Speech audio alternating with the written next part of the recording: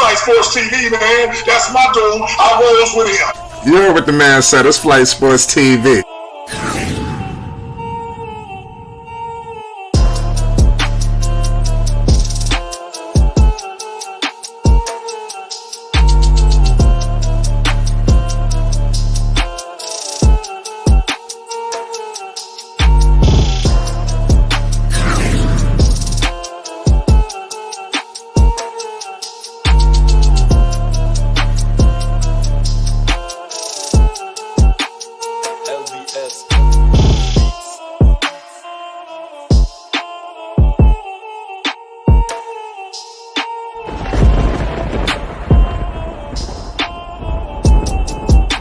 Like I said, Flight Sports TV, that's where it's at. Flight Sports TV.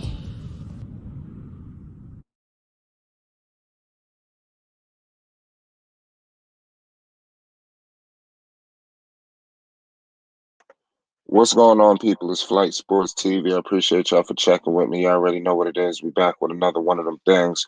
We're going to be discussing a whole lot of Lonzo Ball right now. I want to give you, I just want to speak to the Bulls fans and, people coming out of Chicago and a lot of people that might have some conflicting reports, on this Lonzo Ball situation. I want to give you reasons why Lonzo Ball is the kind of guy that you never truly stop believing in. You understand? You can never stop believing in a player like Lonzo Ball, this ZO2, this Chino Hills prodigy, man. His teammates from all stops that he's played at, from Los Angeles to New Orleans to obviously what we're seeing right now in Chicago. Hell, we could even go back to UCLA and Chino Hills, for crying out loud. His impact is just immense. His teammates will tell you right now, that what Lonzo Ball does for the on-court play and even off the court. DeMar DeRozan, I'm telling you, when this guy Lonzo Ball was absent, DeMar DeRozan was singing to the high heavens. DeMar DeRozan could not continue to let the people know the importance of Lonzo Ball and everything that he was bringing to the table. He was trying to let you know right now, yo, listen, man, they tried to separate Lonzo Ball from the pack. You understand?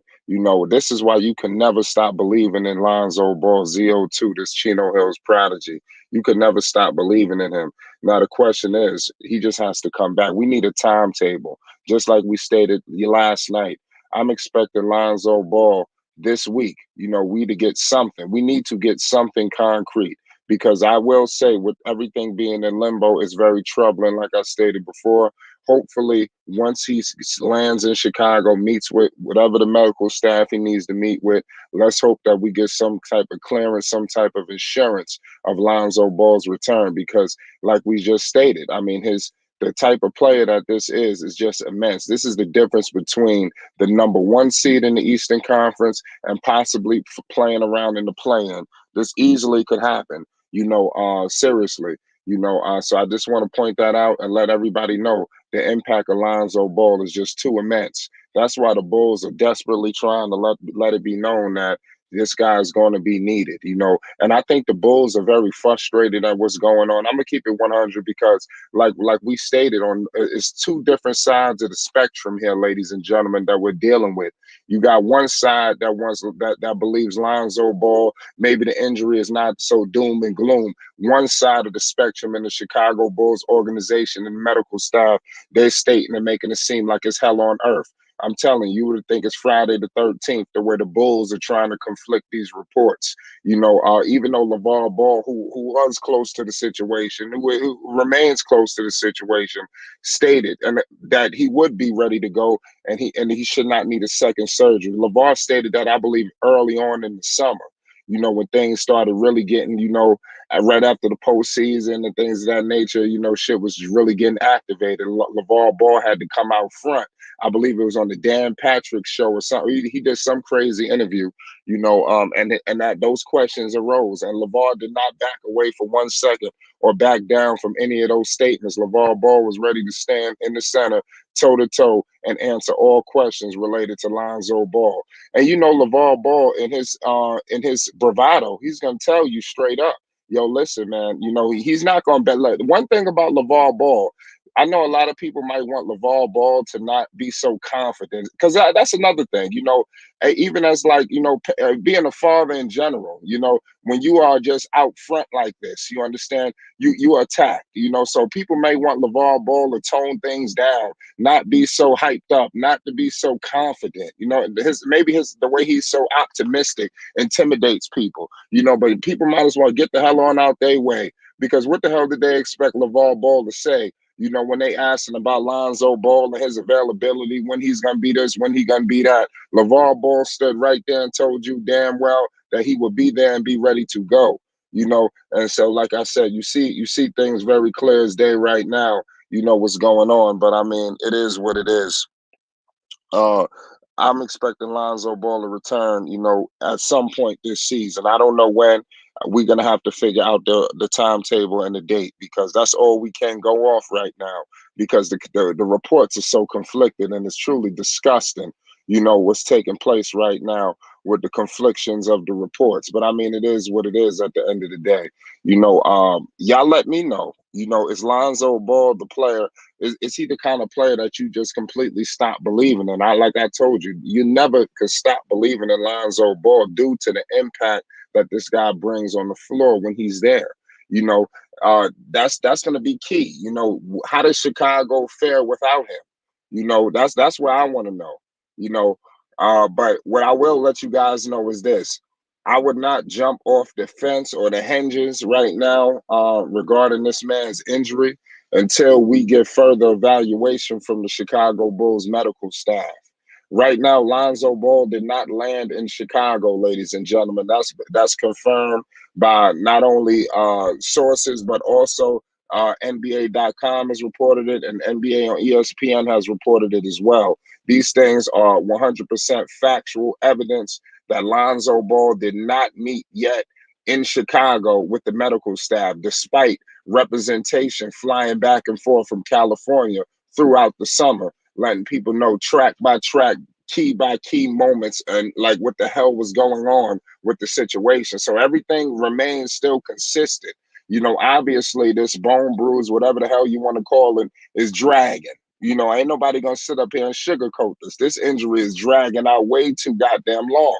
And it's truly horrifying what's happening right now with this injury.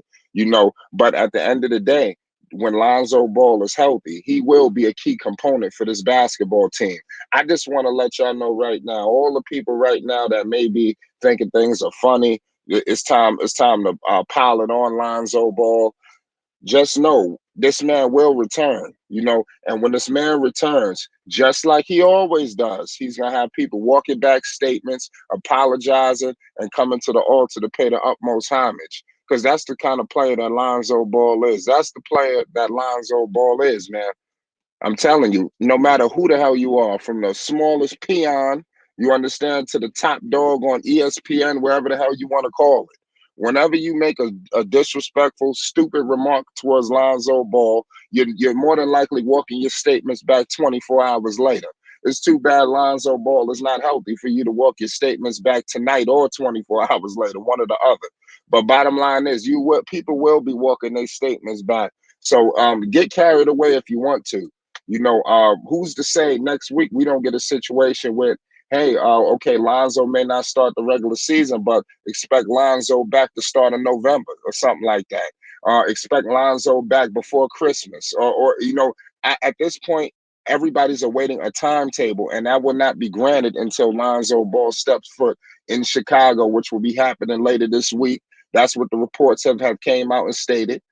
So let's see what goes on. All we can go on is the reports. People are not getting. I know I'm for a fact. I'm gonna keep it 100 with you. I'm not getting on this goddamn thing, just flapping my goddamn gums, making up shit, and just creating things out of thin air. These are reported by major publications. You understand? These are the things that we come to you with, and when we breaking information to you, it's coming from major media outlets. When we talk, it ain't nobody just talking out the side of their neck. Like I said, I'm not, and I can't speak for everybody else. So I want to salute everybody right now. Salute to Ted. Salute to my man Memphis. Salute to everybody that's in the chat right now. So let everybody continue their bullshit that they got going on with Lonzo Ball, man. They all gonna walk their statements back. People just got. I don't know what the hell is going on. Why are we not acting like when Lonzo was on this floor, the Chicago Bulls wasn't looking like a heavyweight titan in the NBA? We just got just look at the impact. That's why the Bulls are going to be patiently awaiting Lonzo Ball's return because they know what the difference is. And I'm telling you, his spot will be sitting there waiting for him. I don't give a fuck who they put on there. Io DeSumo, Kobe White, Dragic. They do not have a replacement for Lonzo Ball on this roster. All they could do is band together to hold down the fort until ZO2 steps foot on the basketball court once again. That's the only thing that these players on the roster can do. And I believe that they're going to do that due to the fact that they had the experience a season ago of holding down the fort. So I don't think this is going to be a situation that they're going to find themselves in, that they're lost. Is something going on? No, they're going to be just fine. They've been here before. This team has been here. This team has done that. So I mean, that's all I can really tell y'all, man. Salute to everybody in the chat right now. We're discussing heavy Lonzo Ball talk right now. All the reports are the same from Bleacher Report. Chicago Bulls and ESPN have stated that Lonzo Ball will miss training camp in the start of the season. Yeah, that's the reports. Even though those reports have been conflicting all summer long. For 1 minute, yeah, he should be ready to go. But one thing that has been consistent is he has been progressing. That has been consistent on both ends. Both ends may have not liked the way the progression, the way the speed of the recovery has been going, but both sides can both attest to that there has been major improvements in terms of the way the development and things have been working. So I just want to point all that out to the people right now. Salute to everybody right now in the chat, man. So if you're a Lonzo Ball fan, hit that like button. If you rocking with ZO2, hit that like. This is not for convenience. A lot of people just want to wait and shit on Lonzo Ball, when the time is right. At the end of the day, there's a lot of opportunists going on out here, especially when it comes to Lonzo. We got to understand something. Lonzo Ball helped make, you got YouTubers today. I mean, I'm talking about heavyweights, who made their channels off of shitting on Lonzo Ball. And these dudes are well off right now. I'm talking about they will never work another job a day in their lives because they have jump started their YouTube journeys shitting on Lonzo Ball. We know who they are. Some of the best ones, FYF has gotten to a couple of spats with a few of them. You know who they are. So it's kind of troubling, when you see and then as you see when the bullshit start happening, they start to circle back around and go back to their roots. When Lonzo Ball is going on historic, weeks and doing crazy shit, that has never been done before. We don't see the same energy. We don't see the same reporting. We don't see any of that. It seemed like with the Lonzo Ball haters, whatever they want to call it, it seems like they're just waiting on the ultimate opportunity. And I believe that Lonzo Ball and this setback that he has occurred has invoked, the ultimate opportunist, and people to come out for their ultimate opportunities, to completely capitalize on this Lonzo Ball issue that is happening right now. And it's truly fucking disgusting, at the end of the day. I want to let the people know right now, Triple B's Big Baller brand is going absolutely nowhere. This is a brand that's going to be around. It's really eternal, to be honest with you. This only going to go down on for generations after generations. It's going to be PowerPoints, 30 for 30s, documentaries about this. Man, this is the people do not understand the impact that Lonzo Ball, LaMelo Ball, LeVar Ball, LiAngelo Ball, Tina, the list goes on, has done. This whole situation that they've built could never die. It could never die out. It can only make transitions. And as you see, it's gonna be generational. I'm trying to tell you. This shit has never been done before, and it will never be done before. Not at this level. Not with three brothers. Not like this. You're not gonna tell me that. You just ain't gonna tell me that. Salute the Murgod. He says, I think it was a tear, the white area of his knee. That's why it's taking so long to heal. Well, I mean, we ain't gonna know any of that. until this guy meets to evaluate with the Chicago Bulls medical staff later this week. Later this week, I believe that we will get a timetable. And I think that's what everybody wants. And I think that will put to bed some of the things that has occurred, because we haven't had a timetable on Lonzo since he first went down and they announced 6 to 8 weeks. We have never heard another timetable, so I think that's very troubling as well. But I will tell you this. Once a timetable is announced, you will start to see things quell when it comes to Lonzo Ball, the issues and things of that nature. We just need to get Lonzo Ball back at tip top shape, you understand, ready to roll for the season, because that's the only way Lonzo Ball is going to be successful. Lonzo Ball coming to the roster, 50%, 60%, seven. No, we need him 100% ready to go, ready to just run up and down the court the way we know he can. Lonzo Ball is one of the most electrifying point guards in the league when he wants to be.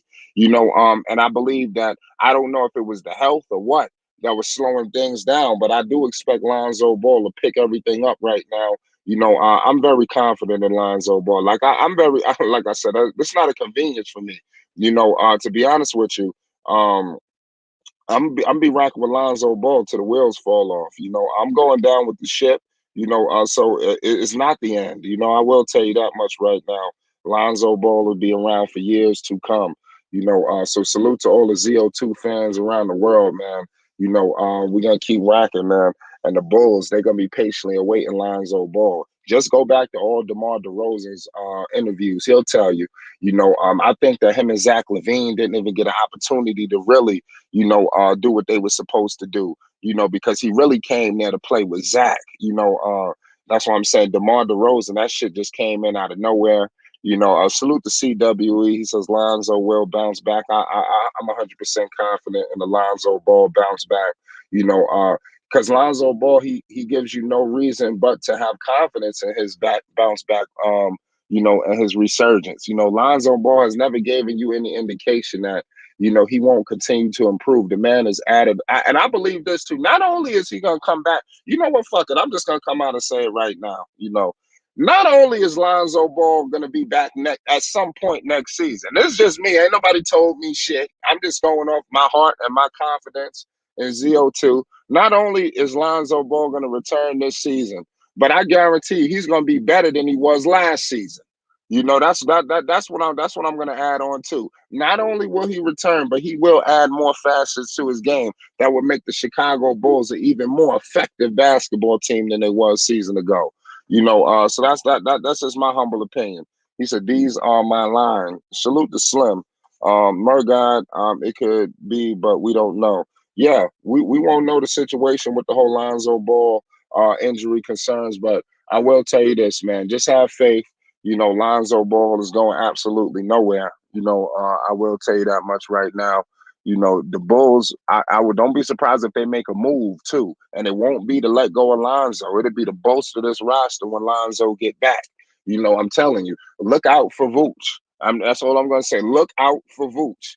I think that guy could be the odd man out in the potential deal. I don't know where they move him, but I could see something like that occurring. So I just want to point that out and let people know to keep an eye on the Vucevic situation coming out of Chicago, because we don't know his security and how long he's gonna be sticking around.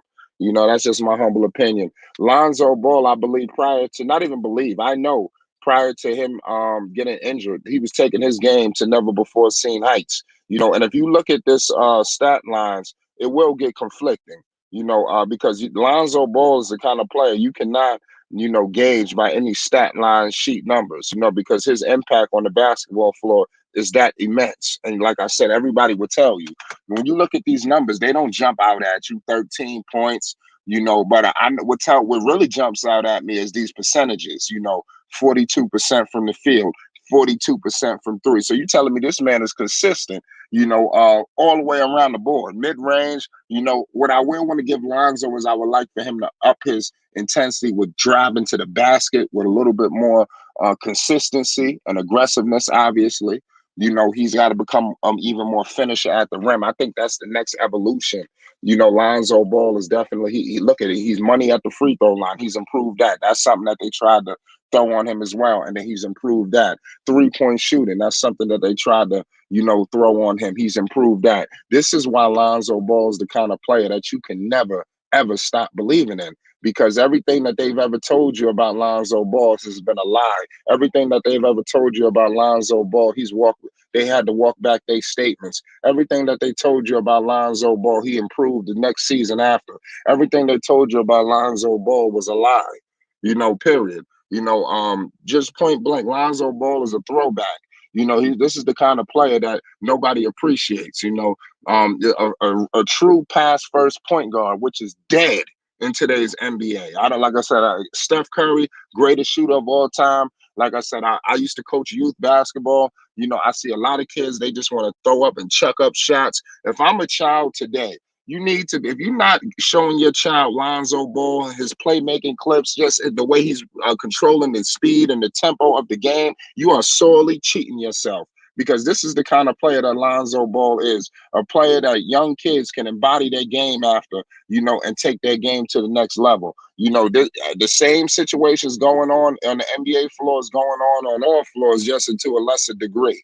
And the Chicago Bulls paid for the absence of Lonzo Ball with them dropping from the number 1 seed to damn near in the play-in. They finished at the number 6 seed at 46-36, ladies and gentlemen.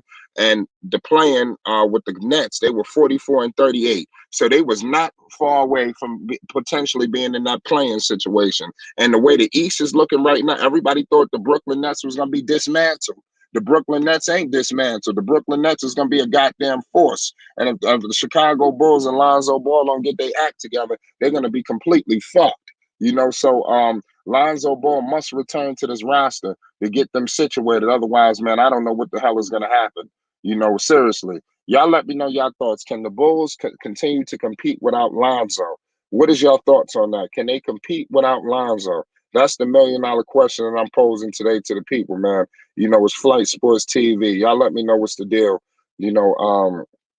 This is some wild shit. I'm telling you right now, I am not happy with the Lonzo Ball news. Everybody knows that. Nobody's happy about the situation with Lonzo. Man, but this is messed up. Y'all let me know. Are y'all patiently awaiting a timetable just like myself? I think if we had a timetable, I think it wouldn't be as bad as it, is coming out right now. I think with no timetable truly hurts.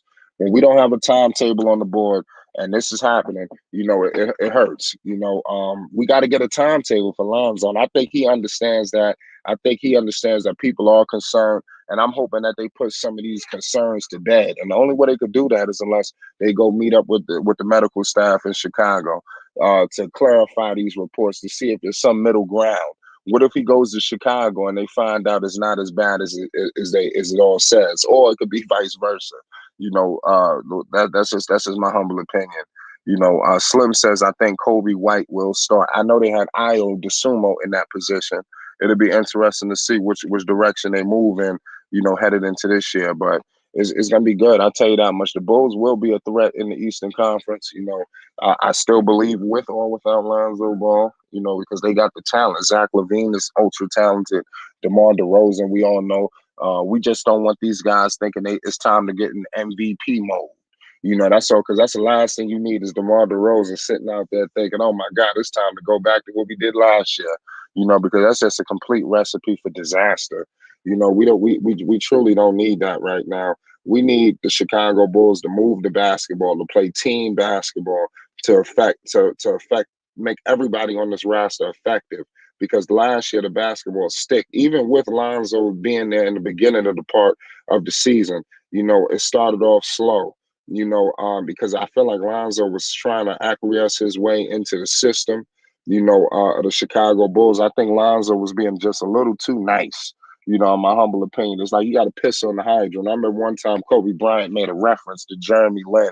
Obviously, Lonzo Ball and Jeremy Lin don't belong in the same sentence, but he had told Jeremy Lin, sometimes you got to go to the hydrant and piss on there and mark your territory. And that's what I felt like Lonzo Ball needed to do earlier on with the Bulls. But to his credit, I mean, this is a new system, new personnel, new coach, new everything. So you were going to see a guy kind of take time to get reacclimated. It wasn't just gonna. If he would have remained in New Orleans, and he started playing looking like he was lost, then oh Lord, then it's time to have cause concern. I believe if he stayed in New Orleans, he would have looked a lot more comfortable because he know that offense in and out. Despite it would have been a coaching change, but give them credit. They did the best that they could. To further this roster. Salute to Slim Can Hoop. He says, I fully expect Zach and DeMar to keep the Bulls ship flowing while Zoe is out. Rap Guy Reloaded. Expect DeMar DeRozan or Zach LaVine to have more point guard duties. That's what I'm concerned about. Right there, Rap Guy Reloaded. That's what I'm concerned about. That's what's horrifying me. With them having more point guard duties. You remember last time when they had more point guard duties. So that's the only thing I'm concerned about. They gotta get it together, and Billy Donovan has to coach, because the last thing you want is this team just falling completely off the hip and just going completely downhill, man. That'd be dirty. If they just fall completely off the Richter scale, man. We truly do not want that for the Chicago Bulls, man. That's another thing as Lonzo Ball fans. I don't think we get enough credit for, as Lonzo. We truly want the best for the Chicago Bulls. With Lonzo playing, without Lonzo playing, we want the best for the Chicago Bulls. We want the Bulls to be successful. We want them to win, but at the end of the day, we want Lonzo Ball to be put in the right situation to further, this roster, in my humble opinion. I don't feel like this roster gets further without Lonzo Ball getting the basketball and playing to his maximum potential. Dan, really sheesh. That's facts. Drummond will be key this year. Drummond is a good solid. I don't think people sleeping on that Drummond pickup. I'm high on that Drummond pickup. I think they're going to be able to play different situations, like, because Vooch, he's good, but if Vooch is not on, he could become a liability and take up space out there on the floor, despite how talented Vooch is. It's like if Vooch is not hitting shots, if he's not hitting threes, what the hell is Vooch doing? Vooch has completely regressed from the player that he was in Orlando. The post player that he was and became. Now he's more of a spot up shooter. So if the pick and pop is not working, I don't know what they're going to do, what direction the Chicago Bulls are going to head in with Vucevic. CWE says Lonzo be back in December. Well, like I said, we waiting to hear that right now. Once we get word on that, everything will be smooth. But it is what it is. Y'all let me know your thoughts on the situation. This Lonzo Ball's news and information is very conflicting, y'all.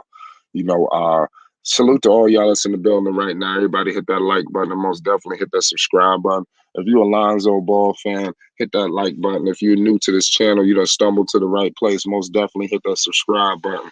This is here where we support the Ball family. We try to give you the information, the best way we can, but at the end of the day, man, when you got conflicted reports like we've been experiencing out of Chicago, where one day they saying that things are moving smoothly and then the next day all hell is broken loose. I mean, you don't put anybody in a good situation. That goes for even the Chicago reporters as well. Because what kind of shit is that where you tell one set of people that everything is good and then the next thing it's not right and it's not fair. And before you know it, you got 100 conflicting reports out in the media right now. And that's what happened. This has been a messy situation with Lonzo Ball. This has not been ideal under no circumstance. But I mean, at the end of the day, man, they got to work this out. The Bulls, they got a tough situation ahead of them. Rolling into this next year, man. Because not only you have to deal with Lonzo, you got Zach who just got all that money. This Bulls team must be a competitive basketball team. Hell, if the Bulls are struggling to get into the postseason and you got all this money wrapped up, what does AK in the front office do? Does that what if they start off slow? See, what you got to understand is despite whether Lonzo is present or not there will be expectations for the Chicago Bulls. So if they start off slow, the Bulls will make moves early. Remember, I told you that, and I'm telling you, look out for Vooch. I believe Vooch is the odd man out. They're not trading Zach and they're not trading DeMar. It will be Vooch on his way out the door. Mainstream media always put out fake news towards the Ball family. I know it's truly disgusting. They need to stop this. I'm telling you, it's getting scandalous out here, all the things that they're trying to do, to no avail, but it is what it is at the end of the day. Salute the Rap God Reloaded. Bulls are tied for the most back-to-backs for this 2022-23. Yeah, that's major. Um, but listen, the Bulls got to figure it out. They got a talented team. They got some players out there. They just got to go out there and get the job done, point blank. All the talent is there for Chicago. They just got to get the right coaching staff. I don't know if Billy Donovan has to make some changes, but whatever has to be done has to be done. In my humble opinion. But the Bulls got it. They got to figure it out. Y'all let me know where the Bulls gonna finish with Lonzo, or even without. Y'all let me know.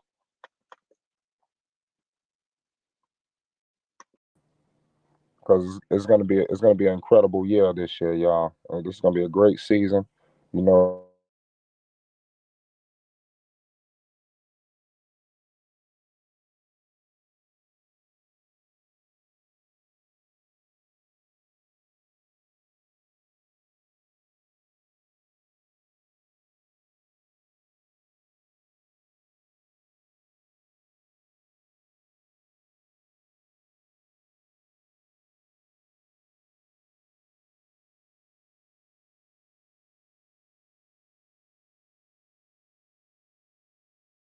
Let's remaining optimistic regarding Lonzo Ball.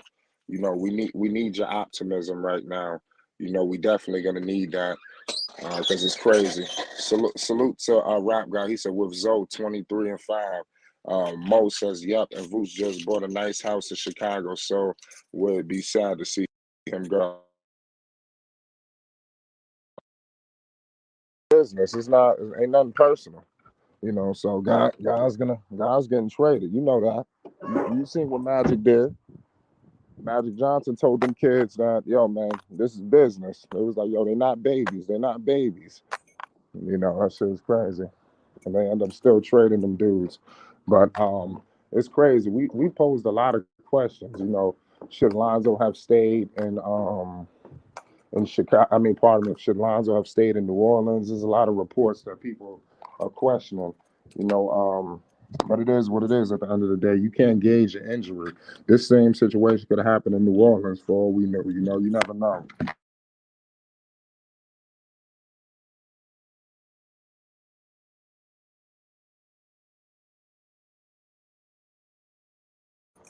Shout out Memphis 10.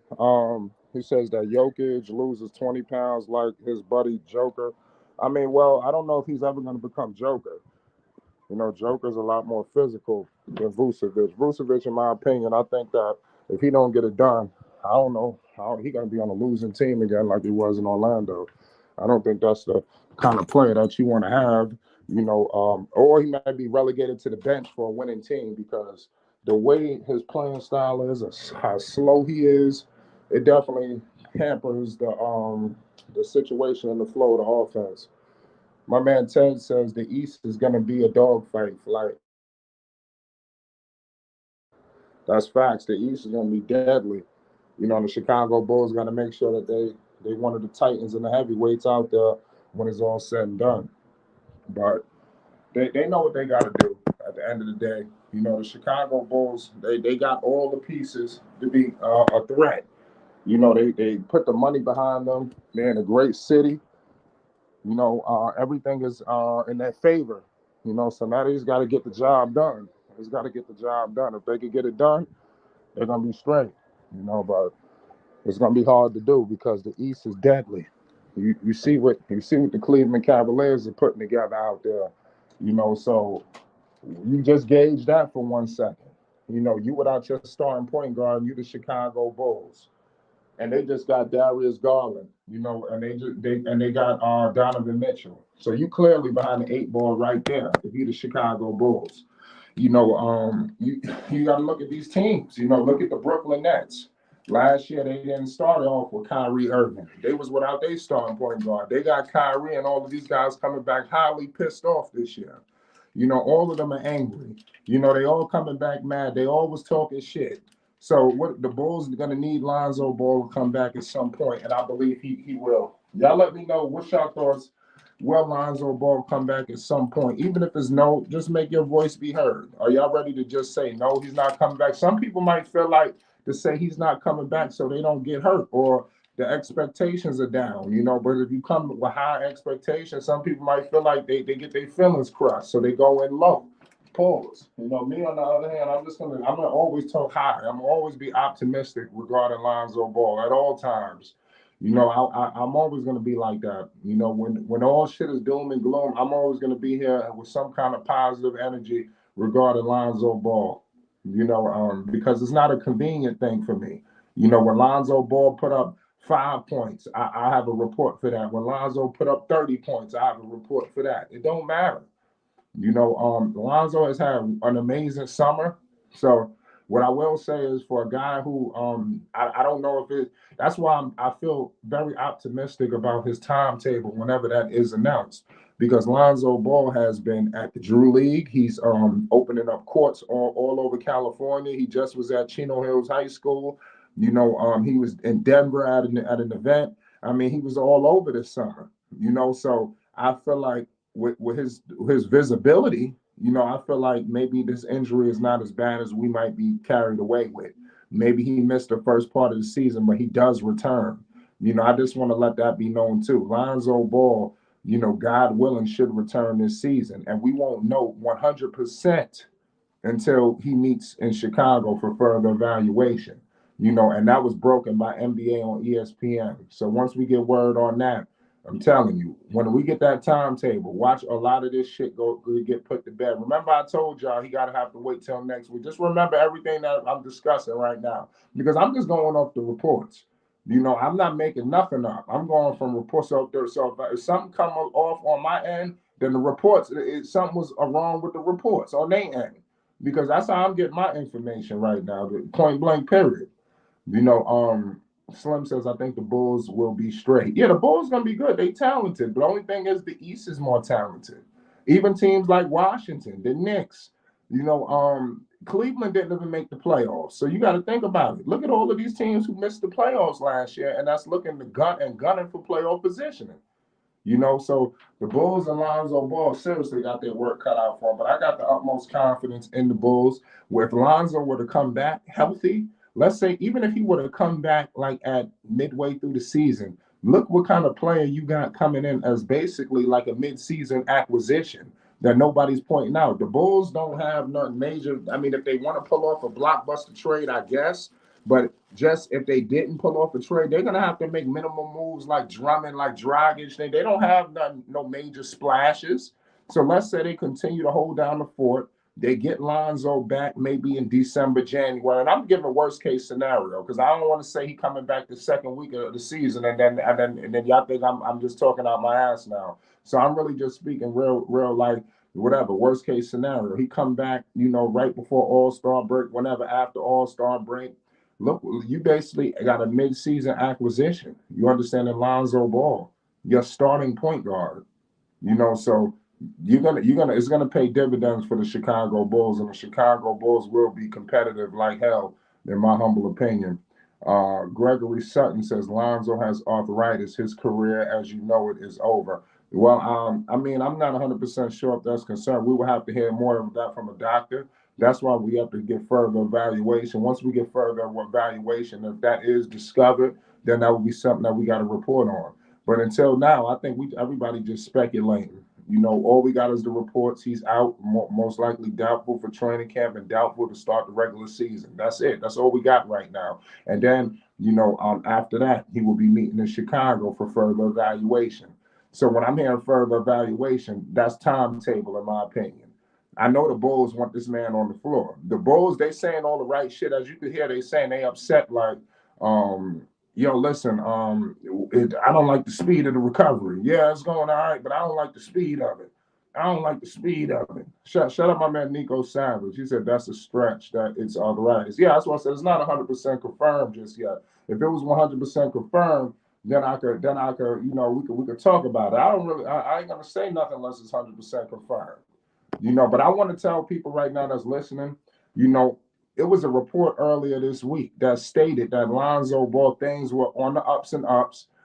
but they still didn't confirm nothing. But it was a report saying that the progress was going well. So at that, I put something out on that. The next day, they came out with the bullshit. You understand? So that's what I'm trying to tell people. It's been crazy. And like I said, LeVar has been silent. You don't hear LeVar popping out saying nothing crazy, even though he could have. Especially with all these conflicting reports. At this point, we need to hear something concrete. And usually, something like that usually leaks or comes out. But I mean, it is what it is. We will find something out as we have a season fastly approaching, ladies and gentlemen. This shit is coming at us with the speed of light. Before you know it, it'll be time.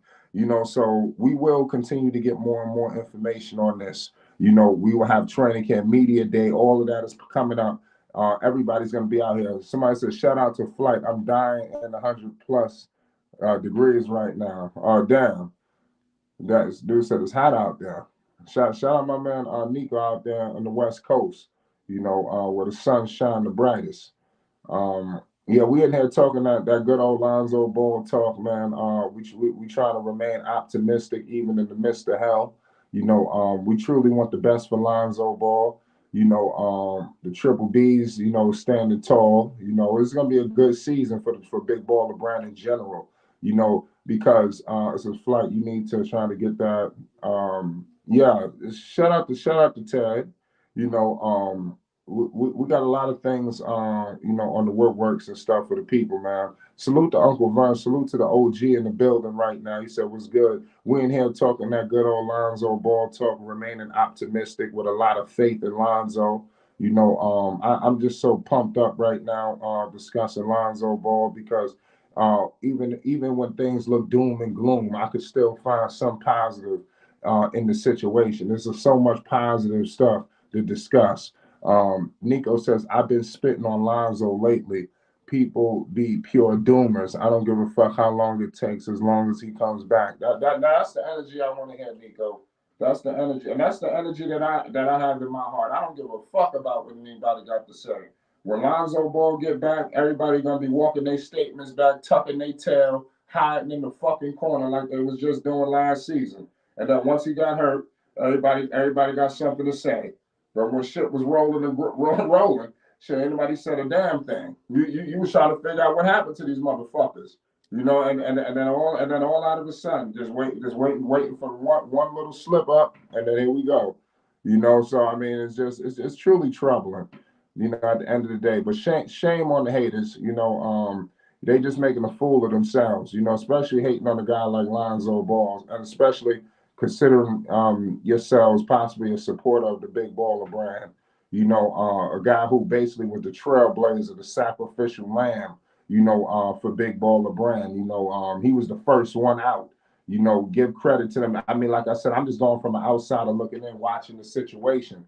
I believe that LeVar Ball and the whole Big Baller Brand got sharper, even better, as Lonzo went into the NBA and went on with his progression. I'm pretty sure that he had a way better system on dealing with Jello, LaMelo into the NBA market as well. And that's what I believe happened. So that was like their first time out the gate. Lonzo Ball, they could have had a Nike deal, all kind of shit. They went in and said, nah, this is my only brand, this, that, and the third. It was very inspirational. I'm telling you, people need to really do their homework and go back on that time period that happened when Lonzo Ball first came out the gate and was out in the front for Big Baller Brand. People love to spew negative energy, no enthusiasm. I mean, it's disgusting. We have to have some enthusiasm and some optimism when we discussing Lonzo Ball. We just have to. In my humble opinion, I'll always have some optimism, discussing Lonzo Ball. Salute to y'all. It's a holiday weekend too. Y'all let me know what y'all got going on. Y'all let me know what's the festivities that's happening this weekend. I want to appreciate all y'all for tuning in with Flight Sports TV. We're trying to bring content to the people, and keeping the people informative on what's going on. We put out a piece earlier today. I hope y'all didn't miss that. On their Big Baller Brand and LeVar Ball inspired Montrezl Harrell. to do a pop-up shop in Charlotte. Trez is doing a pop-up shop in Charlotte on the 17th, and they just had me puzzled because I'm like, who's the king of pop-ups? Now, LeVar been popping up all over this motherfucker, from California to LA to New York to Charlotte, Chicago. Let's not be silly, and then all out of a sudden you got a brand and you doing a pop-up. I mean, and the way you promoting it, I mean, hey, we got it's something to talk about. A lot of people might not have known that Montrez out there running the pop-up, and he's gonna use LaMelo Ball and the guys there to help him facilitate all of this. They all gonna be there to help support him. So give major credit to that. Uncle Vern says you can't keep a good man down, and you can't keep it down, man, from being good. So good.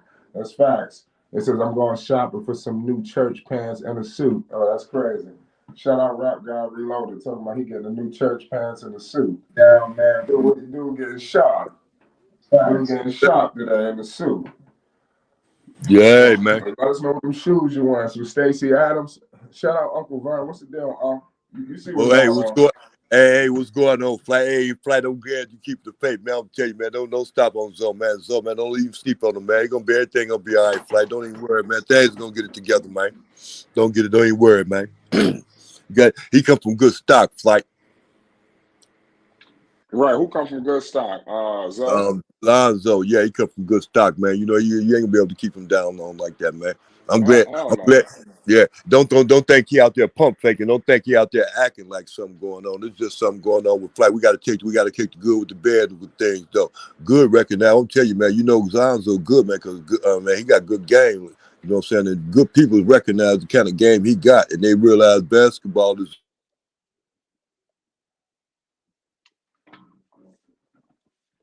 Yeah, sound Uncle Vern like he was having some technical difficulties. You cut in and out.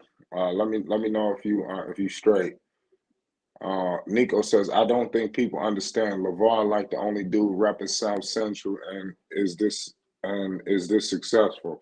Yeah, that's facts. That's what I'm saying. People don't understand the impact that LeVar Ball is doing. And just to being a risk taker that LeVar Ball is, I mean, a serious risk taker to go out here, to look these companies in their eyes and tell them, hell no, we're going with our own brand. I mean, that's a lot of confidence. I'm telling you, a lot of these fathers, a lot of these player parents, they would have took the first offer possible. They got upset because LeVar Ball is basically similar to LeVar Ball is like literally like in a class of his own. But when you look at even some of the people that grace our channel, like Kid Austin, everybody too, make sure y'all check him out too. We're gonna have some content heavily approaching. We about to up the intensity on Kid Austin. He will be in the main event of the evening, ladies and gentlemen. His Golden Boy Day second fight, October 20th. In the main, you see that right there in the main event. You hear that? Now, we didn't say the opening card, the main event. This is the kind of player, this is the kind of people we talk about, ladies and gentlemen. We discussing Kid Austin and Lonzo and things of that nature. Similar to him, look at his father. His father's very vocal. You understand? These companies ain't gonna be able to do shit and fuck around with Kid Austin, nothing. You understand? Because when you got your father there present, making sure he handling business, you understand, making sure shit is going copacetic. And that's the same thing that's happening right now when we discussing Lonzo and LeVar and things of that nature. But I guess since it's the father and all of that is something different. His basketball is LeVar. LeVar Ball is just, he's just one of the most hated people. We all know this. For some reason, the haters can't get enough of LeVar. I don't know what it is. I don't know. A lot of people didn't have fathers like LeVar Ball. So I understand. And even in my shoes, you got people that come to my house. If anybody's trying to make a decision on my son that didn't consult with me, I'm sitting back laughing at you. So what LeVar Ball has inspired has brought fathers back to the forefront in a more respectable manner. I'm telling you right now, we talk all negative about LeVar Ball, but I'm telling you, when you go to these parent-teacher conferences, you're seeing fathers there. You understand? You're seeing fathers at these basketball games. You're seeing these fathers at these parks. I'm seeing fathers that I didn't see before the whole LeVar era. LeVar has got fathers on their grind. You understand? So people got to pay the utmost homage to that. Uncle Vern, let me know if your connection is straight, because I don't know if you was trying to talk or something. Somebody says, shout out Nico. Yeah, stop front like we don't have the undefeated champion. You know, my man Nico says that time for Kid Austin to become that guy. I can't wait to see him become a household name. Oh, it's coming. And just know we had him here first. Uncle Vern, what's good? You straight? Yeah, hey, Flack, can you hear me? Yes, sir. Hey, Flack, look, I don't know about it. Okay, I understand how you could hear me at first. I'm just saying the same thing. Like, it's the same thing, Flack. Lonzo good, Flack. And Lonzo, like I said, he come from good stock. So he really ain't gonna too much have no problems. You just gotta get that knee back in order, Flack. If that take a little bit of time, it's gonna take a little bit of time. I'm just saying, don't panic. And then about Kid Austin, man, that the future got everything in store for that young man, Flack. You can't go wrong messing with him neither, man. Got to keep the people in our corners, man, because we recognize the greatness in these people, man. A lot of people don't recognize greatness in them, especially with Lonzo. They don't recognize the greatness in Lonzo. The Bulls did. That's why they signed him to that hefty contract. Now he just got to bring his part through, and he's steady bringing his part through. You can't dictate being hurt. A lot of people take advantage of that being hurt thing. He ain't taking advantage of it. It's just the way it is. Right. Keep it. Salute to everybody that's showing love to Kid Austin in the chat. This week we've been putting out a lot of Shakur Stevenson videos. Let me know if y'all been checking that out. We trying to build the boxing portfolio up. So when we start unloading on the Kid Austin content, we got a lot of boxing eyes. You know, it's a method to the madness. You know, this will be a boxing channel, you know, in the future. We will have a presence in boxing. We already got a presence in boxing. Do you see some of the heavyweights that we have coming up to this panel? I mean, at some point, homage must be paid. I mean, seriously, we got the Drew League commissioner. You understand? We had Javante Tank Davis's coach. You understand? The man behind the one, ladies and gentlemen, Calvin Ford. Let's stop playing games. You understand? We can't get no closer to these situations, y'all. We cannot get no closer. And the list goes on. I don't want to leave nobody out. We have professional wrestlers on their way to AEW, WWE. I'm telling you, we get these people very, very early. You know, I'm telling you, we have some legends coming down here. Y'all need to do your homework, man, on people that's come through here, man. I'm telling you. And then we got some of the best in the business that grace this panel and this chat. I'm telling you, future superstars come from Flight Sports TV. I'm telling you. Salute to everybody, man. And Uncle Vern is the truth, man. Salute to Unc, man. Uncle Vern, you know Lonzo Ball like the back of his hand. You know, why are you so confident in Lonzo Ball, Uncle Vern?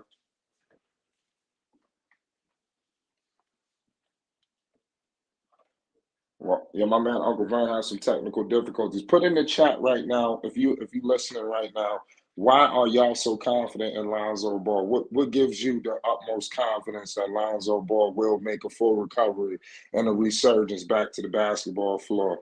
What gives you the confidence? You know, what gives me the you there, Unc? Yeah, I'm here, Flight. I don't know why I keep going in and out like that, man. It's just technology. I ain't up on that technology, Flight. But I'm gonna tell you, Flight. You say actually what gave me so much confidence in Zoe, man, because I seen this game, Flight, from the beginning when it was in high school all the way down to UCLA on there, on went to the Lakers. I already knew he know what he doing, man. He got an IQ on that court. A lot of people in the NBA. Let me slow down. A lot of people in the NBA, Flight, don't have that kind of IQ, Flight. And you can get it just on your brains alone in the NBA because you have your fitness, your health, and you also got brains. Even if you're not as fast as you used to be, you still gonna be good. Like the DeRozan types and stuff like that. Like the what's the name that just came from Miami, this DeRogan. He ain't athletically good as he used to be, but he's still smart. He know the game. So know the game coming in. He gonna know it going out too. He gonna always be successful because he can adjust to it. Same way with Melo. Same way with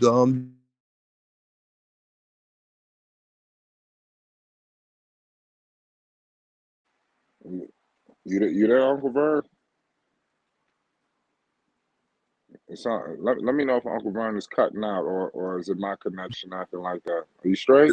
Yeah, I don't know, Fly. I don't know if you can hear me now because I ain't got my TV turned up. You But I good, thought, you good. Go ahead, my fault. yeah, but It could be now my connection. it might be Fly, but I was just saying, no, man, Zoe gonna be good, man. Zoe, man, him and his brothers, man, all his family, man, they already in right order, man. They know which way to go and how to do it, man. Zoe's real smart. He got an IQ, man. It won't wait in the NBA. You So, can't so, get away from so him. where do you see how do you see the Chicago Bulls faring without Lonzo? Who steps up? What happens with Billy Donovan?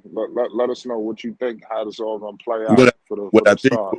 what I think with this from the start, they're gonna try to get that backcourt in order. They're gonna try to find out. I'm saying if Zoe ain't there from day one, they're gonna try to find out who's gonna be coming up for it, and who's gonna be doing, how much time they're gonna be getting, everything else, and the efficiency that they want out of them going into their game plan this year. I'm sure their game plan going into this year is not gonna be the same one last year when they was give the ball to DeRozan and watch him do it.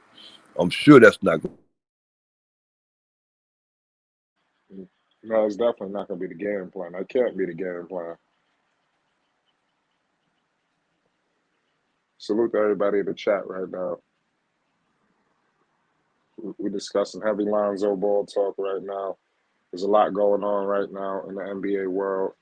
ZO2 will be back shortly, sooner than later. We're Yeah. in here with the legend Uncle Vern giving us his perspective. So Yeah. who you say gonna step up? AO, Kobe, who? I see all of them stepping up. All of them got to step up. Flight. I see all of them stepping up because they got that experience. They got that experience of playing together, and they also have that experience of playing for that team for so many amount of years and stuff like that. So I see them all stepping up and being successful, even more so this time because they have, to a certain extent, a loaded team, a full team. So I see them being successful just like they jumped out and was successful last season in the early part of the season. And when Zoe get back, I think I see them being more successful and more in tune and more inclined. That way, Zoe be fully healthy instead of jumping back and How does forth. what about Cleveland and stuff like that? Because the Cleveland, East is better. Cleveland gonna be right. I understand that flight, but don't get it twisted though. Cleveland's gonna be a problem anyway. All they had to do was get somebody in that back court that can go along with that one guy they got. So you like Mitchell in Cleveland? Let me make sure. We got Uncle Vernon here talking that good talk. So salute to Rap Guy Reload. Salute to my man Marvin. It says while I'll be damned. What's up, Flank? Yeah, salute to Unc. Yeah, we're in here cooking. You know the people love Marvin. People love Rap Guy Reloaded. Rap Guy Reloaded is a chat legend. Some of you chat legends got to get on the panel one day. Y'all are too legendary in the chat. I'm telling y'all. From the CWEs to the Rap Guy Reloadeds. Who else is Basil? Yeah, I'm talking about y'all are some chat legends. It's like y'all need a full-blown interview. It's like Rap Guy Reloaded need his own interview out here. This how long he been in this community. It's true. We need to get to meet him. For real. Some of y'all don't know who y'all are. That's what I'm telling y'all. Y'all some legends out here. Salute to everybody. Flight got me flowing through my Sunday cleaning. Yeah, you there, huh? Yeah, I'm still here. Can you hear me? Yes, sir. Hey, Flight, look here. I'm gonna tell you somebody that they know he was on yesterday. Boy, I'm gonna tell you, he's a comedian. He's real funny. That's Ray Fred. What's his name? Dan Chain or something like that. Dan Flash Chan, whatever He his wasn't name on the is. panel. Huh? He wasn't on the panel, but he was here. No, he wasn't on the pet. No, he was on the. He was in the chat. That's what I mean. He a comedian. I like him. I bet you, boy. I'm telling you, I bet he's a very rich comedian. He's real funny. That's all, Flight. I'm just sending a shout out to whoever he is. So you like Donovan Mitchell going to Cleveland? Yeah, I like that. But then I also bring back this problem with why the Bulls ain't gonna have a problem with Donovan Mitchell with Cleveland like that because of the fact that they're gonna have to Cleveland's still gonna have that small backcourt, which was gonna be a problem in New York. It's still gonna be a problem now. Mitchell is imposing enough to get his buckets though. I They know, some bucket I know getters that. though. Hey, Flight, I know that, but what was the problem they would say they was gonna have with New York because they too short in the backcourt? It's still gonna be too short in the backcourt in Cleveland too, right? But they said it was gonna be a problem in New York with Donovan Mitchell out there with Bert Branson, whatever his name is. Yeah, they said it was gonna be a problem. Didn't you hear that? Yeah, of course I heard that.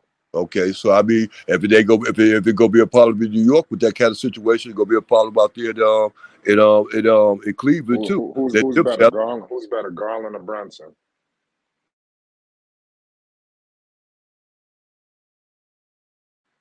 Yeah, that's an easy question.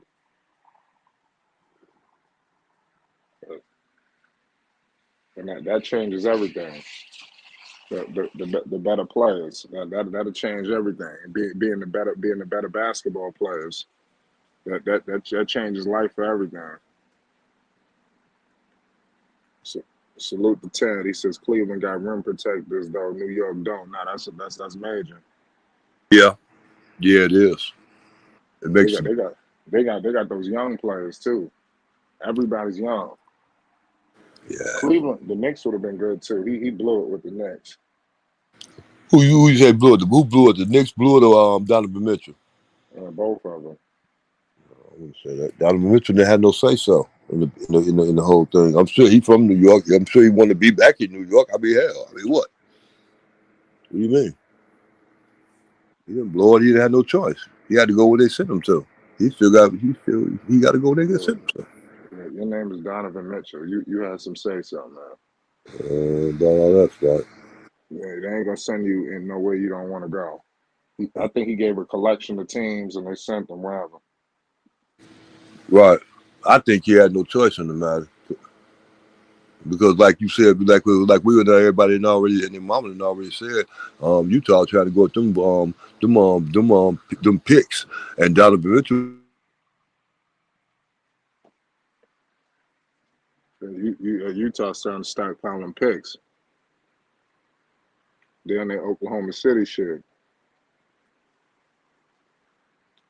Somebody says Garland clears Brunson. Yeah, that's facts. Salute the rap god. Yeah, the Cleveland at their age is the most scary. It's like they could be around for a while. And what if they add another piece to them? You know, you never know what they're gonna do with the rookie. They got flexibility. They're gonna be a threat for the heavyweights. Boston, they got to worry about that.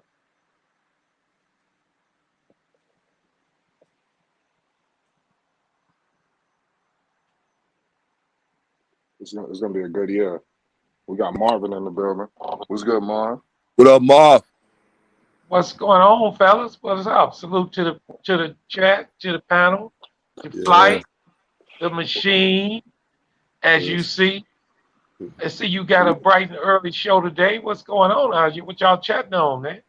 Man, we discussing Lonzo Ball, why he's the kind of player that you could never stop believing in. Yes, sir. You know, I noticed yesterday they was having kind of heated debates on if he's going to be healthy or not. Don't none of us know, so I don't usually get in those debates. Right. We can all just hope for the best, you know. And the ones that don't want him there can help for the worst. You know, that's what they're going to do. Hubble bubble. But we're going to be all right. You know, I think the Bulls will be all right. Front office took precautionary measures to make sure this could be all right. And if anything is going on with him, I think it's a lot best for us to get it out of the way now and have him down the stretch run. I'm sorry? I want to ask you a question. When you were, what has Lonzo Ball brought to the Chicago Bulls since his arrival? Well, a true point guard is what we've needed for a while. And then a point guard of his caliber really lifts the team a lot, frees up a lot of other spaces, makes other guys not to have so much on their plate. We got a small sample size of it. Let's be honest. We hadn't got all we can get out of him, and hopefully we can get a lot more out of it.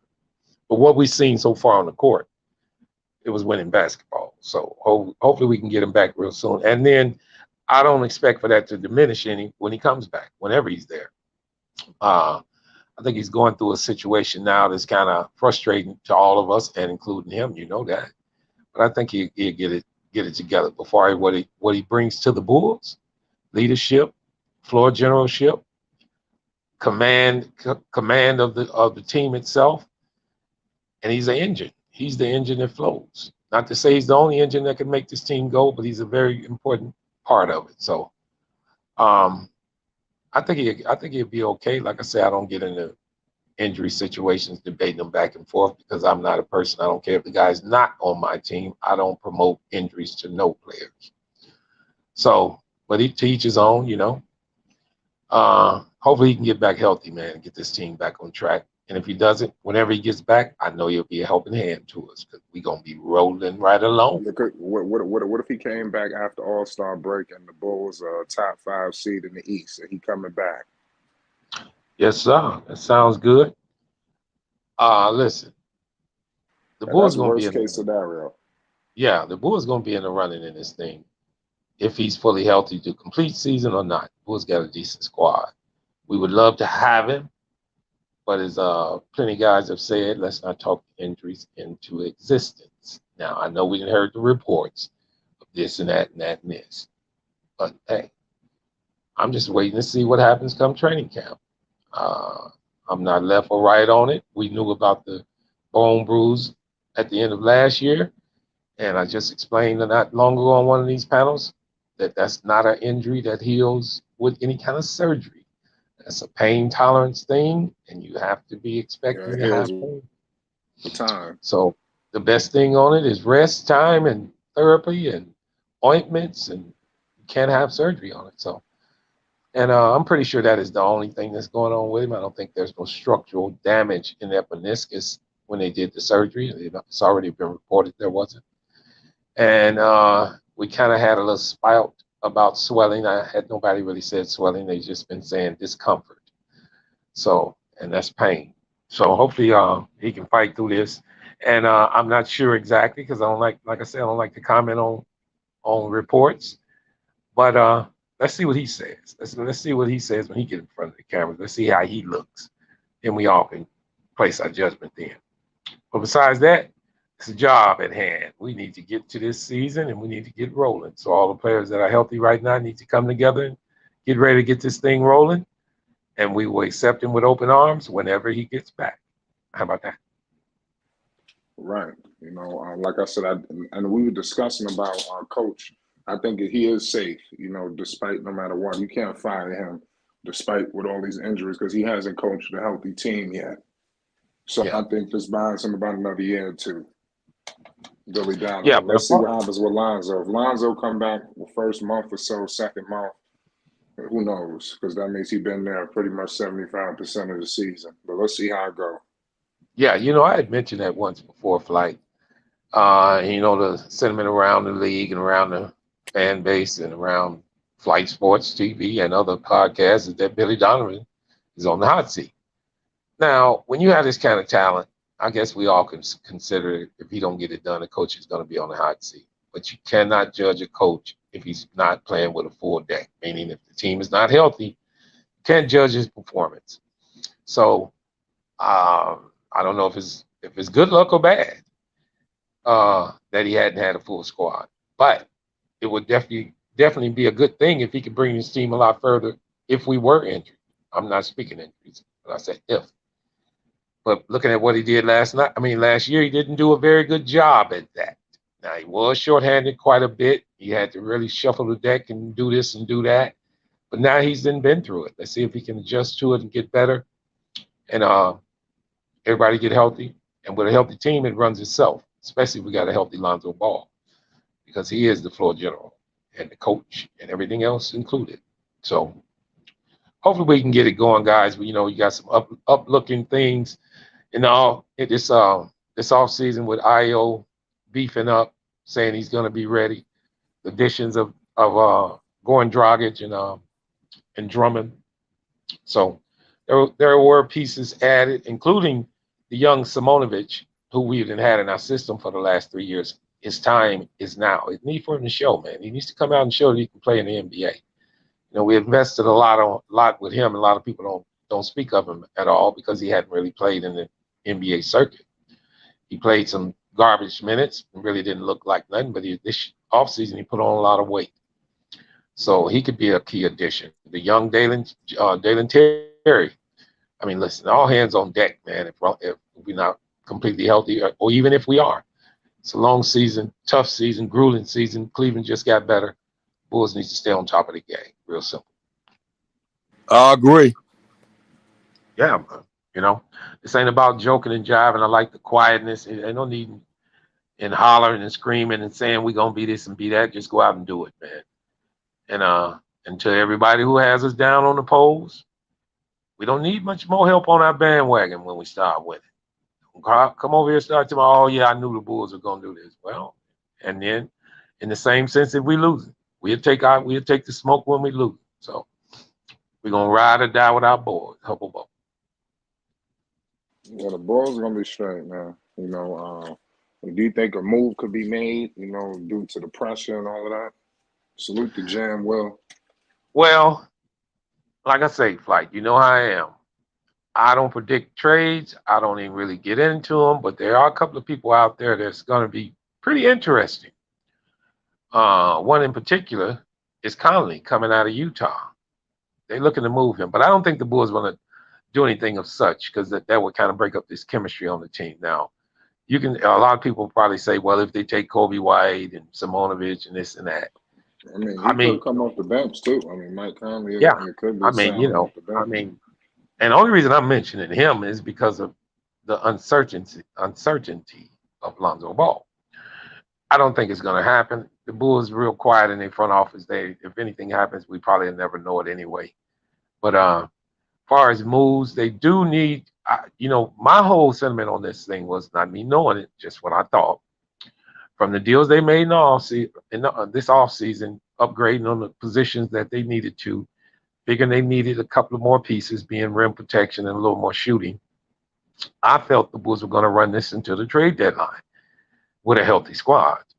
Now, if you're not healthy, then that might change the plans. But the Bulls stockpiled a lot of things to prepare just in case for times like this. So I'm not sure if we're going to make a move right now. I think we're pretty solid, even if Lonzo doesn't start the season. But and then even with that being said, I'm not saying, I'm not even thinking that he's going to be out a substantial amount of time. Hopefully he can get back, and hopefully he starts in game one. We don't, none of us know, so I'll leave that alone. But as far as making a move, I don't really see it because the Bulls put themselves in a position where they're right outside of the cap.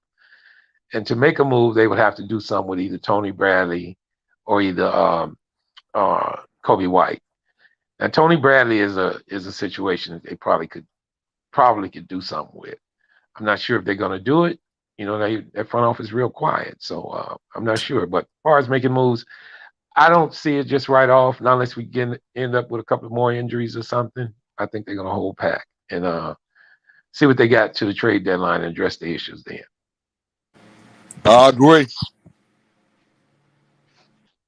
Yeah, it's a process. That's with every team, man.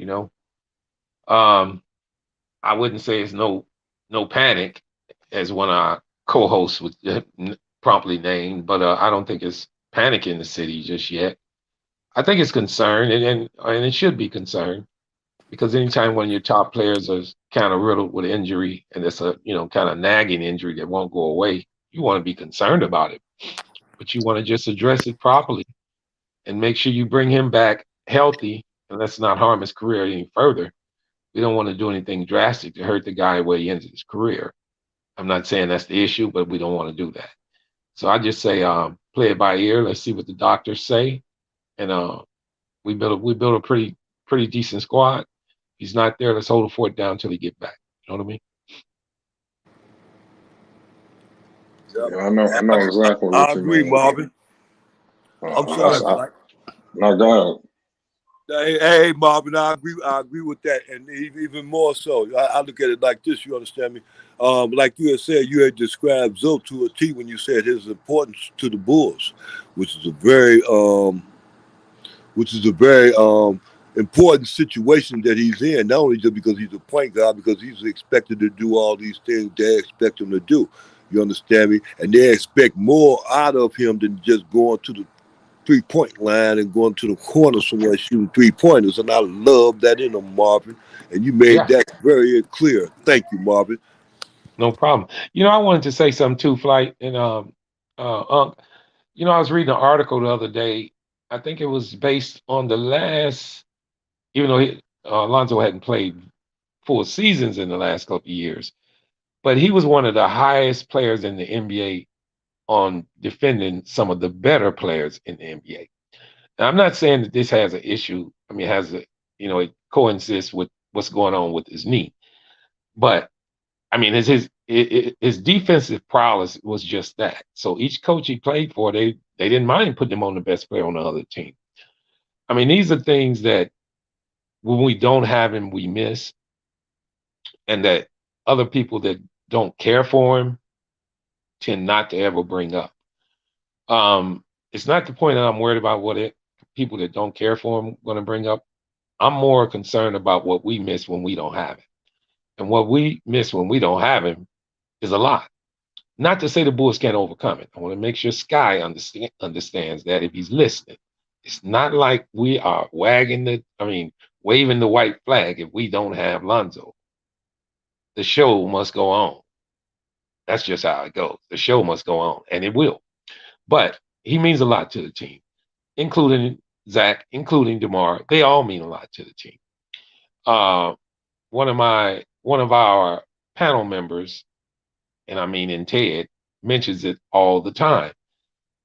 Injuries are a part of the game, and not to throw out anything. If anything happens to any one of our players, there's concern. So let's not blow it out of proportion like Lonzo is the only person that can get injured, because anybody can get injured. But I'm not talking about injuries. What I'm talking about is moving forward, making sure this team can be successful with the full team. Io has a chance to actually, sometimes, you get things thrown in your lap and it's a blessing in disguise. His play last year should elevate his play this year, including Javonte Green, including Derrick Jones Jr. I'm not going to mention Tony Bradley Jr. because he gave us 3, 4, and 0.1 last year. So expectations on him are not very high. But we did address that by bringing in Drummond. So, hey, guys, if these guys can lift their play, and I'm not saying that they have to score more points. Let's relegate these scoring all the way through the team. That builds chemistry, that gives other players rest, and then it's winning basketball in a sense, and it'll take you a long way. We talked about DeMar DeRozan pounding the ball. Well, we don't want that. There's a time when you have to shoot a shot because of the shot clock, but there is a time when there's 11 seconds left in the shot clock and you end up taking a shot with 2 seconds left on the shot clock. So, and that falls into Billy Donovan's lap too. Not to give him an excuse because we've been injured. He needs to coach better, guys. We all know that. His effort, his appointment to the team was lacking in my eyes last year. Just being there for your team and including getting technicals if you feel something's wrong, to sticking up for your players when Caruso got hurt, to on and on and on. And that goes to the whole team, not just Billy. They say a team is a reflection of their coach. Is that true to this team, guys? The Bulls play hard. I don't think all of them chew gum, so I don't know if that's exactly fucking true. But I can say this: we put all of this together, man, and we really want to win this thing. Hey, man, it's a journey getting to that NBA Finals. But we made the playoff. We got a sniff of it last year. We got Patrick Williams coming back healthy. We got Kobe coming back healthy.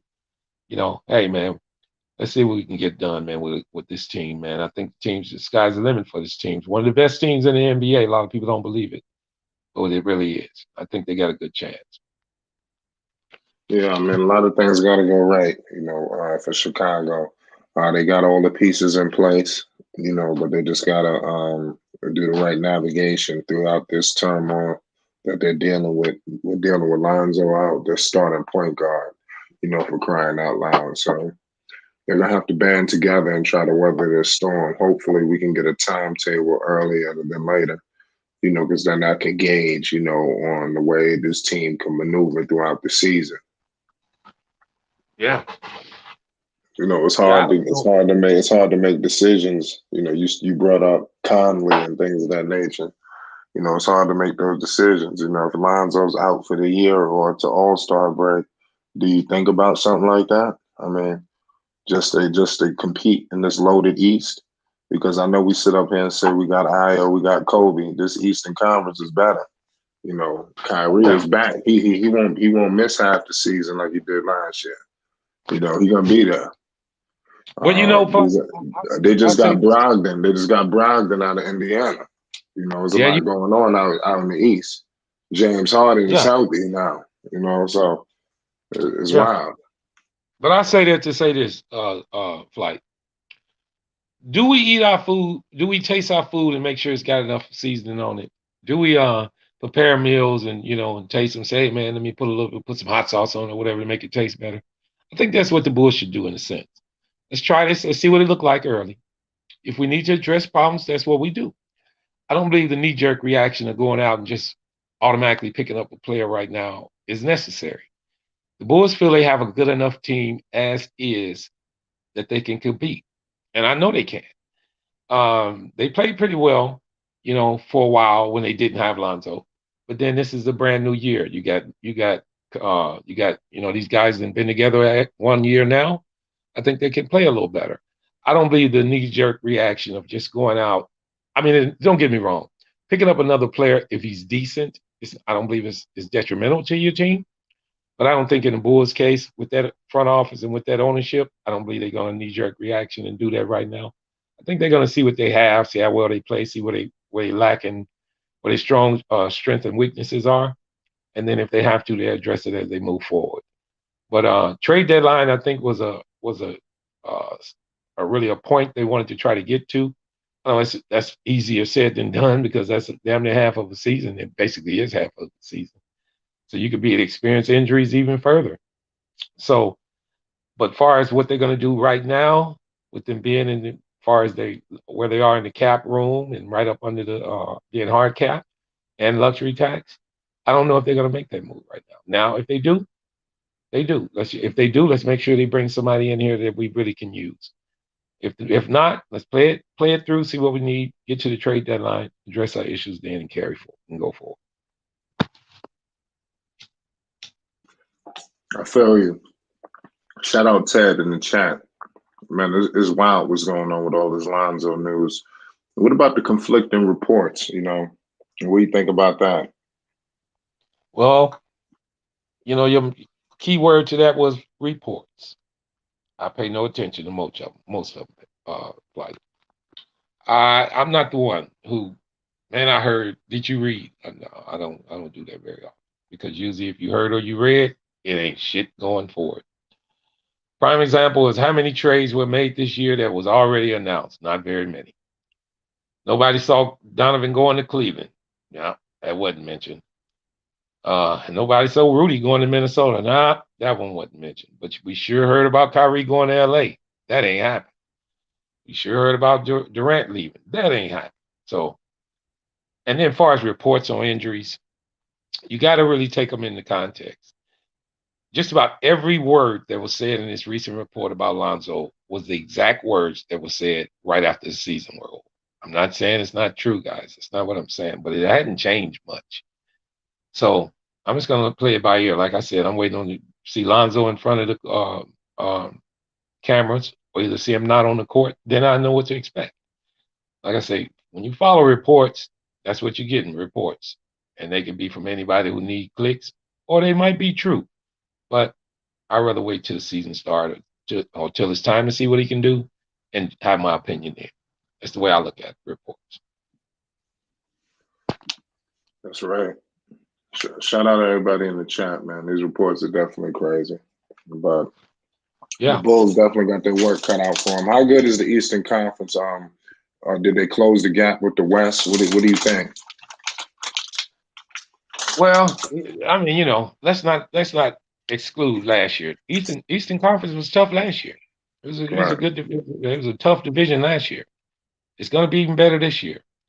I mean, one thing about when it becomes better is we all sometimes forget, man, damn Philly, man, Miami, Brooklyn. We say these names, and then we say our team, well, my team, being the Bulls, and we think, oh shit, how are we gonna do this? Well, you don't have to beat every last one of them. You just got to beat the one you playing.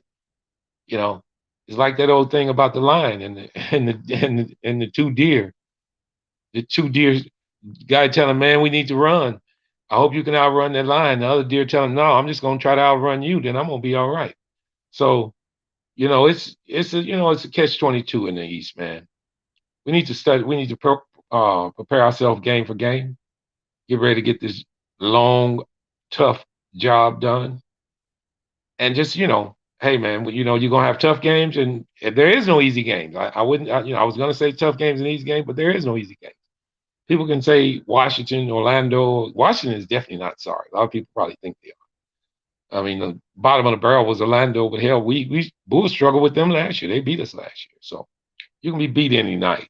So you better be prepared every damn night to play against NBA caliber teams because that's what you're doing. So as far as the strength of it, I mean, hey, I guess I wouldn't say it's so much terribly stronger than last year, which means, what does that mean? Because we got swept in I mean, we lost 4 games to 1 in the first round last year. And then to our eyes, the Eastern got stronger. So team by team, I guess you just have to pick your poison, man. So that's what playing well in the regular season comes in handy. You need to put yourself in a position where you don't have disadvantages when the playoff times come. How do you do that? You do that by winning games in the regular season. You get a higher seed so you can have a home court advantage, and you need to take care of that home court advantage, which the Bulls didn't do last year, because we actually stole home court advantage when we won game 2 on the road in the playoffs against Milwaukee and went right home and gave it back. So, you got to be prepared out here, man. Every game is going to be tough. I usually would end things with let's be healthy, but I'm not mentioning health no more. We all know we need that. So let's prepare for each team correctly. Go out and try to win each game, and I mean every game, no lacking.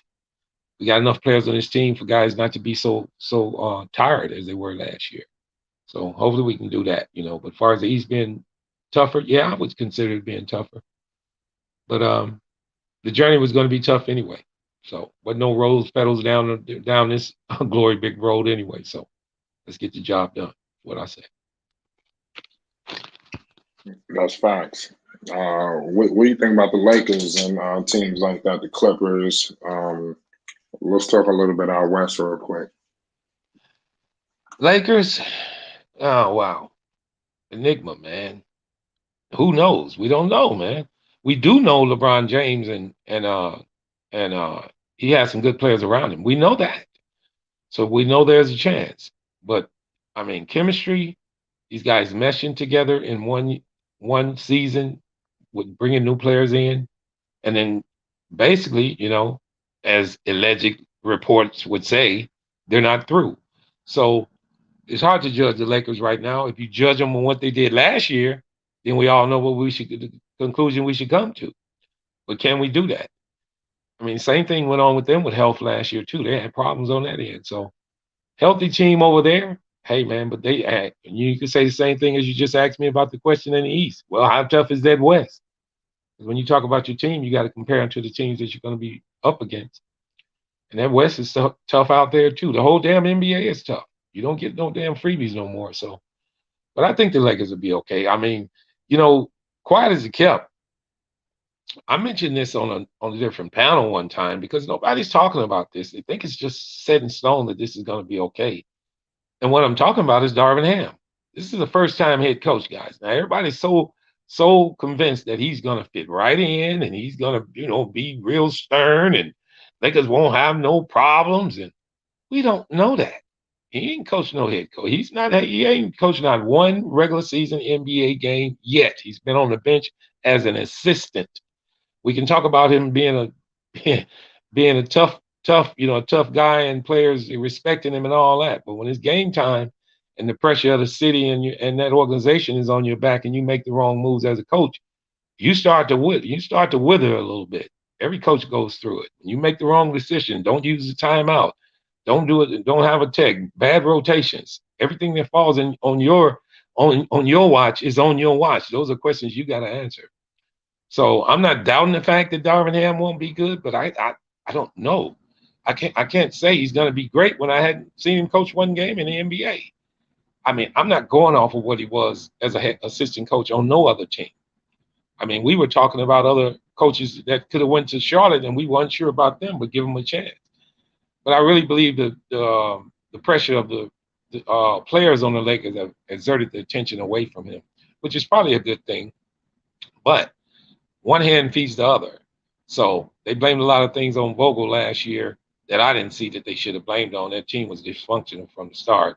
But they say Vogel lost the locker room. Well, who's to say that? None of us was in the damn locker room. But, we can say a lot of things about coaches, man. But one thing you want to be sure of is that your coach is ready to go. So let's start with there, because usually when things go wrong, heads roll. And where do they start? Like with the coach. So you can rest assured he has as much pressure as those players. So, but I mean, in that sense, is it a free and easy going season for the Lakers? I don't think so. I think pressure is on the Lakers because the Laker organization believes in championships. They don't believe in rebuilding through the draft. That ain't the way they roll. You know what I mean? So whenever they put a team together, they trying to put a team together to win right now. So I mean, I'm just happy the Bulls' expectations are not that high. I don't need that pressure on the Bulls. I mean, I don't need that on the organization. I don't need that pressure that they got to win the championship every year. I would love them to do it, but we don't need the pressure of it. But in the Lakers' case, that's pressure every year, kind of in a sense like Boston. The tradition, the heritage. They used to winning. So people say, hey, man, we ain't got time to rebuild. We trying to win it now. So you go out and try to get that piece. And if it doesn't work, everybody talk about you and you feel bad. So, that's the difference in young teams and a team that's supposed to be established already. I say the Lakers are, if you look at the overall roster, I don't have it directly in front of me, but I can kind of remember the players they didn't pick up, the players that are currently there. They still have a question mark with Kendrick Nunn. They're not sure if he's going to be ready. They believe in their system. They believe in their coach. Hey, man, sky's the limit for those guys, too. Nah, I feel you. Sky's going to be the limit for everybody this year. The best part about opening night is everybody starts off 0-0. Everybody feels like they got a chance. Yeah, I said that. I said that the other night. I said, everybody, it's like the NFL, man. Every fan feels their team got a chance for the Super Bowl at 0-0. It's just the reality of the regular season when you start figuring out what your team look like, where you feel in. I did want to ask you this, Flight, because since we kind of moving around different teams, how do you feel? And I'm not trying to break, we can go through this short, but it's about your beloved Knicks. How do you feel, and where's your feeling? Do you feel the Knicks did the right things? Do you think, and if you do feel the Knicks did the right thing, do you think they're going to continue doing the right thing? Because most people's eyes, they feel the Knicks should rebuild through the draft and go ahead and play the young guys. Do you think Tom Thibodeau would do it? Yeah. You really believe Tom Thibodeau is going to play young guys? You know it. You know his background. Listen, I think he has to. The team is building with the young guys, so they got no choice.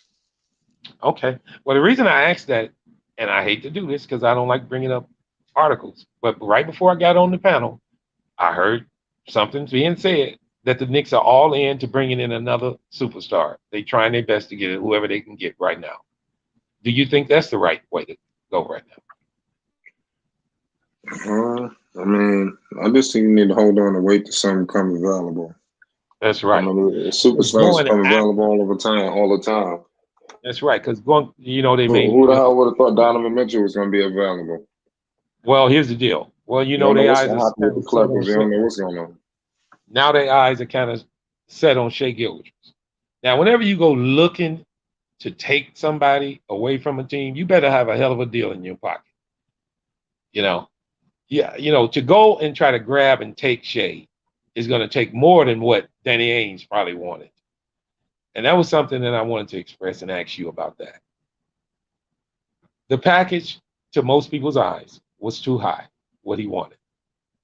What is too high to get the player in New York that you want?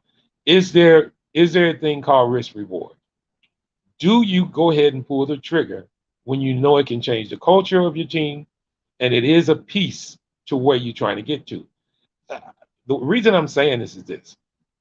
If your direction is stockpiling draft picks to get a top-notch free agent or to make a big trade, you have to do it. Now, I understand that a lot of people felt like the players that were involved would gut the team. Is the team gutted now? Is the question I have. In the last couple of years, and I really believe that when the Knicks made the playoffs, it threw this whole thing out of line. It changed their minds of direction, meaning if we can make the playoff this year, this upcoming season, we should be able to add a couple of players and go further.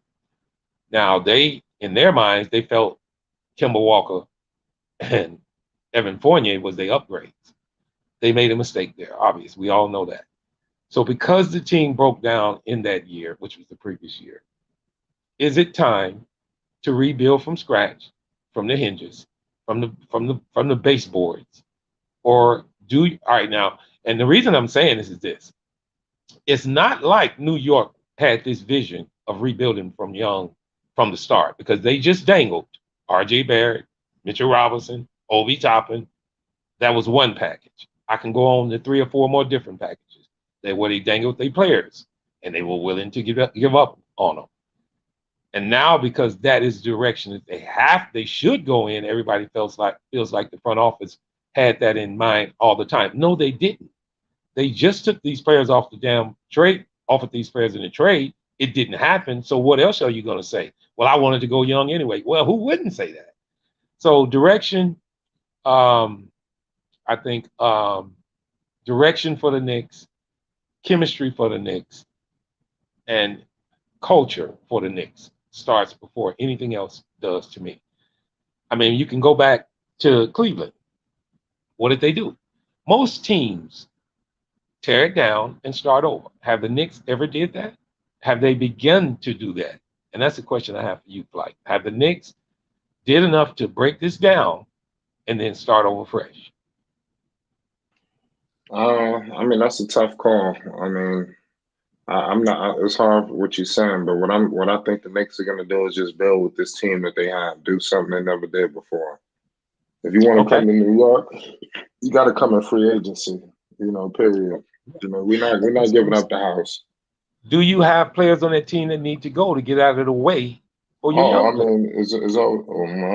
Yeah, you always got some veterans. Whenever first things first, let's gauge and see how they play this season to see if you need to move on from the Julius Randles of the world, things of that nature. Who else they got on there? Fournier. Fournier. Yeah, they even got Rose. You even got some other younger players. Cam Reddish. What the hell are you gonna do with him? There's a lot going on. So you can always package some of these older dudes with some of these younger dudes, and you know how the game go. Yeah, but my thing is this: when we say these things, like right. I think we missing the fact that Tom Thibodeau is the coach of this team.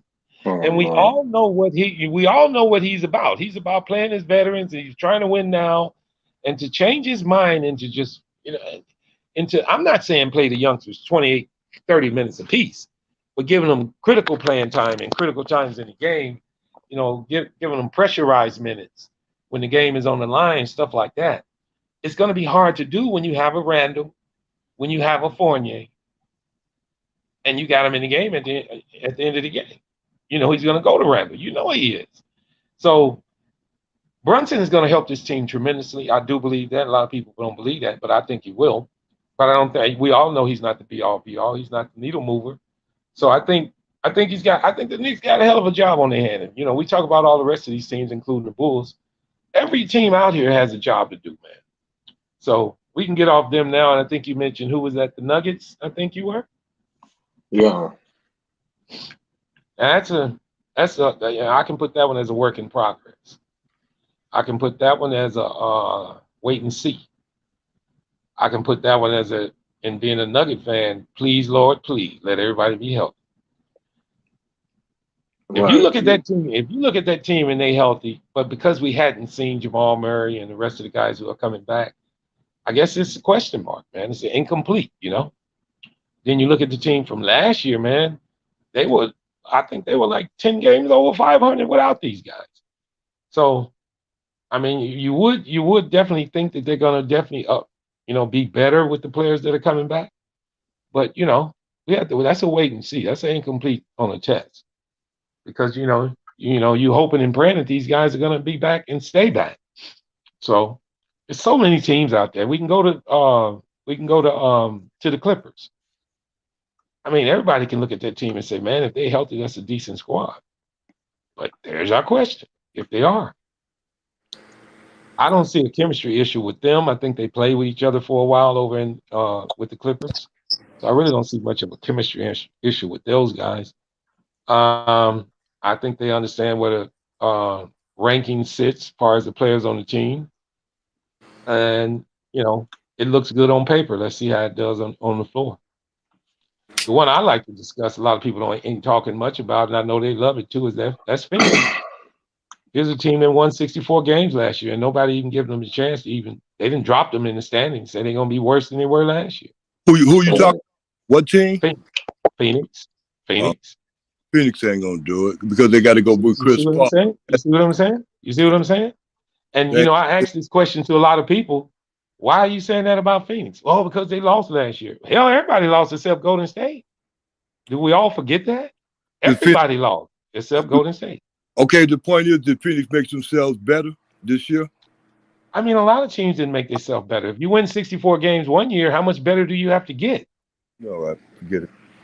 Well, I'm not saying they. I'm not saying they're great. I'm wait, not saying they're great. let me rephrase that because of the fact that look here, man, hold on. Golden State made themselves better because they won the championship. They wasn't at this time last year before they won the championship. This time last year they wasn't predicted to win no championship, my brother.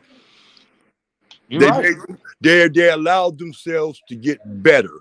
So I mean, Well, what do you mean when you, Marvin? My point is, what do you mean when you say they did anybody else make themselves better? Golden State made themselves a heck of a lot better.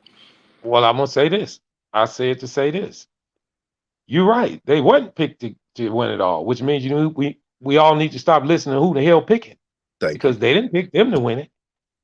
In the same sense of what you're talking about, and everybody talking about Phoenix, because they didn't get no better. Just because the people didn't drop them, don't mean they can't win it. I'm not saying they a whole lot better than they were last year, but all I'm gonna do is just go by what I seen from last year. Well, They lost in the second round. They lost in the second round. I mean, they got Brooklyn ranked high now. There's a lot of people. Go ahead. My point with Phoenix is this: they said that they tried to blame it on, put it on one. They didn't put it on Chris Paul, thank goodness. They put it on another person, and then they signed that other person back. So my point is this: did they get better in their attitude or everything else? My point is, no, they didn't. No, I don't think they got better. They didn't even have no bad. If anything, they got worse because now, not Drummond, but the guy they center, he really ain't he ain't boy. I'm telling you, he's on another level right now as far as his mindset and his position with them. You see what I mean? Yeah. Okay. But Vern, there's question marks on every team out here. They're not the only one who got a question mark. When There's question marks on everybody. You could say the same thing. You could say the same thing about the Bulls when they signed. We lost you, Vern. Or did I lose myself? Can you hear me, Flight?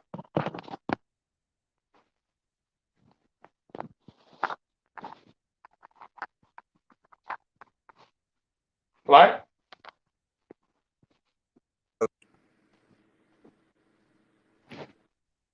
Oh, I can hear you, Marvin.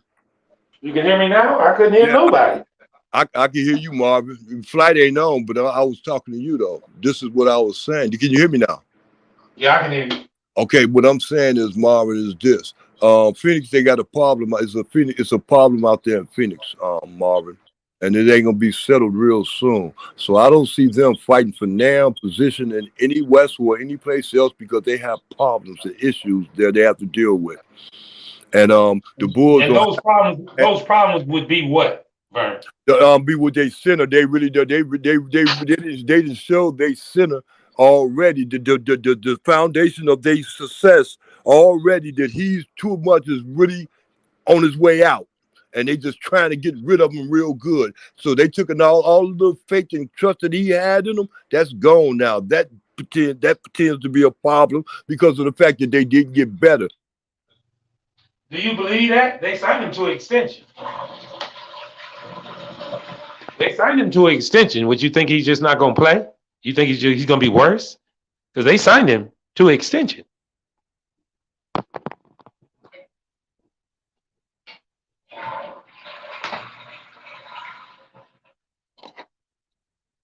Vern, you must be in and out, buddy.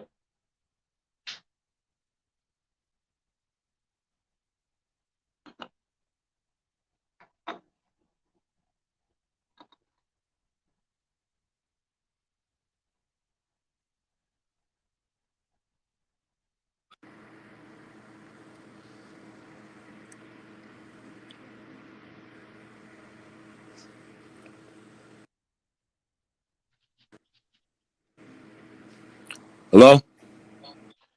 I'm here. Oh, okay, yeah, I'm here. Oh, all right, bet. I ain't going nowhere, Marvin. I don't know why you came here. I guess it's just his phone, man. I don't know what to tell you, Marvin. It's his phone. You in and out. You in and out, brother. You was out that whole time. Oh, okay. I didn't even know that. All Yeah, right, I bro. didn't hear nothing you said. But I was Yeah, just saying. I mean, listen, I ain't no Phoenix fan, but I'm just saying that's how us as fans, how we are. If a yeah, team don't win it, they ain't no good no more. Period. I don't believe that. right. I don't believe that was a fluke on how many games they won last year, and I don't think they are non-issue. I don't think they got more, a whole lot worse than anybody else, and I don't think nobody got a whole lot better than them. I'm not saying they're gonna win it, but I said he's still a threat. Shit, Yeah, they were yeah. one of the, they were I, one of the best defenses in the NBA last year. I That ain't agree. gonna change much. So Yeah, let's I wait and agree. see. I agree with you, Bob. They still a threat. They still a Yeah, threat. Yeah, I mean, I haven't heard people say they gonna be a 6th seed, 5th seed, play in from 64 games winning down to the play in. Come on, man. I mean, it yeah. could happen. It could happen, but they lost one player. They didn't bring nobody, but they Right. only lost one player. You know what I mean? And just well, like I said before, I see they downfall. I see they drawback is the fact that they're gonna have internal problems, and that's with the center. Why are you so? What's up with you and what's up with you and Aiden? Because he wanted a new contract. You feel he's not going to play well for these guys? I don't understand that sentiment. Everybody wants new contracts. Everybody trying to get those. Every team, just like Zach LaVine, just went through one. When their contract is up, they try to negotiate to get another one or a better one. Well, more than likely, they want a better one. And in his case, I felt the team undervalued in myself. If you look at Exactly. what if you look at what he did for the team, I felt Exactly. that they were more in the wrong than him. Okay, you. That's my point, Barbie. Do you hear me? Do you hear me? That's my point, Barbie. And he's not going to be happy with it when he come back. He's not going to be a happy camper. Those same people's Oh, not going to be able to come to his face and say things to him again. okay, well let me ask you this: Yeah, Do you believe that winning is infectious? of course I do. So if they winning, you think he's still gonna be unhappy? Of course I do. I know he gonna be unhappy because I know he gonna be unhappy with the people that he's playing with. Or the players, or the club itself? I say not just the players, but the players also, especially two of them I can name off the back. And those are staying the starting five. But not just those players, the organization especially. Because the organization don't feel as though he's going to be a threat when it comes down to the layup. When it comes down to the last 3 games when they played against the East for the Lost you again, brother.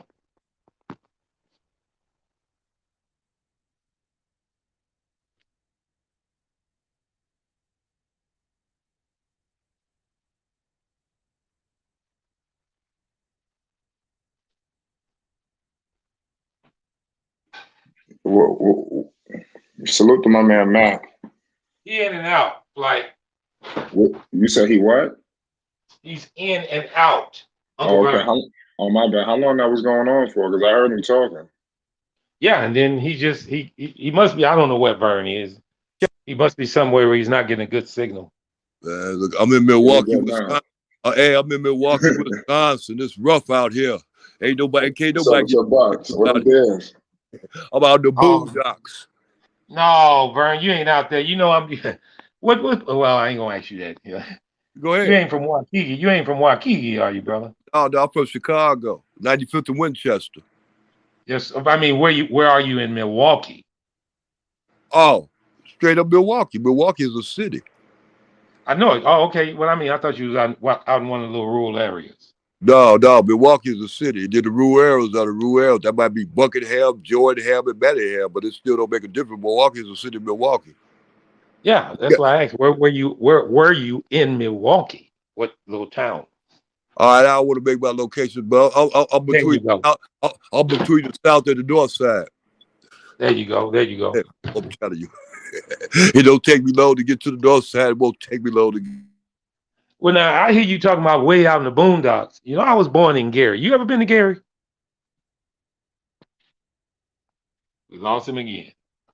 No, I know. I definitely never been. I never been to the Midwest. You having flight? And you need to come check it out, man. Yeah, what? I'm definitely trying to go out there. I ain't never been to You know what though, Chicago. Frank? I never. I can say this. What's If up? you from New York, you ain't missing nothing. About the Right, same. right. Oh, shout out my man SB. You know, I know SB. You know where it's at in Chicago. That's why I'm gonna check in with SB when we land in Chicago. Are you going up there? No, well, I'm just saying, whenever. Who knows? If Lonzo gonna be there, you definitely got to be out in Chicago. Yeah. I definitely always wanted to go to a game at the United Center. Well, I say this: if you're gonna go, make sure you go ahead and check the weather before you go, because it can get pretty damn ugly up there. You know that. Yeah. So I'm trying to get some of that food. I'll be looking on. I've seen that Italian beef. Yeah, it's Oh crazy. man. Yeah, you can get some good Yeah, shit up there. You get yeah. deal with them I Greek. heard about that Italian beef. I want some of that Chicago pizza. I looked up some place down here that sell Italian beef. I'm gonna pick that shit up. Hey, It's like a Chicago pizza place out here where I live. It's called Nancy's Pizza, and I looked it up. I want to try that Italian beef. Yeah, the you know I Italian do a that was good. I do a 7 cheese lasagna Chicago style with Italian sausage down here in Oh, Dallas. what? Sell it in bulk. Man, I do a hell of a boy. That's a cold piece I put together, brother. Oh yeah, It hadn't Yo, even tasted. we got SB Talks in the building. What's good, SB? What what's up, going I on? man? gotta put you on the What's going cam. on? What's going on? Hey, whoever just said that about that lasagna, you're gonna have to send me the recipe in the private chat. That's something I did that. I've been talking about my girl about learning how to make. I want to learn how to make lasagna. You know what I'm saying? So I had like my little dish. Hey, SP, this is Marvin, man. You know I'm from Chicago. Are I'm you in from? Dallas now. Yeah, I Oh was yeah. born in Gary. Oh, you born in Gary? But Oh, okay, yeah. yeah, You know, I'm out west. I'm west from out west Chicago, bro. yeah, I was born on 23rd and Wait. But Yeah.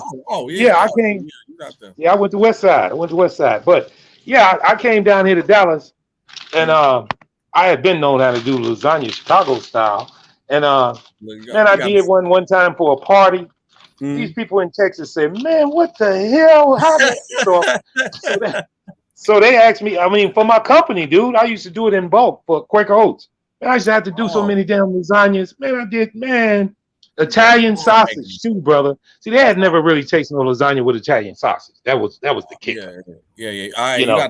you got to send me a recipe or something. Send it to flight, have flight. You know, send something. I need that so I can Facts. Man, But hey, listen, I'm gonna tell you, you be wanting to sell it and eat the whole some bitch your damn self. How about that? but nah, man, I am concerned though. I know everybody's like, oh, we got the Bulls to be fine. No, we're not, bro. Because if you look at the East, first of all, that Cavs trade changed a lot, and it really hurts us more than any other team because we was already having problems with the Cavaliers. Then they actually, the one thing that we had the dynamic over the Cavs was they didn't have a closer. They literally got that, and they didn't give up none of their key pieces that gave us problems because they had the size. So now we did that. Then Zoe came out. Zoe still hurt, so that's another hit, and you already know he's part of the dynamic that make the Bulls go because he's our best defender and our best shooter and our best passer. So when to slow down the Rose and shooting us out the game, we give it to Zoe, run the O. Or when the Rose and then get packed in the paint, kick out to our best shooter in our offense. That's why people get me. Oh, Zoe just standing right there. I'm like, bro, he's our best shooter. He got to do that. So him being out gonna hurt us, bro. That hurt us. And then the East got better. The Philly got better. Milwaukee gonna be back healthy. Boston got better. I believe I don't know about necessarily with the Heat, but the Heat's still solid. And the Cavaliers got better.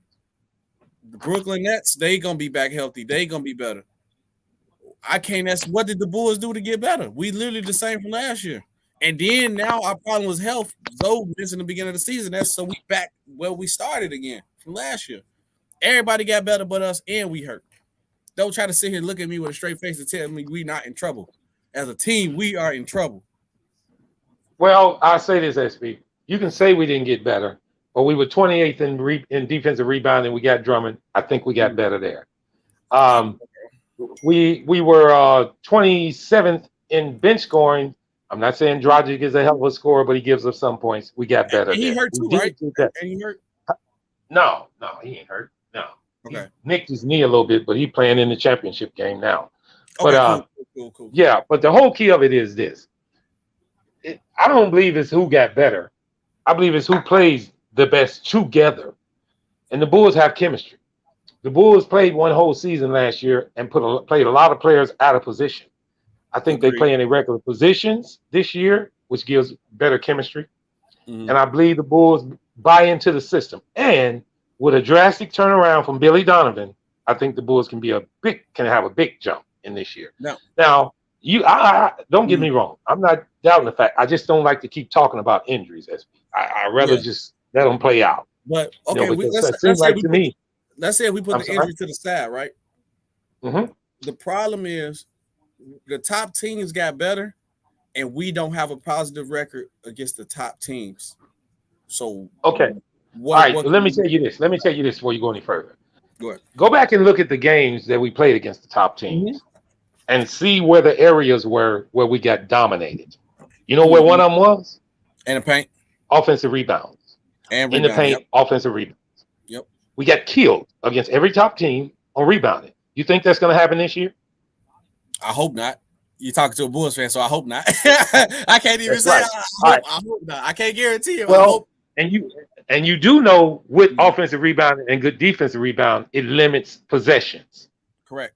The Bulls were 13th in offense last year. It wasn't offense that was hurt; it was on defense. Even though we had a good defense at the beginning of the year, when all the players got hurt, including Caruso and Derrick Jones Jr., and I can go on and on, our defense ended up like 24.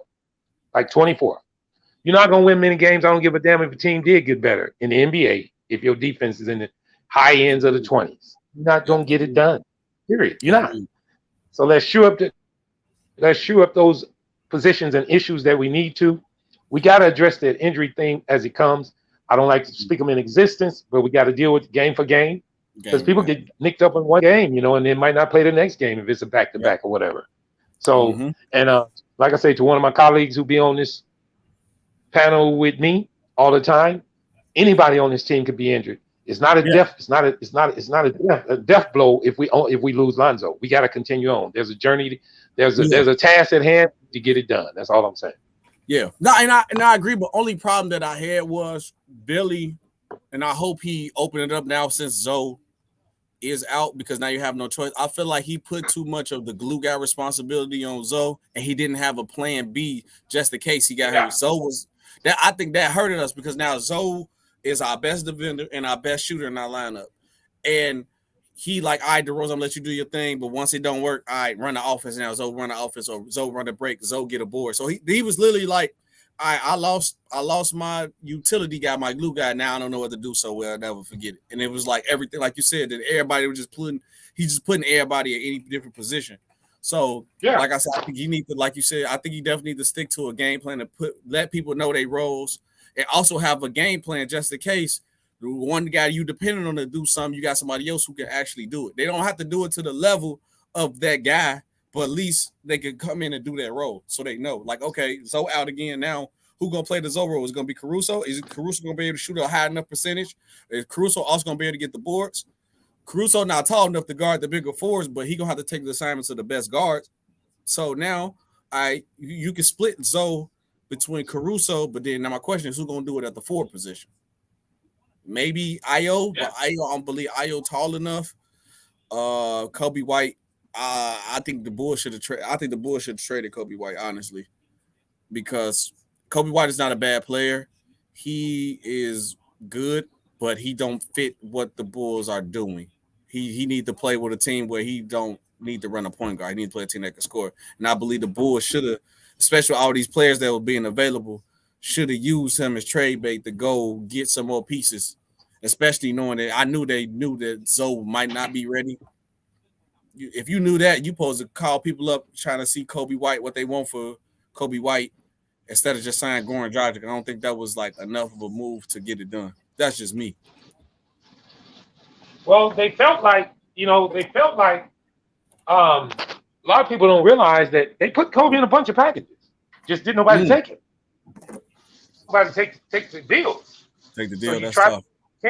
and then even in Kobe's defense, Mm. did you know he shot his best percentage of his career last year? Yeah, Kobe not a bad player. I guarantee you, once he leaves Chicago, he's gonna flourish. He just needs to be in a situation where he can play his game. He's more like a combo guard, like the Jordan Clarkson score the ball. The Bulls trying to make him run a point. He's not a true point guard. He cannot do that. Because I'm trying to tell you, Kobe White is not a bad player. He's gonna leave Chicago, and if he go to a situation where he can play his game, he's gonna flourish. And they're gonna do that same narrative every time somebody leaves Chicago, they play better. He just don't fit our scheme of what we need for that guy at that position. Well, in Kobe's defense, I'm gonna say again, they put him out there in a couple of packages and didn't get no real takers for him. Well, one of the reasons that they didn't is because the Bulls wasn't ready to move off of that one draft pick they're getting from Portland. A lot of people wanted that. The Bulls wasn't willing to give it up. So this can go in more than one way. We can all say why the hell they didn't trade him when all the time the Bulls wasn't putting the right package together to be able to trade him. We don't want to get fleeced. We don't want to get fleeced in the deal. But if you really want to move a player sometimes and you want to make sure the player you get in return is a key player to your progression on your team, then you pull that trigger. But in the Bulls case, we're looking for shooting. What does Kobe do? He shoots, doesn't he? He just needs to do it more consistently. He needs to shoot more consistently. If he can do that, and he built his trade value, if he can do that before the trade deadline, you know what I mean?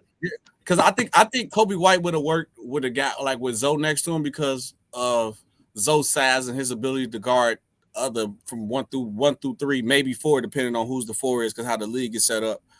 And it worked with Zoe because then he could actually, like I said, next to Zoe, he could play his game. But then now I question it with him and Caruso next to each other. It don't really necessarily work on Ayo because they can't guard forwards. They only can both guard guards. So now it's like, okay, and the Caruso not really a true enough point, and Ayo is still learning. So I feel like Kobe White can't play his role. So then he have to take over the point guard role. Well, I got a question. I got a question to you. If Lonzo's out in game one of the beginning of the season, who's the starter? Goran, Ayo, or Kobe? The sad part of it, you might have to start Caruso. I might have to. I meant to say Caruso also. You might have to start Caruso. But if I was going to talent of players, I'll say Ayo DeSumo. Because we seen that lineup with Kobe White, Zach LaVine, and DeRozan. It don't work. It don't work. Every time they try that, it don't work. Like I love Kobe White with his shooting. He bring the shooting aspect of like what Zoe brought to the lineup, but he don't bring the defense. And or he don't bring the DeRozan and Zach messing up. Run the offense. Let's have the off. He can't run the offense. So I don't know. So Kobe can't start. I don't know how George is gonna really look with him. He bring the playmaking, but he don't bring the defense. So if it was me, I'd probably say I'll start Caruso maybe or Ayo DeSumo. It's between them two. Okay, now remember when you say you starting Caruso and you speak in defense, when you start him, you take away from the defense from the bench. You do know that, right? Yeah, 100%. But some go get taken away from because Lonzo is out. One of our players missed, so some automatically gonna be gone. Some gonna have to take from some point anyway because you replacing him for another person, so you have no choice. Because even if you take, if you leave Caruso on the bench, but then you take Kobe White to the starting lineup, then we losing shooting off the bench. You know what I'm saying? So you're gonna lose something because you're replacing somebody who injured at the end of the day. Okay. Well, the reason I'm saying that is because I'm trying to keep at least one of our better defenders, Patrick Williams, on the floor with either Goran Dragic or Ayo, and try to use Caruso with his own defensive squad. Meaning, with Patrick Williams being healthy, I think this makes this easier as who's going to be the point guard, because you can, meaning maybe he can clean up some of those mistakes from that point guard getting beat. Not saying he will, but maybe he can help on it. If you bring in Caruso, you got both of these guys in the starting lineup. When you bring that second unit in it, only defender on the perimeter is Ayo, because you're not going to get much out of Goran. So I forgot about you bank on the team. Think about that. I forgot about Patrick too, because he is coming back. I forgot about Patrick. Yeah. See, he means a lot if you're talking defense. He do. Meaning, I mean, it's like what Cleveland had in their thoughts about getting Donovan Mitchell. We're not going to worry about perimeter defense. We got these big boys behind him. So I'm just saying, it's another thing that Billy's got to juggle here in case he's not ready to go. How do you put these guys? How you mix and match these guys? And that's a tough job. You know what I mean? No, 100% agree. That is a tough job. So now the Bulls definitely got a lot of players at their position because I'm still hitting on the head with what you said because that's 100% true. You need to put these guys in a position of what their role is instead of having guys playing all out of position and not knowing what they're doing or what they're supposed to do or what their job. Because now with Patrick Williams, because now if you start Ayo, he'd be solid. He put the effort on defense. He could do a little bit. He brings that energy. Right. Him and Patrick Williams, that'll be solid. Yeah. Then you go with Dragic. Dragic gonna definitely bring the offense. I'm just too worried about the defense because if you take Patrick Williams off and help him guard on the perimeter, then who gonna guard the four? Because Zach ain't gonna guard or Debo. Debo ain't gonna guard like that. They'll try. I give them that they try, but I don't believe they're gonna stop anybody. Yeah. So, yeah, that's the only thing. I don't know. But salute, I have to get off. Once I get in the crib, I'll probably get back on. I'm finna get off the clock right now. All right, SB. I appreciate you. Shout out SB Talk Sports, man. We was in here discussing a whole lot of ZO2 talk. No Panic. What's good, No Panic? I see No Panic done popped up. What's up? What's good? We didn't even get your words on this shit, man. What's your thoughts on all this Lonzo news, man? Break this down for us. I mean, ain't really no surprise. I mean, he been hurt way longer than he should have been hurt last year. And I mean, I can't remember exactly what Sky was saying, but I mean, Sky was saying this for a little minute. He was gonna be out at the beginning. Every move they make, as far as Dalen Terry, Goran Dragic, like I mean, it is good depth to put on the team, but at the end of the day, like you gotta realize that Lonzo's an injury-prone player, and you gotta prepare for that. Well, let's hope it's not as bad as it looks. Yeah, I hope it ain't for real, cause like shit. I know a lot of people they ain't gonna put Lonzo on MVP roles, D Rose level, whatnot. But I mean, me personally, like me enjoying watching them play ball. Like, I hope this don't be something that kind of hinder them for the long run. Cause I do like watching them play ball. What buddy? It was good. Wow. No, he said it was good. Oh, what's going on? What's going on, man? Can't call it. How you feel about that Lonzo situation? That's what I want to hear. Yeah, I just went through extensive research on it. I mean, hey, man, I ain't gonna holler about no injuries much. It's just all I can say is just hope he get healthy and get back. Right. We don't have to rush him. Don't rush him. Let's not, damage his career. Let's see if he can get back healthy and push this thing through. You know what I mean? Yeah. I say I like defensive players, so like watching them play is like art. Like watching them play defense is how I feel about watching Kyrie play offense. Like you can't teach that. Like it's just like art. So I hope he do get it together, man. But I mean, that's been him for his whole career. I mean, just to be real, it's been him his whole career. So here's a good example of it. I don't know if anybody's been following it because it seems like Lonzo Ball's name is a little larger. But Kendrick Nunn is going through the same thing right now. Same exact injury. Yeah. And they talking about he might not be ready for the regular season. So this is nothing just directly towards him. It's just a lingering injury that happens to some players. It's hard to overcome. Yeah, I think the same thing with Robert Williams in Boston. I don't think husband as serious because he tried to play through him, but I mean he couldn't even get through a full series without missing games. So I mean, the whole thing with them bone bruises is this: the more you play on it, the worse it's gonna get. Right, is what I'm saying. So what they saying about Lonzo? They saying like swelling ain't going down, or no, it's no swelling, just discomfort and pain. Right. Damn. It's a pain tolerance thing, man. Right. Oh, how much pain can you take? It's like a boxer when he get his nose broke. Can he keep going? Right. Pain tolerance, man. So if Lonzo got a let's say 35 games a season, well, you got the Bulls record through 35 games. Man, I'm sorry, I couldn't hear you. You couldn't hear me? No, I couldn't hear you. What was that? I said if Lonzo would have had to miss, let's say, like 35 games to start the season, where you got the Bulls record at in 35 games? Oh shit! He missed 35 straight. Yeah, like they just not like he gotta be out 35 games. Just let's say they come out today and be like, we holding him out to this exact date, which is gonna be 35 games later. I can't call it, man, because I don't know how their rotation is gonna go. I can call it after game one when the Bulls play, but right now I just can't call it.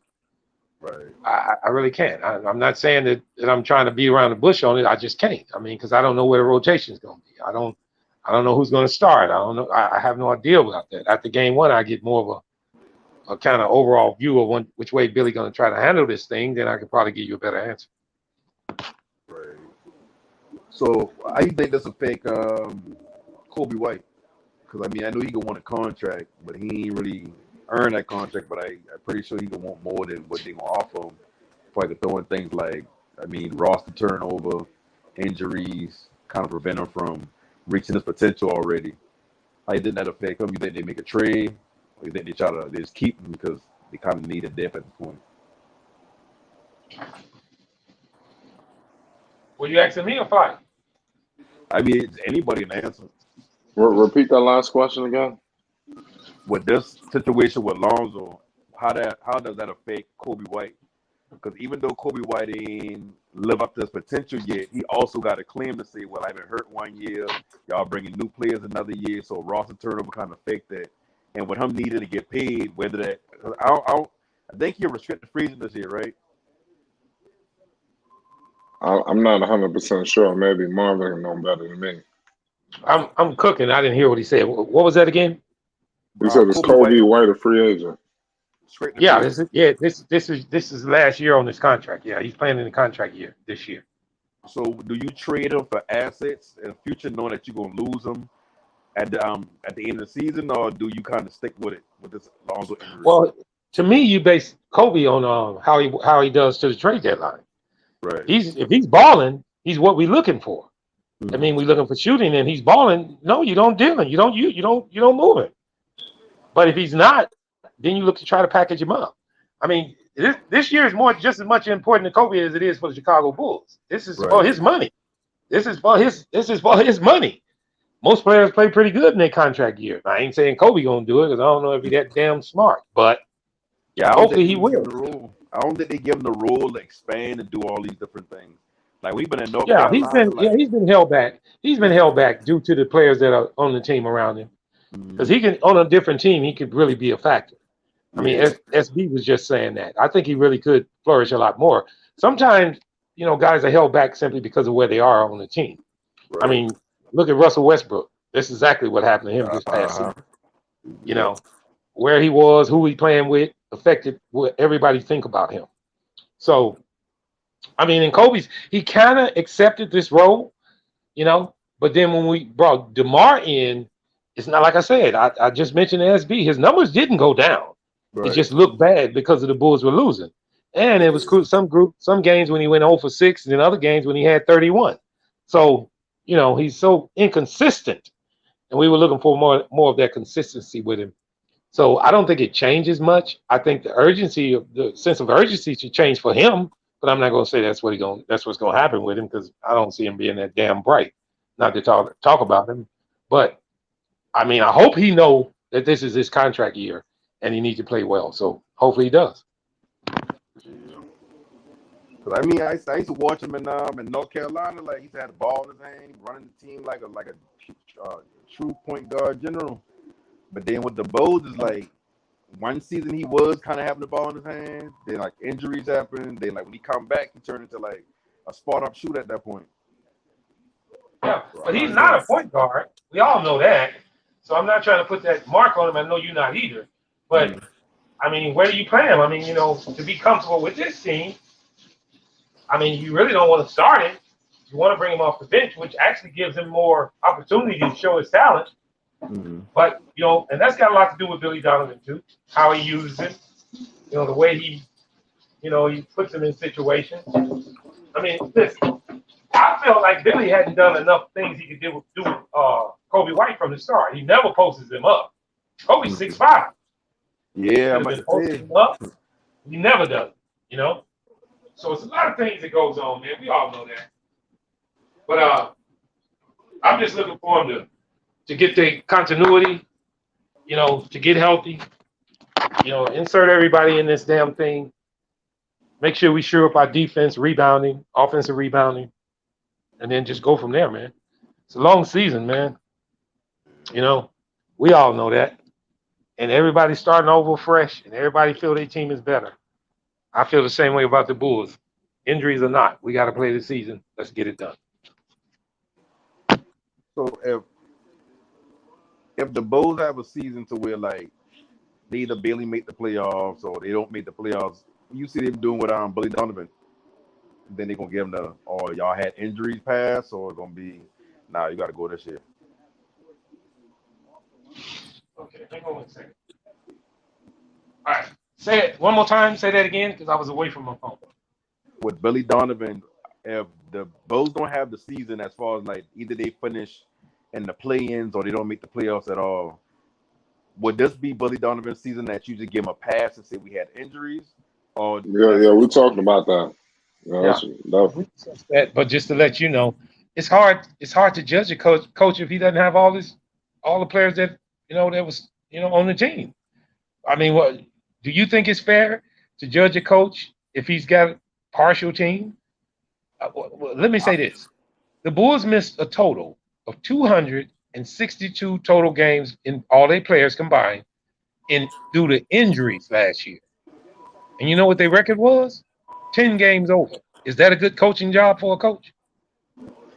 I mean, it's all about with me. I like to look at context of everything, because like with Billy Donovan is like this. It's like Lonzo going down last season that kind of messed everything out, but at the same time, we ain't see like no real adjustments from him. You're right. You're right. That's what separate good coaches and I don't even say good coaches and great coaches. I'm gonna say that will separate coaches from different stages of coaches. Of either you a development coach, or you a team building coach, or like you the coach that get the team that already kind of ready to compete. Now y'all need that coach to get y'all over the hump because he can make those adjustments on the fly or every quarter or every half or whatnot.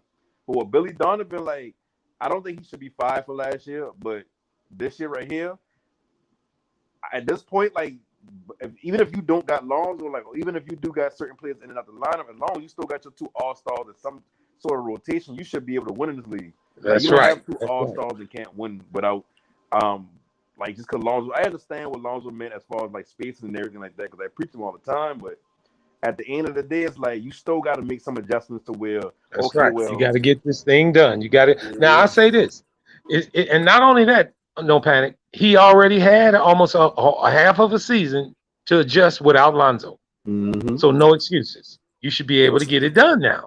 Yeah. You know, it's like I understand why they give coaches these 4 and 5 year contracts, because you usually take the first year to implement what you're trying to implement, whether that mean play style, whether that mean a mentality, whatever, a culture. That's where you get your first year from. That's why I don't believe no coach should be fired after the first year. Then once you get into the second year, it's like, okay, like now we should be running whatever offense we putting in or defense we putting in or game plan we putting in. This team should understand, and we getting players that I feel like through the draft or free agency that I feel like would fit this team and this culture and how we trying to play. The third year, you don't got to make the playoffs, but you got to be scratching. The fourth year, okay, boom, you got to be in the playoffs. And your fifth year in that contract, I look at it like fifth year, you should be winning at a certain level. Because if you ain't, then we got to bring in a coach that's ready to take you to the promised land. The ones who can make the adjustments that you see, who can get a roster and take the roster you got and say, okay, I'm going to mold into what I got. Because we run the same type of game plan. Like you can get a what's his name was Doc Rivers is one of the reason why he get a lot of jobs, because it's not so much that he the greatest coach ever, just the fact that he don't need a specific type of roster to win. Like he know how to put people in position that gonna fit in better. So with coaches like that, you don't gotta wait 4 or 5 years for them to build a team and the culture. Like they come in and that's it. They know what they're doing based off the roster they got. Yeah. And then, like I said, in Billy Donovan's case, just his luck. He experienced injuries last year. No excuses this year, buddy. Mhm. You went through it last year. You should be able to overcome it this year. Real simple. He had a Yo, young yo, we coach. got who's Spike? Yo, Spike, what's good? I know Spike is. It's been a minute. There's a new guy in the panel. I don't know what's going on with him. He probably got a full on mute. Yeah, well, Come on. go ahead, Mo. Go ahead, no panic. My bad. But yeah, what like, been how long been Donovan been the coach so far? With the Bulls, like 4 years now. This is third year. The third year, so okay, boom. The first year he tried to implement what he got. He had younger players. He had the Kobe Whites. He had the Zach Levine. He had Laurie Markkinen. Now he done from the fact of what he ain't trying to run, what he don't need in the type of game plan he's trying to run. So now you don't get Lonzo Ball, you don't get Vujic, like you bullying the roster. Now in your third year, like you should be at least, competing for something at this point. Yeah, well, I tell you this. Here's his progress. First year, the Bulls wasn't that good. They got Vooch, and towards the end of the season, they ended up 31-41. But when they got Vooch, I think they went 10-8. Second year, he goes 10 games over 500 with an injured team. It's not time to fire him. This year is critical. This year is critical. Yeah. You knew we were injured last year. You dealt with it. You didn't adjust very well. If we come in this year injured with the same player, your adjustments should already be in place. There is no excuse. So I say this. If the Bulls are not the same or better, he's going to be considered to be fired. He needs to be at least 10 games over 500 or better. And that's a hell of a job in the NBA nowadays. Mm-hmm. I mean, people can laugh at 10 games over 500, but that ain't no easy thing to do in the NBA, not with the talent that's on each team. It's not. Yeah. All right. And then when you look at it, from the first year being 10 games under to the second year being 10 games over, you see the progress. That's a 20-game swing. Yeah. This year, he needs to keep building on that. Injuries or not. They've been winning, like his first season. I remember the Bulls been kind of winning towards the end, but they had got kids with the COVID injuries and stuff like that. A lot of players were missing until down the stretch. But they've been like on a path to get a playoff spot. Yeah. And what it was, you remember they made the deal to get Vooch late in the season. And then Zach got hurt at the end of the season, the reason why we actually didn't make the playoffs that year. But it wasn't the only reason, but it was part of the reason. Yeah. But if you look at that and how he coached then, but then you give him, we can give him the eye test ourselves. It's been plenty of time that we came back after the Bulls game and said, what the fuck is Billy doing? Mm-hmm. Why you ain't do this? Why you didn't do that? I'm pretty sure he heard it, but then he come in the press conference and shit. He act like, well, I tried to do this. No, you didn't, Billy. You can think back to game one in the playoffs last year. When the Bulls lost game one against Milwaukee, when Zach took that last shot, that was a bad coaching decision. Billy should have called a timeout. Right. Set the team up. That was Billy. I'm not saying it was his fault because he didn't miss the shot. But he just, and I understand people say, no, don't make that timeout because you give Milwaukee a chance to adjust. You need to concentrate on what you need to do. If you execute what you do well, you ain't got to worry about what they do well. You execute what the hell is your plan. And I think it was just a little bit too much for first time Zach being in the playoffs for the players that were on the floor. I think it was a little bit too much. It was a little bit too much more. Now, game two, they came back and won it. I don't know if they got complacent because they got their ass blew out in every other game, but ain't that been the first game? He get injured with him, Chris Middleton. The third one. No, I think he got hurt. He got hurt in game two, the game they lost. He got hurt at the end of that game. Right. He got hurt like in the third quarter. The Bulls were playing well. If you think about game one, the Bulls were playing well in game one. Remember, they lost that game on the last. Zach tried to shoot a three and he missed it. Then they came back and won game two. Now they got blew out in 3, 4, and 5. Which to me, I don't know what the hell. See, that's got a lot to do with the players and the fucking coach on that. You steal home court advantage. You come home for your first game of the playoffs and you have no energy. That starts with the coach to me, man. You got to get your teams get your boys ready to play, man. So, but as far as them being in jeopardy, listen, I believe every coach in the NBA is in jeopardy every year. Meaning this, we all want to win a championship, and no owner is very happy when they don't. So if you didn't win it last year, you got pressure on to win it this year. So I mean, I just like to spread the criticism around because it was 29 other teams that did not win the championship last year also. So they all need to get better too, including the one who won it, Golden State. Yeah, like I don't really too much knock Billy Donovan for the playoffs. Cause like I said, watching that playoff, all I've been seeing them doing the same thing. Without that spacing on the floor, they just been bullying, but not so much a wall, but they ain't been letting DeRozan get their spots 1-on-1. Like it ain't damn it happening. And then when you got And you know Giannis, what? who can move around, like he getting his arm out there, like that can affect the shot.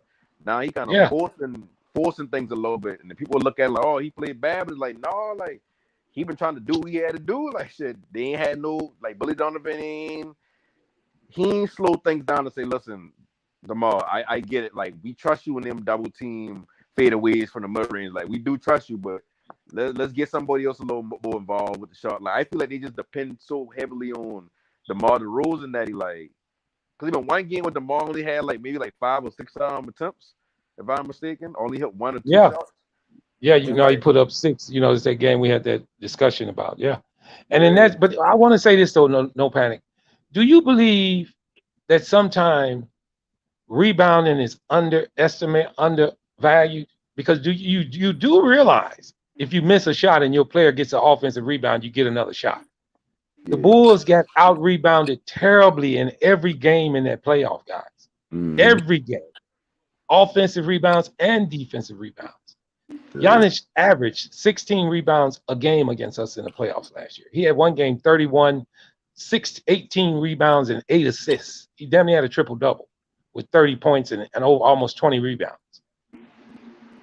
We're getting killed on the glass. Not the only reason we lost the fucking thing, but that's why our deficiency were all year long. We kind of addressed that in this off season. So it's a lot of things that can help the coach in his ways too, including running a bad offense. If you're running a bad offense, but you got a Drummond down there getting all the damn offensive rebounds, the shit don't look so bad. That's just how it is. You know what I mean? And Lonzo's an underrated rebounder. So when you ain't got That's right. him, it's like that's even more so because he'll get the rebound and get tripped up. He'll do a little slap the ball to the other player instead of actually going for it himself. Like Small things things like that a that. lot of people don't see. Small things a lot of people don't see. Caruso does a lot of deflections. Derek Jones, he does a lot of deflections. You know, it's I think little Lonzo things had that change. lead in deflection before he going down. That's right. The little things that change the flow of the opposite team's offense. Just do something to make him miss dribble or something. It just it messes up the timing of the offense. Means a lot in playing defense, man. Yeah. I did want to ask you this too, and I want to go. We ain't got to go in depth, but I did want to ask you this. Do you think the Clippers will stay healthy, and if so, how far can they go? I think they'll stay healthy, but I just don't see them as a top 4 team. You don't. And what do you see them missing? Big man? Oh, well, I don't want to tell you anything. What do you see them missing? I'll say with the Clippers, it's like Paul George got to be that dude offensively. It can't be Kawhi. Like, I get Kawhi, he can put up buckets, but Kawhi, they need to have Kawhi in the same position like the Spurs had him, where he can do everything but have to have the pressure to score. And then the fact that he can put up 20, that'll be great. But the thing about it is, Paul George I ain't gonna say he ain't consistent because I'll be lying if I say that, but he is not as consistent in the big moments as other people. And then defensively, I feel like he's all right, but he ain't what he used to be.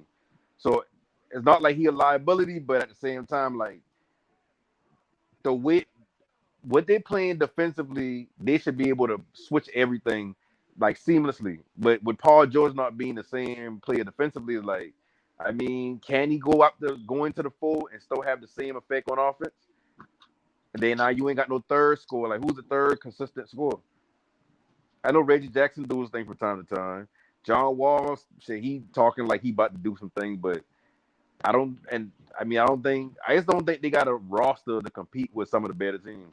I think they got a starting 5 where they can go out there and do something, but I just don't think they got the roster. Like, they still carrying Zubac. Like, he could be a liability because he can't move with some of these 5s. Is he the only center that they have on their squad? I I know want they to say probably got another. I want to say that is. They might have picked up one this offseason. I can't remember. C, but Well, they lost Hartenstein. and see that would be the type of 5 or 4 that you would want on your team. But Zubac is like, even when he get the ball offensively, like he won't back down. Defensively, like he ain't a rim protector, but he's a rebounder. Like he good at setting posts and all that. Like that's all he does. Like some players, they be big men, but they just in the game to do the low stuff. Set these picks, to help the ball rotate a little better because they're a little smarter. Like Looney a little more smarter in the offense with Golden State, and he can rebound his ass off. But you don't look at him like a rim protector. He just smart offensively. He know how to play without making mistakes. Yeah. So I Well, think, if they, you know, to me, in my eyes, if they did have a deficiency, I guess it would be on with the big man. I mean, there's questions on every team that we have. You know that. yeah. So, I mean, I don't know. I don't know where to put them as far as seeding. I wouldn't know where to put them. I'll I probably think say that's a 6 wait. to 8. I think that's a wait and see team too, because you got to see how the rotations are going to go, or who's going to be healthy, and this and that. So, I mean, expectation for all fans nowadays. I mean, right now, sky's the limit. We all know that. Yeah. But as the season progresses, we all tend to go different ways. So, I mean, I can go to Miami. Did Miami not do because they didn't do nothing? Are they not as good as they were last year? I don't believe that. Yeah, They should still do better. a solid team. Yeah. As long as you like, see with that team right there, it's easy to be on the Heats, but it's not easy. Why I says like it's easy because like all they really ask you to do is to come in here, stay in shape, and play defense around all stars. Play your ass off around all stars. But the hard part would probably be like getting your body fat percentage down that low consistently every week or whatnot. But other than that, like that's an easy place to play. So like they ain't gonna never fall off unless the stars fall off. As far and they ain't even real stars. They just consistent players that like often like Jimmy Butler and Tyler Hero. And then when the shooter, I forget his name, what's his name? For He who? ain't done for Miami. He ain't done nothing this season. He been shooting 40%. Duncan Are you Robinson. talking about Tyler Hero or Duncan? Duncan Robinson. He ain't been shooting consistently. So it's like, as long as they find somebody that can shoot the ball like 36, 37%, I mean, they should be all right replacing Duncan Robinson. Because, I mean, if you only go give me 40-something, like 41% a season, and then the next season you giving me, like, you been shooting, 34% this year? 35%? Mm-hmm. Like, you're going to drop off, like, the average is 37, 38 now. Like, I just need a 37, 38% three-ball shooter. Yeah. I mean, You never know, they in might that bring him Duncan back. Robinson thing, I don't know. I don't know about that Duncan Robinson thing. Sometimes it seems like when guys get a big contract, they fall off. He just seemed like he lost his shot last year. Yeah. They haven't been able to move him either. So, And at the same time, it's a difference between shooting for your career and damn just shooting because you paid to do it. You already paid in one instance. Like when you trying to make it to the league, you trying to make it on the roster, like shit, even waiting everything. Get that yeah. contract, and it's like, well, and like I gotta be perfect because I mean I don't get the contract I've been looking for. So you really only gotta put your best in the contract years and before you get paid. I was just so happened I went through the chat and I was reading because it seems like Manny and Brother Slim don't agree with you on that Clipper take. They feel they're gonna be decent. A lot of people feel the Clippers gonna be good. Yeah, I say 6 to 8. Well, I'll say 5 to 8 range. I got them. And the reason I got them like that because I see this Clippers team, maybe not the same players, but I see a Clippers team just like this. When these stars going down, them boys been playing good basketball. Like they finished in the playoff season and everything like that. The next year come around, well, no, they didn't lose their stars. They just ain't had Kawhi and Paul George yet. That was that season where Doc Rivers coached them to the playoffs, and then they get Kawhi and Paul George the next season, and you're like, oh, they're supposed to be number 1 seed, and they're gonna go to the final because they've been already a decent team last year. And it's like they come back with the record been a little better than we've been with them. They ain't been an 8th seed, but they also ain't been the number 1 seed. They also ain't been to the Western Conference Final. They also ain't won a championship. No. Okay, so Like you feel the deficiency on that team would be considered big man, correct? I'll say with the stars coming back, you got to find out how to rotate them into where everybody. Cause Reggie Jackson got to take a step back. We don't see he don't play well when he got to take a step back. Then like they got John Wall. Like what John Wall is he starting for you? Cause he ain't got a three ball to like scratch the floor like Reggie. They probably score about the same of if not Reggie Jackson better. I don't think John Wall can put the same defensive intensity on players like at all. Like he ain't gonna be moving like that. Like that's not who he ever been, and damn sure ain't about to do him now with that knee. So it's like Well, did they bring him in? Did they bring him in to stretch the floor? Is that his? You think no, they that's his probably bring job? him in as a third scorer or maybe a score off the bench. I think That's what they they bring brought him him in in for. as. I They think thought they they brought gonna him in steal. for.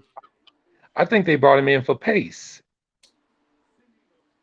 I mean, that could be true. That could be true. But I mean, with that team, you gotta look at it. You ain't gonna have nobody who's gonna get the ball before Paul George and Kawhi Leonard.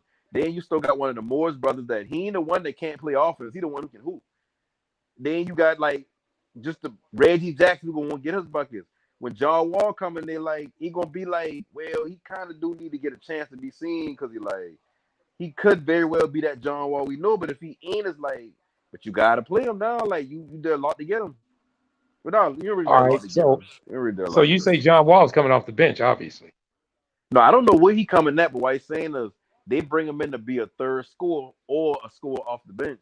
So if he is starting, they gonna have him playing that role where okay, like he might get the first look of the game, and then he kind of help facilitate the rest of the play, so they don't got to double team Paul George, which he don't get, and they ain't got to double team Kawhi Leonard, which he don't get. So I feel like with that team, they should have just built it around Kawhi and Paul George deficiencies.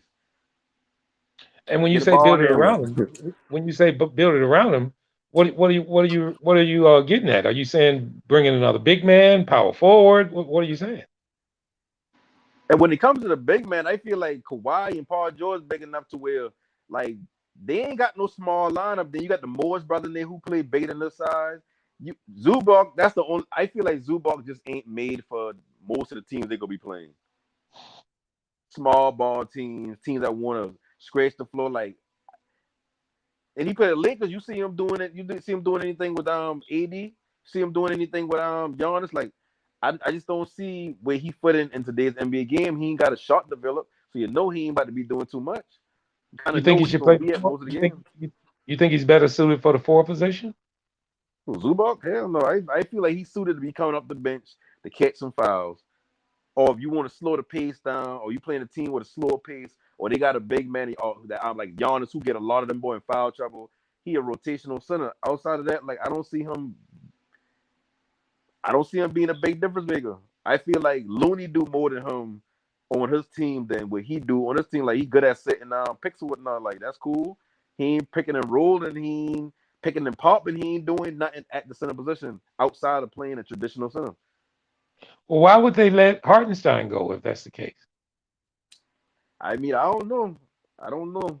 I mean, they might feel like they let him go after they trade him or whatnot, The Knicks got it. or they let him go or they trade him. No, he was a free agent. The Knicks picked him up. Oh, he probably been more expensive than what they were gonna have to pay other players. Plus, Zubac still getting paid. Zubac ain't got like no crazy contract now, but But it's one of your weaker positions on your team. Do you address that? I think they can. I think they feel like they can play through that. I think Doc Oh, Rivers, okay. not Doc Rivers. I think Doc Rivers and Tyronn Lue got the same mentality when it comes to coaching. Like they like players that they actually trust to be in the game. And Zubac got a lot of trust with Tyronn Lue because when he passed over he been there when the Lakers make the trade. So like I'm pretty sure him switching out positions with Doc Rivers, like he see the same thing everybody else see. Like he a consistent player. He just don't do nothing to where he changing the game, but he consistently do what they ask him to do, which is not much. Well, let me ask you this, because I'm reading the chat, and Brother Manny writes, they're gonna make the finals at the minimum. He have them Bucks against Clippers in the finals this season. I mean, that could very well be true. That can very well be true. I just don't. When I look at them, I don't look at like oh, they about to be that team this year. Like I feel like any team in the top 4 last year can give them more run. I don't think like they just now that they got Kawhi and Paul George back fully or whatnot, they're gonna be. I don't know. I just don't see that being something that matters, especially in the regular season. Now we get to the playoffs, it's like shit. I had said this a couple of years ago. Even though LeBron and boy been week, not a year ago, last year, LeBron and boy make the playoffs in any sort of fashion, like they would have performed a lot better than the 8th or 9th or 10th seed going into the playoffs. Because as long as you got a LeBron who can slow the pace down and play basketball, you good. But Kawhi ain't LeBron, so he need a point guard that can do exactly what LeBron do. Like when he won Kyle Lowry, he ain't had to worry about the thinking part of the game. He just had to go get buckets and play D. When he been with San Antonio Spurs, you know he had a role there. He only had to play defense, and they could put him in the perfect position to get buckets. Okay, question. Are the Clippers better than the Lakers? No. A healthy Lakers, no. Are they better than the Pelicans? I think by no, I'll say the Pelicans better at this point. So you don't have the Clippers making the play-in? Do you have them going to the playoffs? Oh no, I got the Pelicans in like the top 4 seeds, top 4 5 seeds. No, I'm not. I'm sorry, not the Pelicans, the Clippers. I said the Clippers. Do you have the Clippers going to the playoffs this year? Yeah, I got them 5 to 8. I don't think they missing the playoffs at all because I mean, when you got all right, now remember you said 5 through 8, but you got them behind the Lakers and the Pelicans. I got the Lakers finish high this season too. You got the Lakers finishing in the top 4 or 5? Yeah. But I ain't wanted I don't watch ESPN and none of that. So when I'm talking about basketball, I go in based on what I see. And from what I see is you had a team that had one season together. You had Russell Westbrook playing out of position because he need the ball in his hand. You had LeBron ain't gonna move up to the 4. AD ain't gonna move up to the 5. AD ain't even playing whole season. LeBron must have chunk of the season. The only player that been there consistently been Russell Westbrook. So when the team is looking bad and we've been looking at the Lakers like this a disappointment and all that, we've been narrowing our view on Russell Westbrook based off of plays he make every season, shooting them off the backboard or air ball and shit. He been doing that, but people won't look at it as this year's, oh, he's so big because social media played it up. But he been 18-7-7, and Luka Doncic had more turnovers per game than Russell Westbrook by at least 2. All right, so you say the Lakers are better than the Pelicans right now, obviously. Yeah.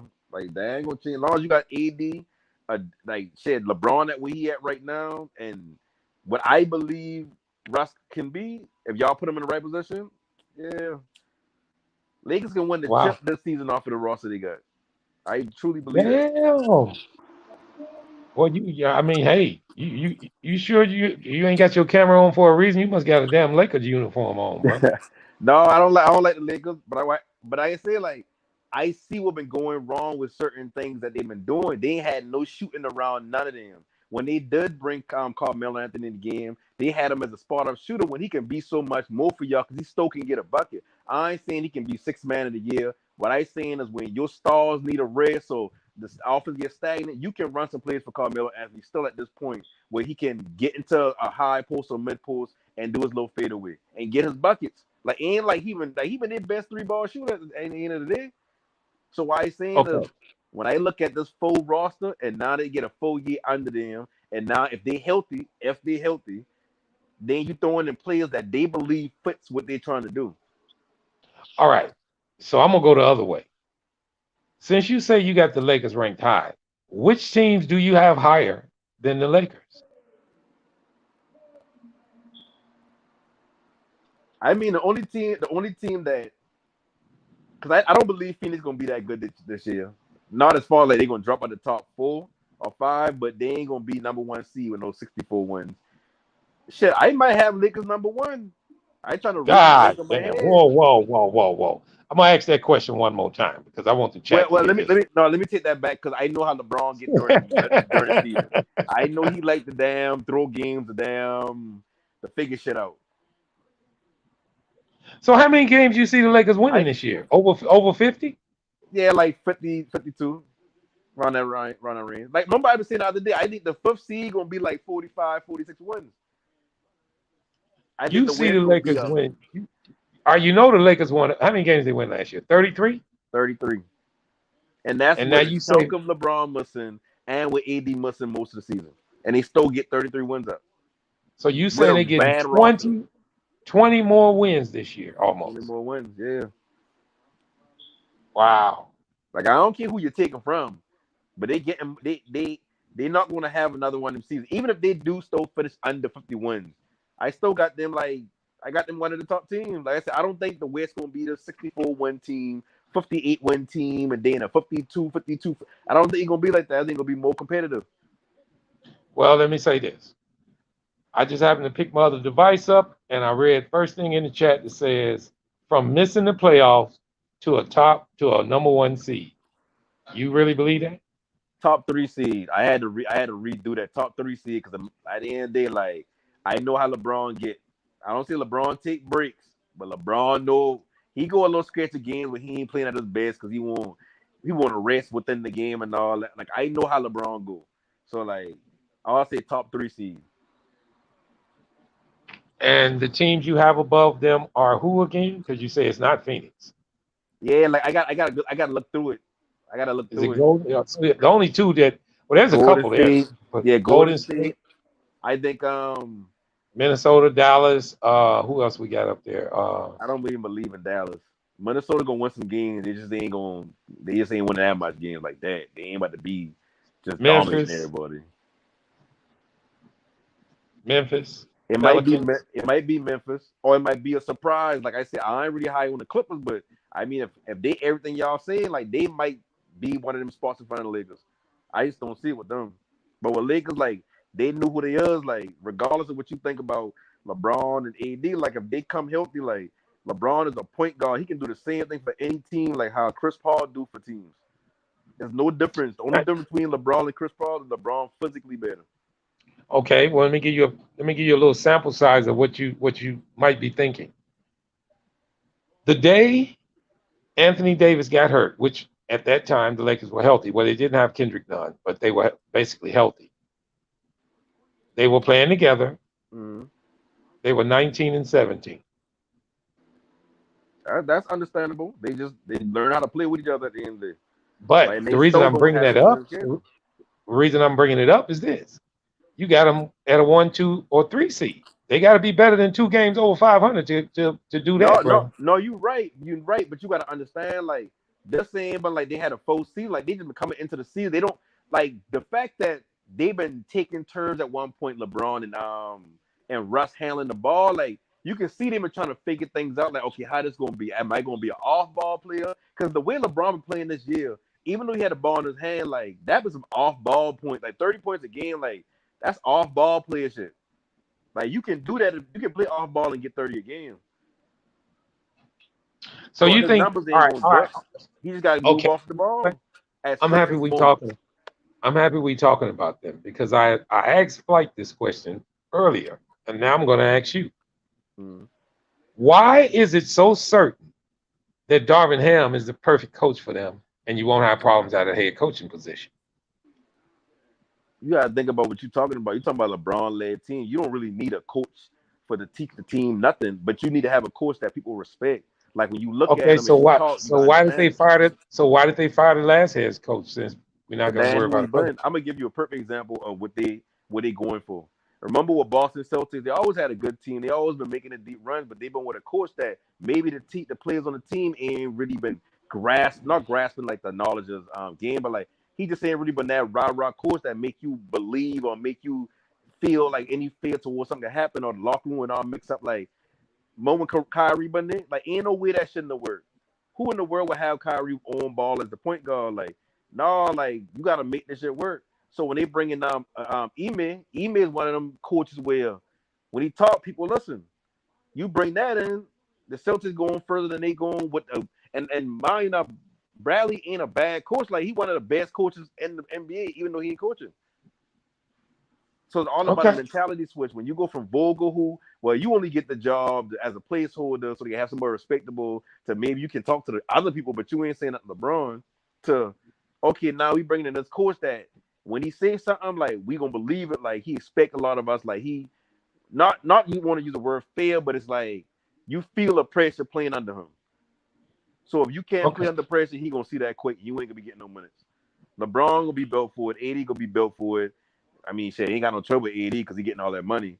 And Russ gonna be built for it. If they gonna have Russ playing more like as a defensive player, I mean, I just say put the ball in his hand and let him do him. Like you gotta let Russ be Russ. Okay. Well, I want to move on to a different team because I was brought up my other device again. I'm looking at the chat and there's a bunch of caps on there.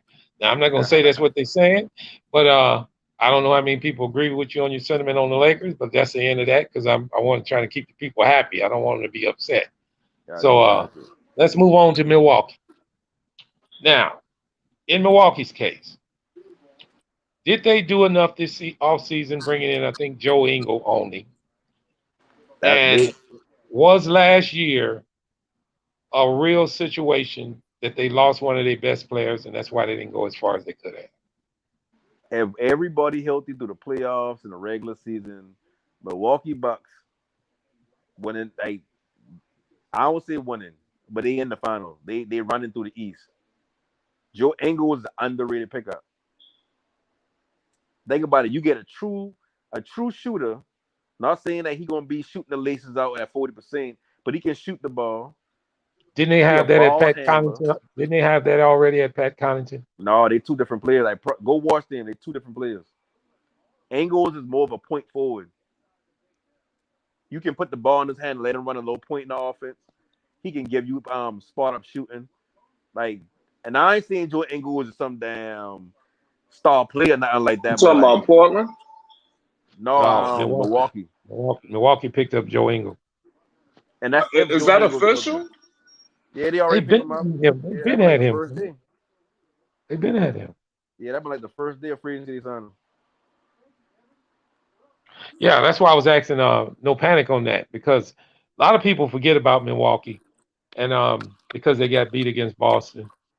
And if you look up and down that roster and look at their coaching and how they run their offense and their defense, there ain't many holes on that team. So with a healthy Middleton and bringing in Joe Ingles, I'm asking no panic how far you think they can go. Go ahead, no panic. I think it'll be them and Brooklyn Nets in the Eastern Conference Final. Now, hold on, no panic. So, I didn't ask for a matchup, and the reason I didn't ask for a matchup, because now you're going to double the chat up. See, what you're doing is you're trying to start confusing in the chat. Now they really finna start saying something. I was just going to let them address you how you felt about Milwaukee. Now you didn't put on the plate how you feel about Brooklyn, because I ain't even got to them yet, and you already got them in the Eastern Conference Finals. So how you feel about Brooklyn? How you feel about Brooklyn? Well, I was going to go after you. I hadn't got on Brooklyn yet. I was going to give my take on Milwaukee. I feel Brooklyn is being the same team they were last year, a little bit better. But, I mean, they got continuity to deal with. They got some new players on their team. I mean, everybody don't gel as well as everybody. Everything on paper don't always fit well on the court. Now, you do have Kyrie and you do still have Durant. So that's a solid, that's a constant. But then you got this thing about this guy called Ben Simmons. I mean, what is he there for? What is he going to do? What is he going to bring? Is he going to be a distraction? These are things that should be, brought up to the forefront. I mean, it's not a guarantee that it's all roses and everything is fine with this guy. So you don't know. But to Milwaukee, I'm gonna say this. A lot of people, even when Milwaukee won the championship, I wasn't all blown out of the water about Giannis. He's gonna get his. But the key to the team, the motor to that team, including Chris Middleton, is their guard. Drew Holiday. Holiday makes it. They wasn't even coming close to a championship until they picked him up. They were not. A lot of people don't believe that, but they were not. Drew Holiday is one of the rock solid point guards that keeps the team under control, hits good shots, shoots his free throws well, and play great defense. Something that every team need on their team is a great point guard that can play some good defense and control. And his turnover to assist ratio is not all out of whack. He does that, stabilizing the team. He knows how to, and plus he's a mismatch to a lot of other teams' guards. He's kind of big and he's strong. So Milwaukee, to me, the only deficiency I see in them is they don't have enough. You talk about Joe Ingles coming off that bench, but that's about all you're gonna be able to say. Him and Pat Connaughton. That's why I see their weak. More of their weaknesses is they could have beefed that bench up a little bit better. I mean, listen, Giannis is not going to do this forever. The effort he gives on the court is weighing on him every game. He gives max effort the whole time he's on the court. So eventually he's going to come down just a little bit. I ain't saying it's in the next 1 or 2, 3 years, but you depend on him quite a bit in the flow of the game. I think they could have added maybe one more shooter, because if you look around their team, they didn't really have a lot of perimeter shooting. Drew Holiday kind of covers that up, and then they had Bobby Portis kind of being consistent hitting his outside shot. But beyond that, it's everybody move out, give Giannis the ball at the top of the key, and see what he can do. Everybody talk about ISO ball when Milwaukee was one of the most isolated basketball teams of any team last year because of the way Giannis plays.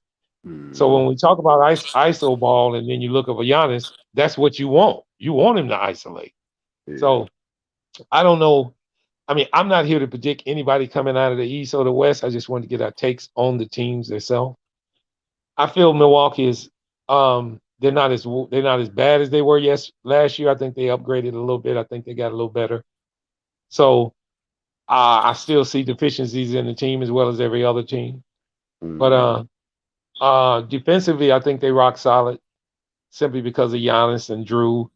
But then you go to the bench, and they usually depend on having a pretty decent lead and bringing a bench in to just maintain and then getting the starters back in. But you see that. Allen. Yeah, well, that's why I was getting to him. Oh, go ahead. You see what happened against Boston. They just quite didn't have enough firepower, I guess you can say, because of Chris Middleton not being there. That was the case. But good team, damn good team. Well coached, which means a lot. We don't mention that a lot. Well, I did bring it up concerning the Lakers. But I mean, hey, I guess a team that you damn sure gonna have to always look out for. And I see them in about the same position, top 4. Because see the ones I'm finna bring up, any one of them can end up being number 1 in the East. So I say Milwaukee top 4 slot, and then I'll give you a chance to tell me where you think they are. Top 4, 5, 1, 2, what?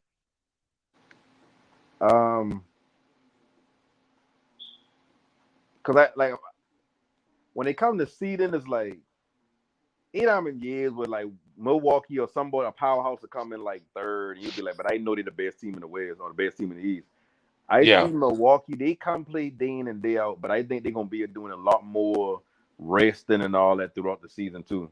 I think it'll be more so they might two.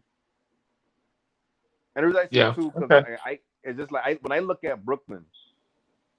Remember now, last year, even with a Harden and they Brooklyn been I forget their record, but like they've been like 15 to 18 wins and like 4 losses, something like that, or 5 losses. Yeah. So you got them in the 1-2 slot.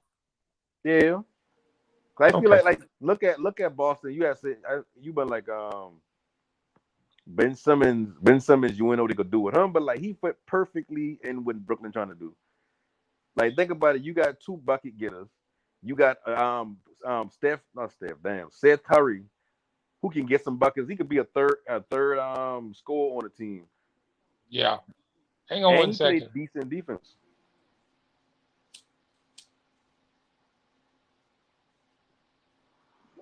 Yeah.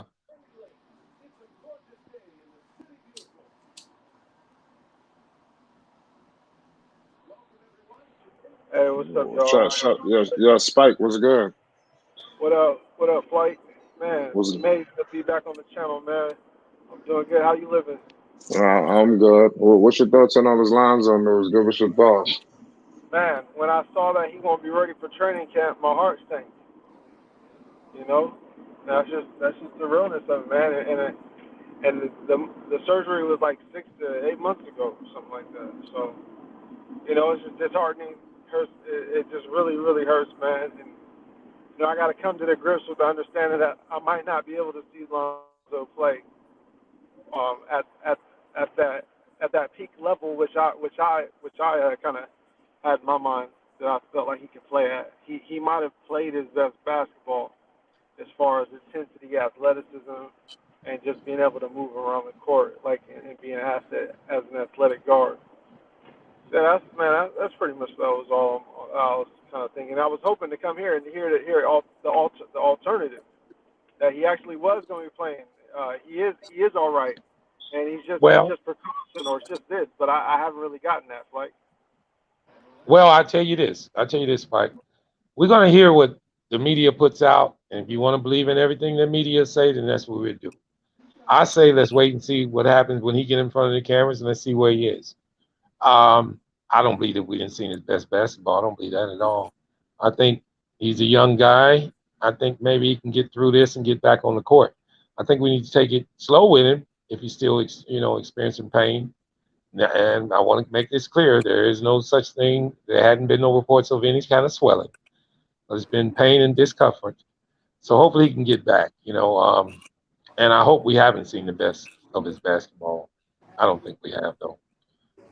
But I think the main thing on this is just taking him back the way he feels it's a pain tolerance thing. And I guess we all can we can judge ourselves on how much we like. I mean, we can deal with pain, you know. Like I said, I kind of favored it to a boxer in the boxing ring, and one guy get his nose broken, he quit, another guy keeps going.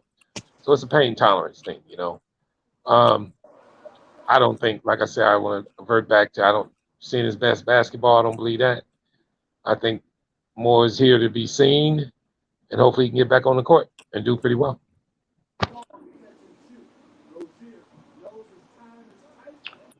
Oh, and I did want to just shout out to Manny because he stated that the Bucks made the conference finals in 2019 without Drew Holiday.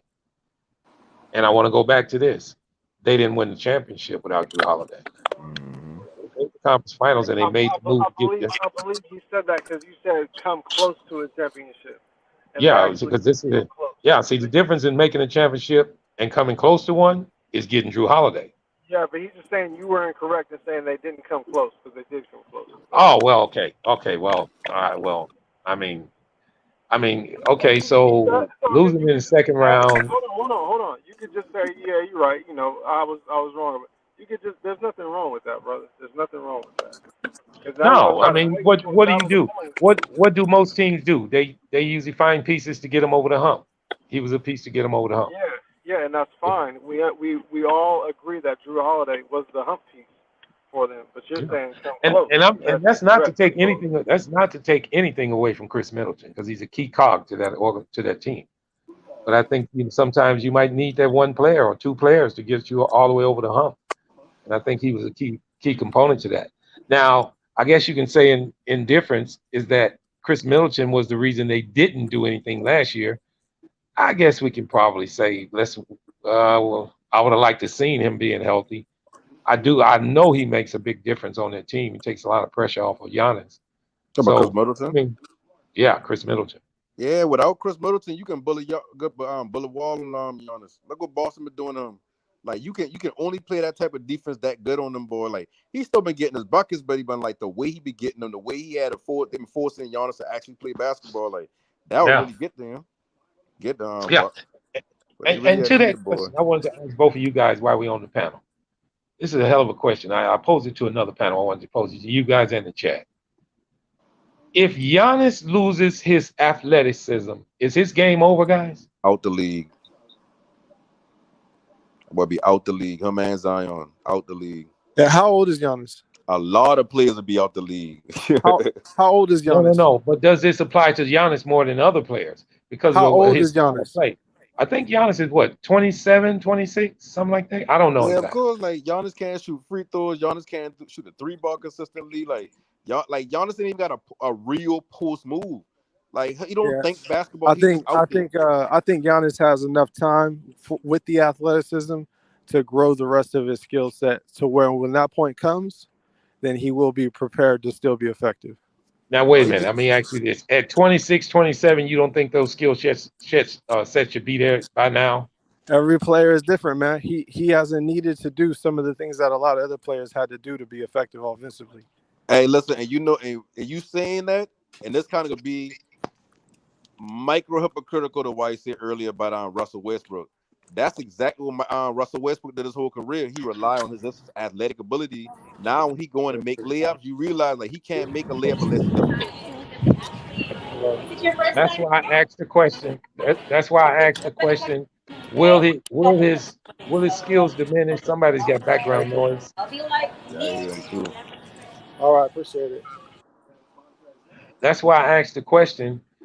Is it more detrimental to Giannis if he loses his athletic ability than it would be for other players? Because other players still got the mid-range shot, the jump shot.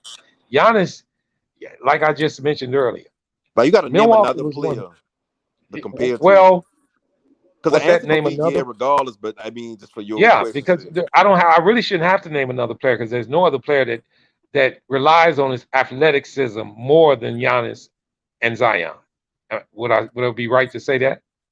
Yeah, that's accurate. Meaning, Giannis at times just jumps over the top of people. It ain't about no great move or none of that. He just bully you, just put his head down and he go and he just dunk on your ass. Right. Kind of like what Shaq used to do. If he lost his athleticism, would it be more detrimental? Okay, I'm gonna say it like I am gonna give Compared you to another point. Zion, it would Yeah, be. compared to Zion. Yeah, it would be. Because he was Zion. The one thing I can give Zion is outside her speed and athleticism, like he know how to finish under the basket. So even if he can't get up there no more, like he still got finishing ability. Like he shoot like what 60-70% from the field when he was playing. Yep. Like shit, I know he can put the ball in the bucket as far as like being in the horse. As long as he got his size on him, shit, ain't nothing to damn still get there and finish at the hole. But with Giannis, like ain't gonna be nothing he'll be able to do. And the And reason I I'm bringing this up, go ahead. guys, is because does Giannis have a great handle? Does he have a great No, mid range? Can he shoot no, free throws well? uh-uh. These are things None of that that. don't require great athleticism, and he doesn't do them very well. Now they overshadowed because he just bullies his way and get down and shoot great field goal percentage because he's just dunking the ball so damn much. So it's overshadowed and it's not looked at as much. I'm not saying he's on the decline. I'm not saying it. I just had that thought in my mind and I asked a couple of people. And it was mixed reactions from it, and I'm getting mixed reactions now. As well as Spike says that he has time. He's 27 years old. He hasn't had, and I agree with Spike saying he really hadn't had to develop those other skills. But it's always best to have those skills in your back pocket. I would say that, and it might come a time when you need them. So because he's not going to be able to jump over everybody forever. Father Time is undefeated, so it's gonna happen. You know. So when and him being at the peak of his career right now, it look like sky's the limit. It'll never stop, but eventually it will. You know. Yeah, I kind of High compare rise. that. I Yeah. kind of compare So that high to rises, high rises don't ride the high voltage their whole career. They usually calm it down and start doing other things. You know what I mean? yeah, cause like like in high school, right? They used to have like the 6'6", 6'7" dude playing center, and it's like that's because he like the biggest in the school. He the tallest in the school or whatever like that. High school, middle school, they do that all throughout their entire life. Even with football, like putting them in the wrong position because of their size, and they bloom in to be a different size.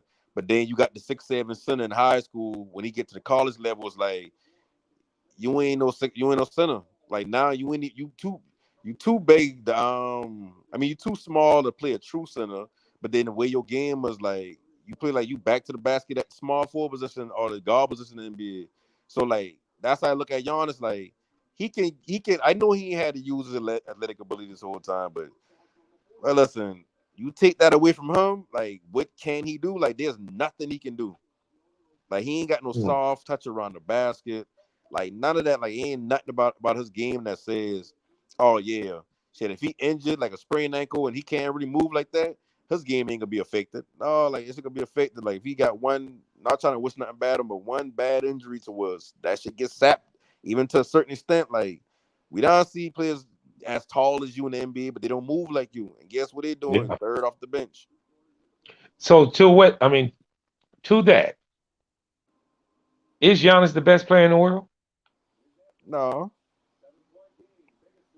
but that's, ain't nobody gonna have that conversation because people that understand why that's a no, they don't want to say it because they could be called a casual, they could be called all type of things. But it's we been talking about it one day, like how do you determine who's the best basketball player, just pure basketball player? And people were saying Jokic, and the reason why I couldn't get behind Jokic's pause because he like shit. Jokic do a lot of that, but you put the right person on him, and he got to go and get you a bucket playing one-on-one against players his size. He's not doing that. You gotta have backups that can beat him one-on-one. When you look at the best player, you got to look at just him as a player. Like, think about going on the park playing 2-on-2 basketball. Who are you picking up? Listen. I'm just asking the question. I like to hear the different reactions from people because I believe a lot of these answers, yay or nay, are based on the players that are on our own teams. Because we might not feel like he's better than the player that's on my team or on somebody else's team. But when you look at the overall numbers, I don't know. A lot of people don't like to go by numbers. So I don't know how to judge it. I guess a better question would be, would you start your team? Would Giannis be the first person in the NBA that you would try to start your team with? And that all depends on how you feel about building a team. I guess so that would be different. Because a lot of people might want a lot of people might want a point guard before that, even though Giannis is good. Right. Yeah, So that's true. It depends. It all depends. Cause like I've been just like exactly like you said, it's not like I would have to look. My first pick would have to be a glue player or a player that can fit in any system. Like he got to be yeah, like top 5, regardless of what you want him to do. He can do it because I don't know what the rest of my roster gonna look at. Who like I don't ain't I can pick 5 in the role players. So it's like I mean you're right. Like I probably would grab Giannis or Jokic because I know like at the very least like Giannis can go dominate, put the ball in his hand, and ISO. At the very least, what his name was Jokic can make the team around him better because he a point center at the end of it.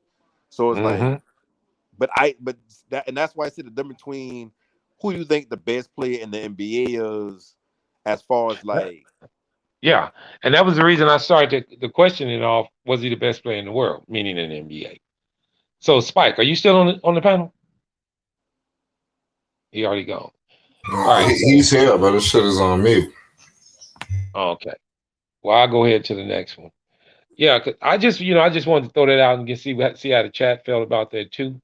I don't know how many Milwaukee Bucks fans we got in here, but one thing I can say is I try to be straight across the board on my takes, even though I'm not a Milwaukee Buck fan. I got to give props where props is due.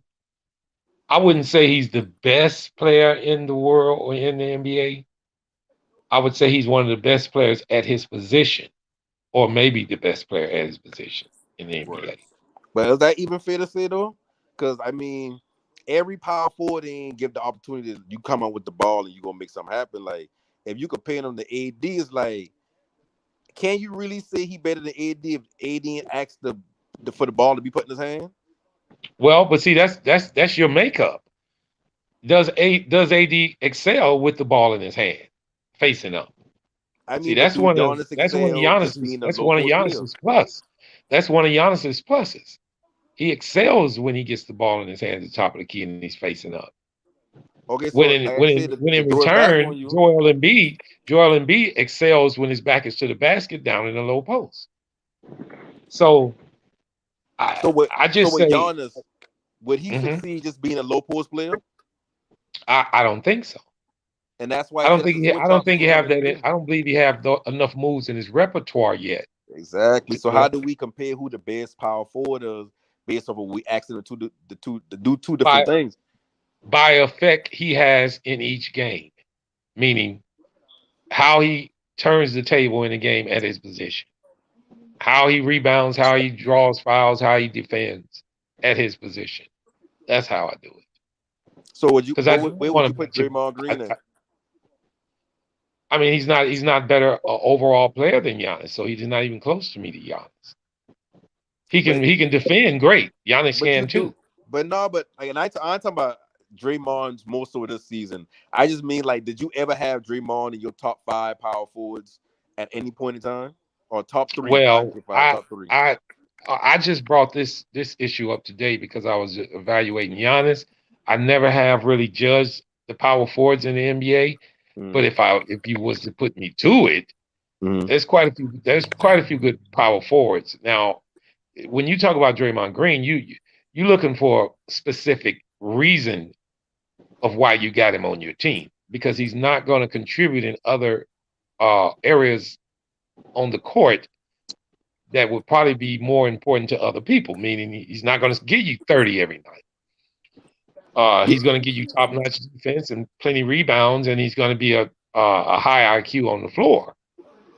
Now, you can get a crazy wild-ass power forward. I'm not going to say Giannis is that, but he can be out of control at times. And Giannis's IQ is not as high as Draymond Green. So if that's more important to your team, then you go with Draymond. Plus, the players around each one of these players mean a lot. Because Giannis is more of a scorer and Draymond is not, you want to put scores around Draymond and let him freelance a lot more. Well, But in see, Giannis' case, all 3 of them, all 3 of them play defense, right? But the reason why I bring up Draymond, because you say they got to do things so where they affect winning. And like, if you know the Golden State offense, like as good as Curry is, as good as Cleveland, we watch a Golden State offense most of the season without Draymond Green, and that lead to Curry had like the most points in the season he ever had, and they didn't make the playoffs. Yeah. So I saying all that to say, like, Draymond Green, the offense run through him. If they don't got Draymond Green in that game for more, like people look at Jordan Poole is important. There's a reason why Draymond's still getting these big contracts, and we look at him like, well, he ain't never been physically or offensively gifted. So what's the important thing about him? They know that motion can move. Like he one of the few players that can play that position and still think while everything moving around him like that. Steph Curry going around in circles. You can't put Miles Bridges damn. You can't put a James Wiseman. You can't put Looney. You can't put no other player in that position. But the fact that you don't do those other things, you can't give him a max contract. Last season, let me say this. To help it, but Yeah, well, let me say this. If you took Draymond Green off of Golden State and you took Giannis off of Milwaukee, who has a better team? Now, this would be considered. Well, that's what I'm going to say. And this would basically be based on the other players that are around him. So the impact that Giannis has on winning for Milwaukee is greater than the impact that Draymond has for Golden State. But Milwaukee wouldn't be like no basement team now. Like they still can make a playoffs without Giannis with that team. Like, you believe that? Now hold on, I want to hear that from you. I want to read that from the chat. Listen, they got a good roster. They got a. Do you guys believe that Milwaukee would still be relevant in the East? No. See, now you mixing it up. What I'm saying you is, said, hold up, making the playoffs mean that you are relevant. I mean, really. Wizards make the damn playoffs last year. Right, not really. Shout out on Access. What's the deal? Shout out. What up, Dex? So what level are you guys putting relevant at? I mean, I need to know. If you an 8th seed, 9th seed, 10th seed, like, unless you get out the first round, ain't nobody paying no attention. Like, that's how I look at it. Like, you ain't doing nothing if you ain't get out the first round. I don't care how much you play around the 8th, 9th, and 10th seed. And you had to do the play-ins and all that. Like, the only way you relevant is if the player on your roster is a superstar. Like LeBron in the 9th or 10th seed. Oh, we gonna pay attention. All right. So I asked the question. I kind of agree with no panic, but I don't believe that you have to have a superstar to be relevant. I just think you have to have a star-studded team if you don't have a superstar. Now, if you have a superstar, that's one thing. But if you don't, you could be a star-studded team and still be impactful enough to make yourself relevant to be deemed as a challenge to get to a conference final. No, what I've been saying, you take wrong what I've been saying. What I've been saying is this right here. If you finish in like the 8th or 9th or 10th seed, because I say, well, use Milwaukee as an example without Giannis. Okay, yeah, that's a star-studded. That's a star-studded team. without Yeah, Giannis, they gonna be like they still can finish between 7 and 10, yeah, but they I wouldn't agree be with that. relevant.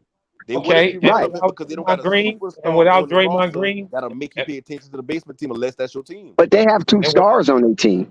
But they ain't considered stars. Like I guarantee you, if Giannis ain't on the Bucks, you'll be watching the Bucks all the time on NBA TV. what's that? No, there will be. Listen, we know they will take a drop, but I'm saying that they're still that roster is still thick enough to No, I be agree. a playoff team Yeah, that's why he trying to without tell him. Giannis. That's why he trying to All tell right. him. He's trying to, So all right. So let me put it this way then. It's obvious that Giannis is more important to Milwaukee than Draymond Green is to Golden State. Is that true? Yeah, to a certain extent. Yes, yes. You, Marvin, you pose a good question. If you take Giannis off of Milwaukee and put him on another team, that team probably could be a champion. But if you take Golden State, I mean, you take Draymond Green off Golden State and put him on another team, that don't really guarantee they'll be champions. They might only guarantee they'll be threatening the playoffs. Talk about whatever. But if you Hold take on, hold on. Giannis, You got to clarify that, Dick. You got to clarify that one. yeah, if Meaning you take Giannis, he probably meaning which team you're gonna try to put him on, Yeah, Dex. what But team you talking about when you talking about better Draymond in Green? it. I think he can make a whole lot of teams a lot better. But go ahead, Dex. Yeah, me no, too.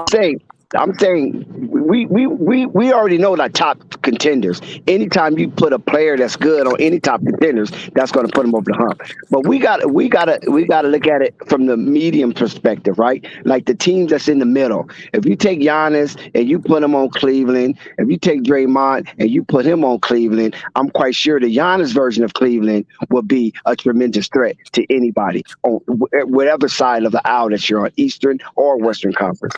But if you put Draymond on the Cleveland, yeah, they could be a little better, but that don't mean that Draymond game translate to what Cleveland is trying to do. Whatever team in the league you put Giannis on, it translates. That's what I'm saying. No, I don't it care if don't. it's yes, it does. No, you know why that Name ain't one. true? Because You could put Giannis on Houston. You could put Giannis on Houston, and it would translate.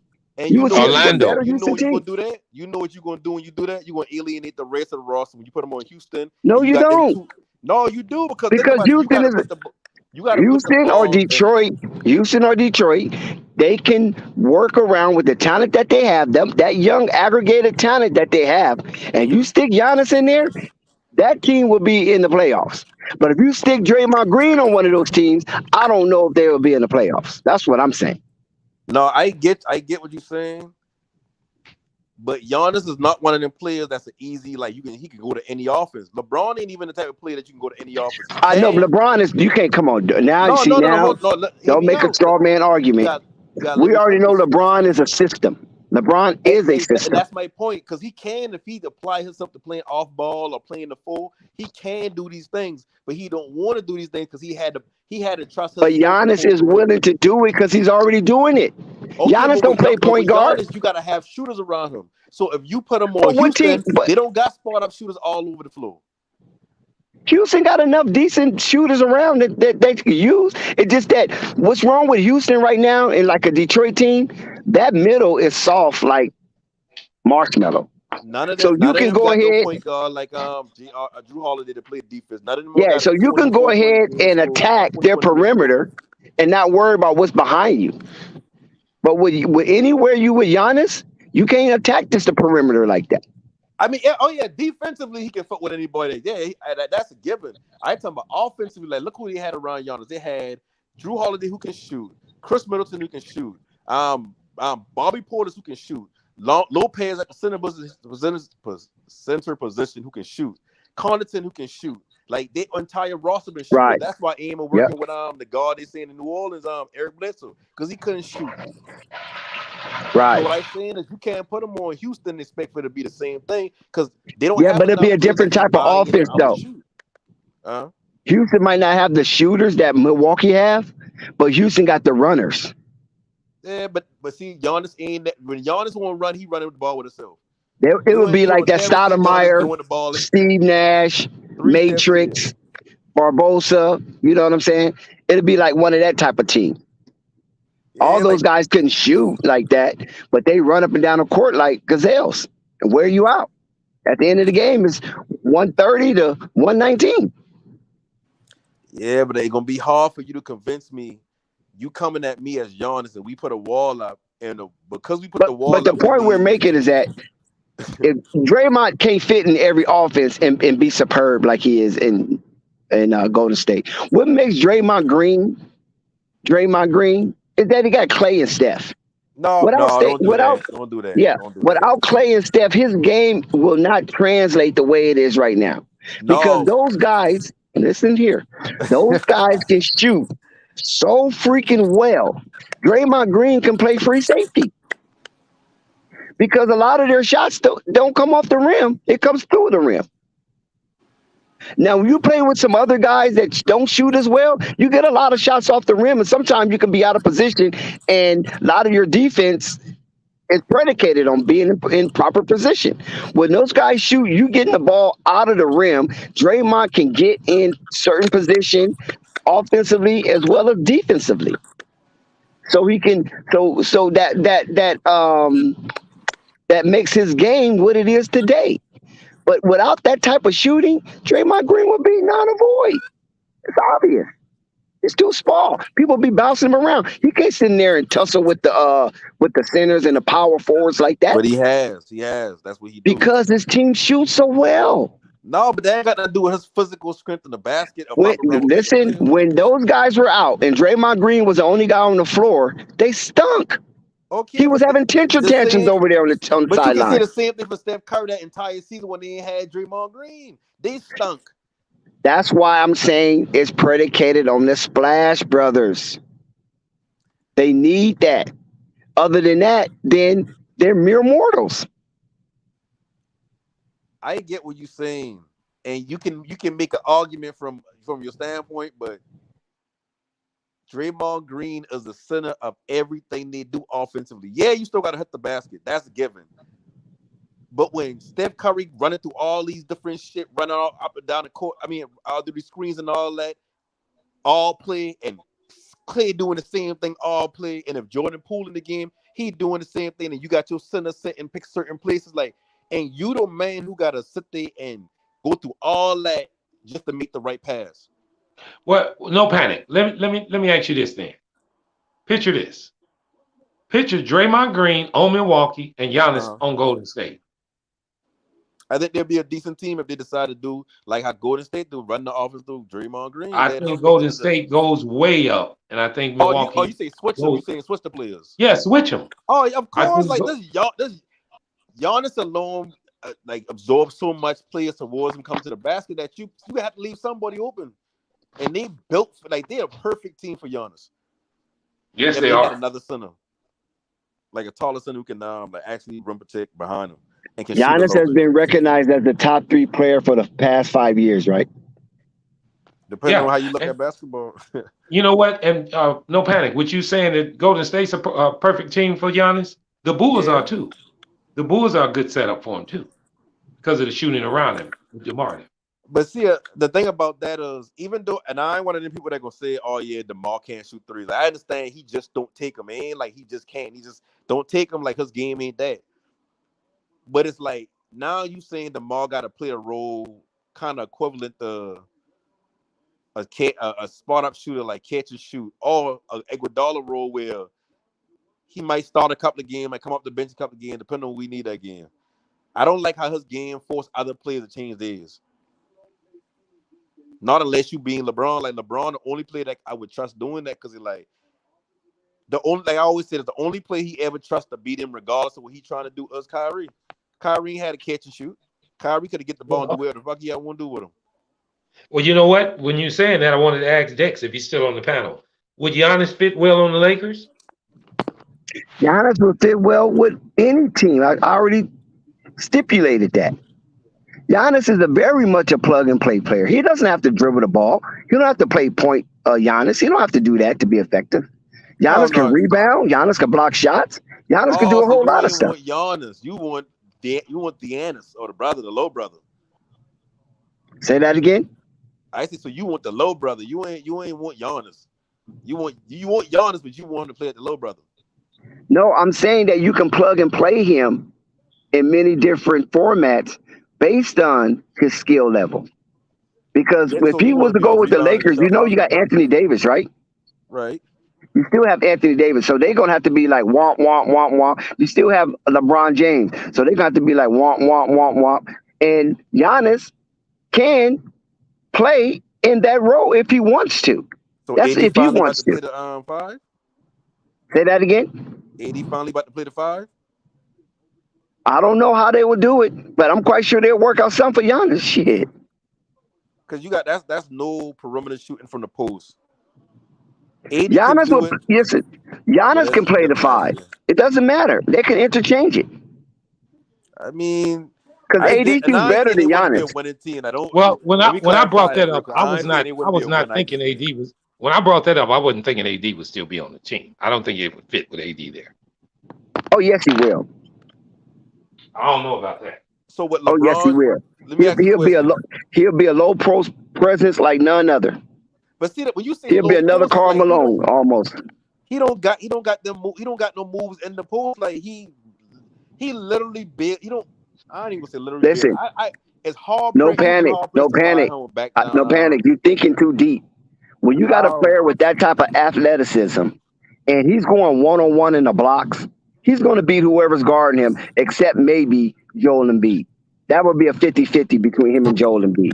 No, Sometimes that Joel Embiid will win, sometimes Giannis will win. But there's nobody else out there that will be able to deal with him one on one in the blocks. Because you got to remember the team that he's coming to and what they have available. He will have see. one on one all day long. I think you must understand it beyond his game.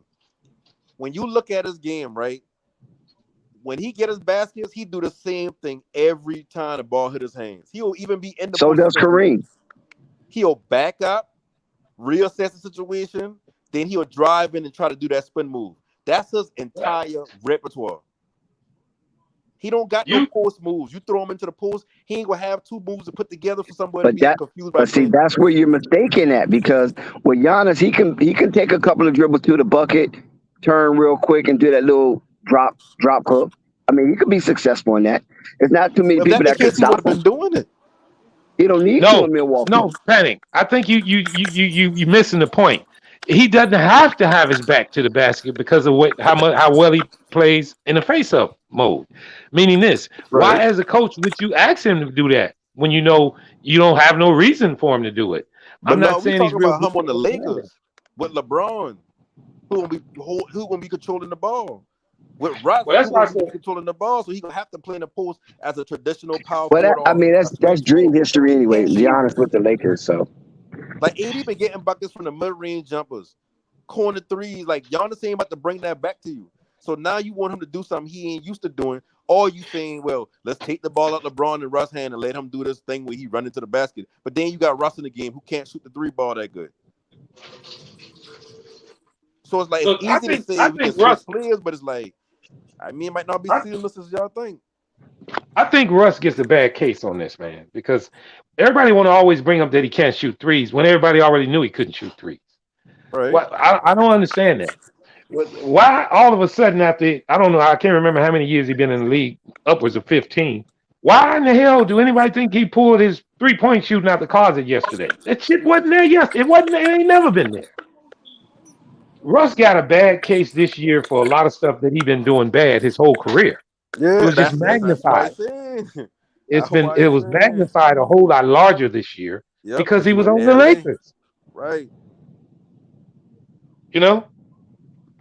So And then let's social stop media putting don't know too much, and they don't know too much, so they be just saying anything to try to make jokes.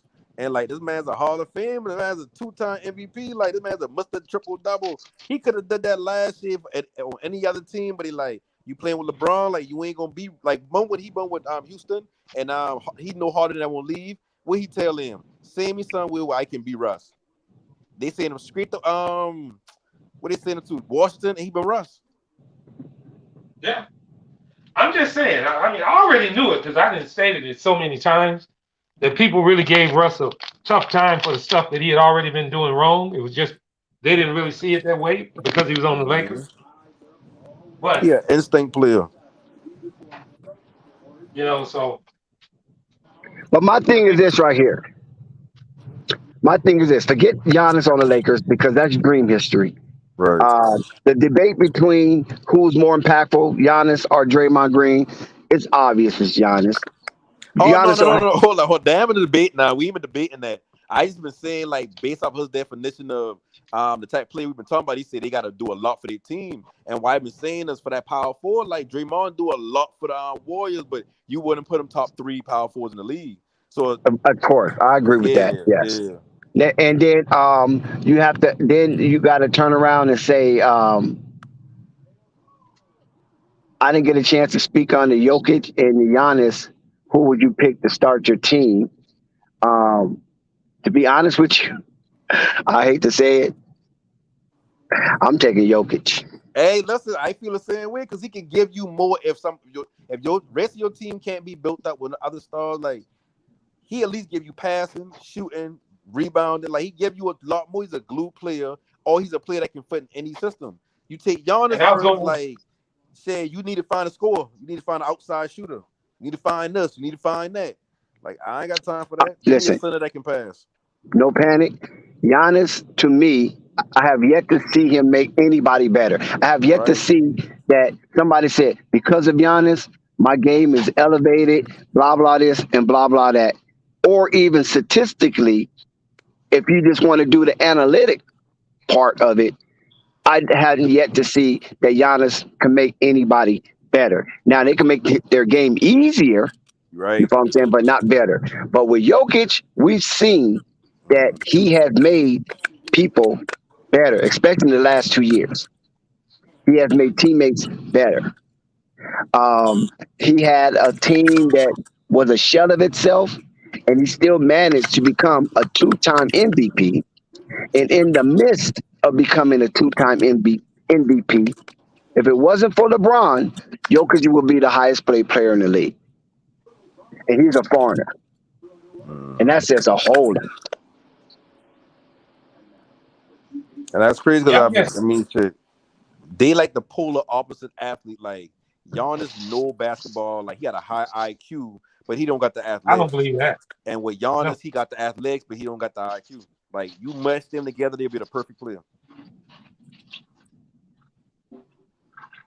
Yeah. So, like the more and more I see Jokic, like I've seen him play in person, and he's a big man. Jokic is a big man, but he doesn't look athletic at all. The guy looked like an height plumber. That's what he looks like. And he got a post game. Giannis don't. Oh yeah, he got a hell of a post game, and the man is nice with his hands because he's so soft around the rim. He's so finesse. You follow what I'm saying? He control chaos from the middle. Yeah, exactly. And I was surprised how finesse and agile this lump of flesh was, because that's what he looks like, a lump of flesh. Like soon as he finished the game, he's going to go and drink all kind of tonic. You follow what I'm saying? And vodka. Yeah. That's what he looks like. And I was sitting up there watching him. His body doesn't have really no definition. You know, it's just a large body.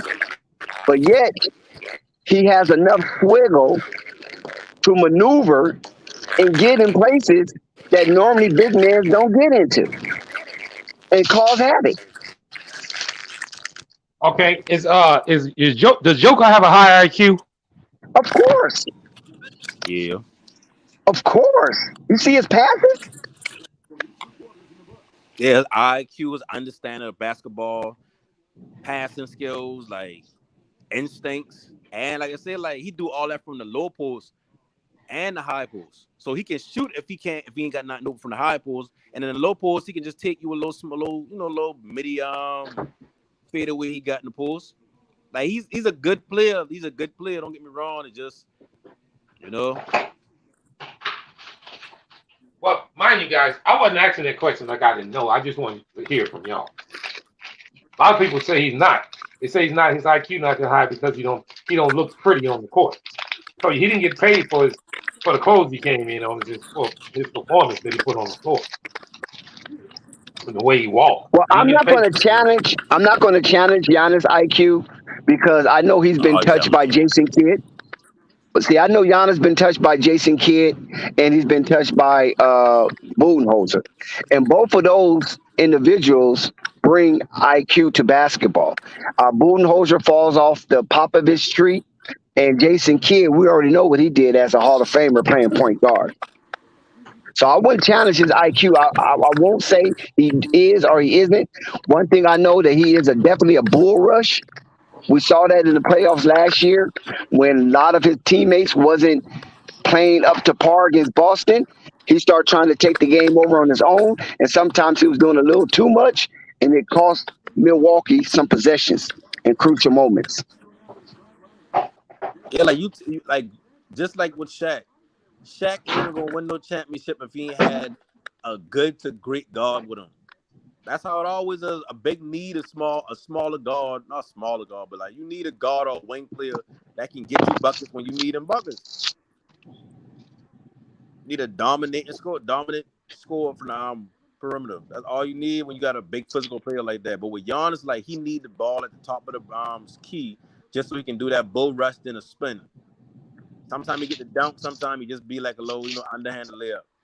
But I mean, his game ain't nothing that people don't know how to stop. It's just as hard to What did I stop. say? That's Paul. All right, guys. So was Shaq Buster Douglas or was Shaq Buster Douglas or Sugar Ray Leonard as far as IQ? No, Shaq is Buster not Douglas. nowhere near no Buster Douglas.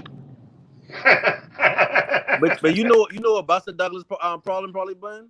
He felt like I always been physically bigger than the next person, so all I need to do is hit them hard enough. So for him, aim like the science of boxing ain't hit. Just like with Shaq, his whole career, I can just dominate back down into the hole and like good. And it's like you ain't develop nothing else other than that little. I know you get that little bunny hop hook he had. Now that shit was kind of working a little bit. Ain't been Y'all elite hit that like good. button, subscribe, hit the notifications, hit that Cash App.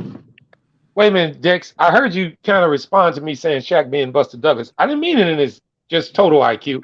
I mean in basketball sense. Was he a Buster Douglas on No, IQ he in wasn't no basketball? Buster Douglas. Buster Douglas was a one-shot Erskine. One-shot Erskine. He slipped up on Mike Tyson. Mike Tyson was out there acting a fool in China, Japan, or whatever they had that fight, and Buster Douglas caught him. But Mike Tyson caught Buster Douglas, and if Richard Steele counted that fight right, Mike Tyson wouldn't have lost that fight. Richard Steele paused on his count because Buster Douglas counted out. Who won that fight, Dex? Honestly, Mike Tyson won. Technically, Buster Douglas won. Thank you. But Shaq, but see, a lot of people don't feel that Shaq have an IQ. Shaq have a decent enough IQ because I've seen Shaq point to where the ball needs to be in that triangle to make a play happen. So I can't say that Shaq was just a lump. bozo out there. But I mean, I ain't trying to say like when I say a player ain't got as high as an IQ, like that ain't necessarily me calling them dumb or not like that. Just some people better at thinking on the go than other people. Like with the I look at J.R. Smith. Like people will call him dumb or whatever like that, but his working mind of basketball just ain't as elite as some other players. Like LeBron to understand in certain situations under pressure. Oh, I need to call a timeout. Oh, I need to do this. Oh, I need to do that. Like shit, even LeBron ain't catch that. Like you looking at the coach too. Like IQ, that shit ain't not about them being dumb. It's just how much thought you put into playing basketball. Like, do you take advantage of every single tiny thing like Chris Paul to where like these things? I don't think Shaq won but like that. I think Shaq just been, hey, I gotta do this. I'm gonna do this. I like him here, and I'm gonna do this. Like I don't think he been. I'm gonna manipulate the defense for this and that. Like I don't think he been all that with him. Yeah, because I think if I'm not mistaken, if my memory served me right, Shaq was the one who called the play for Kobe to because I think what's your name had the ball. What's his name? Shaw. I think Shaw had the ball first. Shaq told him to pass it over to Kobe, and then Shaq did that quick spin around, tossed his hand up, and Kobe gave him that lob. Mm-hmm. So that was a hell of an IQ play, and that was a play that sent them on a roll to a three-peat. Yeah. But I mean, like I said, when I look at basketball IQ, like I just look at it as more so like you're thinking through the actual moment. Like you can know everything in the world about basketball knowledge or whatnot, but it's about in the moment of you playing. Like, do you still got that same? I can quickly get to this information in my brain. A lot of players can't do that when it comes to basketball. I think Yeah. everybody So got a different passion for different things, man. Like everybody brain ain't considered to be an NBA brain. Like most people, no matter how much skills they got, like playing in the actual league where you got to know these things. A lot of people ain't got the mind for that, and that's right. cool. Well, let's go back to Lonzo. Now that's different. That's IQ. I see that Flight has a title that. Damn, what is the title? No, Lonzo Ball is a player that you just can't stop believing in. Oh yeah, there you go. Yeah, so we're going to soon see his intro interview, and we're going to get all of the juicy takes and the misses that people were spreading out here on Lonzo and the Chicago Bulls. And I guarantee you, I bet you not one content creator will apologize for their bad take. I'm letting them run whatever they want to run with. Dex don't mean nothing to me. They can talk all they want. Yeah. Yeah, I just need to see the season, like, because I mean, a report last week saying like even more good news and bad news or whatever the case may be. Is like y'all's gonna be something. Like if y'all will hold them up to get in the season, like shit, just do that. But don't. That's just getting annoying. You got to quit. No panic. You know what? You're gonna have to get you a team this year because we need to talk about your team as well as you talk about ours. I tell you, like if Kyrie do something crazy this year, where like he just fall out, I mean, just come at Kyrie. Dex, you know he got your Lakers as high as number 3 seed in the West, right? Dex know that. Exactly. I've been trying to tell you guys, but y'all keep laughing and throwing rotten tomatoes at me and kicking me off the stage. Hey, remember we've been doing the first 20 games of each team. I mean, first team. I remember I had Lakers like 9-1. Yep, exactly. You had them 9-1. I had them 8-2. I think y'all sleeping on. Lakers. Like, I think y'all really sleeping on them boy. They win 30-something games, but 1/3 of they no trio missing most of the season. The second one missing the chunk, and damn, Russ got to play out of necessity of who he playing with that night. Like shit, I'm gonna be all right. Hey, how do y'all think? I'm not trying to change it. I think they gonna get on that Utah trade. They trading all their players away. I think they gonna get on that. Yeah, I think Lakers is going to get Bogdanovich from Utah, and they might get back Jordan Clarkson. See, they might end up. They might send Russell up to Utah, and Utah gonna send Russell over to Oklahoma City for Shea. Watch and see. Man, I think they'll. Well, no, how much? Jordan Clarkson making decent amount. Well, Dex, if you want to go on that sentiment, there's a lot of reports out there that the Knicks are hot on the trail of Shea. I think Lakers can give up one of them first round picks in the future or something like that to get Bogdanovich, because he can shoot his ass off now. But I mean, he a little up there in age, and like he ain't gonna give you nothing spectacular. And he got a smaller contract. Like I think y'all can get him out there for draft picks. Y'all wouldn't have to get. I got a question for you guys. Is SGA a better fit for New York than Donovan Mitchell was? Nope. They about the same to me. Well, yeah, he a better fit. Donovan's a better fit. Donovan is going to ignite the crowd with his slam dunk in a way that Shea could never. I don't even think Shea slam dunk, even though he's like 6'7". Do he even dunk, or he just play around the rim? He just a little bulkier now. Like he's not getting bigger. Obviously, he can dunk, but he's not into exerting max effort. Right, exactly. There you go. Good take. That's a good take. You talk about better foot. You mean that he knows how because he hasn't made the playoffs. Well, actually, no. I'm sorry. He made the playoffs when he was a rookie. Yeah, he made the playoffs with Chris Paul. Who? Okay. So you guys think you don't think? Well, I'm gonna say this. I think SGA is a better fit for New York. I think he's a better defender. Yeah. Yeah, but that's not happening, Marvin. Marvin, stop taking us to dream history. Marvin, you love doing that. You must watch a lot of Outer Limits when you was younger.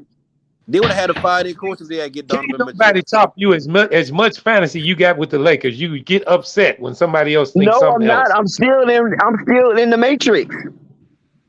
You want to keep taking us out of the Matrix. I'm trying to give Nick Hope some fans some No, hope. stop giving Knicks anything. They deserve what they get. Keep Yeah, gouging them they in got the to eye learn the with a hard needle. way. They got to learn the hard way. Just like the Cowboys, I get humble. Man, why you so hard on the Knicks? Damn, Dex, they ain't even in the West. The reason why I'm hard on the Knicks is the reason because the Knicks had ample opportunity to make things happen for their organization. And they seem to go away from it. Like they really is feeding the demon who wants fear. It's like it's a demon underneath the Gotham City, and he needs the fear of the people to energize him. And that's what the Knicks does. It's keep drawing up excitement, fear, anxiousness, and disappointment on purpose. To It's themselves. unreal. Listen, it's unreal what the Knicks have done over these past decades. Yeah, that damn Phil Jackson hiring, that shit Stokes feel crazy. Like, why? Like, what he did in his coaching career that make you feel like he's a good team builder. I mean, don't get me wrong, he had Hall of Famers on his rosters and all that, but I mean, I wouldn't call him a team builder. Hey, how do you guys think Charlotte is going to do this year? Oh my God, Charlotte, you just made my stomach turn. Are you freaking kidding me?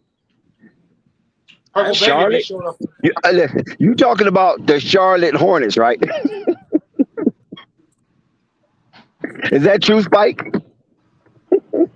Absolutely. I asked about the Charlotte Hornets.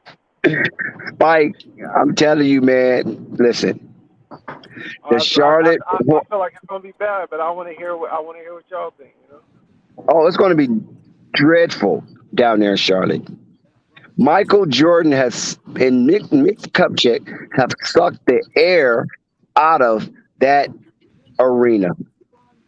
What's that, Wells Fargo or something down there? That arena was, the last 2 years, that arena was electrifying. They got some good news in Montrezl Harrell. Listen, Montrezl Harrell is just a holdover. But this is what I believe with the Charlotte Hornets. It's only a belief, right? So it's mainly on pure speculation. But it sounds reasonable, though. I'm not going to do like Marvin and take us out the Matrix.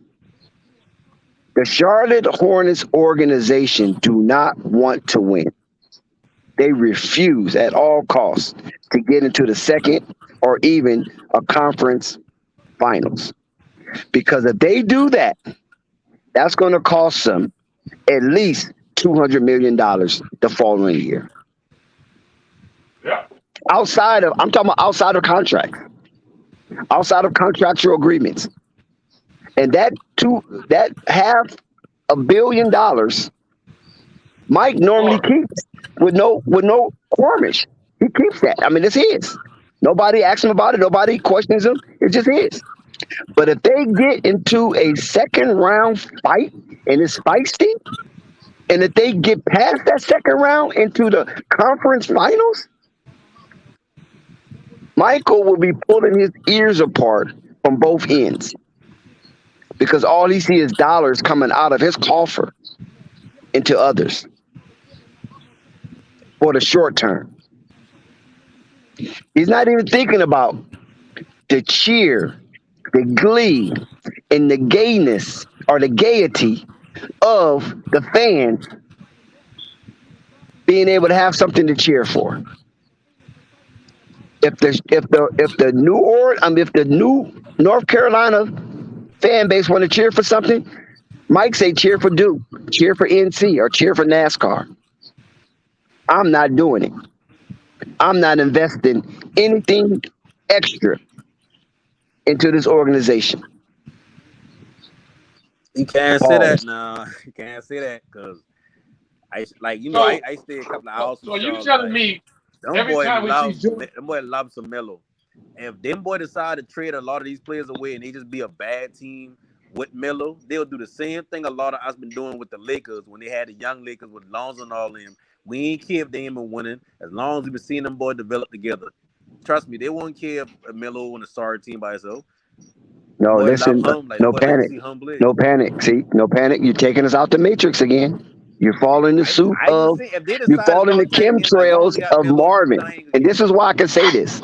You're following the chemtrails of Marvin because you cannot nowhere put the Hornets in the same breath of the Lakers, No, no I said the matter how young bad the Lakers. Lakers are. I talking about the No young way. Lakers when they Even had that's what I'm saying. Lonzo Even and that, Bi and all because them. what happened with the young Lakers, Mhm. once they saw there wasn't nothing they can do with it as far as advancing into a championship, what they do with it? They dispersed it. They blew it up. Now, No, some of us say, hold on, let me finish. oh, I'm a go Laker fan. ahead, finish Let me that. speak on my team. Some say it was prematurely. They should have waited for AD for a year. But when you got sponsors, commercials, media, television, all kind of other outside businesses that attach to the Lakers and their legacy, you can't wait because you don't know what's going to happen tomorrow. LeBron got injured, scared the fuck out of the Lakers. Trust me. That's when all panic went unleashed. Because as long as LeBron would have played that season with the Lakers, they would have measured it, they would have graded it, they would have inspected, and then they would have came out with a decision to go forward and wait for AD the very next year, and he would have walked right down the corridors. But when LeBron got injured, all hell broke loose, and things seemed to unravel, and Lakers was coming unglued at the seams, and that's what they came up with is to bust it up, get a superstar in there immediately, and stop the damage control. No, You I follow what I'm mean saying? when you look at that whole timeline, they go to, okay, boom, they draft Bi second overall, come back again and draft Russell. They already had Randall, he went like the seventh or the eighth pick or something like that in one of those years. Then when they get Lonzo, that's when a lot of people start like kind of Lonzo, Cal looking back Kuzma. at the Lakers, like getting in Lakers' face, seeing what they got going on because they have to see the Lonzo ball hype. So as they like LeBron down had plans, he been going there. Like the article come out where they say he tell them boy, get y'all jump straight, like the front office, all that bickering between Jeannie and the other brother about the team, like get that out the way. I don't want to come into that. That was already So out of the way. Yeah, that was already out of the way. put a decent team together and shit like that. So when I come over there, I ain't heavy lifting by myself looking crazy. So when the young players start playing decent together that year by themselves, then LeBron come. Like I said, I already been planning for him to come. Then when the 80 thing, you right, when he get injured, they be like, you know what, we ain't even about to make that trade a half season. Like we just gonna have to wait on that or whatever it would be. But the end of the season come, LeBron start like, hey, listen, you see me get injured for the rest of the season. Listen, I ain't wasting no more seasons. I trying to get another chip. I need him this year. Exactly. And they're going to get him that year. Yeah, that's exactly basically what happened. Now, if LeBron wouldn't have got hurt, they probably would have stayed with the young core and got Anthony Davis the following year, and then they would have went off. Because you got to remember, when you look back at that Laker with LeBron, Lonzo's second year, they were the fourth seed at one point in the season. They were all the way to fourth seed. They had just beat Denver. Remember Denver? Everybody was giving Denver and the Clippers all that hype, right? The Lakers came and beat them. I was at that game. You know, Lonzo handled Jamal Murray, kept him down. Jokic did his thing. You know, I think was Nurkic on that team, but that was a good Denver team, and Denver was supposed to be, you know what I'm saying, one of the top tier teams in the West that year.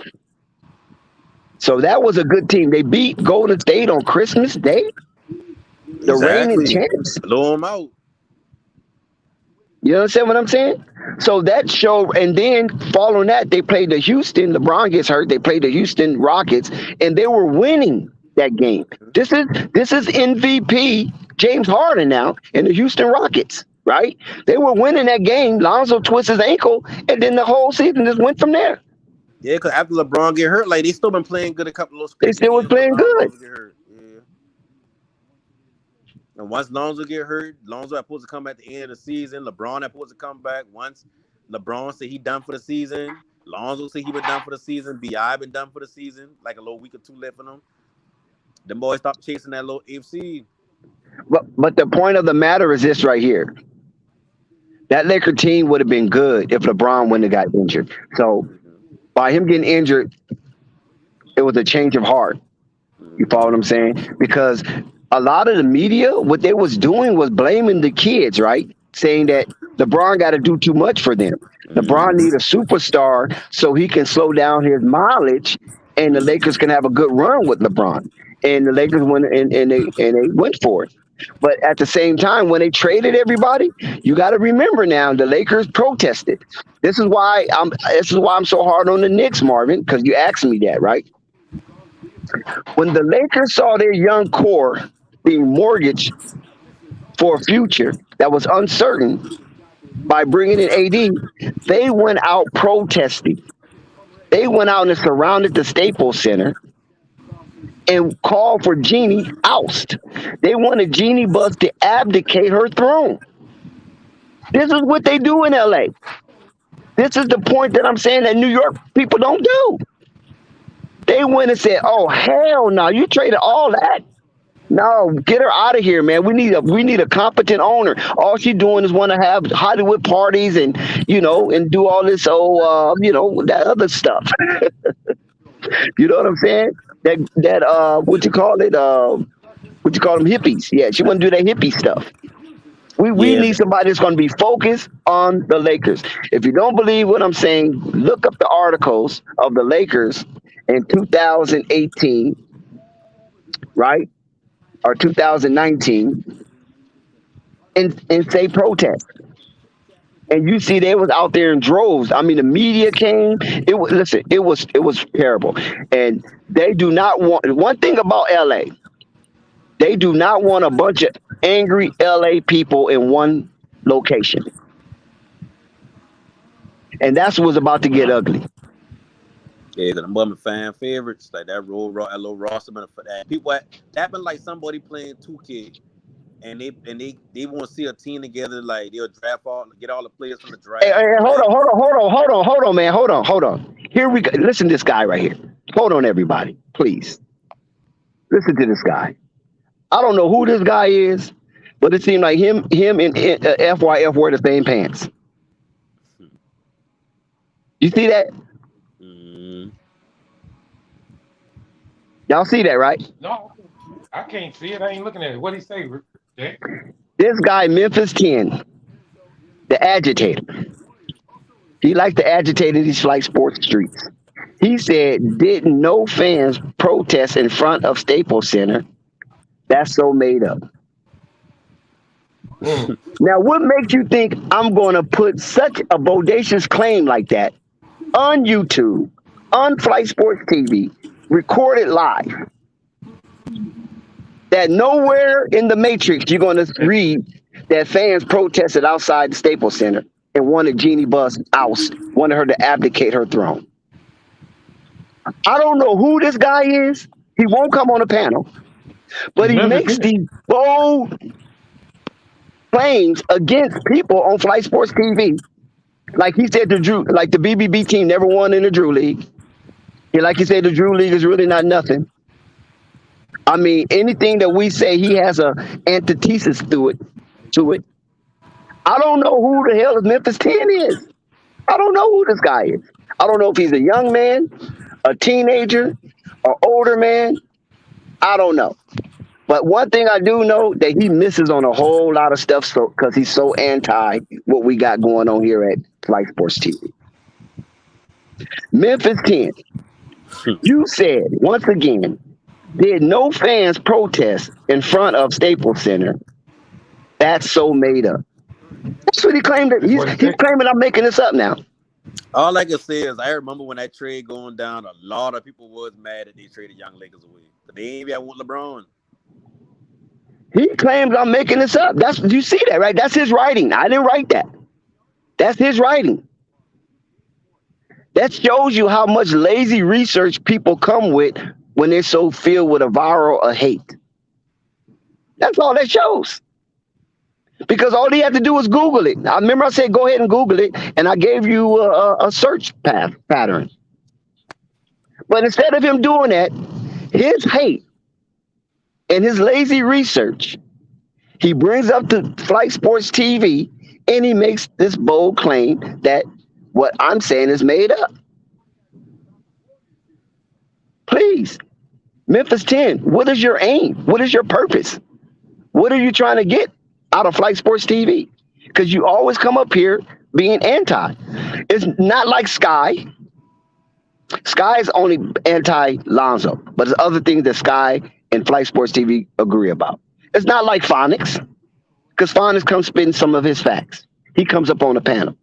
But you stay in the chat, be disruptive, or try to be disruptive, and keep inserting that everything that we do mostly is made up and it's cap and it's something to be clickbaitish. I think you have the wrong channel, bro.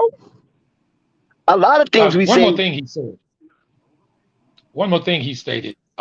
Casual Laker fans and people in LA heard the name Anthony Davis and got excited.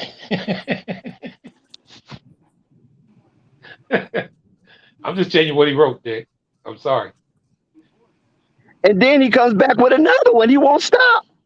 He said that was accurate, Dex. I was correct. BBB lost every game for 2 years. That's true. No hate. He won't And Slim stop. come in behind and say facts. He's going to tell me, listen, Memphis 10 is going to tell me something that I seen with my own eyes. Well, you know you can't be believing your own eyes no more, damn.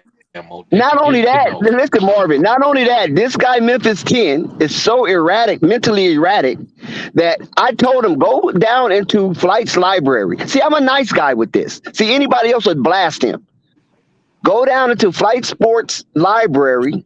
We have the game live streamed where BBB won in the Drew League. We got it. You understand what I'm saying? Would that be the case?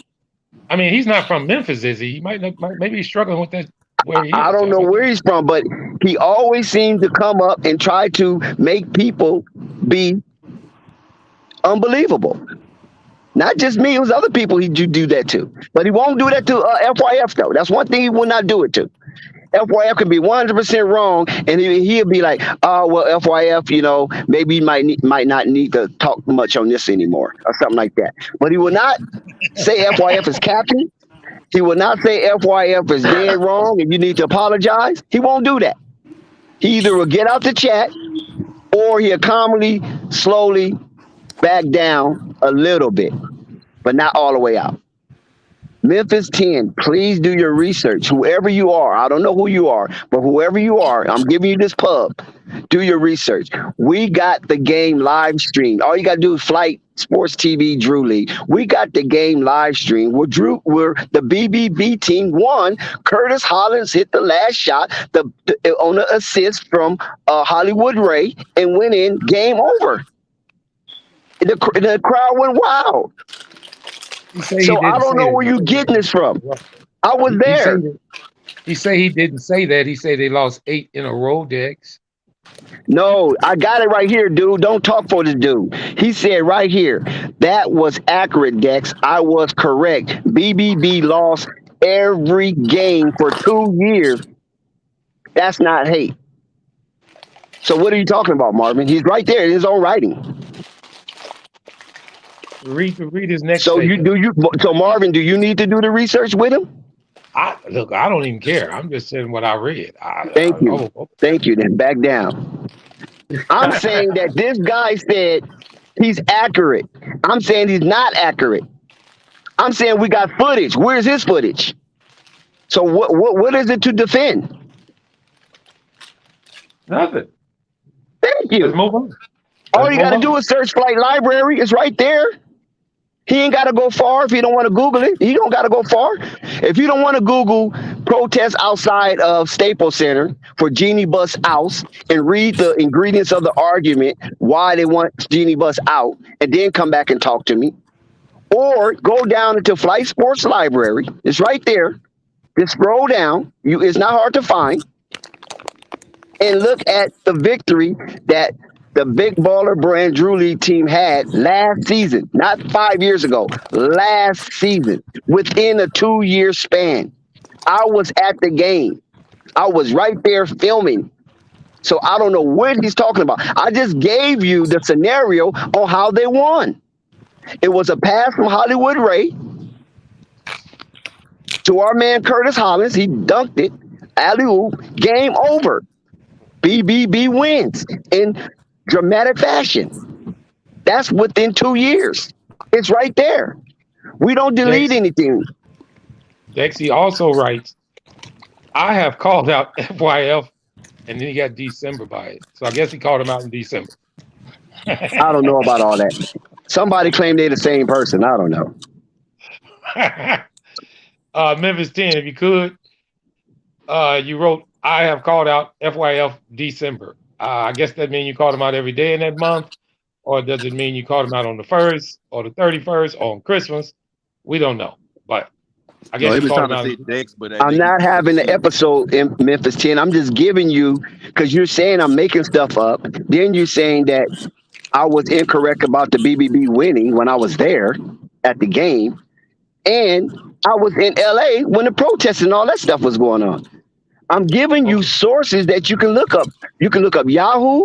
You can look up ESPN. You can look up NBC Sports. You can look up Clutch Points. I'm giving you sources that will back up what I'm saying based on the protests outside of Staples Center. Okay, Dex. Damn. But why y'all get mad at me? Get mad at this motherfucker. He the one saying I'm wrong. Don't get mad at me. I'm giving him avenues where he can research to prove if I'm right or wrong. Don't get mad at me. You should be happy that I'm giving up these avenues. I ain't mad at nobody. I'm laughing. He understand he said something wrong. Let's move on. I want to talk about the Nuggets because Basil asked about them.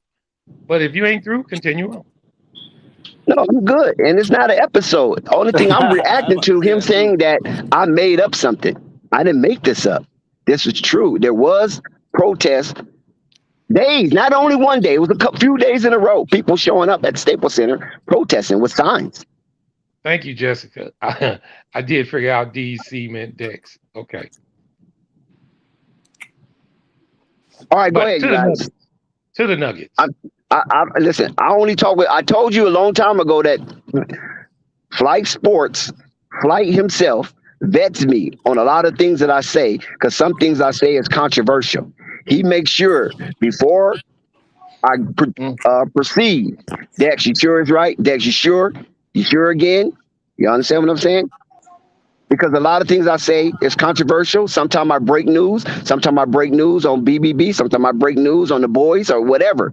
Flight want to make sure, because he knows people out there like that will try to come back and make Flight Sports TV look like a fool. All right. You did say sometimes you have outrageous statements. I can kind of disagree with that, but I'm not going to elaborate on that. So how about Denver?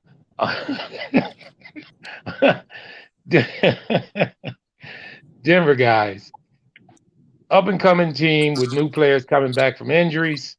Basil was asking, well, he actually just stated, let's go Denver. No panic. What you think about Denver? I think they about to be as good as they've been last year. I mean, I don't think they improved since they bring the point guard back. I don't think they improved. No, I don't. It's like when teams run a certain system, not even a certain. When teams run a system, it's like you look at the system and then you look at the revolving parts around it. So now you find the core piece of what they do good, and that's let the offense run through Jokic chain. Now, when you add back in the point guard, you add back in Porter Jr. Murray. Murray. Murray. It's like they give you kind of about the same as what the players that already been playing been giving you. Just Didn't they make a it may trip? be at a different level, but like now with Murray, he got to have the ball a little more started with him instead of being playing off of Jokic. Now, when they had that full squad, didn't they make the Western Conference Finals one year? Some in the bubble. Yes, they did. Yes, they did, Marvin. Yes, Denver made the Western Conference Finals. Let me get this straight with no panic. No panic. I do not care about no bubble. I said the Western Conference Finals. Did they make it? Yeah, and I'm asking if you're talking about the year in the bubble. Okay. That's the only year they made it, right? Oh, that's the only year they make them. Oh, okay. I'm talking about within recency. Yeah, I mean, they won a championship, but within recency. With Murray and them on the team. I mean, the reason I ask is I'm just looking for the performance of the team when they fully healthy. Now, a lot of reasons. I know why you brought up the bubble year. A lot of people feel that was kind of a tarnished year. But I say in the NBA, you ain't giving back no rings, so hubble bubble. But no, I ain't really making fun of the bubble, not like that. I'm trying to just clarify which year you were talking about. I try to actually remember. Yeah, well, I would only be referring to the years that Murray has been there, and that would be the only year. But see, that's a problem in itself, right? Because he only been there for one season with him healthy. And you saying that's the last time he been there. I mean, it been 3 years like he was season, but it been like 2 years ago last time he played, so he got to have the coming back process. He got to trust his knee again. He got to do all that and still play within the offense at the level that he been doing before he going in. Because if not, I mean, they have players around Jokic that they ain't been sorry players. Like, they've been decent players. Yeah, I would guess so. Kind of somewhat of what Murray do offensively when they get the ball in the hand. Like, I don't think Murray is a I don't know. I just think. All right, so you say they ceiling is 48 games. That's how many they won last year. You say that's they ceiling again? Yeah. Dex, you there? Yes, I'm here. Okay, no more trauma. Calm down. Here we go. Denver Nuggets. Giving facts is trauma? Okay. No. Damn, Dex, I'm joking. Shit. All right. With the Nuggets last year winning 48 games without these players that are coming back. With Joker playing out his mind the whole year and now getting these players back. Is Denver capable of doing something spectacular this year? I don't know what spectacular is, but I can't really measure spectacular when it comes to Denver, coached by Michael Malone. But listen, that executive up there, Timmy C, he's doing good. Listen, the man finished 6th last season, right? Wasn't Denver 6th? Yeah, with a 48 win season. Right. That's a good win total with what he had. You know, with the wannabes. You know, you had Jokic and the wannabes. But Timmy C, you got to give him credit, and Mikey Malone for crawling to the finish line and getting into the 6th place and putting up a team with Will Barton and Fukudondo or Campazzo. Yeah, Campazzo. That's what I was thinking about. Campazzo. He's gone too, right? Will Barton and Campazzo, I think they both are gone. Campazzo on the Warriors, I think. And see, Campazzo was a pest. No, he's not on the Warriors. They got somebody else. Campazzo, that little bitty guy, isn't he? Yeah, the pest. The one that LaMelo Ball say, "You a bench player, bitch." He's pesting the shit out of him. Yeah, but see, that pestiness is gone. But they got KCP.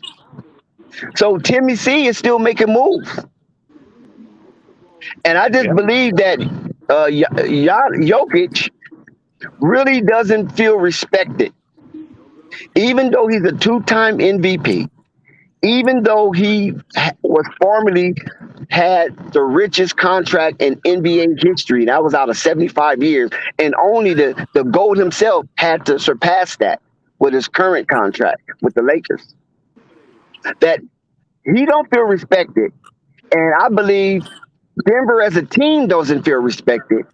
And that is going to resonate some kind of energy in Murray and KPJ because of their absence. Denver has been relegated to a 6 seed. And now they have to install and rematriculate. This is what I'm saying. They have to rematriculate into a Denver Nuggets roster, then become acclimated with a two-time MVP. Because when they played with Denver in a full roster, full healthy, Jokic wasn't a two-time MVP. So even Jokic has taken his game to another level that Murray and KPJ had yet to feel on that parquet floor. So for 94 feet and for 48 minutes, however the minutes comes, they're going to have to aggregate themselves to a talent level of a two-time MVP in Jokic and play within and around him as a playmaker. That's what I'm cautioning at, because I kind of rushed into Denver knowing those two gentlemen was coming back with Gordon, but then again they traded Will Barton, but they got KCP and a couple others. We're gonna have to see how that gumbo cooks up. So I'm gonna have to watch Denver for like at least 5 to 10 games before I really start pushing a narrative on Denver and waging any type of money on their play style. And if they pick up KCP is like the prototypical player that you put on Denver roster.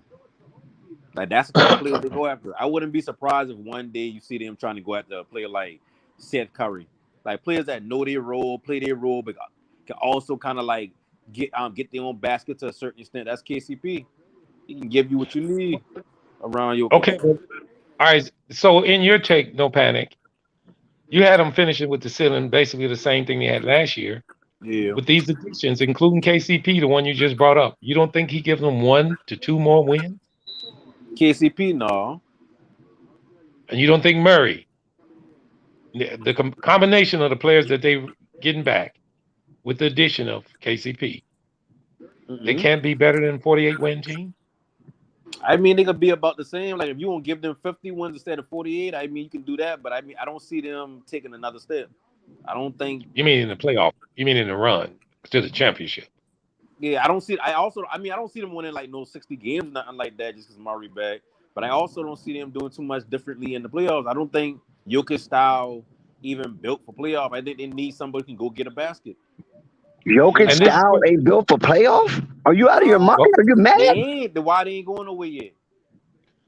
Surrounding players, I would say that. But one more question to you guys before you get to going crazy. All right, hold on before you guys get to going crazy.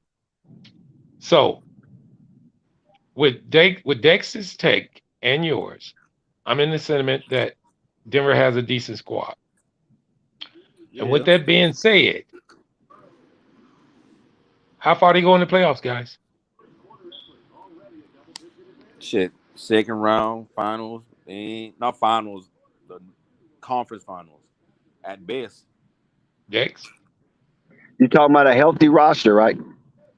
Yeah. Well, listen. There was an exclusive interview with the Denver Nuggets assistant GM, Tommy B, and he discussed the Denver, Nuggets offseason and the things that they were looking for and players they wanted acquired and to fill in and things of that nature. And I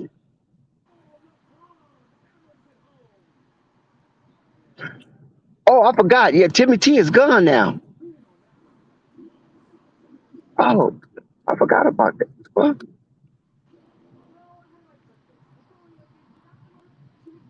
Yeah, he gone. Okay. But anyway, yeah. But Timmy T is not there no more, so we're gonna just discuss.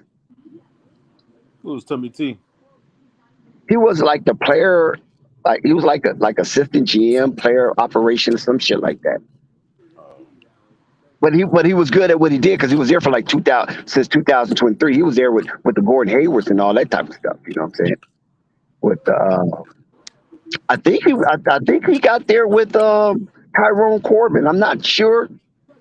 I mean, no, that's Utah. Damn, my mind is fucked up right now. Memphis, you got me all messed up right now. No, he departed like 2000. I mean, he got to Denver like in 2013, so he was there for a while. So there was a lot of continuity with him.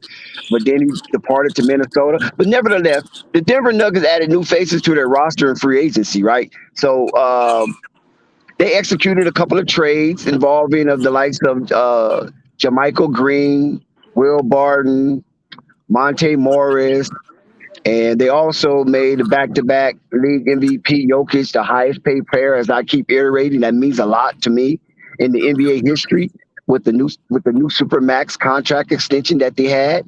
And to say things have been eventful is quite an understatement, right? When you talk about Denver, because a lot of people kind of just walk over Denver and go to the Clippers and they go to the Suns and things of that nature, but they fail to realize that the Denver Nuggets been playing with the roster that was a shell of itself when they played the Lakers at a healthy peak. Remember this: they played the Lakers at a healthy peak, and it wasn't no sweep.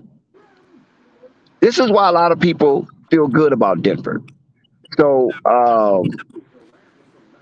if you want to look at the general manager, I think it's Calvin Booth. He took over the reins of the team's front office. Um, him and assistant general manager Tommy B seem to have some type of chemistry going because I just believe that the Denver Nuggets, with all of a healthy talent and the acquisition they made with KCP, I think KCP is a lot to them because he is a veteran. He know how to play defense and he can score. Now his consistency that might need to be worked with. But as far as that, I just think that KCP would be a good addition to the Denver Nuggets, especially playing with the two-time MVP. Because KCP can move around on that perimeter, get to where his spots is, and he can shoot the ball. And we know KCP is a damn good athlete. So we're gonna see what Denver does. I don't know if they can outpace some of the upper tier teams based on how they will play Murray and KPJ, how will they implement and stagger their minutes to get them back aggregated after they matriculate into this new Denver style with a two-time MVP. That's big, and getting CP. Damn, hold on one second. My voice is dropping. Getting KCP and Bruce Brown are both moves that really stand out for the Denver Nuggets because they are two-way players and who understand their role and are tailor-made to play with someone like Jokic. That's just my opinion. Now, I know Denver lost Monty Morris. I know they lost Will Barton. You know, they left, you know what I'm saying? And they went to go share and spread their wings somewhere else in the NBA landscape. And they were very helpful to the Denver Nuggets. But the Denver Nuggets was only a 6 seed with those guys. I believe with CP, listen, because I seen CP, what I keep saying that. I seen KCP play. I seen how tenacious his defense can be. I seen him and Lonzo hound people in the backcourt. I've seen that. Bruce Brown, I've never seen play, but I hear wonderful things about him. And I know that he would not be a misfit in a Denver Nuggets uniform. Okay. I'm sorry I got kind of cut off there, but I'm back. But I was listening when I was trying to get back, while I was held back in the back on the backstage. But so with all that being said, how far can the Denver Nuggets go? Yes, I see that Basil talk about he's listening to Meatloaf. Where do we go from here? Where do we go from here? I want to cut, as they say, cut to the chase. And you give me your take on how far. Now, I'm not going to say, but I heard you have some tall beliefs about this team. So I want to hear how far you feel they can go. Who are you talking to me? Yes, sir, please. Oh, I think Denver could cap out at the Western Conference Finals. And when you say cap out, are you saying that because you don't think they stack up against teams like a Golden State or the Pelicans or the Lakers or whatnot, or the Clippers? Yeah, because I'm looking at the landscape because the Lakers are not done. If the Lakers were done with their roster, I might have something more better to say about Denver. But the Lakers are not done with their roster, and by them trying to acquire Bogdanovich, that says a whole lot to what the Lakers are going to be able to do and how transforming that this new Laker roster will be this year. So that could be an issue for Denver because Bogdanovich is not no little guy. You know what I'm saying? So he can Yeah. stand out there and shoot those threes over anybody, and he penetrates. So based on that, I think they can reach the Western Conference Finals. Wow. They will go further this season than they did last season. Okay. I'm going to give my take on them. I think it's a good team, guys. I do see an uptick on the team with these players coming in and coming back from injuries. I think it'd be unrealistic if we didn't think that way. At least with the sentiment of figuring they're going to be healthy, at least coming in game one. I think it betters the team.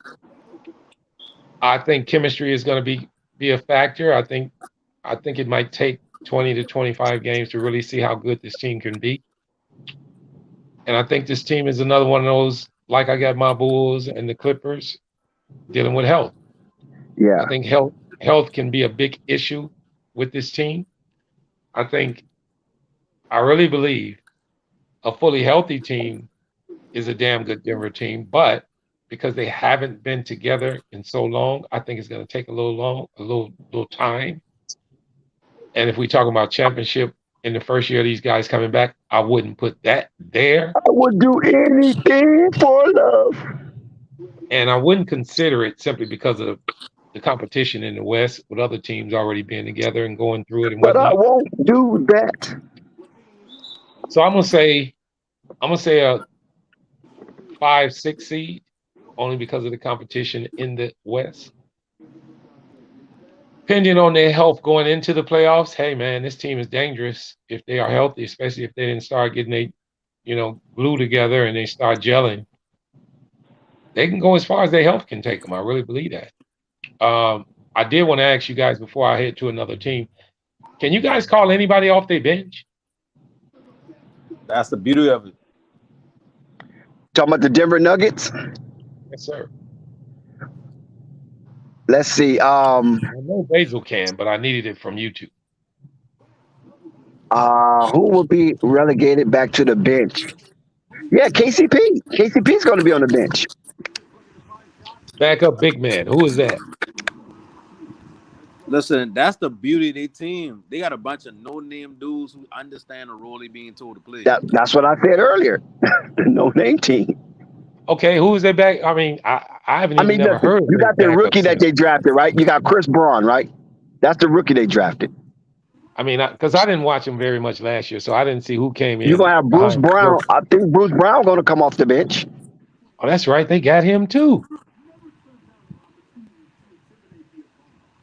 But I mean, backup big man. The rookie. They got Ezelia or some shit like that. The backup big man. Who is it? Backup big DeMarcus Cousins, right? Not no more. He's gone. He didn't resign. No, I just thought he had go sign somewhere else this year or something. What about DeAndre Jordan? If you know, put it in the. Oh, he said Bones. Did they have JaVale McGee? What happened to no? JaVale McGee is Dallas. What happened to DeAndre Jordan? Didn't he go to Denver? Wait a minute, Basil. Are you referring to Bones Highland? Is Bones Highland a center, guys? Yeah, they had DeMarcus Cousins. I knew I was right. Okay. All right. I mean, but Could that be a weakness of them, their bench? Oh, they ain't No, signed him back. Basil said they didn't sign him back. So the bench, you figure the bench is okay. No panic. I mean, I wouldn't say it's okay, but I mean, teams like that, like I said, everything running through Jokic. So as long as a player can do his job efficiently, he good. Like they ain't asking nobody off the bench to come in and be the sixth man of the year. So like, Okay. no, the way they run it, I don't think that would matter too much. But like I said, I personally feel like that team is not going to win a championship because they don't got a wing player that can go get it. And Jokic game ain't a dominating game offensively, so it's like it could be times where he gonna have to rely on other people to make plays. I don't believe they got that on their squad. Okay, Okay. listen. Where you get the because okay.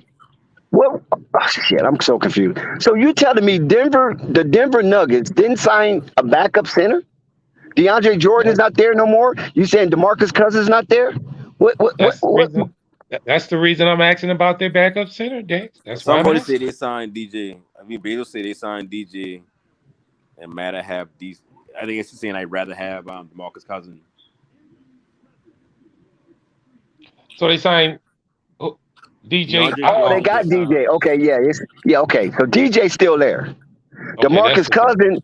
DeMarcus Cousins is a question mark because he's still a free agent. Yeah. They might sign him back though. I think they might sign DeMarcus because nobody's is grabbing for DeMarcus Cousins. No, they're not. All right. Before I go on, guys, I did want to ask the chat a question. To Slim, put in the chat who your team is, because I'm gonna see if I can go over them. But I wanted to go to this next team. I wasn't sure if this guy was a fan of this team, but I did want to do this team because it sounds like he is. And this is dedicated to brother Memphis 10. So we're gonna Oh my God! we're gonna decree the Memphis Grizzlies. How do you even know that he's a Memphis Grizzly fan? Well, I would think if he's a Memphis 10, that Why would maybe. listen? What about the Pelicans, man? Well, That's going I'm to be waiting. one of the most exciting Hold teams in on, the Dex. NBA. Dex, quit traumatizing. Or you can put the music back on. We going to them. All right, You want Marvin. to put the music back on so you can calm down a Okay. little? All right. Thank you, sir. Thank you, sir. I wanted to go to Goddamn. Memphis. I wanted to go to Memphis next, and then I wanted to check and see who Slim's team was before I went to the Pelicans.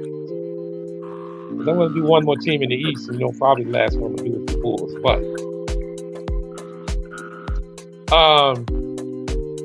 let's try Memphis. Now, what I want to do is I want to start with you, Memphis. And the question I want to ask you with Memphis is this: will Memphis have a problem because of Jaren Jackson being hurt? And if so, can their backup center hold the fort down until he get back? And where will Memphis finish? Question again: will Memphis have problems because of Jackson being out? Can their backup center hold the fort down? And where will they finish? You said a backup center? Yeah, that would be I forgot his name. But Jackson was a power forward, wasn't he? He wasn't a center.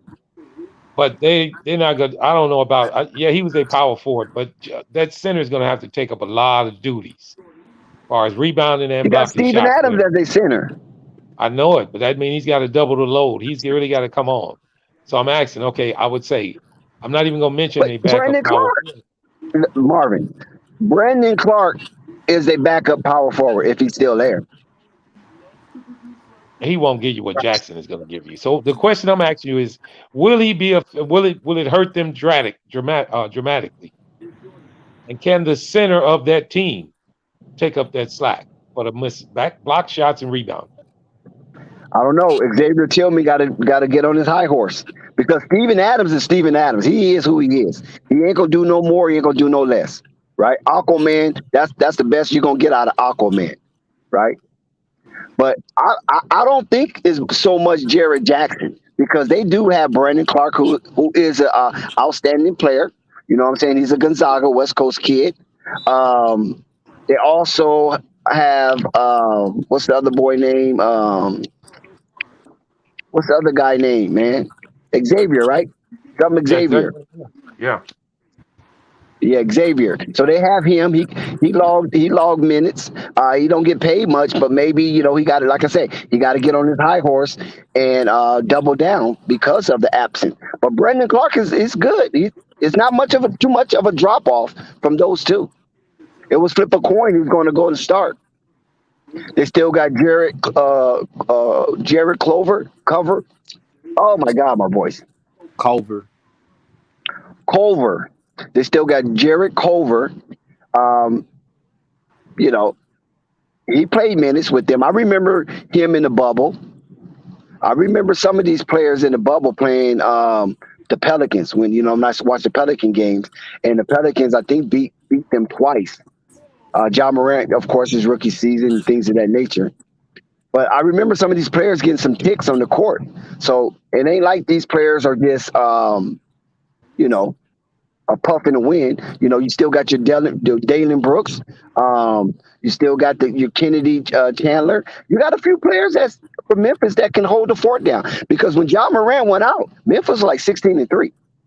And that was the reason I'm asking this question, because they played a little better when Ja was out. Will they be better without Jaren Jackson? I don't know if they will be better than last season because I think Memphis peaked. I think they peaked last season. Being that number 2 seed in the Western Conference behind Phoenix, I think that was a definite peak. So I don't see them being that high. So I'm going to say it's not because of Jared Jackson. I'm just saying their expectation exceeded their level of play, and their level of play will come back to normal, and they'll be around the 5th and 7th seed. Okay. No panic. Are you still there? No panic is gone? Yeah, what happened? Okay. We are on the Memphis Grizzlies. My question to you is this. With Jaren Jackson being out injured periodically, Mm. and I don't know if you heard Dex takes on his replacement, where do you see Memphis this year? And one more thing. Go ahead. Not only where do you see them, do you think they struggle without Jared Jackson? Yeah, I think they struggle to a certain extent because they do play well without the quote unquote stars, but he do bring a level of floor spacing from the full, and he can play the 5 too or not. So it's like, I mean, it is going to hurt him to a certain extent, but I don't see too much for them anyway. I got them at a 6 seed. Okay. Well, in my eyes, I guess I give my take on them. I'm almost in the sentiment of like Dex. I don't know if they peaked last year, but I think they played well above their expectations. Now, I don't know if you guys can remember their playoff games they played, but the playoff series they lost was against Golden State.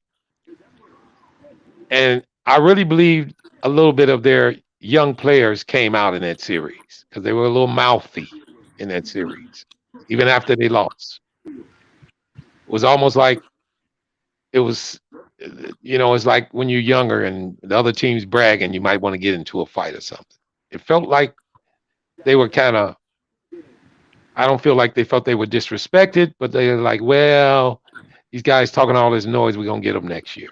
I don't know if that's a motivational cry for these guys, but then to get hit with an injury from Jaren Jackson before the season starts, I don't know if that brought them back down to reality. I really believe, last year I picked Memphis kind of high because I just thought they had a real deep team. And anytime you got a quote unquote superstar on your team, we can debate that, and Ja Morant. I think you always got a chance to be relevant, to shock somebody. Now they ran into Golden State last year, and I don't know how you guys felt, but I think they kind of played pretty well in that series. They didn't play every game well, but I think that the age of the team got to them down the stretch, and they just, that was just it. I think last year was a big learning and a big step forward to them becoming a decent squad. because they were young and they were in the playoffs, guys. And I think they held their own for as long as they could. So in my eyes, I see them with this deep West. Here we go again. And they finished second last year. Now I did read in the chat a minute ago, a lot of people are believing they can't even come close to that again. I'm not going to say they can't come close because if they're a 4 seed, that's close. But I really don't see them at a 4 seed with some of the teams that's supposed to be coming up in the Pelicans, Lakers, and Clippers. And the grueling and the grind of an NBA season is going to determine sometimes 1 game to 2 games. You can go back to the Knicks season when they were losing and they decided to win 1 extra game and it put them 1 seed in there where they wanted to be in the draft and they didn't get the player they wanted. So I think 1 win and 1 loss can really mean a difference in the West as far as your seeding. And with the loss of Jaren Jackson, I just can't see this team being the same.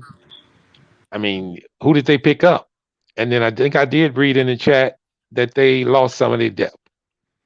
I don't know exactly because I don't follow them that much, but if they did, I'm more in the sense like I think they played out of their minds last year to get to the 2 seed. I don't know if that's something that they can duplicate. So I don't see them in the 2 seed. I see them at least about a 5 to 6 seed. Now, mind you, all these teams in the West, a 5 and 6 seed is still going to be a good team.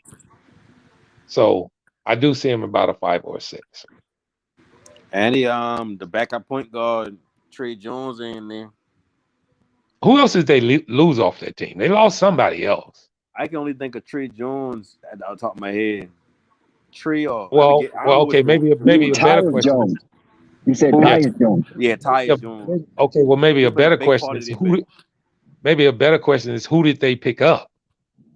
Somebody who's gonna be out most of the year, Danny Green. What? That's all they got? I mean, I don't know who else they get, man, but they ain't really. They gotta pay them players like Dylan Brooks gonna want a check, Bane gonna want a check. JJJ already getting the check. Damn, your boy just get his check. Like them boys, they understand what they're doing. It's like they still want to compete, but they still looking at the future a little bit, and that's why they ain't going nowhere. Okay, well, final question about these guys is to both of y'all. Do they have themselves in a quagmire with these young players and all these contracts damn near coming up at the same time? Yep. That's the problem with wanting a young team when everybody young and all that. It's like they still got the propensity to get paid as much as they value off of like whatever the top shelf of what they did, they getting that price right there from somebody. Because they still young, that's the premium. You know, I hadn't thought of that. You know, I don't know how these guys. I mean, sometimes if you're not a real good team, you tend to get a lot of young guys year after year. So those contracts do kind of run into each other. But if you got 2 or 3 of those young guys trying to come up for contract at the same time, that can become an issue. Mm-hmm. But as far as their performance on the floor, I think missing Jaren Jackson is going to be huge. They were the number 1 block shot team in the league last year, guys. I don't believe they're that no more. And to me, block shots is undervalued because those are attempts at the basket that could be 2 points against you that you usually on a block shot turn into a fast break and points for yourself. It's a lot of times on a block shot because it just raises the level on the floor. If your team gets the ball, the first thing they want to do is run. So without Jaren Jackson, they lose a lot of that.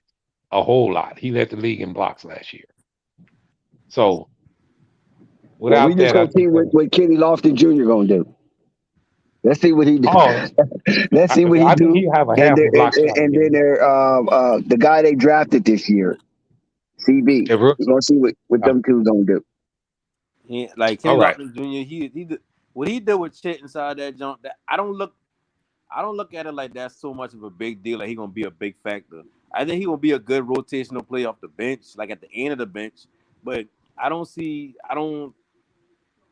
don't work no more. That Zach Randolph body don't work no more in the NBA. Like he can shoot now, so I mean, if he got the cardio for that, the try to get open all the time. Like, he can do Yeah, that, but I that's mean, what I why? was just going to get to. And also, guys, did he look like he's ready for the moment for the NBA? We won't see. Kenny Lofton. Yeah. I mean, I say going against Chet for somebody his That's if he size, that's makes the not a team. problem. That's if he makes the team. I don't even know if he's on the team. Like, because you still got preseason, you still got training camp. So he might be invited to training camp because he is a popular player and he's a fan favorite, Kenny Lofton Jr. But you still got David Rudy. You still have Xavier Tillman. You still got other players that's competing. That's going to see if they're going to be able to fulfill that void. You know what I'm saying? Uh, Yeah. Jake, what's that guy? I think he's Puerto Rican. The Jake dude. So Yeah, I we're can't. gonna see I what, don't know his yeah, we're gonna name. see what Memphis is all about because they heavily laden at the forward position. Yas Pond, you still got Santee. I mean, you got a bunch of forwards on this team that's crazy. You got Zaire Williams. Don't forget about him. Will he make his surge this year? Brandon Clark, is he going to be that guy that people thought he was coming out of Gonzaga? It's a lot going on because I was a Brandon Clark fan because he was a beast in college. We just gotta see. Like I said, they're very guard heavy. Even Dylan Brooks and Culver, both of them can play guard forward. They're tall enough and big enough to play guard forward. So they're just a plethora of guards, like a log jam. I mean, a plethora of forwards. It's a log jam at that position for some reason. I do not know why. Maybe because of John Morant. Maybe they don't want to put too many guards there for John Morant. So they put it, forwards, and you still got Tilly. Tilly was okay, Killian. I mean, man, it's crazy over there in Memphis. It's just crazy. They exceeded. They pounded that post area. They made sure they protected the rim, and John Morant went crazy, and it was end up being the second seed. So we're going to see what a lot of these players going to do coming this season because Memphis will not sneak up on nobody this year. That's right. So in closing, I did want to read one specific writing from the chat, and that would be from Memphis 10. He writes, Dex is the new spokesman spokesson for the Grizzlies. He loved it. And I You and your guess, boys getting tied up. yeah, you ain't lying. So what the reason I did that, Dex, because I thought Memphis 10 was a Memphis Grizzlies fan. It looked like he is. So moving along slowly. I did want to get to the lovely and beloved, sky loved New Orleans Pelicans. Now this one here is gonna be fun, guy, because I'm finna rip on my new asshole. But no, I'm not. Balls. I did want to just get to these guys because they are something in this NBA landscape of an up and coming team to a lot of people, including executives, including coaches, including fans. In a lot of people's eyes, a lot of people are seeing this team as one of the young guns in the NBA.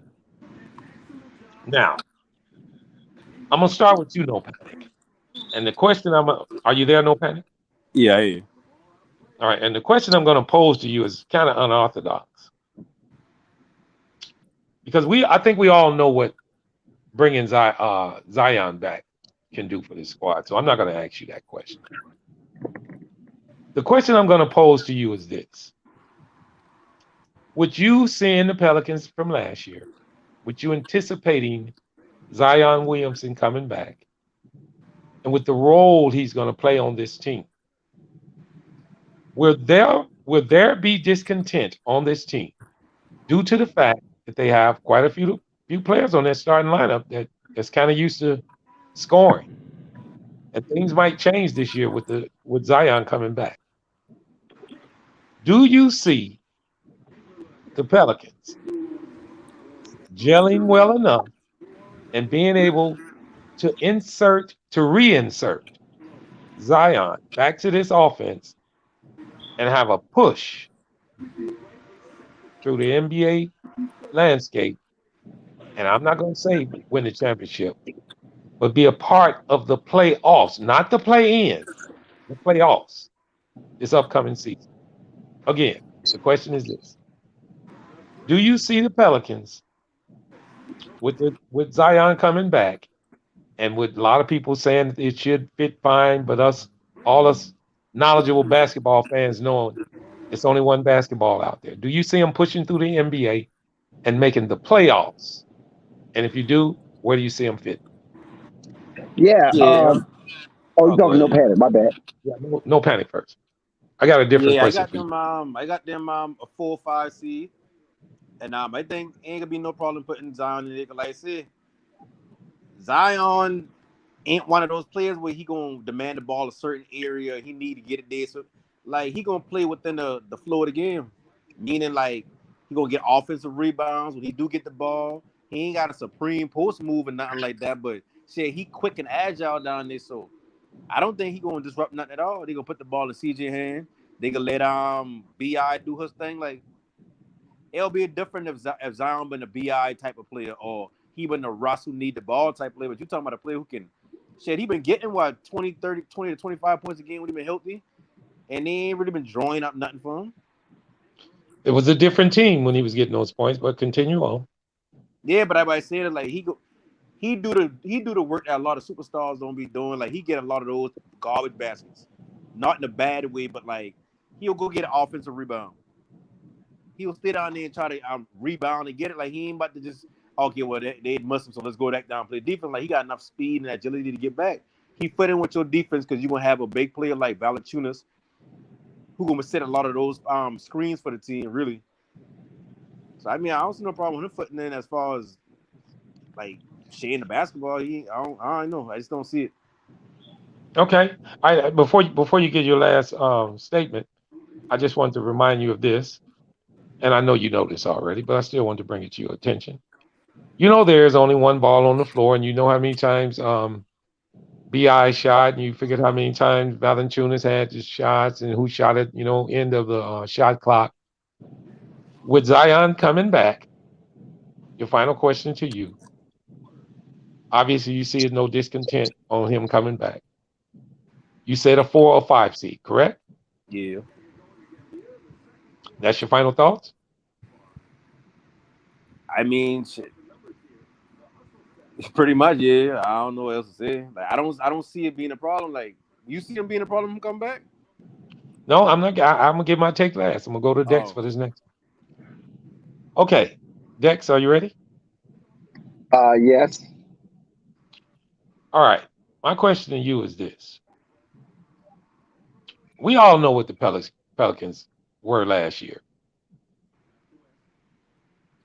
I'm not gonna ask you. Did you feel them being 10 under 500 was a reflection of their team? Because I really believe most people feel they were better than 10 games under the 500 mark. So my question is to you is going to be more related directly towards Zion. And with me saying that, my question to you is this: will Zion be able to honor this contract? Will Zion be able to contribute to this team in a positive way? And will Zion have a little discontent on how many shots he take because of the shooters that are on his team? I don't want to know how far you think they go. I just want to know how you feel about those questions, if you can Okay. remember. Well, we all know that Zion have a stomach contract. Yeah, he got a fat man contract, so it's stipulated within his contract based on weight conditioning, and that in itself, right there, is a restriction that we don't know if Zion can keep up or follow or stay within. But nevertheless, if he's able to feel contractually feel all of the incentives and all of the ifs and all of the isms and schisms within this contract, I would think Zion is going to be explosively unstoppable. He's going to be that unstoppable force in the NBA, especially between 7 to 3 feet around the rim, not including dunks. We've seen that Zion is so agile with his beefy body. We've seen how he is nimble with his feet, how quick and his muscle twitches is by going down and coming back up and still beating the defender who went up with him initially, which is crazy in itself. A guy goes to the rim. He attempts to make a shot. The defender attempts to swat the ball. The ball goes off the rim. He comes down, go back up to get the ball while the guy is coming down on his initial attempt to block the shot. Never before seen that. I don't know who muscle twitching is faster than that ever in the game. You follow what I'm saying? I know James Worthy had a quick muscle twitch, but I don't know if anybody could surpass Zion from what I've seen. So if he slims down, that muscle twitch might even be faster or even stronger. So anywhere around that rim, Zion might end up beating Mitchell Robinson record of field goal percentage. Mm-hmm. You follow what I'm saying? And then when you look at Brandon Ingram and you look at C.J. McCullough was a leading scorer last season because they're counting all of his games, right?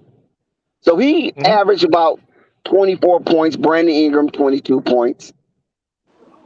So now Zion going to have a slice of that pie.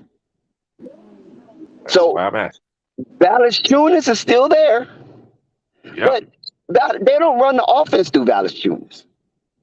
So based on Zion Williamson's contract, it seemed like the offense might run through him. I don't know because I don't know what Willie Green got up his sleeve. I don't know if Willie Green going to push the point Zion because, that's David Griffin thing. He wants Zion to be the next LeBron James because David Griffin have a fixation with LeBron James and LeBron James' legacy. He's trying to maintain his attachment to LeBron James' legacy because David Griffin hasn't won anything outside of Cleveland. LeBron has. You follow what I'm saying? So this point Zion, I don't know if it's going to work because Zion is a lefty. But nevertheless, they still have a lot of young talent that needs to be aggregated into seamlessly, not roughly, seamlessly, if they're going to win, into this new Pelican roster. You know what I'm saying? And you got what Herb Jones going to do in his sophomore season? Is he going to hit the sophomore wall? We don't know. What Trey Murphy's going to do. So there's a lot of pendings with the Pelicans that people have yet to unleash based on Zion re-entrance to this team. So I'm just hoping that it could be a seamless transition with Zion and everything that he has to bring forth, because I honestly believe that these Pelicans is going to be something to deal with. They're going to be like a bat out of hell because I believe Zion is a little angry. I believe Brandon Ingram is on his journey to greatness, and he feels he's right at the tipping point. He feels he's probably maybe 4 miles away from reaching the tip of Mount Everest. C.J. McCullough is looking into a new direction. You follow what I'm saying? He might be playing for contract this year. So there's a lot of upheaval that's mixed in with this Pelicans, and it could be helter skelter. I don't know. But only thing I'm saying is that the Pelicans is going to be raising hell through this league, and they're not going to be a doormat for anybody to be lifted upon playing the Pelicans. The Pelicans is trying to stop a whole lot of stuff that's going on in this league right now. All right. Great take. And before I give my assumption on these guys, I did want to ask the chat if you didn't mind, because I'd rather do this and let you guys put this down, because I don't want Jessica all on the panel. I don't want her coming up here, real mad at us. We're not going to give I'm not going to give my prediction on where they're going. Jessica, if you could start, tell me where you see your Pelicans finishing this year in the West. And chat, Basil, all of you guys, Slim, all of you guys out there, Mac, you guys put it in chat. Where you guys see the Pelicans finish. And while you guys are doing that, I'm going to give my take on it. And my take is going to be surrounded and centered around the coach and the bench. And the reason I'm doing this is because when you bring a player back like Zion, this can become a tough job for a coach to make sure all these guys are happy, to make sure it fits, make sure it works. And I always felt a good way of doing that is by having a good bench, because it takes a lot of pressure off of the starters. And I believe that's where Willie Green comes in. Now, I think we all noticed last year that the Pelicans had a real good bench, pretty good bench. I wouldn't say real good, but pretty good bench. But they did not, to me, sometimes bringing in another superstar to your team, if you're not ready for it, it can actually cause problems on the gelling of the team, behind the scenes, guys getting funneled a little bit because maybe, hey man, I should have took the shot. I'm not saying that could happen with this team, but very well it could. So I think I'm putting this one on Willie Green, guys. One thing about winning, and one thing about starting to win, is the following year, your expectations from the front office means you need to do better. So I'm going to start by saying this. With the Pelicans finishing 10 games under 500 last year, 10 games under, guys. This is a tall task for Willie Green. Now, a lot of people might not believe me, but I'm telling you it is. Meaning this. That whole city, state, organization, everybody in New Orleans are looking for way better results than 10 games under. Way better than. Now, I asked the chat and Jessica, leading the pack, to put down where everybody thought they would finish. I'm not going to give my prediction on where I finish simply because I want to read you guys. I believe Willie Green has one of the toughest jobs ahead of him that he's had in his coaching career. Listen, when you have success doing anything, you do not want to digress the following year in the NBA. I mean, when you have success in the NBA. We look at, we're on here decreasing Phoenix simply because they didn't go far in the playoffs. And the expectations of most fans is that Phoenix is not going to be as good as they were last year. So, Marvin, I think it's more predicated on their drafting this year, because they chose to draft a guard. They chose to draft a forward. They chose to draft actually two forwards. So I'm really curious, because they drafted Trey Murphy the third last year, was a forward. They traded for Gary Temple, who was guard forward. So I'm curious how they go with Dyson Daniels. I think Dyson Daniels is going to have to play crucial. He's going to have to have crucial minutes, and I believe there's going to be a trade. They cannot keep all these guards. Well, that's why there has to be a trade somehow for some of these guards. For one, hold on, Marvin. Marvin, hold on. There's going to have to be a trade. To me, this is me. There's going to have to be a trade for all these guards. They just got Dyson Daniels. They still have Kyra Lewis, right? They still got Jared Harper. They still have CJ McCullough, Devontae Graham. Who else they got on guard? Kyra Lewis. Yeah, that's right. I forgot about Kyra Lewis. Jose Alvarado. You follow what I'm saying? And Tony Snell. And Gary Temple. They got so many. They got a long time at this guard position. And now they're asking for Michael Conley to come down there. Something got to give, Marvin. Well, and that was the reason why I wanted to base my returns on Willie Green. Because remember, when you get all these pieces, somebody got to make this work, and that falls on the head coach's shoulders. I mean, there's been plenty of times when teams were stacked packed with all kinds of players, and everybody said, "Why does this look so ugly?" And it could be the case of the coach not being able to use these players in their proper positions. They're not gelling, the continuity. There's so many things. And I'm not saying Zion is a problem. And if he is, it's a good problem. But what I'm saying is sometimes you can ease through it or coast through a season because expectations are not high on you.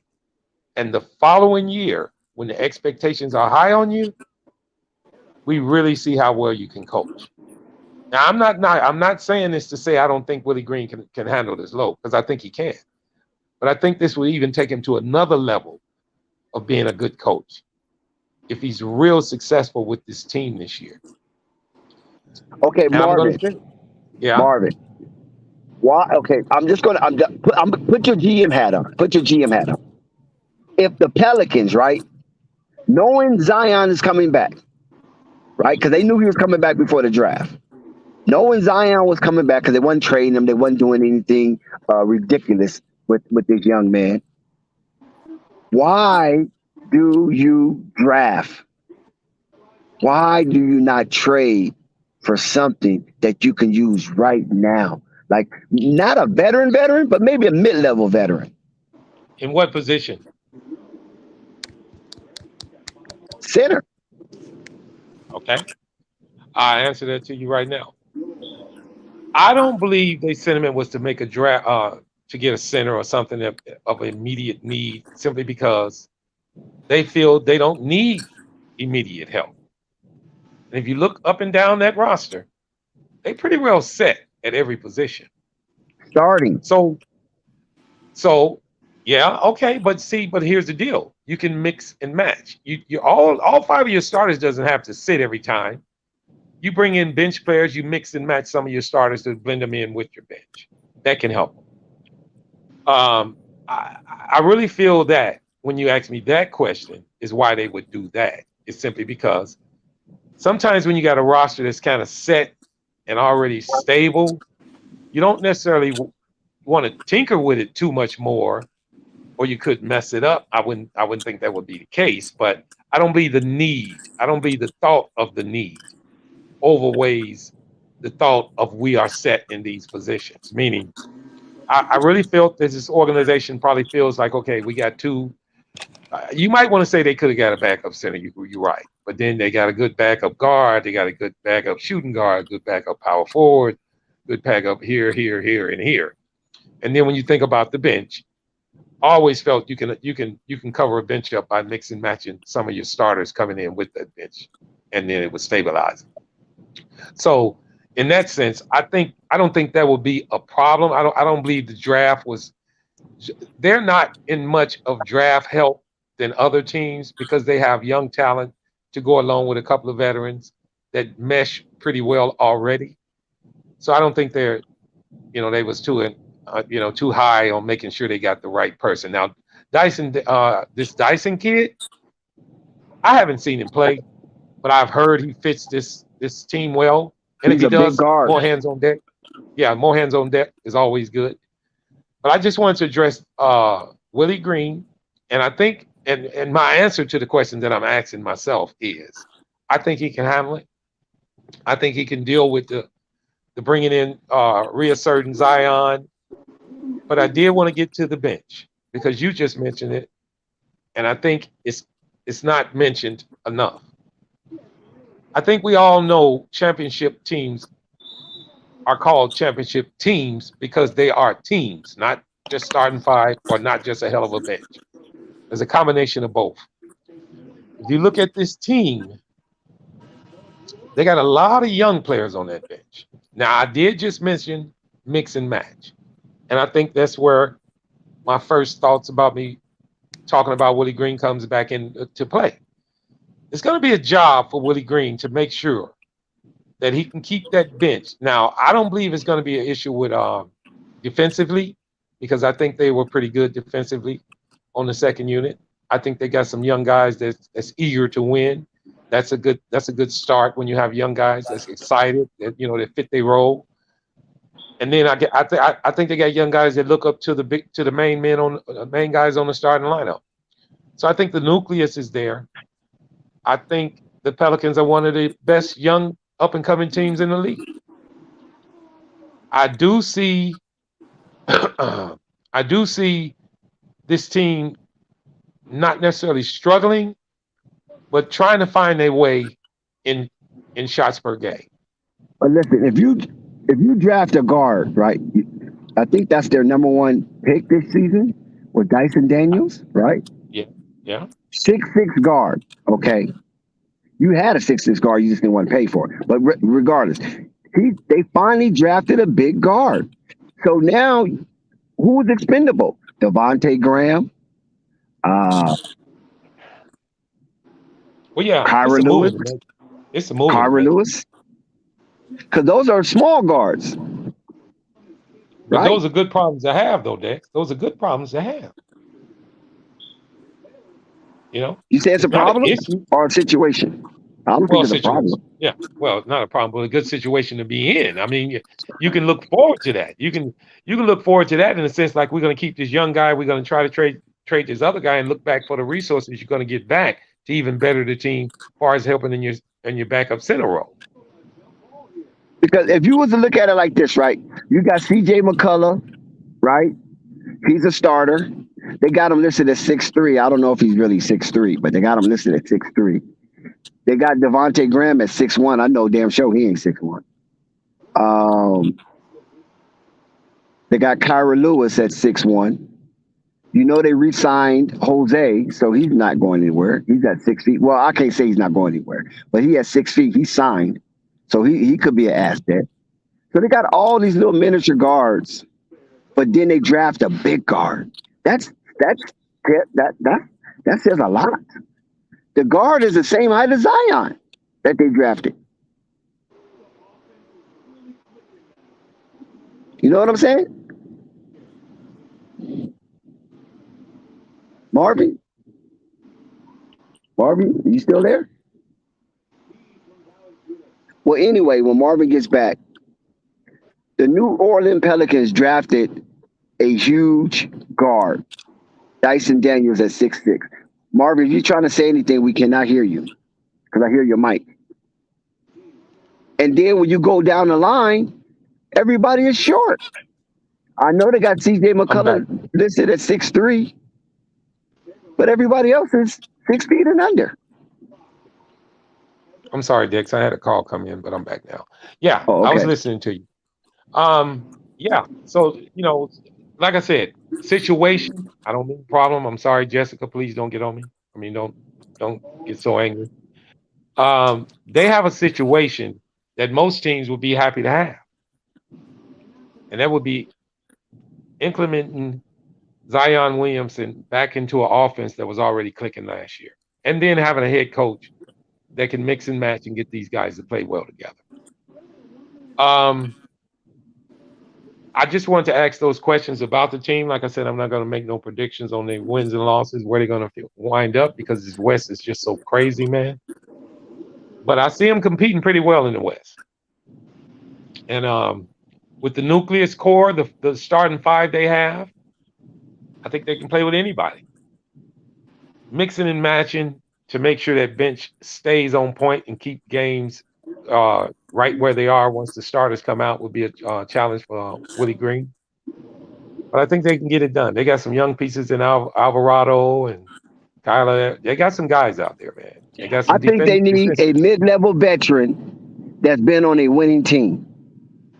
They need somebody there to couple C.J. McCullough in the winning spirit, because there's nobody here on this team that's been on really a winning team except Larry Nance Jr. Yeah, and would that stage be too big for him, Dex? Since you haven't had any stars that really, or any of the players that's been deep in the playoffs, can that That's what I'm referring to exactly. Mm-hmm. Yeah. That's why I said some of these guys got to go, because look, Like I said, you got Jared Harper, right? Expendable. You got Najee Marshall, expendable. You got Willie Hernan Gomez, expendable. Jackson Hayes, expendable. You follow what I'm saying? Gary Clark, expendable. Kyra Lewis, expendable. Even Jose Alvarado is expendable. I don't You know follow what I'm about that saying? one. Yeah, come on, man. This guy's only 5'10". Yeah, but You know, he plays way he bigger only than could you. do that against Chris Paul. He can't do He that against plays. no tall guard. Yeah, but I mean, he can be a spark. Sometimes you want to keep those little fire plugs. I'm not saying that you need to. I'm just saying the way I feel about it. But he's still expendable because he doesn't move the needle north or south. He doesn't. He keeps it level, but he could be expendable. The Larry Nance Jr. at some point could be expendable if you want to. Now I would keep Trey. I would keep Trey Murphy the third because he's 22 years old. He's a youngster, so I would keep him. I wouldn't touch him. But everybody else I named, they already been amongst the Pelicans. They hadn't really moved the needle. The Jackson Hayes, the Willie, the Najees. You follow what I'm saying? Them guys ain't did nothing. Kyra Lewis, get them. What are you holding on to them guys for? Go get you somebody that's been on a team that have won. That ain't necessarily meaning they won a championship, but they have got to either conference finals or the NBA finals, whether they won or lost. But just getting to that level of winning and competition and trying to instill in some of these Pelican players have just made the playoffs for the first time, and that was last season, outside of CJ McCullough, of course, and Larry Nance and Giannis. Yeah. Dex, if you could hold the mantle down, I gotta take this call. I'll be right back. So basically, that's the only thing that I'm saying about the Pelicans. I really don't believe there's no pressure on Willie Green. I think Willie Green can cruise for another 3 years with this Pelicans team. But I believe pressure on David Griffin because David Griffin keep rising his little peeny head with them little bitty non-trusting eyes of his and flicking with a roster that all he has to do is get rid of some of the assets, and this roster will be up there with the Phoenix Suns, or even better. But for some reason, David Griffin, listen, I don't know if he got the Michael Jordan fungus. It seemed like he wants to keep this team at a certain level, and I don't think that's cool. I think he needs some players on his team besides CJ McCullough that can push some of these young players over the edge and make them what Chris Paul have done with teams that he's been on, pushing these players over the edge. Like, dude, these players are not as good as you in the NBA. Do you know what you is? And you can say that with the New Orleans Pelicans with validity. You're not stretching the limits. You're not reinventing the wheel if you add something to the Pelicans, some grit, somebody that's been there, somebody that knows what it's like to go through those tunnels of war and have those battles in the extended season that'll get you forged by fire and put you in a different realm of basketball. I'm sick of looking at these Pelicans with this decent roster, and some even say great roster, and they just keep players like Najee Marshall and Kyra Lewis along just so if it doesn't go right, just shove those guys in, and that's the blame. Like really? I mean, really? That's what you're gonna do? You got a young player in Jared Harper. I think that he's a guard. What he's gonna do? He's 5'10". What is this? 5'10", 175 pounds. Come on now, really? He's 24 years old. He's been in the league for 3 years. Yes, he come from the SEC, but at the same time, what the hell is he doing on the Pelicans? That's what I want to know. I understand the rookies, Carlo, EJ, Dyson. Okay, that's cool. Those are rookies. Those are projects. But when you got a player like a Zion Williamson, a Brandon Ingram is ready, man. He's ready. He's ready to write his testimony about his road to greatness. What the hell is Najee Marshall and Willie Hernandez Gomez? What are they doing on the team with Brandon Ingram?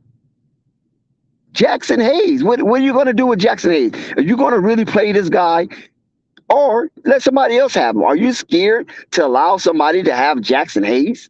Are you freaking kidding me? Gary Clark? Are you kidding me? He's already been in the league 4 years. You know what Gary Clark is about ready to do, and that's probably nothing. He's a 6'6" forward. I mean, what are you going to do? I mean, come on now. He didn't even come from a winning program, for crying out loud. So some of these players need to get out the way. Brandon Ingram, Zion Williamson needs to be, and of course, don't forget, the rookie sensation they had last year, wanted the steal of the draft. If it wasn't for Ayo DeSumo, he probably would have been the steal of the draft. Herb Jones. Don't forget him. And when you have a player like a Herb Jones, that mentality, who goes out there and do it well and do it quietly, nobody sees him coming, nobody sees him going, but at the end of the day, he shuts you down. What is Najee Marshall doing on a roster with this guy? What is Willie Jackson? Hey, what is they doing on a roster with a Herb Jones? What can he suck from them? Pause. He cannot draw anything from these players because they ain't done nothing. That's why the Kyrie Lewises of the world, the Jackson Hayes, the Willie, the Najee Marshalls, they have to just be on another team. Listen, you did good. Cool. Now we're ready to win. Bye. Salute. You had your chance. Najee, you've been here for a minute. You had your chance. So I don't know, man. It just really disturbed me to see that Griffin, the snake oil salesman, David Griffin himself, who wants to attach himself to LeBron legacy by inventing Point Zion, which was an ultimate failure. Because the reason why it was an ultimate failure, because it isolated Zion. Yes, he's a bucket, but he's limited in how he gets to the bucket. And a lot of his players was like sitting back just watching, trying to see if he can cross somebody over at 400 pounds. But now that's not the case. Zion has lost weight. He's looking great according to pictures, unless they photoshopped. Outside of that, he got the fat boy contract. Oh, not the fat boy, excuse me, not the fat boy, the fat man, because fat boy means something big. When you call somebody a fat boy, he's big in the game. He's heavy in the game. So he don't got a fat boy. He got a fat man contract with stipulations based on his intestines, not his intestinal fortitude, but his intestines. What goes down his intestines and how fast it comes out. That's the contract they gave this young man, Zion Williamson, who's wear the #1 jersey for the New Orleans Pelicans. Yeah, he's a Duke boy. So you know he knows basketball. You know he has some form of IQ playing with Coach K. So he's a Dookie. So that goes in his favor. But he do have a belly contract. And we're going to see with those restrictions in that contract, if Zion can play within those restrictions so he can get 100% of his money.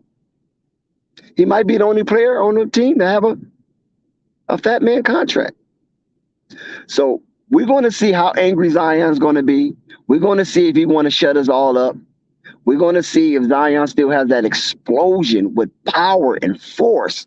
Oh, my God, did you see that with him and Lonzo getting them half-court lobs, and he just dunking it over some of the biggest players in the NBA, and he's dunking it with force. And those players looking up like, oh, my God, the sky is falling. We're going to see. We're going to see if Brandon Ingram can maintain the pace that he's been on since the playoffs on his journey to greatness. Because Zion and Brandon Ingram have two separate lanes they have to operate in and make this Pelican team successful, which I believe they can be successful. I'm not one of the ones who's wearing a blindfold and seeing this team improve on the court as well with the roster, because this Dyson Daniel dude, if he can get healthy and be what he can be at 6'6", 199 pounds, are you freaking kidding me? 19 years old? My God. Brandon Ingram, Dyson Daniels, Zion Williamson, moving forward. I'm not even counting C.J. McCullough because I don't see C.J. McCullough being a Pelican long term. I just don't see it because I think he's going to go ring chasing soon. He's just waiting for the opportunity to open, and he's going to enter that portal and join that team to be a ring chaser. But with this Dyson Daniel dude, if he can be what the Pelicans believe that he can be, it'll be easier for a C.J. McCullough departure. Hell, the team's not even answering his. I mean, players not even answering his FaceTime call. So you already know what that is. They telling him, dude, move on. But Najee Marshall, Willie Hernandez Gomez, Jackson Hayes, Gary Clark, Kyra Lewis, what are they still doing in the Pelicans uniform? What? Trajan Langdon, please step up. Why are you waiting on David Griffin to tap you on the shoulder and say, go ahead, man, make some moves? No, you the GM. David Griffin's not even the GM. Trajan Langdon, you was a Dookie. You was a Duke kid. You smart. Come on, man. What is Herb Jones and Najee Marshall, Willie Hernandez Gomez, Jackson Hayes doing on the same roster? And you got Gary Clark. And you got Kyra Lewis. You got to get this roster right. I'm not mad at Larry Nance Jr. I'm not mad at Trey Murphy. Trey Murphy did a wonderful job. You know, the kid coming out of the ACC. He was cool in college. But those other guys, they've been on the Pelicans way too long. I don't believe they're winning mindset players.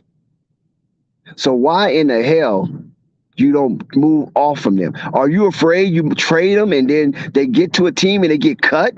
Is that what you're afraid of? You're afraid these guys going to be out of the league and their blood going to be on your hands, David Griffin? Is that what you're afraid of? If that's the case, you don't even need to be the president. This is a business. Move off from them players. And I'm going to throw Devontae Graham in there. Move off of those players. Even the Charlotte Hornets moved off of Devontae Graham. What are you holding him for? What good is he doing you? Put him in the G League if you think that they're going to lose their job. Put him in the G League. Let him get some ticks in the G League. Herb Jones should never be on a roster with a Devontae Graham, Najee Marshall, Willie Hernandez Gomez, Jackson Hayes, Gary Clark, Kyra Lewis. No way. That's too many non-winning players next to a player named Herb Jones. That's too many non-winning players next to a player named Zion Williamson. Now, I'm going to say this. Brandon Ingram do not care. Brandon Ingram do not care who's on that damn roster.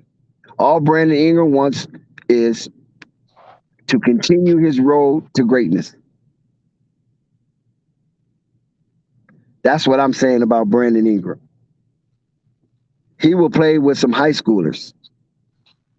Dex, are you saying Brandon Ingram is selfish? To some degree, yes, he is.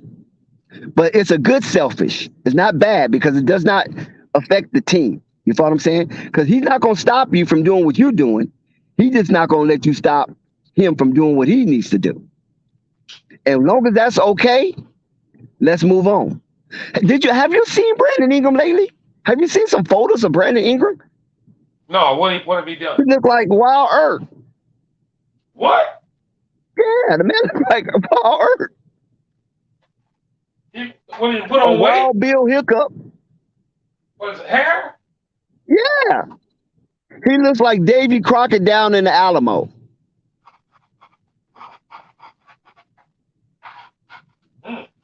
I haven't seen him. The man looked like he lost his mind. I'm not saying he did, but he looked like he lost his mind. He doesn't look homeless, does he? Yeah, he looks like he could be right there on Fifth and Main in downtown LA.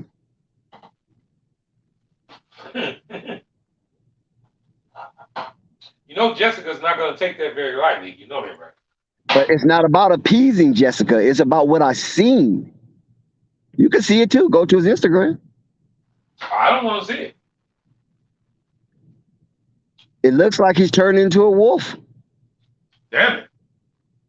Is that Kyrie's cousin? Werewolf from London. Wolfing.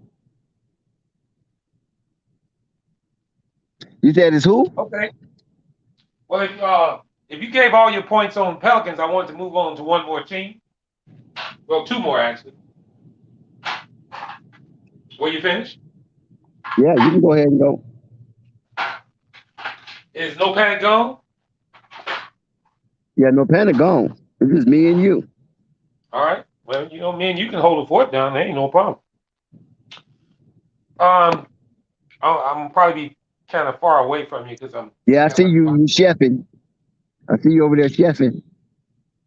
So I wanted to ask you about this next team, and I'm doing this because it's one of our colleagues that come on this panel with us.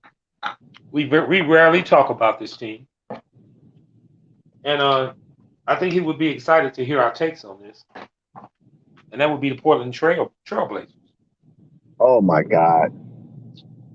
Well, I'm doing this because I'm pretty sure I'm going to be on a panel again with Zen, and you're not going to be here, and he's going to get a chance to roast your ass. It's like, what is you finna do him? So I'm telling you why I'm doing it. Listen, so Portland Trailblazers cannot tie the shoes of any. Wait a minute. Hold it. Now, if I can get a little help from the chat on this one, can y'all explain the Dex to wait till I got ask one championship thanks to Wild Bill. Can y'all explain to Dex to wait till I ask the question before he start talking about a team that he really just don't like from anyway? No, don't say that. Nope. Don't say that. I don't say I don't like Portland. Hell, I used to wear a Portland starter jacket back in the day in high school. Don't say that. Okay, well, he don't like Zen. How about that? Let's put it that way. Okay, now what we're gonna do is this. Why you keep making me don't like nobody? Zen is the one that created my all access entrance. I love Zen. You and Zen. No, I'm joking. So we don't have to go no further with that. All right, cool out. Okay. All right, what I'm asking you is this. In this Portland Trailblazer team, it's one of those teams to me. Before I get your take, I'm just gonna spit this out. It's one of those teams to me, kind of like what Utah used to be before they got rid of all these players. Seemed like they always had something, but they never had enough. Seemed like they all in the spotlight, but then the light goes out on them. Seemed like it ain't never no turmoil, but then behind the scene there is a little turmoil. There was a lot of turmoil. Yeah, well, that's why I mentioned it. So my question to you was this: behind the scenes. You're talking about wait, when you say behind the scenes, okay, because you got two different sagas with Portland. You got the Terry shot, and then you have Chauncey Billups. Well, that's what obviously you knew I was going to one of them. I was going to tell you in specific which one I wanted to hear you take from, and that's the Chauncey Billups things. And the reason I'm bringing up the Chauncey Billups thing is because he's the head coach. And I'm going to say this. Can this issue or whatever's going on with them and Chauncey Billups get in the way of this organization becoming something real relevant in the NBA? About 6-7 years. So you saying down the road Chauncey Billups won't be there? Is that what you're saying? I'm not saying he won't be there. I don't know because he could do something where he's almost there. And they keep him. You know what I'm saying? But they're not going to be anything. I mean, looking at their roster, they're not going to be anything for another 6-7 years, and that's hopefully think. Wow. Because the problem is Damian Lillard. That's the problem. Yes, that's the elephant in the room. They needed to wash all that away. Instead of washing it all away, They dug in. Miss Allen, I believe she miscalculated, but she took a calculated risk. But I believe that calculated risk was miscalculated by giving Damian Lillard an extension. She's listen. I understand the matrix with the NBA. Every small market needs to have a star to draw a crowd and things of that nature. But Damian Lillard been there long enough, 10 years. Yes, he is a pull up your bootstrap story, right? Weber State played with Frank Nady in college as his backcourt. Damian Lillard should have gracefully bowed out of being a Portland Trailblazer. But he has a Gordon Hayward mentality. I don't really want it, but I want it. But this money, like in that Hulu commercial, this money, I don't care about no damn ring. Oh, So you know, when it's you so, have so your ironic that you mentioned. yes, so Let when me you say this before have you go on. It's okay, so go ahead. ironic. Hold on. Let me say this before you go on. It's so ironic that you mentioned the Gordon Hayward syndrome when I was going to ask you, was Portland the big brother of Charlotte? Go ahead. No, they're definitely not the big brother of Charlotte. I won't put them in that category because they have been the Western Conference Finals. They in different eras. They had a lot of talent on their team. They had Hall of Famers come out of the organization, so they're nowhere near a Charlotte Hornet. You know, they're not at that bottom of the barrel. You know what I'm saying? They're down, but they're not seeing crabs and lobsters. They're still seeing a fish, floating fish. You know what I'm saying? So they're not that deep where they're seeing crabs and lobsters and oysters and all that type of stuff. I just believe that Damian Lillard wants to be a big fish in a small pond, and that's killing Is Portland. he holding that club? Is he holding that club hostage? Yes, he's most definitely hold him hostage. This is the reason why CJ had to get Or up is, out of it. or is the club holding itself hostage? No. Listen, Marvin. Did you just hear what I just said? They have a championship. Portland has always been a good, formidable team from the 70s to the 80s to the 90s and some parts of the 2000s and in the 2010s. They always been somewhere in there. But that Damian Lillard, CJ McCullough, they reached a peak, and the Allen family or the Allen estate chose to ride that wave of those two down to the bank because they're not a Providence organization. The owner of the Portland Trailblazers is the sister of one of the richest men in the world when he was alive. Him and Bill Gates worked so hard together. Paul Allen, also owner of the Seattle Seahawks, worked so hard together that the Clinton administration, listen to this, that the Clinton administration of the 90s broke their business up. It took the government of the United States to sue Paul Allen and his partner to break up that behemoth of a business. And it was in technology. Yes, there was in technology. So by them breaking up, the government had a lawsuit against them. I'm not going to go into details naming the lawsuit and all that because that's really Janet Reno, the U.S. attorney, broke up Paul Allen and Bill Gates. That's how they separated. The government separated them. This is an old thing that people used to say back in the day. Girls always leave their dudes when they go to prison. And then the girl say, shit, I didn't break us up. The judge broke us up. Yeah. And Okay, so before you that's go what to happened with Portland. So they got money. So what I'm yeah, saying, Portland got plenty of money, man. The guy I owns a know. basketball and a football team. So they got money. Money is not the thing. Well, let me put some more. Let me put some more gas on the fire. Did they make a mistake by letting CJ go instead of Dame?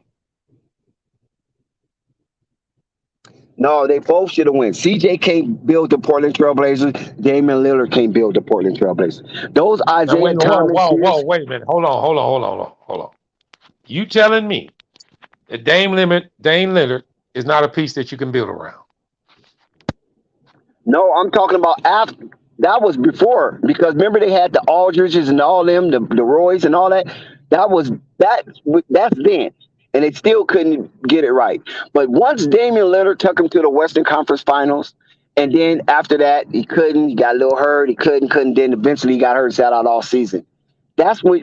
Listen, we appreciate what you did. We paid you for it. We're gonna have to part, and that's where I believe the Allen estate miscalculated. Instead of them parting from Damian Lillard, maybe being afraid that they probably never get a star from the draft like him again, they paid him. Yeah. And by paying Damian Lillard, I believe his mindset is, I'm good. He rubbing his hands like Birdman. I'm good. He go home, tell his wife, baby, I'm good. You know what I'm saying? Because Damian Lillard's a family man now. Now, for Now those listen. 10 years, let me tell you something about NBA players, because I know a couple of them. From his rookie season to those 10 years, he's a different person. His enthusiasm for basketball, I believe, is not as pertinent as it was as his first 6 years in basketball. I believe And that. if you don't get it done within that time, then most players will go ring chasing. Because he's only 6 feet. They label him at 6'2", but he's only really like 6 feet, Damian Lillard. He's not a tall Yeah. guy. He can't dominate like that. He doesn't have anybody to dominate with him like that. CJ McCullough wasn't that type of player that could dominate like that. You got to remember, the Golden State, everybody's looking at this Golden State magic with the Splash Brothers. But one dynamic that people fail to realize is that Klay Thompson is 6'7". He ain't 6 feet. He ain't 5'10". This dude is freaking 6'7" with weight on him, shooting like that. Oh That's yeah, what makes that such a special dynamic. yeah, and I never felt like Clay. Well, I mean, it tells that true story in the ranking in the NBA in defense every year. They're always in the top 10. But not only that, though, Marvin. Not what I'm not just saying what Clay brings. I'm just saying just the height alone. Stephen Curry is what 6'3". Klay Thompson 6'7". Okay, you can work with that. But when you got Yes, sir. somebody that's 6'1" and 5'10", come on, man, and you trying to dominate and beat these people? It doesn't work like that in basketball. Those Zeke days are over with. I'm keep trying to tell people. You can't operate with that Detroit Pistons of the '80s, the Dumar and Isaiah Thomas dominating like that. Rolando Blackman and Derek Harper dominating like that. Those days are over with. Yeah, I can agree. That's why Well, Detroit got Cade Cunningham, big guard. yeah, and now they bring in who? Jay Ivey. And now the Blazers, now they're drafting big guards. Jaden Rhoden, Shaden Sharp. These are big guards. But they still got Isaiah Miller. They still drafted him. But can we say that's a testament to the changing of the NBA? That's my point. That's why I said that they made they took a calculated risk, and that calculated risk was miscalculated when they re-signed Dame. I know he's a fan favorite. I know that he's an icon in NBA and things of that nature. Do you want to win, or do you want to put on a show? Yeah. And when I said, are they the big brothers of Charlotte? I No know they way. want to. No, no, not even close. Oh no, they're not even in the same breath. I'm talking about the way they operating right now. Nope, nope, They nope. acting Still like they no. don't want to win a championship. Nope, because they still make moves. Charlotte ain't making no moves. They made moves. I They mean, went and come got on now. Josh What's Hart, right? Didn't they get Josh Hart? Yeah, they did make a move. You're right. They made some moves. They ain't just sit on their loins. No. Now I don't know if these moves, maybe it's the best moves. I don't know. They got Jeremy Grant. You know what I'm saying? They made moves. So no, you can't compare them to no Charlotte because they making moves. They spending money. They signed. They just signed Anthony Simmons. They signed Damian Lillard. They made moves with Gary Payton the second. No, they nowhere near Charlotte. And plus, the owner of the team is damn near 60 billion strong. Yeah. That estate. That estate. It could be more than that. So no way. They know Charlotte don't come in that category. Okay. Mike Yeah. Mike is only Well, about 2 billion if that shit. and I wasn't meaning it in a sense like they operate in the same sense. I was just meaning it in the sense of the way they try to operate right now. I just don't see them. I believe they know ahead of us by signing Dame to that kind of contract how much that's going to limit the rest of the team. And considering what they did and who they have on the squad, I think they're still working with it pretty damn good. But when you have a contract like that on your team, you usually just strip down to the bone. But they still got a little meat left on the bone. So, No, what they supposed to do, this is what they supposed to do.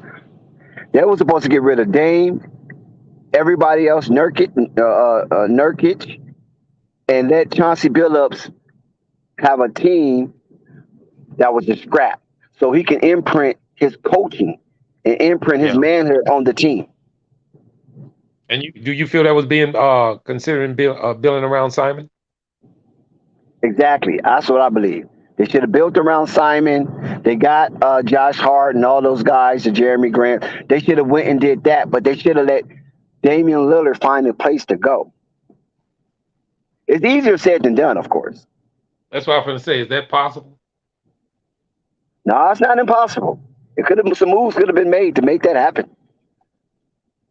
I just don't think Damian Lillard wanted to move. I think he's just comfortable. He's comfortable Yeah. living off that. He's comfortable living off that cliff, looking at the ocean. Well, I'd be pretty damn comfortable with it too. No pressure and making all that kind of money. Let's go. Because you're not going to ever be favorite, not in the next 5 years to win the West. Not the way that Phoenix is set up. Not the way that Minnesota is coming up. You follow what I'm saying? See, they're setting Yeah. themselves up once Golden State evaporates or erodes. I won't say evaporate, erodes. Once Golden State start eroding, then there's teams set up like the Phoenix and the Minnesota set up to go ahead and take that mantle. I won't say the Okay. Lakers because the Lakers, I don't think they're set up yet. All right. And in closing, I'm just going to read a couple of things that came out of the chat. Basil actually writes, Blazers would be under 500 winning percentage, 40 to 42 wins. Dion Reed writes, Leonard is loyal to the team. Gave him opportunities. He also writes, Lakers fans just upset Dame doesn't want to join LeBron and AD. We're not looking for Dame. Trust me, we're looking for Kyrie. I like that with Dion. Shout out to Dion for that one. That's a great one. I like that. You could wait to read that one up. Well, I like to read it because I ask questions so I can get response from the chat, and I like to shout them out, man. They got some hellified stuff they say, man. I love it. But no, Dion Reed, that is not the case. Listen, we're not going to tell Dame no. That's for damn sure. But we was really hoping to get Kyrie to dance with LeBron and one more waltz before LeBron, cashes out. He also writes, Portland might surprise some people. You know, that team can, I don't know how far you're going to surprise nobody because I Portland guess, ain't surprising nobody. yeah, well, the surprise would be if you figuring you're going to beat them and they beat you. That would be the surprise. It's not I'm like with they're Slim going can hoop. Portland should rebuild exactly, Slim. That's all I'm saying. They wasting time. Dame just wanted, rob the organization for what they have. See, the thing of it was a race. Who's going to get traded first, Dame or CJ? And CJ said, "Man, Dame ain't going nowhere. He slow played this. I'm out. I'm out. All right, I'm yeah. out. You know that SpongeBob meme. All right, I'm out. Well, it's obvious who's on the quicker path to a championship. I guess we can agree that that would be CJ, right? Yes,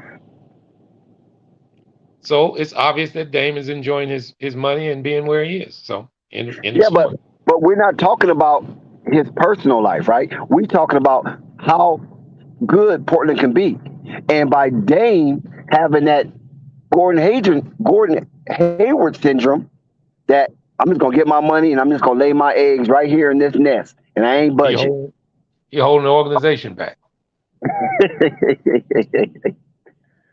You He see is. him in what's your name? Didn't really see eye to eye, Chauncey.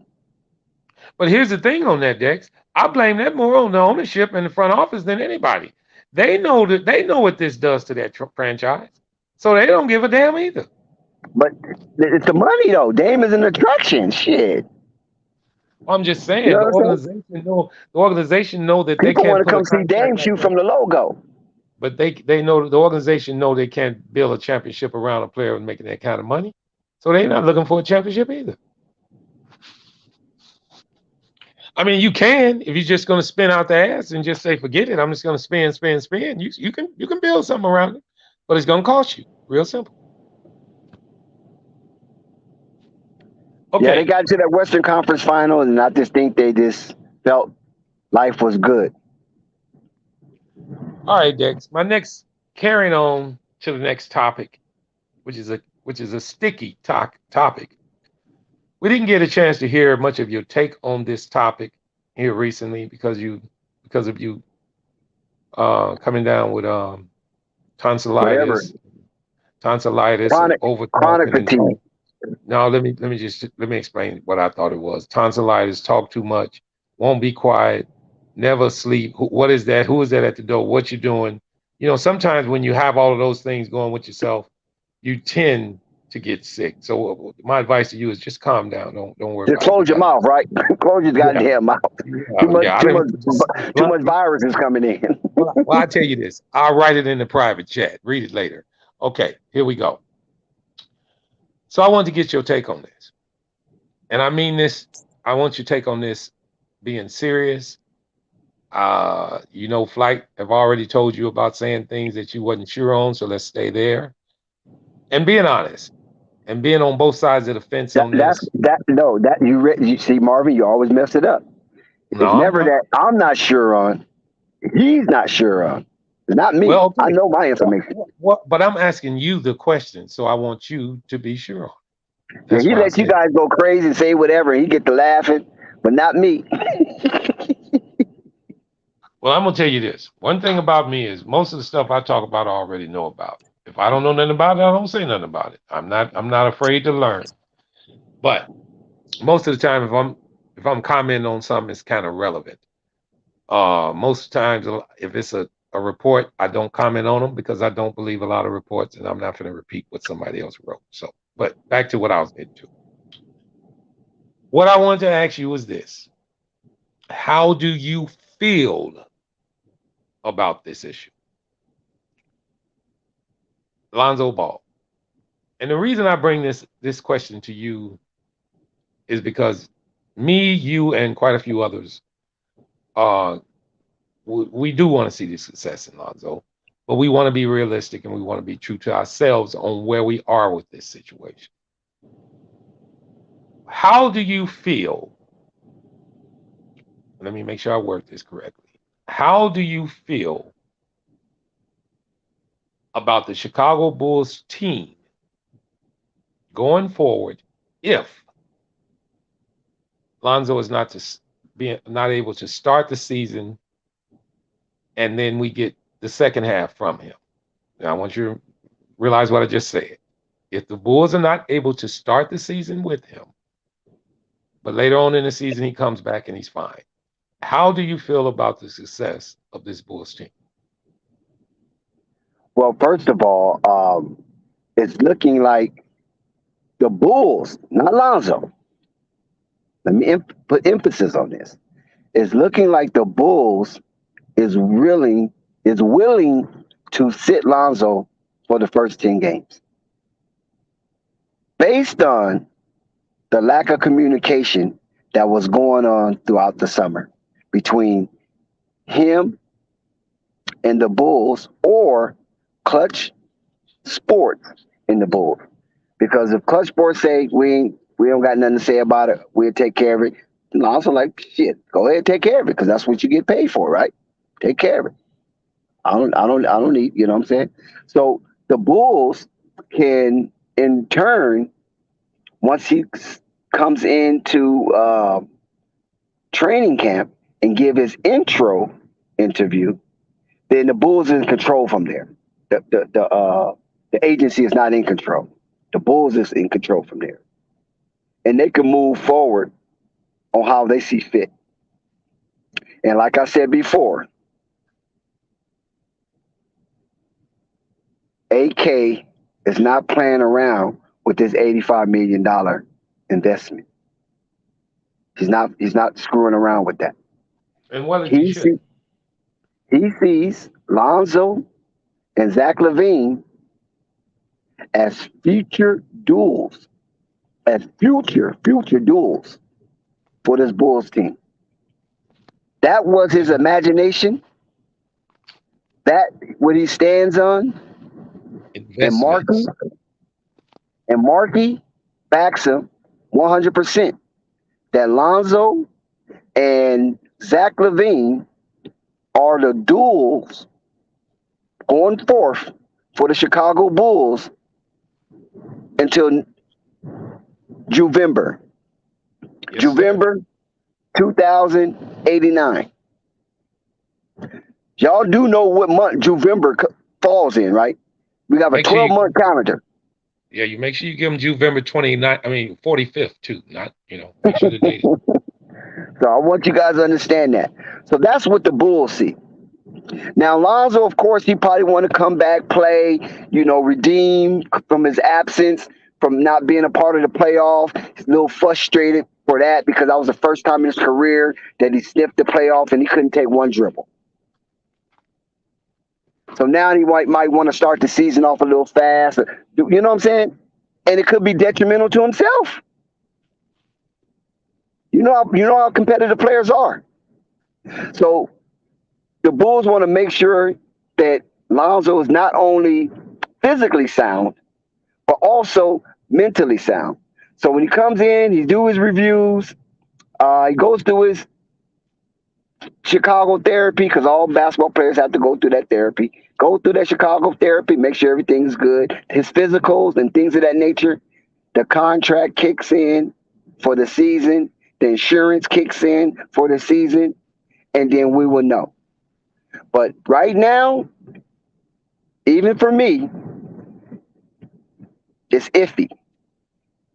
But it's only iffy because of the Chicago Bulls administration and all the paper trails that follows Lonzo due to the fact that there was a minimum contact with him during the offseason. So now they got to cram all that in right now and do it if they want to cram it in to get him registered for the season, or do they want to slow place cramming it in because they're going to sit him out the first 10 games anyway. So it's up to the Bulls once he gets into their clutches. Okay. All right. Now I just want to chime in on that because I did want to just throw my little itty bit in on this. As I've stated plenty of times, I really don't feel comfortable comment on an injury because all we can do is read reports and go by what the report reads. And in saying that, because of what we went through at the end of last season, right before the playoffs with this same situation, It's becoming frustrating. It's becoming frustrating, I know, for him, and it's becoming frustrating for us as fans. And I'm not saying that because I'm not a single basketball player fan. I am a completely Chicago Bulls, my team fan. And it's not one player that I decree. I decree every one of them on that roster. So I want to say, I hope he's old. I hope he can get back, ready for this team. But I do also want to say, me and you, Dex, we say it all the time. This NBA thing is a business first. And none of these guys want to just give their money away. I know it's a bunch of guys out there making money for doing nothing, but they might have got through or got away with a contract. I don't think this contract was wrong. I don't think it was a bad contract. I think it's just a unfortunate situation that's going on with Lonzo Ball. I don't want to go deep into it because I don't know where he is on his health. And until we hear something different, none of us do. But I do want to say this. If we can get him back healthy, I know how good this Bulls team can be. And that's my first priority. Second priority to me is if he's not ready, don't rush him. We don't need this young man to hurt his career. We just need him to come back to the team health. The Bulls kind of made some moves in the offseason and trying to get ready for something in case this happened. If we talking only 10 games, in which I don't know, if we talking 20 games, let's get through these couple of games let's get through these games until he gets back and carry on from there. I think the overall health of this player of ours means more than the rushing him back just so we can see him play. Because I can tell you right now, I would sacrifice the whole first half of that season last year to get him to play the second half and then the playoffs with us last year. So I say let's just play it by ear. Let's wait till we hear the facts and and everything more on it, and then I guess it'll play it out on his own because we'll know when the training camp start. If he's in training camp, we'll know where he is there, and we'll know first preseason game. If he's in that first game, we'll know something there. So, like I said, I didn't want to linger on that one long. If you had something else to say, you can go ahead if you want to. Yeah, the thing about it is this: with Lonzo Ball, right? His injuries have supplanted his skill. So when a lot of people hear the name Lonzo Ball, see a picture of Lonzo Ball, some of the first images that come into your mind is injury. So this season, once the Bulls clear him to play, because that's who can clear him to play is the Bulls, nobody else, no matter what his agency say. Once the Bulls clear him to play, then it's up to Lonzo to be able to erase that type of image from his legacy. Can you hear me, Dex? Dex?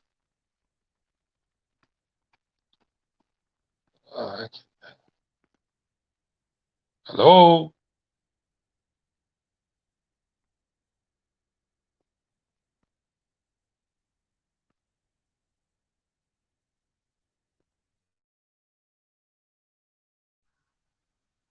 Dex?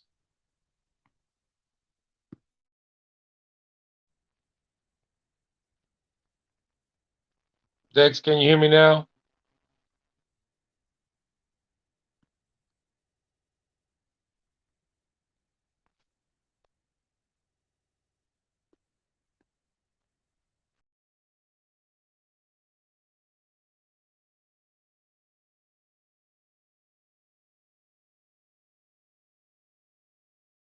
Yeah, I can hear you, Marvin. The call came in. The same thing happened to you, happened to me. Yeah, Marvin just left. I see Marvin. Like, y'all shut it down. We can shut it down if y'all want. Okay, yeah, it's up to you. I mean, I mean, if you want to hang out, you I don't want know. I to. don't know What if he's happened with coming back or Marlon? not. So I, let's wait. So let's unless hold you're on. gonna, unless you got I, something to say. mean, yeah, there's a lot to talk about. I mean, we're all around the spectrum. Shout out to who the hell is Field Nationalism? Salute to you. Hit that like button, bro. Somebody said we're running a Labor Day marathon. Uh, Yeah. That's what we talk about. Yeah, you know what I'm saying. Jackson. He said you on the websites again. Yeah, it's probably. Well, I got my phone clean from all the viruses, and I also cleared out my cookies. So yeah, I'm good now. I'm good. Testing 1 2 3. Yeah. Yo, yo, yo. Y'all hear me? Oh, Unstoppable. What's up, bro? What's up with you, family? Yeah, I just had a little phone call come in, so it dropped. Man, damn, Right, Dex. Oh, that's Ted. That's we Ted. know how that is. But I'm gonna take my little spill on it. I mean, I said it before, and I'll say it again. I think he'll be ready, and the reason why they not reporting anything because that's what they gonna do. They always gonna report something about Zoe or whatnot, and they're just focused on rehabbing him and getting him back and making sure that knee is good. And when training camp starts up, then they'll say what's going on with him. I say if it's not an official report from Chicago, then it's probably not true. You know, Shout out it's probably Unstoppable. shout out Shout to you out. too. What's Hey, I'm What's up? sorry for It's probably not true. cutting No, it's in. good. You I breaking wanted up, to Marvin? let Dex know I don't know what the hell happened. All right, hang on. I don't know what. Can you hear me now? Yeah, you good now. I just wanted to let Dex know I don't know what the hell happened. We must have got a call at the exact same At time. the I same got kicked time. out of the show. Or something. I mean, seriously, man. The Well, I'm gonna exact tell you what same my time. call was. Let me tell you what my call was.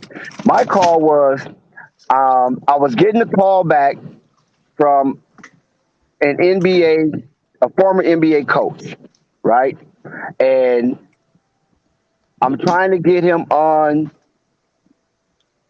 Flight Sports TV and talk about some of the intricacies of the NBA. You know what I'm saying? And he's a good Okay. friend of mine. We grew up together.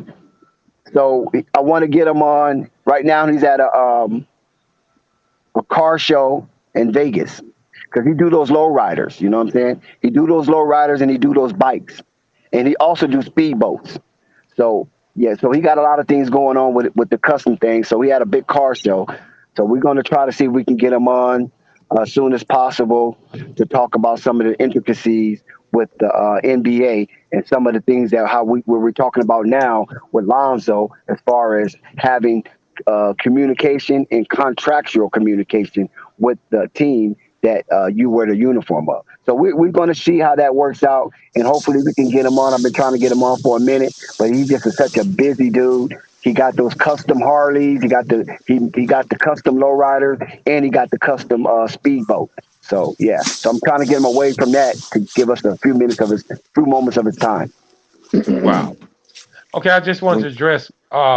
Jessica asked you a question in the chat. She asked Dex, how do you think Pat's gonna do for? Damn, I wasn't finished, Marvin. Oh, I'm sorry. I'm sorry. Go ahead, buddy. No, Go I'm ahead, messing boss. with you. I'm sorry. I It's ain't all trying to good. cut you. Go ahead. Go ahead and Well, complete. Dex, I was going to say, what Dex, do you feel like what I said maybe it be some have some truth to it that if it ain't being reported by the Chicago Bulls office, then 9 times out of 10 might not be true, and they just letting the media be the media. Right. You can answer that too, Marvin, after Dex get done. Yeah, that is Right. true, but at the same time, listen, when I see certain people that I know that's tight with Clutch Sports, that's in the media, then I have a tendency to believe that Clutch Sports leaks something to them, because one thing Clutch Sports do so well is damage control. I mean, they're like top dog when it comes to that, right? We all know because of LeBron James and things of that nature, how he has a hedge of fire around him that he can do no wrong. So yes, it could be the case, but when I see, like you say, certain names that I know that's close to Clutch Sports, that they leak information through these reporters, I will have to take it with validity. I know it's some veracity to it. But I put it like this: if they did that, my question to you is to them is this. You can answer this. Whoever wants to answer it. How is by them leaking that? How you feel like that's helping though? Because all you doing is giving is kind of giving people that want to see him fail ammunition. Oh, here No, we no, go. no. You I don't know, know what part are you understanding. When I'm saying leaking, they can leak that Zoe rehab is going well and he will join the Chicago Bulls soon. That could be the leak from his camp. You follow what I'm saying? Now the other people leak could be the leak from maybe Chicago camp. Because Chicago, they have PR too, right? They have a PR yeah, yeah. campaign. So maybe they could leak something like, man, his rehab is going slow, blah, blah, this and blah, blah, that. Then that reporter will put that out there. So when you have two different opposing information being disseminated at the same time, then one has got to be coming from one camp and one got to be coming from the other camp. Now, when you got all these goofy websites and clickbaited type things, you know what I'm saying? That's different. That's probably just, Right. hog Yeah, talk. that's what I think it is. I think it's just clickbait. You know what I'm saying? Like I said, I think he good. I said it before. I can't even. I tried to find a video, bro. I can't even find it. It was a video of Dalen Terry running a 5v5 in the gym, and I'm telling you right now, I swear to y'all, I seen Zoe in there. It was quick, but I'm like, it was quick enough for me to know that's Zoe right there. But somebody would have grabbed that and somebody would have put that out there. Trust me. But I'm what true? If But it like was I Zoe, said, though. If it was Zoe. Maybe it wasn't Zoe. but my thing is this: why I can't find that video now? I mean, I swear I cannot find it. Where did you see it at? I was on YouTube, and Oh, like I YouTube? said, yeah, and it was Dalen Terry, like I said, running a 5v5, and they was mostly showing Dalen Terry. But like And I this was in said, LA? I think it might have been in LA. I'm not too sure. Because I It know was he's so been why out there with DeRozan, right? On the Rico right. Hines runs. It might. I don't know where it was at. It might have been. It might have not been. But like I said, the video was mostly showcasing Dalen, and then it was a quick shot of him, like quick as hell. I'm like, I could have sworn. I'm telling you, I think that was Zoe. I mean, I would know it when I see him, but I went to try to go find that video so I could say, y'all just take a look at it. Let me know if I'm tripping. I could not find it. I could not find that stuff no more. I don't know. But that's what made me say, okay, I think he's definitely good because I'm like, he running a 5v5 with Terry. So I don't know where this damn information coming from that, he might not be ready. If he's running a 5v5, I would think he'll be ready, you know. But I guess this is a wait and see. We gotta wait and see. Training camp, they're gonna ask him during training camp, when the season starts. It's coming. Well, unstoppable. I don't know if you heard my rebuttal on that. I just gave mine, and you know how I am on that. You already know how I am on this injury thing with I just just hope it wasn't no anything. hallucination. You Yeah, said I what, don't. Dad? I said, I just hope it wasn't no hallucination. Like you thought you saw something and you I didn't mean, see it because your I mind could wanted have to been. see it. I Somebody mean, would have very well, grabbed that. it Trust very me. well could be. I even ran it back. I'm telling you, I ran it back. I'm like, yeah, that looked like Zoe. And I'm like, yo, that is him. But like I said, I wanted to go back so I can give it to y'all. Tell me what y'all think, or look for Yeah, myself. Like I said, I unstoppable. can't find it. We understand unstoppable. I can't find it. No, hey, Dex, don't do my butt. You think I don't Oh, understand what you're doing?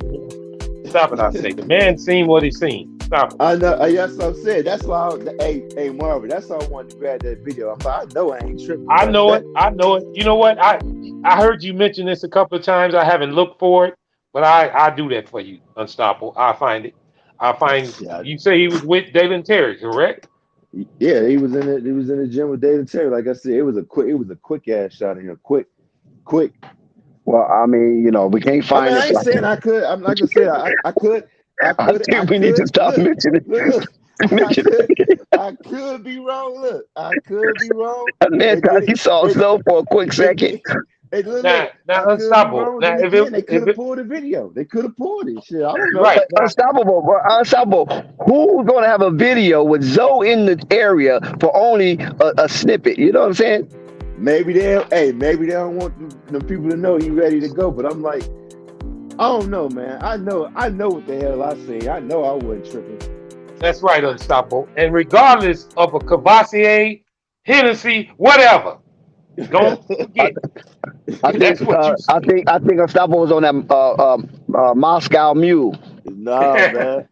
I was on some half tea, half lemonade, just chilling.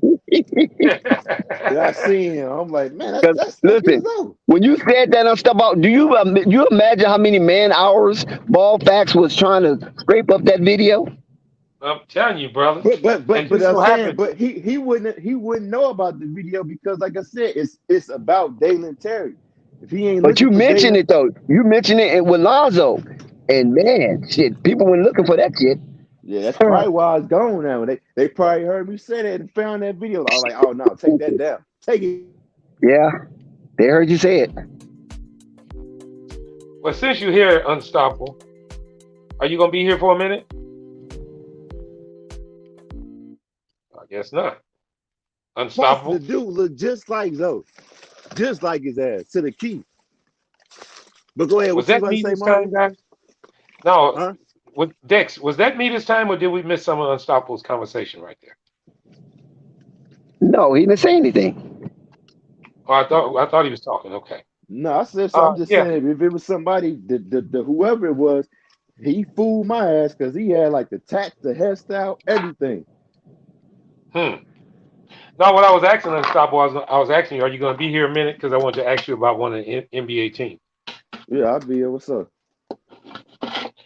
Me and Dex was just going through the NBA and just kind of, giving our takes on what we thought about situations going on with some of the NBA teams. We just did quite a few, so that's not an issue. I don't want to go back. So the next team I wanted to ask about was the Milwaukee Bucks. And the reason I wanted to ask you about the Bucks is because that's our nemesis, one of our rivals. So I wanted to get the take on your consent on how you felt the Bucks, how the Yo, can you Bucks hear me? actually had, what kind of offseason they had, bringing in Joe Ingles. Bro, I didn't hear nothing you said, fam. Like everything was silent. Wow. Could you hear me, Dex? Is this me blacking in and out? No, I can hear you. I heard everything you said. Yeah, you might be coming in and out, Unstoppable. So I'll start over. I just want to get your take on the Milwaukee Bucks with the addition they made of Joe Ingles. Can that team get back to stardom, and can the Bulls challenge him? Oh yeah, I think they're gonna get back to stardom. I think they might have added him for just in case Chris Mullin something happened with him again, Middleton. Yeah, they added another shooter, bro. And Bucks, I think they're gonna pick up where they left off at. And of course, you asked how they go. Did you ask how they a threat to the Bulls? What did you say about the Bulls? I said, can the Bulls overtake them? Can we challenge them? Yeah, I think if they healthy, yeah, they could challenge them. Most definitely if they're healthy. We just gotta wait and see when it comes to the health thing and how we look with these extra pieces, which I think they'll be fine. But yeah, I think the Bucks gonna be good, man. They're gonna be damn good. Okay. I'm gonna give my little take on the Dex, and I ask you. I'm about to see. Listen, we all know who the Bucks are. We all know who they are. We all know who they got. They got one of the best players in the league in Giannis. Solid core around him. Good point guard, which in my eyes I think makes that team go. And then a hell of a coach. I guess we can say that bench is not as strong as it could be. And if there was a weakness on the team, that would be it. But when you got a Giannis on your team, sometimes you ain't got to worry about your damn bench because you're always up 20 points. So I say they're gonna be about the same if healthy, if they stay healthy. We all know that. But the addition of Joe Ingles I'm kind of I'm mixed. I'm mixed on that one, guys, because I think they had him in a Pat Connaughton. I think he's a little taller than Connaughton. I know that, but he's going to serve the same purpose. He's not out there to play no defense. Yeah, Now he let's might see. get you 1 or 2 extra Joe Ingles rebounds. play defense, don't he? No. Let's not give him all of these acclimates. No, I mean he plays. Don't get me wrong, but he stands in front of people and shit. But he ain't. He's probably better than Pat Connaughton simply because of his size. We would say that. So I just wanted to give a little short take on him, though, because I'm gonna go to you next, Dex. I think they'll be okay, but can they get through the East? I guess with help with them, and then the confidence that they just recently had winning the championship, I figured they can challenge anybody. So I hate that they're in our damn division. I'm just being honest, but we got to go through them. So I believe this to me though, but I want to kind of take back on that take because sometimes you got to beat the best to be the best. If the Bulls can get ready and start knowing they can beat them, I believe they can beat anybody. And that goes to you, Dex. Up next, you there? Oh, okay. It's my turn. Yeah. I haven't asked the question yet, though, Dex, because I know you Oh, speed racer. So just hang on, brother. Hang on. All right. To you, Milwaukee Bucks. A specific question for you. Drew Holiday. Does this team go as Drew Holiday goes? That's the only question I want to ask you. I believe so. Elaborate. I say I believe so. I believe Drew Holiday as being the point guard of that team. He lays down the emphasis of defense and protecting the players that's behind him. And one of the players that they have to protect the most is Giannis. Because you can't have Giannis flying all over the court trying to bat balls, steal balls, and things of that nature. Because that just lays out more energy that he has to output to be able to somewhat control a game. So Drew Holiday, being the nemesis that he is, averts a lot of that extra unnecessary energy flowing from the front court. So that's why I would say that Drew Holiday is definitely a point factor. You follow what I'm saying?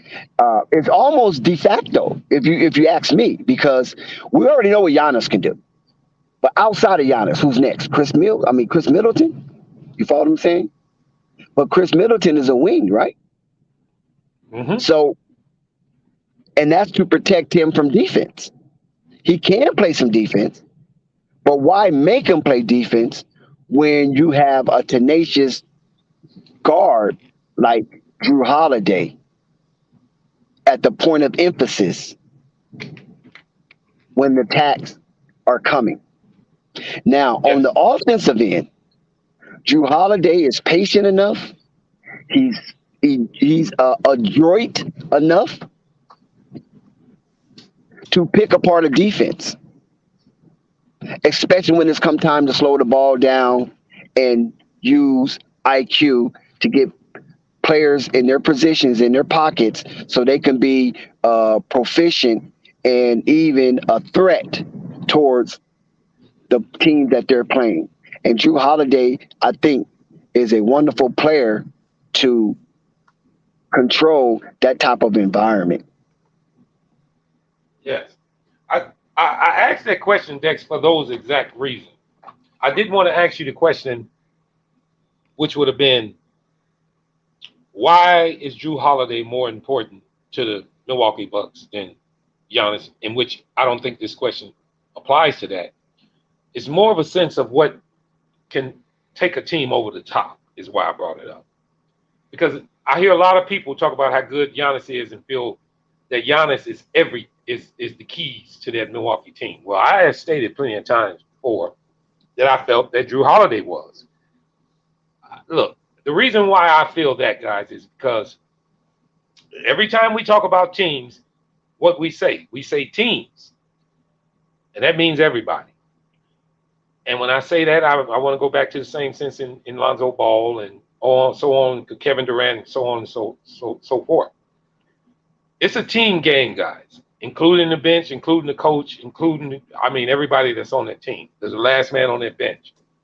But sometimes you need one player to go along with another player to either ease the load, take more of the responsibility, or do the small things that get you over the hump. And I think Drew Holiday does that. I think Drew, to me, he had the traits of this from the very start. First of all, poise. He's under control. Doesn't turn the ball over very often. He plays solid defense. He's not necessarily just looking for a shot, but he'll take the shot. He's not afraid to take the shot. He does things fundamentally sound very well, including matchups. You might see him in the post a lot. He's a guard. That's rare in the NBA now, but he does it just about more than anybody else, any other guard in the league. These small things, playing the defense on the other team's main point guard, making sure that he can't get into get the other team into their offense. Small things that are not seen in the box scores, but mean so much to a team. So I'm not going to stay on them long either. Because I did want to go to one more team after this, but I feel that Drew Holiday to me is what I just know about all those ribs tasting good, huh? What? Oh, you talking to somebody else? I'm talking to you. Ribs. I ain't got no ribs going. I was eating ramen noodles. But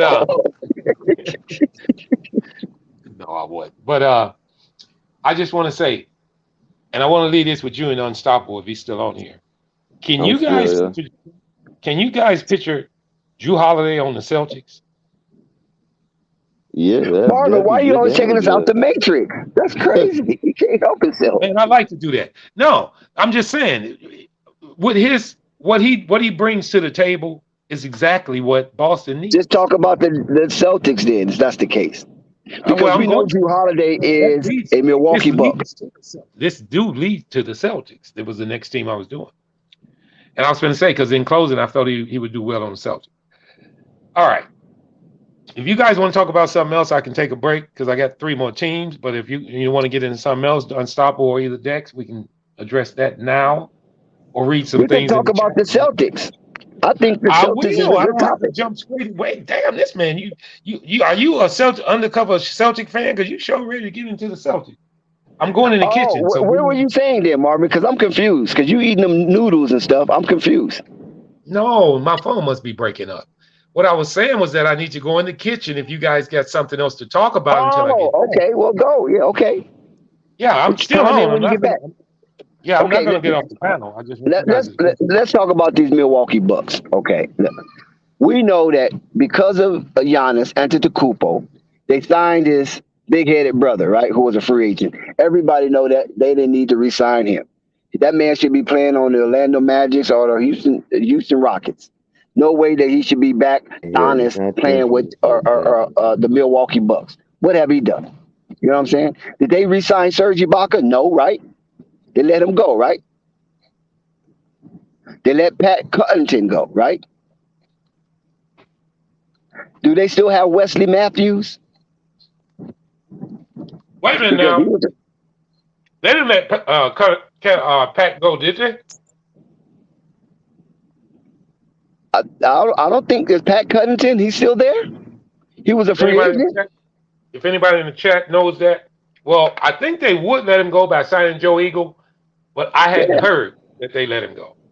I haven't heard no news coming out of Milwaukee in the last 10 days, and that's terrible. That just shows you how bad Charlotte Hornet is. I'm sorry, people. There's no news coming out of Milwaukee in the last 10 days. So they feel that they're good. We're cool. We're good. We made our moves. We're just waiting on the intro interviews. You know what I'm saying?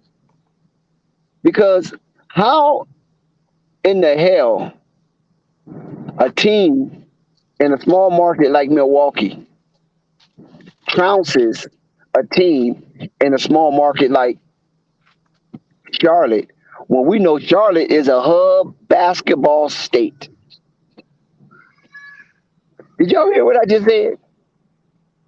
The Charlotte Hornets is a hub basketball state. Not only just North Carolina, they got their little brother South Carolina as well. They got two states that they can extrapolate talented resource from. And they over there sitting on their hiney waiting on Montrezl Harrell to make bail. Devastating. But one thing I say about the Milwaukee Bucks,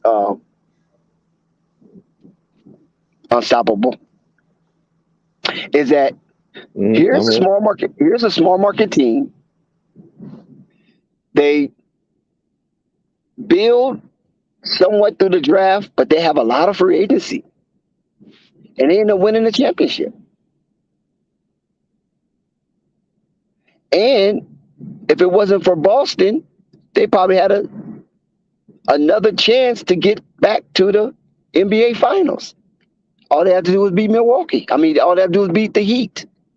I'm not saying that would have been an easy task, but it just shows how you can build a winner in a small market environment. Yeah. And the Milwaukee Bucks is proof of that. Yeah, Salute, Rap God. They actually rub their noses in all the big market teams' face and say, "Look, we didn't have to spend half the money and we get the same damn thing." But I wouldn't say they rub their noses in a big market team. I think that's more fallacy than fact, because big market teams they compete on this level year in and year out for numbers of years. You follow what I'm saying? Not Yeah. no one hit wonder. So far Milwaukee been a one hit wonder. But what I'm saying, I'm comparing them to teams in small markets. I'm not comparing them to the big market teams because they don't have that money. You follow what I'm saying? It's very few small market teams got money. Portland is one of them, but Milwaukee is not. If that's the case, how about Cleveland?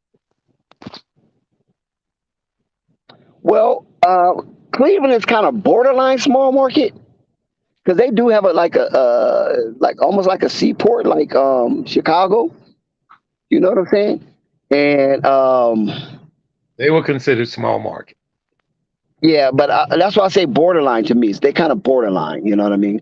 But Cleveland did win a championship. Yeah. And how did they do it? Through free agency. Well, they were losing for a while, and they built through the draft. They got Garland and they got Mobley. I mean, they went about it the right way. Oh, you talking about the recent Cleveland? Yeah, the recent. Oh, okay. I just thought you talking about like their history. Okay, yeah. Even Cleveland is a very good example too by being competitive. Because actually Cleveland came out of nowhere last season and shocked a lot of people. That triple tower that they had down there was giving people fits. And did anybody see that direction when they got Larry Marketing from the Bulls? I didn't see that. I just didn't see that. I didn't see that direction. I thought he was gonna be K Love replacement. They trade K Love. What? You said marketing, right? Yeah, you say they traded Kevin Love. They haven't traded him, have they? No, I said you said you don't understand when they traded for marketing, right? Okay. Right. I thought he was gonna be K Love's replacement. I thought they was gonna move off. Yeah. I thought K Love was gonna go to the Lakers actually somehow. That's what I thought they was doing, but I know LeBron and K Love was working out in the offseason. Right, I know that. right. Yeah, that's I'm like, okay, yeah. But his contract is holding him back and going damn near anywhere. His contract is outrageous. Speaking of Mark, let me ask you this: y'all think the Jazz gonna hold on to him, or they gonna try to trade him? I believe that's a chip to flip. I think they're gonna hold on to him. He's still young. Yeah, he's they young. said they're gonna keep. Well, they put out a report that they're gonna hold on to Sexton. They didn't put out a report on him. They said nothing so far on him. I mean, if I was him, I would hold on to him. Well, I can tell you one thing: the Bulls sure wish they would have held on to him. I Shit, they don't know. I wanted don't to. know The if thing is, he wouldn't have they fit with the wanted Bulls. to. They wanted to hold. They wanted to He bring wouldn't have fit Marketing with back. that. Not with Mark, DeMar DeRozan coming over there. marketing. He the one That's that wanted to leave, bro. that's what we was That missing money. last year, Bex. That's what we was missing. You wasn't really missing it. It was Vooch missing his shots. Well, but we needed another player like marketing, and we had him. We let him go. I think the Bulls asking for too much. I think with DeMar DeRozan, I think lower marketing No, would have been. marketing. I think with DeMar He DeRozan, was Zach actually. LaVine, Vooch, it would have been too much. Lonzo, that'd been too much. Nah, I don't think you never have too much. No. Where you gonna or you gonna come off the bench? That's what you're saying. No, He he ain't trying probably to come would have. off no They bench. That's the no. point. He wasn't coming off no I bench. see. I I think believe he'd P. have They started probably over would have had Beck. P. Will. P. Will would have came off Uh, the bench. yeah, he been starting over But Wait Beck. that's a minute. P. that's Will. Oh wait. Oh come on now. Wait. no. But I Bulls. was gonna say, but that's a good. That's a good problem to have, man. You can figure it out. Shoot. You know. You gotta have some defense somewhere. I think he would come off the bench because he would bring more shooting off the bench, so he would be off the bench. But he wasn't trying to be a bench player. Well, that was the problem we had. That's what I'm talking That's about, what I Bex. just said earlier. He wasn't trying to come off the bench. That's why he couldn't stay. Nah, it was the money thing. It wasn't about coming Yeah, off it was more the money, bench. It and was he his was just money. being straight Yeah, petty, he like wanted a to kid. go. Unstoppable. Point Listen, blank, he wanted unstoppable. to Listen go, to what bro. you're saying, unstoppable. First of all, you said it's the money thing, right? Yeah, he wanted more money. He wanted starter money. You're gonna pay a Oh, player that much money and bring him off the bench? Come on now. I didn't Yeah, say and that well, was no, his. I didn't say Larry was going to come off the bench. I That's what said I'm they would have. saying. No, I'm saying he would have. That Oh, I'm okay. saying he was going to start and bring that off the No. bench. I'm Yeah, saying he would have started. They paid him. They would have started him. But I yeah. mean, but like I said, And to me, that's a good problem to have, though. To yeah, figure it you're out, it's right. like, And hey, go to ahead. rap God in the chat, he writes Bulls needed a backup center like Wendell. We But couldn't keep Wendell Wendell not a Carter, center though. Wendell's not a center. Wendell was and we getting couldn't keep crushed at the Wendell center Carter. position, bro. We He's couldn't keep him Wendell's a anyway. power forward. We He couldn't showed keep play him anyway. center when he smashed on the Bulls. Yeah, but he Well, does. They gonna the hell marketing play well against us too. but they moved him to the power forward though. He's more comfortable with the power forward position. That's why he And he, kept getting killed by centers. He's not a center. yeah, we was playing him at the center position, which wasn't worth a damn. Which diminished his production for us terribly. But you can go back to a couple of players that I thought the Bulls could have kept. What's that center unstoppable we gave to Washington? Oh, you talking Um, about Hachimura. no, he talking about his name Terry too. Damn, what's his no, name? it's not Terry. It's No, it's shit. not Terry. It Well, we is had Jalen. he came out of Kansas, I I know think. who you talking about. I know He's who a you good talking shot about too. blocker. We could have used him, Yeah, but we but gave him up for they had to trade him. Yeah. Troy Brown Jr. But we didn't have to trade him. Gafford. Yeah, Daniel Gafford. Gafford. Daniel Gafford. He Gafford. be in the Yeah. Daniel Drew Gafford. League. You know that, right? He played Yeah, the Drew League. Yeah. yeah. Gafford. That's Bulls could have crazy. used Daniel him. Gafford. And That's that right. was one. That's crazy. That You was couldn't that remember his was the name. You piece the figured it Bulls out. should have kept. That was the piece the Bulls should have kept that they kind of bite their lip on because we could have kept him. And Could we though? Could we? Because I think we had to send him in order to get old boy from the Boston, right? Daniel Tice, Tice. Yeah, we had to let him go to get Tice. I think but that's but What this What administration are you guys talking about? we talking about the Bulls. What administration? Oh no, Paxton? that was this administration who did Okay. that. All right. Yeah, that was AK Yeah, and Everett. in order to get Boots, we had to send no, because was it a 3-team thing with the Boots? Yeah, we had to Well, send.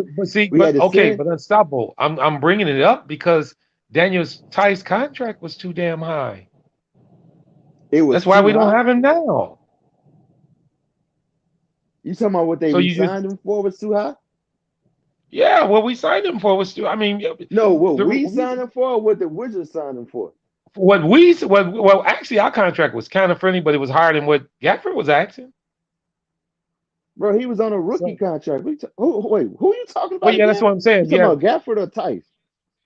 all right, I'm talking about what we got. You Oh, talking we about got Tyson Gafford, in right? trade. Yeah, we got Tyson in trade. That's right. Yeah, we had to send Gafford out I believe to get Tyson, if my memory serves me And they correctly. gave us Troy Yeah, Brown Jr. with you know, right? It was a yeah, right, three-team right, trade. right. Yeah, 3-team trade: Boston, Chicago, and Magic, I believe. Yeah, so Yeah. I would have liked him to keep Daniel. I think well in overdue time, he would have fit well with Zoe. Center Who? that can run the floor. He would have fit well with Zoe. That's the type Which of one? center he need. Gafford? Yeah, Gafford? Gafford. He can run the floor.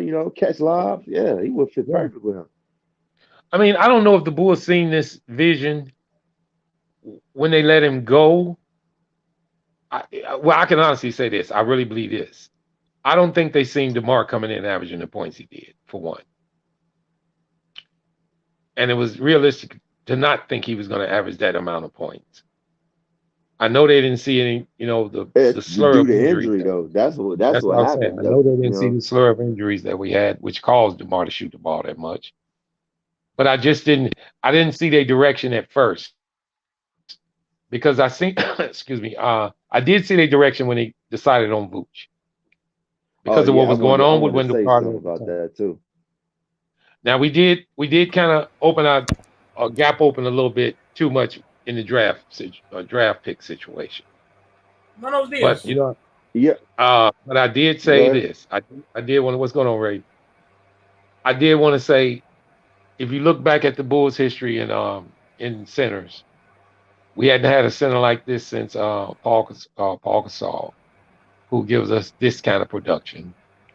If Right, you want, right. if since Rave is in the building, if you want to bring up Felicio, think back to them times. Felicio! Hold on, So Dex, you Dick, here?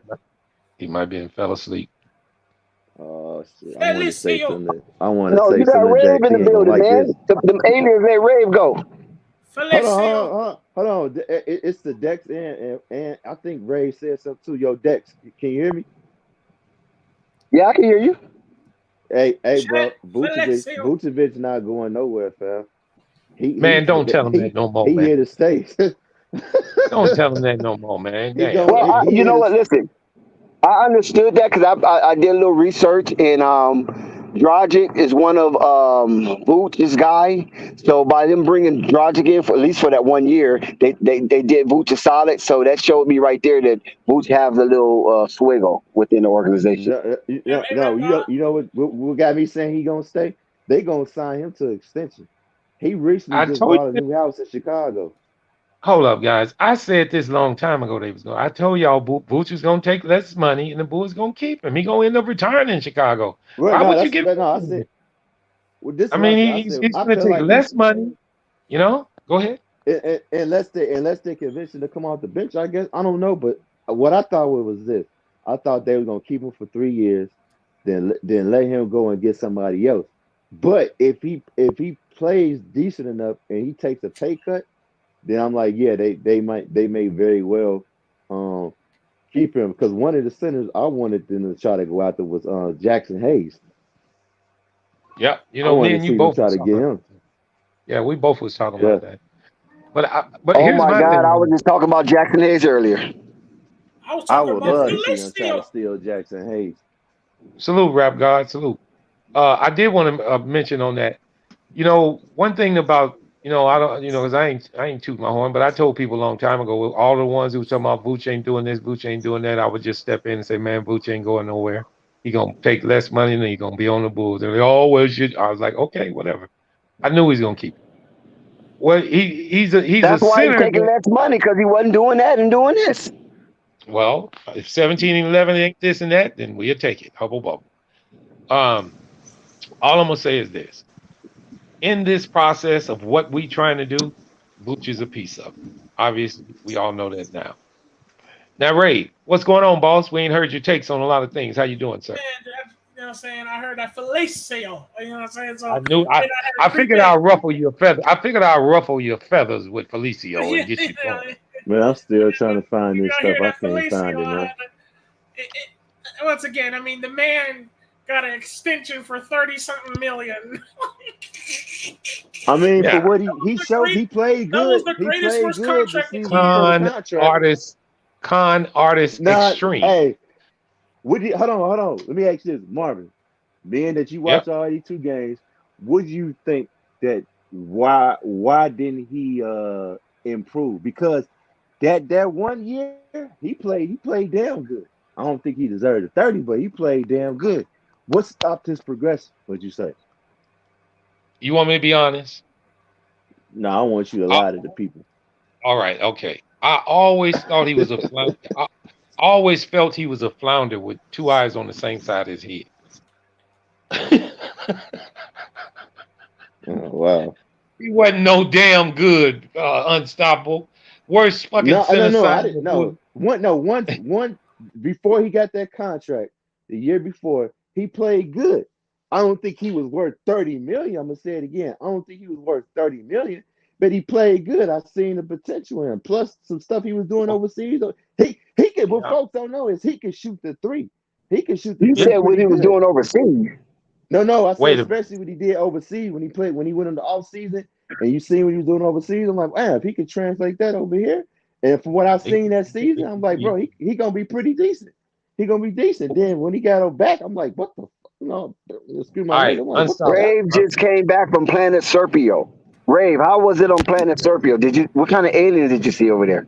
What you talking about, man? You know what I'm saying? Just live a life to the greatest, man. I'm joking.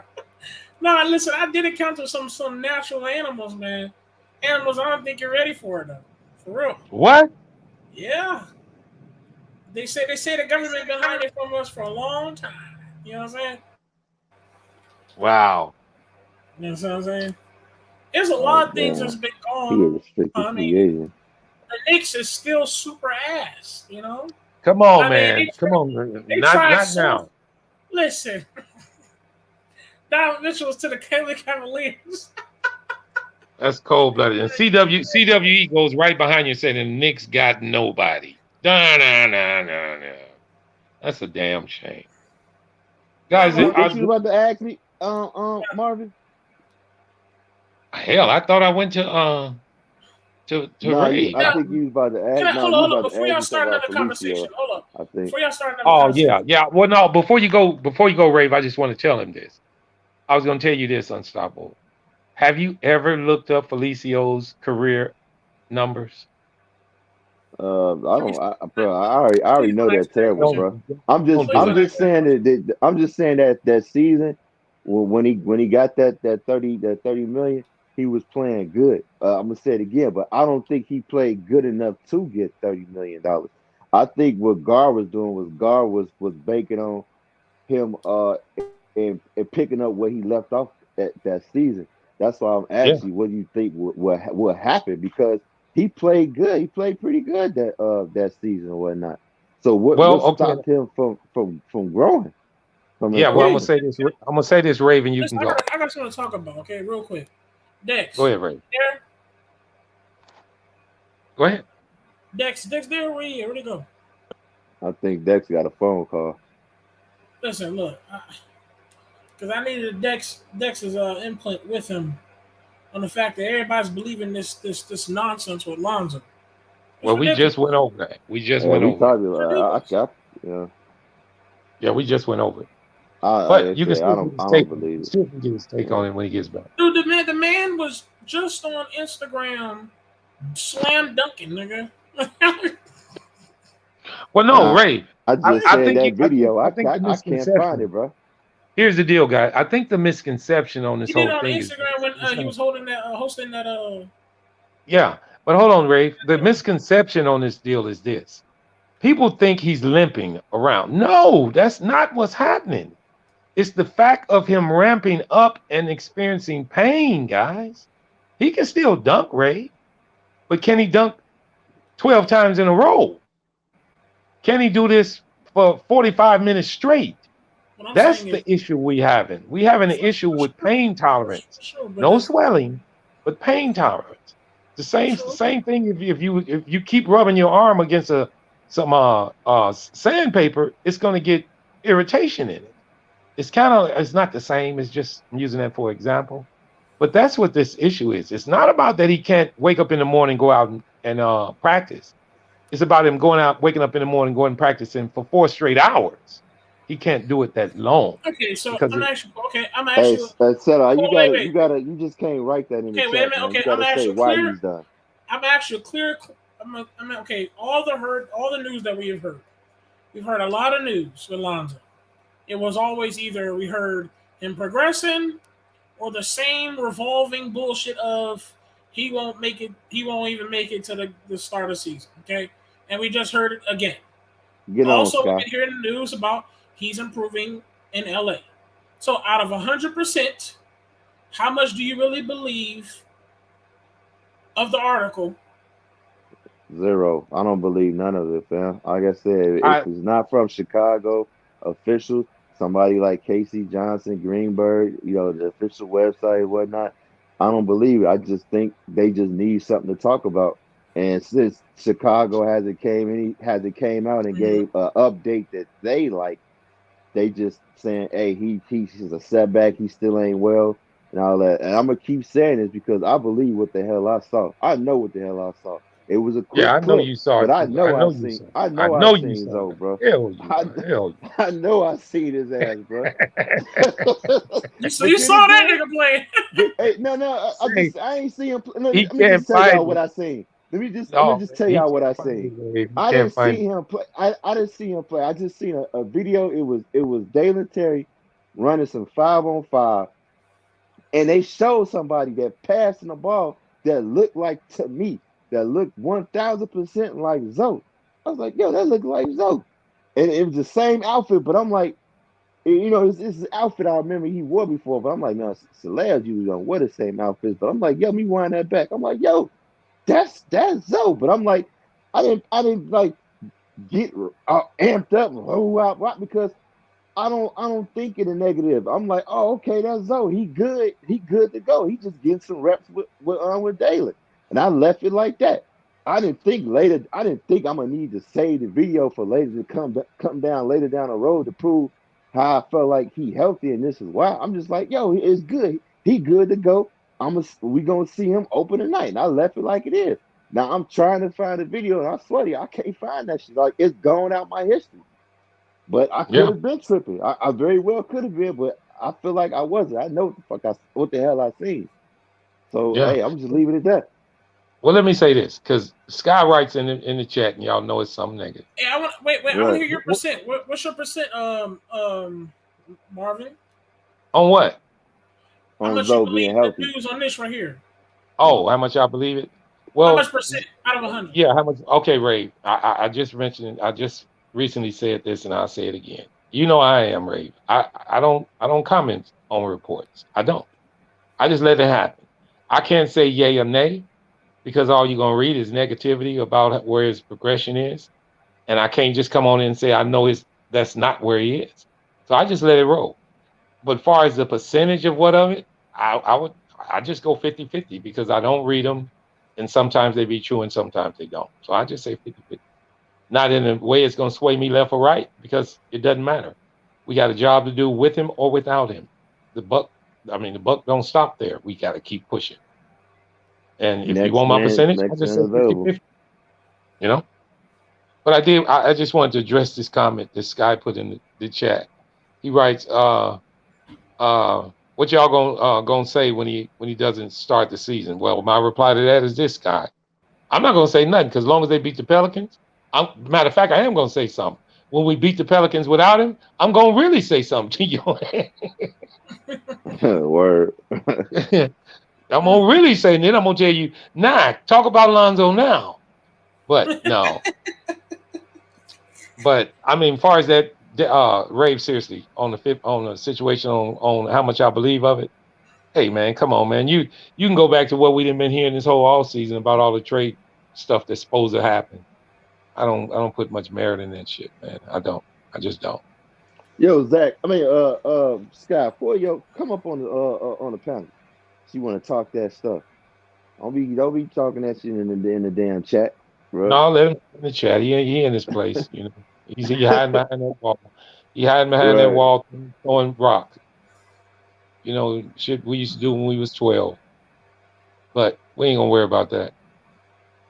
But Rave, Hey, how you been, man? hate to disturb you, man. Listen, everybody in chat. Listen, this is serious. Again, back at it where we really need you guys' help and support. Please hit that Cash App, Flight Sports TV. You already know how to get to it. Let us know if you don't know how to get to it anymore. Please support the Cash App. It's very important. You know, Flights fucks with y'all all the time. We've been giving you all season coverage. Guys like Marvin, Unstoppable, No Panic, Dex, whole bunch of people, Sky, a whole bunch of people coming on this chat to give you guys amazing information, amazing talks, all the entertainment in Flight Sports TV, man. So all we're asking is to give back a little bit, you know what I'm saying? It won't hurt, a little something, you know what I'm saying? 10, 20 here, whatever you gotta do. We really appreciate that on Flight Sports TV. We need you to hit that Cash App. That's very, very important. And there's something very serious going on, or that's why we need you to support. And boy, you best believe when you see why, you're gonna be like, oh yeah, I'm glad you supported Flight Sports TV. Because what we got going on right now, that support is very, very important. So please hit that Cash App. My apologies for cutting you guys off. No problem. you No good, problem. bro. Salute to Flight. Since we're here and since Rave is here on the panel, Rave, we were going through some of the NBA teams, and it seemed like you just dropped in right on time for the next team because it's one of your favorite. It's one of your favorite teams. So I want to get your take on this one first. Mm-hmm. And I guess I'll start by saying it was one of the teams this previous season that you kind of let people know about, and don't mention it if you know what I'm talking about. But let me finish. It was one of the teams that a lot of people in this fandom YouTube landscape was real high on. Mm-hmm. It was one of the teams that was highly rated at the beginning of the season. It was one of the teams that I don't know if you like very much either. And that team being the Brooklyn Nets. And the reason I wanted to give you the Brooklyn Nets is because I want to give you a chance to toot your horn on how you felt about the Brooklyn Nets last year. And I want to get your take on how you feel about them this year with the new additions. First, the first question I want to ask you is this, and you can address what you explained and taught so many people from last year's team first, or you can answer this question first. What kind of impact will Glass Man what kind of impact will the new players on this team have for this Brooklyn Net team? And how far do you think they can go? All right, so I don't think the new additions are going to make a huge impact. I don't really see how those new additions can just turn this team into a that type of team. To be fair, Kevin Durant is still on that team. So is Kyrie Irving. Okay, so to their respects, and I'm always going to respect them because it's Kyrie Irving and Kevin Durant. I'm always going to, and I've said that last season, and I've said that every time they am. It's Kevin Durant. He is one of those guys that can drop a 40 bomb on you. Kyrie Irving, come on, bro. Uncle Drew, Kyrie Irving, saucy. We got that. Especially young Kyrie Irving. Oh, you couldn't stop him, bro, unless you double team him. So to their respects, I understand why people like to still put the Brooklyn Nets at a higher level because they have Kyrie and Kevin Durant. And I understand that. I'm not disrespecting him. But there is a reason why I said last season and the season before that it was just a bunch of hype. Because you saw it. You saw how they picked up all those guys. And y'all's guys, you know who I'm talking about. They picked up Aldridge, Blake Griffin, and James Harden. I said, if y'all don't not fall for this bullshit. It's just a bunch of colliding talent and dying talent as well, just to force themselves into a fucking championship. And when you do that, not saying it can't work, but when you do that, karma likes to pop up. Karma likes to, oh, are you serious? That's what karma likes to do. Like, oh, are you trying to cheat your way out? Is that what you're trying to do? And I saw it from the very beginning, and people call me stupid. I said, bro, Kevin Durant, Kyrie Irving, they're getting a certain age. They really are, to be fair. They're still deadly, but they're getting an age. These guys, last year, they gave up. James Harden left that team, and they made a trade that allowed them to have Ben Simmons. And everybody said, oh, Ben Simmons, he's going to be the great for the defense and all of that, bro. He's going to be ready for the playoffs. But that man, as soon as the playoffs came, that Ben Simmons said, you thought I was playing? Ben Simmons said, oh, y'all thought I was playing. And that was y'all thought. Ben Simmons really finessed. I can't speak on this year. We'll see if Ben Simmons plays, and if he plays, we're going to see what he does. But I said, bro, this is the same Ben Simmons that does not want to work on his skill set. This is the same Ben Simmons that's playing lazy. He's already got his money. They already paid Ben Simmons. See, there's one thing, that's the worst thing you could do to a young buck is make him feel like he got nothing to prove. And you can all in the chat and the panel can correct me if I'm wrong. If I'm not mistaken, I remember Ben Simmons saying, I have nothing to prove. And for a guy that's to say that, I'm sitting here, Ben Simmons, do you have a championship? How many All-Star games have you played in? 1 or 2? How many defensive players of the years do you have? You have nothing to prove? You have nothing to prove. That is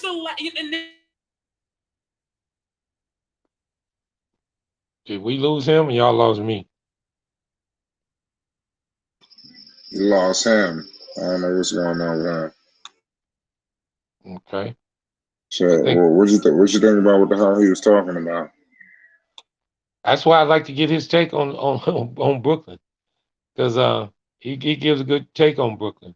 There's a lot of people high out there on Brooklyn right now, man, and figuring Brooklyn gonna be high up in the running in the East. I mean, I don't know what to really say about that. I mean, you make some good points. Whenever you got KD and you got Kyrie, I guess you got a chance.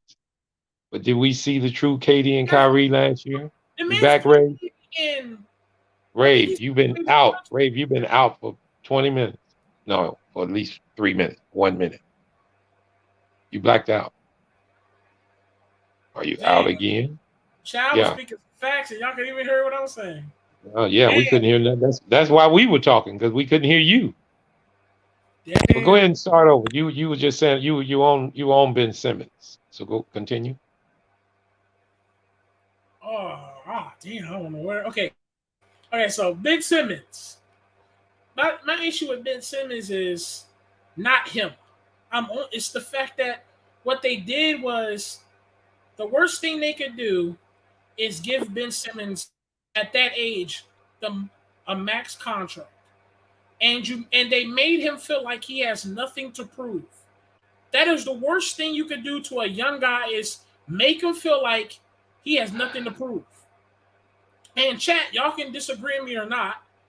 I think him saying it, he said it before, that he has nothing to prove. I think he said that before. And for me, I'm like, if you have nothing to prove, how many championships do you have? How many All-Star games have you played in? I think you played maybe 1 or 2 All-Star games. How many like defensive players do you have? How many scoring titles do you have? How many defensive player of the year do you have? So that's why I'm sitting here like, how can anybody say you have nothing to prove? So Ben Simmons has a lot to show for me when it comes to Brooklyn Nets, because he better show something, because if he doesn't show anything, I think the Brooklyn Nets can possibly have an issue. Agreed. I guess I can say we would all go back to the sentiment of what have you done for me lately? I guess that applies to all of the teams that are out there. And if you're going to mention every other team except Golden State, all 29 teams lost the last game of their season, except the ones that didn't make the playoffs. And my thing is, my apologies, Shaq. It's just he's a young guy, and you have allowed a young guy like him to get max money, and it's not like for example, 76ers. Nobody said anything. Nobody wanted to hold him accountable. He doesn't. He consistently proved he doesn't He doesn't want to work on his game, and then he continuously sitting out games. He out here finessing the Brooklyn Nets. He was supposed to be back for the playoffs. I think, bro, all due respect, but I think Brooklyn gonna be right there, man. Top 3, top 5 for sure. I think they had a lot of things going on, especially with Harden being there, and it's looking like they trying to move on past this and just try to get a championship. I don't expect them to have the same problems they did. I don't expect them to go out. I expect them to at least maybe make an Eastern Conference Finals or maybe even go to the finals. But as long as you got a player like Kevin Durant and Kyrie Irving on your squad, and then you add Ben Simmons, and Ben Simmons, he doesn't even have to do a lot. He could just be Draymond Green, fam. Just play that Draymond Green role. They're gonna be good, man. They're gonna be good. I'm gonna just leave it at that. All right. Well, let me say this because I'm reading in the chat, and a couple of guys are really in the sentiment that Brooklyn has 3 divas. You guys believe that? Nah, not at all. Nah, I You don't don't think think so. those guys cause controversy? All 3 of them? Who? I mean, well, first I gotta ask, what controversy has Kevin Durant Well, has done? supposedly he asked for a trade while he was still under contract. You said because he asked for a trade while he was still on his contract. I would No, say wait. I said supposedly he asked because I don't believe no I reports. mean, But I don't think he had asked for a trade for no reason. I mean, the only reason why they was having problems in the beginning is because how they did Kyrie. I mean, I don't know why folks act surprised. It's like that was the deal. That was the agreement. Me and Kyrie will sign with you guys instead of going to this team if you do this. And if you agree to that and you go back on your agreement, okay, then I'm out. Because okay, that wasn't the go ahead. is that signs of being a diva? No, that's not. That's been signs of we said we was gonna do this. You doing him wrong. Mm-hmm. I'm gone. We gone. We out of here. You gonna trade him? Trade me too. To me, that's just being loyal, fam. That's loyalty. He could have said, "All right, F Kyrie, see ya. I'm staying here." No, we came to y'all together and said we want to team up. We want to try to get championships with the Brooklyn team, as long as y'all do the stipulations. As long as y'all agree to these stipulations. They said yes. Kyrie, I don't feel like Kyrie been a diva there because shit, Kyrie ain't requesting no damn trade. I mean, whether whatever he got going on off the court or we know what was going on off the court. You know what I'm saying? You can't force somebody to do something they don't want to do. You know what I'm saying? You can't call no man a diva because okay, you want to trade him because of this. Because of these issues, I don't want to go too depth into it. What I think it could have been, you know what I'm saying? That's that man's decision. So okay, because you don't like his decision, and I guess you feel like he's being selfish, and you don't want to re-sign him after I done signed his damn contract, and they might have said yes. Okay, come here. You done got me to sign this contract, thinking you about to re-sign him because you might have said that, but you knew all along that you wasn't. But you wanted to try to lock me in, and that way you can get something from me because you already know what I'm probably gonna do if you don't bring back Kyrie. No, it's just nah, bro. I would have did the same thing if we Okay. this is mine. If we all let's just say You know what I'm saying? We all agree to team up, and we say, yo, we gonna come here to your organization or whatnot, but only if you meet these terms. And they say, okay, we cool with that. Come on down here. And soon we get there, everything going kind of cool. And then now they trying to force one of us to do something we ain't cool with. That's our decision, you know what I'm saying? And now you got a personal issue because of the decision that you made. Now you trying to break the break us up or whatnot after we agreed to come there. You know what I'm saying? Hell no, I wouldn't look at you no different because you want to. Okay, you want to get rid of us, get rid of him, get rid of me too. Because I told you this is a two package. This ain't a one package. This is a two package. Yep. This is a two package deal. Yep. Okay. So I'm out. I'm out. All right. All right. So before I go to a rave, last question. Last but not least, is Ben Simmons a diva?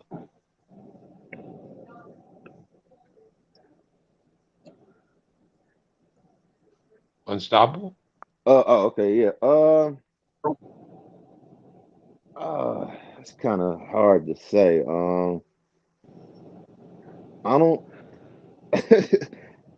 I don't think he is, fam. I mean, he did his thing with the 76ers. You know what I'm saying? He played his games, and the 76ers fan base just turned their back on him. Shit, and the media too. Man, they did that man so bogus. I don't know if y'all seen it, but they had a garbage can floating. I think when the 70s, it was some flood or whatnot that happened. And one of them was like, "Oh, look, there go Ben Simmons right there. There's a damn garbage truck floating down it." I'm like, "Wow, wow." Okay. It's All right. So wait a minute. So in other words, you don't have to answer this, but I'm gonna say this. In other words, it'd been real tough if you played in New York. I guess so. yeah, Okay, man, Ray, you know that, yeah. are you there, Ray? I mean, He's let gone. me ask you this: Do you for, for the thing about Kevin Durant? I just answered that. Do you think Kevin Durant a diva? Yes, I do. Okay, now you got to explain to me how you think he a diva. Because he his own man. I don't care what he's talking about us coming there together. I'm not finna say you gonna trade me because you gonna get rid of him. That to me is diva stuff. I know I'm they gonna have to had disagree agreement with on that, being man. together. I know they had agreement on being together, and they've been together on Brooklyn. Well, how? Well, no, Marvin. See, Marvin. See, this is why. This is where you go wrong at. How you gonna put all the onus on the player, but don't put no onus on the On the own organization Jason, who came to exactly. an agreement with the player? I'm not putting all the onus. I'm talking about his actions after they doing something to another player. They didn't do it That's to what I'm him. saying. That's what I'm saying. Because They they didn't. Wait a came minute. as a They didn't. duel. Wait a minute. They did not reduce his contract. They didn't do anything to that pertained to him, far as his what they They doing to did. Kyrie. What Yeah. they do? What they do to With him? Kyrie. With Kyrie. So what you mean? You know they're gonna get assets back if they get rid of him. No, that's not what happened. See, they didn't come there like that. See, that's what. Did you hear the commissioner when he talked about it, Adam Silver, when he spoke on Durant one out and how it is affecting the league and how they're going to bring that up in the CBA? But he also said, "I know a lot of deals are made in dark alleys." Who do you think he was talking about? He wasn't talking about players. He was talking about the owners. When you make these I'm commitments to these players, and now all of a sudden you starting to, and okay. now Well, when if a you player don't, well, backs listen to this. If you don't get that in writing, that's your fault. Period. that, that's They'll true. be caught up But in a tampering or handshake, something. hold on, So hold on, hold on. A handshake in business is sufficient. Yeah, right. You see, it isn't right. Yeah, When you're dealing with low lives, you're right, Marvin. When you're dealing with low I'm lives, just, you're right. I'm just telling like it is. You But the put it in because commissioner their writing. spoke on that though. organization, If our you put it in organization is writing, wrong, bro. there ain't They no went way they back can on go what they back on agreed it. on, If you bro. They put it went in, back on I what they understand. agreed on. All I'm saying is his actions towards what they were doing. I That's all don't I'm think saying. I'm trying to figure out how is he wrong though. If this is the agreement and you changing the No, agreement, wait a you minute. know what I I'm didn't say saying? he was wrong. The question was, is he Well, a I don't see diva? how he a diva for that. Yeah, let me correct that. How you a diva Because I if don't you think he was going? wrong. I just But think that how diva you a stuff diva comes though, man? You got to give me a good enough reason. because To you me, acting I like just feel okay, like that's not a good okay. enough reason, Here's a man. prime example talking though, shit, talking because shit. he's acting like it went down like this. Okay, if you're gonna do that to him, then I'm leaving too. It's Yeah, exactly that's how how it's the going. media portrayed it. It's exactly Well, as I mean, I mean, listen, hold on, listen. wait. how I Dudes do see that it all the going. time, though. I see it's going. Dudes do It that went all the time. right. It went down exactly how I explained it, Marvin. Okay, you want to get rid of him. You know what the deal was. Now you got to trade me too. I told you it's a 2-package deal. It's a 2-package deal. So I'm out. Trade me, Well, bro. Dudes do that all the I time. wouldn't call it a diva because I don't use that word, but I know what it means. I'm just saying I feel like every man stands on his own damn merits, and I know it was a 2-package deal. I know that. But what are you telling me? Because they finished ship my little brother, I'm lost now. I ain't gonna never win nothing. No, What's going on? hey, it's whatever. I'm out, fam. Y'all figure it out. You want to Okay. change what we agree to? I'm gone. You know what I'm saying? All right. Now, So since we obviously, some went terribly the other way because they both still on this team. So I don't He know if had a it's meeting with called the deep. owner again. Remember that? Okay, and what he say? Okay, I'm not trading I mean, I don't y'all. know what he said. I don't know what he said. Well, that's what I'm saying. I mean, what you think was said? Kevin Okay, I'm Durant not and Joe trading. Tsai had a meeting, Okay, well, I'm and I'm asking quite you. sure they reiterated whatever the promise was in the beginning.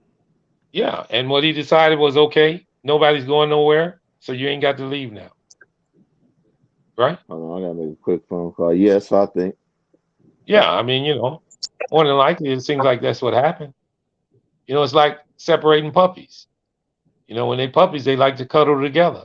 You move one of them, one of them will cry. Put them back together, they huddle again. I'm not saying that's what these guys are, but I believe that's what divas use. But Ray, I did want your take on this. If you're on the panel again, Rave is in and out all night tonight. Since you here, Dex, are you there, Dex? Yeah, I'm eating on my barbecue. Oh, you the one eating ribs, ain't that a bit? I Fax don't me eat a couple. ribs, but I'm eating barbecue. Oh, okay. Barbecue Happy chicken. I Labor was. Day. I'm an Yeah. essential worker. I deserve my Q. Oh well, I believe you, brother. You ain't got to explain it to me. But since Rave is so in and out, I can't keep him on the panel. I guess you can take his slot and give me a. Them great aliens is visiting him. He's probably abducted. I wish Marquez was on here. I wouldn't be able to talk. Where is he when I need him? Um, Marquez eating his Q. Everybody eating their Q about this time. he probably listened to every word I'm saying. He'd be on in a second. That's right, Rap God. Happy Labor Day, chat. And everybody Happy rocking with Labor Sprite Day, Sports guys. TV. We out here working. We out here grinding. We becoming essential. You know what I'm saying? We trying to get it before America go claps up on itself. Damn right.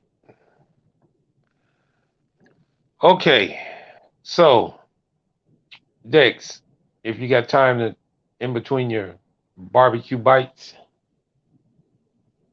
what do No, you go get? ahead. What is You it? can, yeah.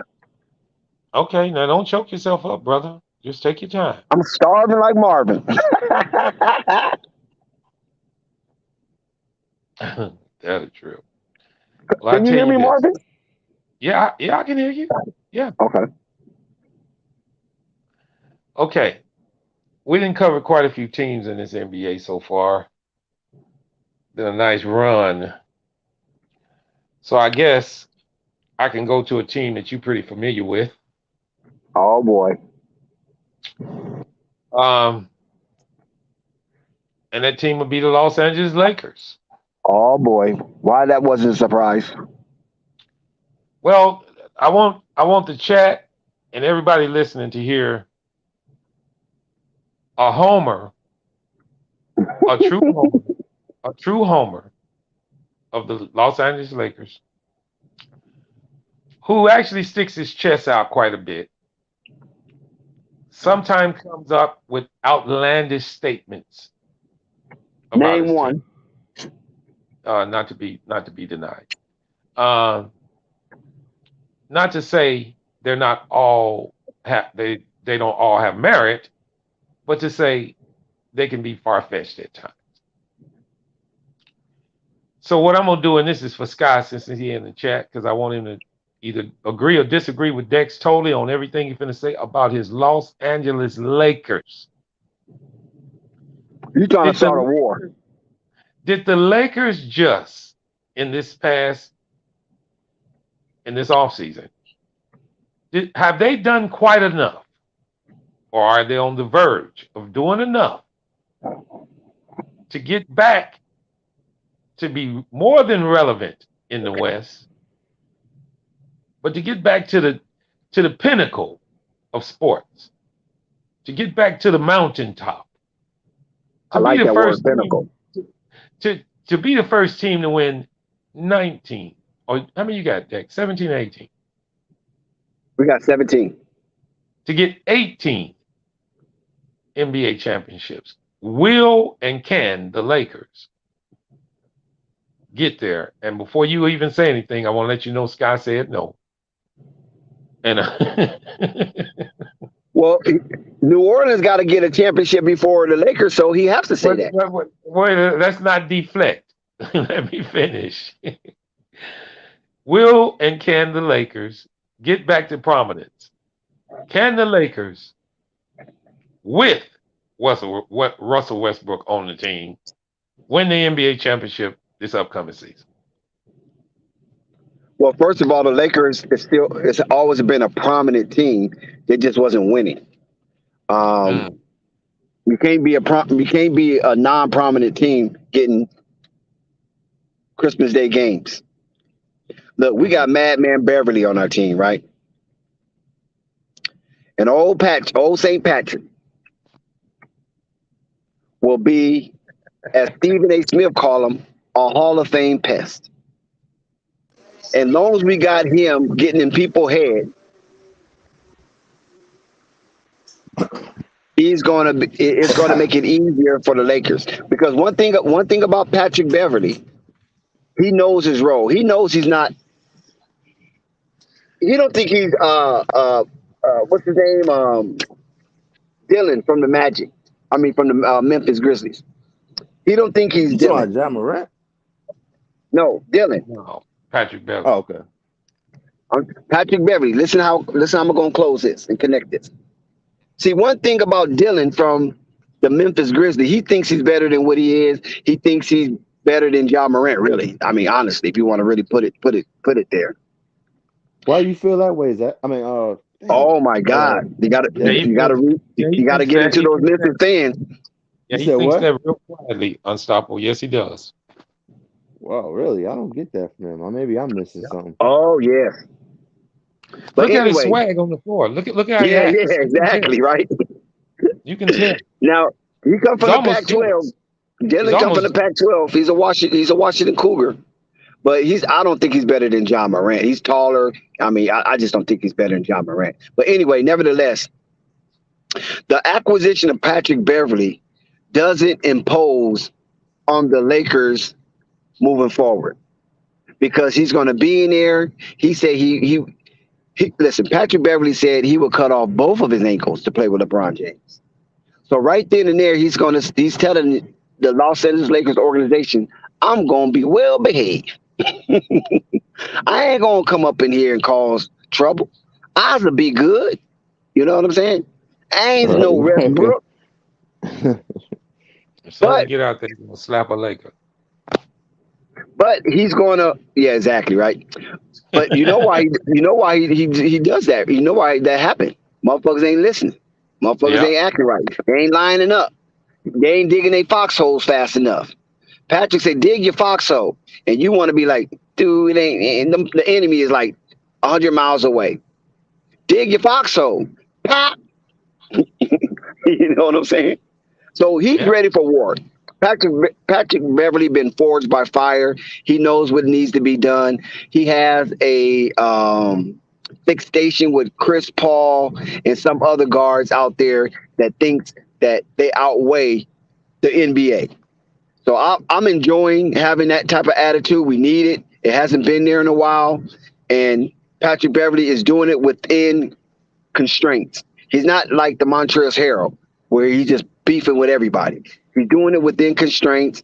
And the Lakers going to be well taken care of under the Patrick Beverly watch. I think it was a good pickup, though. You know. Yeah, and I wanted to get that take from Dex because I wanted to clear the air a little bit, and I wanted to free him of a little pressure and a little bit of stress and anxiety simply because of the things that expired this year, including some of the things that didn't transpire, including the deal with Kyrie Irving. We're not going to bring it up because it's dead in the water. I did want to get your take on that, Unstoppable, if you were still here. How you feel I'm here. about the You can hear Lakers? me? Yeah, I can hear you now. How Uh, you feel uh, about the Lakers? How do you feel about the Lakers? And my question to you is, will AD be healthy? oh man, it's hard to tell Anthony Davis, bro. I mean, it's history showing he gonna stay getting injured. Hopefully, he put in enough work and worked out with LeBron James to get whatever situation he has going on fixed. Because I just don't get it how you got your teammates LeBron James and he was able to stay in shape and don't stay hurt. I would want to find out what is he doing and work out with him to see if I can get my body like that. I don't I don't I think the Lakers improved a little bit, but not too much, you know. But their success is going to be solely on if AD can stay healthy. If Anthony Davis can stay healthy, then yeah, they'll go uh, pretty far. Uh, Yeah. I don't know. I don't know if the finals far because you still got you got Golden State over there. You got you got the Suns. I think the Suns are a good team. And shit, believe it or not, man, I'm probably gonna catch flack for this, man, but I'm gonna say it anyway. The damn Pelicans, bro. All right, That Zion since you coming bring, back, bro. I don't think AD want to fight in the paint with no damn Zion. Go ahead, since I want to what? yeah, since you want to bring up the Pelicans, I guess my next question to you would be this: Do they fit in the playoff category higher than the Pelicans, meaning 1 through 8 or 10? Say that again. Do who fit? Do the Lakers post a better position in the playoffs than the Pelicans, 1 through 10? If Anthony Davis is healthy, yeah. I think so. Wow. But um, like I said, man, I mean, we gotta admit, Anthony Davis, what, top 10, maybe top 5 if he can stay healthy. I Yeah. mean, he's a Oh, monster, you know. yeah. You I always did say this want about him. You love to have him and hate to have him at the same damn time. Yeah, I did want to say this before you go on. Dex is not gonna be he ain't gonna be mad at you. So just tell her like it is. Go ahead. No, I'm Shit, just time to start saying. the music. I already know what Marvin's doing. I'm just saying that if you gonna get Anthony Davis that's not healthy, the Lakers don't stand a chance of winning nothing. That's just the truth. I agree. When he's healthy, they got a good chance. They had a damn good chance. But going off his history is man, he's more than likely gonna be injured again. That's what I'm saying. Hopefully, he's putting in and work with LeBron James to try to fix that issue or whatnot. And he's doing something Yeah. to try to take care of that. If he's just doing the same thing that he normally do, not trying to change up his resume, he gonna get injured again, fam. And they window it's believe it or not, they window it is closing. If not, if some folks believe it's closed. You know what I'm saying? But then Yeah. again, too, And my shit, a last question. healthy Go ahead. go ahead. No, I No, was go gonna ahead and say, finish. but then again, even though you got a healthy Anthony Davis, it's like look at the pieces they got. They don't got too many good role players, if you ask me. Um, and what they gonna do with this thing with Russell Westbrook? Um, are they gonna keep him? Are they gonna get rid of him because they done had him change his game up? And I think that's another reason why they kind of playing why Russell Westbrook is playing like shit lately because he playing a different role than he normally play. So they Hmm. got some things they got to figure out. But the main key thing they got to have a healthy Anthony Davis, or they not doing nothing at all. Okay. And in closing, last question to you, because I don't want this answer from Dex. I want it from you. I don't remember if I asked you this, but I asked a couple people this. Is Darvin Ham, and do you think Darvin Ham can handle this star-studded lineup with these veterans?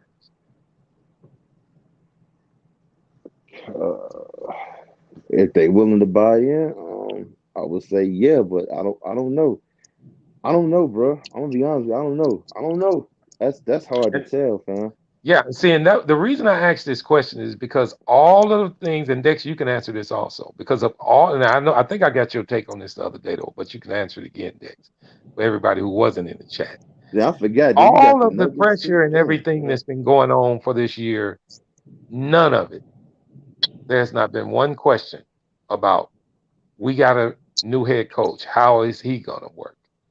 Nobody's mentioned it. Nobody's saying. Nobody's even worried about it. But because we got everybody is LeBron. in.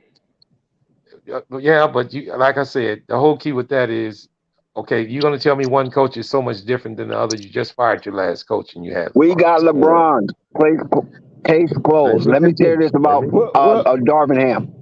Darvin Ham only have to say a few words to Anthony Davis to turn this whole season around. And those words should murmur, Giannis Antetokounmpo say you suck.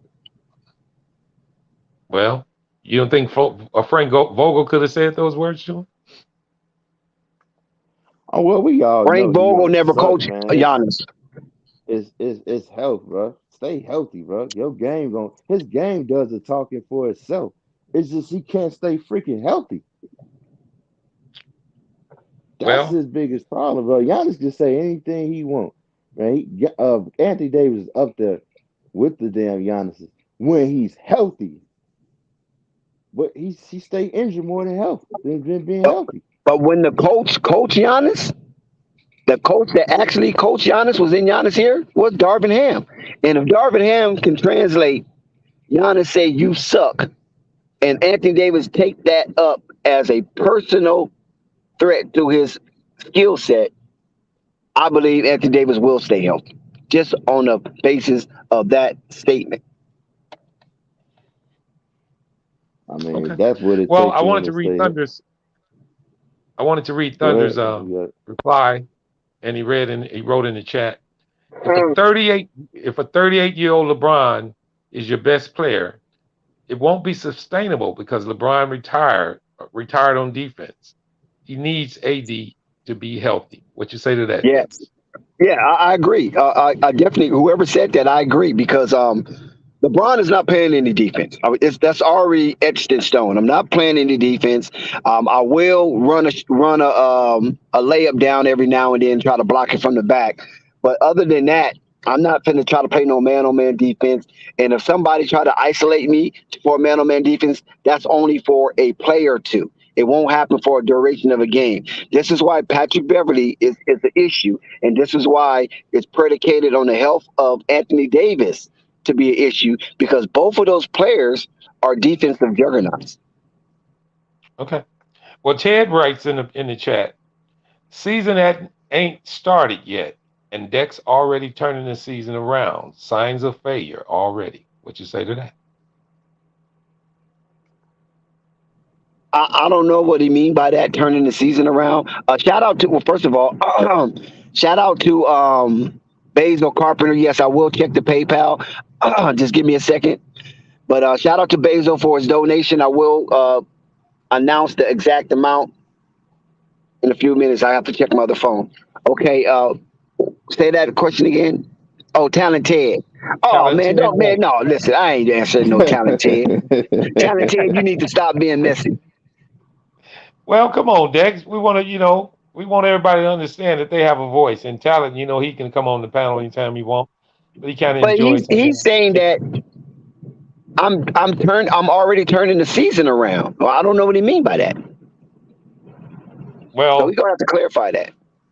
yeah, because you didn't say the Lakers are going to win the championship. I can tell you Right, I that, never Ted. said that exactly. You Never didn't said say that. Who Oh that? yes, A1? shout out to Basil for the $30 PayPal. Shout out to Basil for the $35 PayPal. Yeah, So, man. in If closing, Dex, I guess you would close it off with the Lakers for us. Is this team predicated on health, or do you Of think it's course. predicated on? Okay, all No, right. you're So right. No, it's on you health. No, Marvin, stay there. It's on health. Because every oh, team in the NBA is predicated on health. Lakers is not I know isolated that. when it comes to that. You know what I'm saying? They're part of that. They're not an island unto themselves. The Lakers definitely need help from AD. We have a center, right? We have two centers. I don't know who's going to start. It's probably be a fisticuff to see who get the starting minutes, and that's out of Thomas Bryant and Damian Jones. Okay. Um, AD has to be healthy and AD has to be mentally ready because listen, we know that AD is coming off a hell of a honeymoon. That big old house in Malibu and that jalapeno he got over there in that crib. Listen, I understand why he took a step back and took the rest of the season off.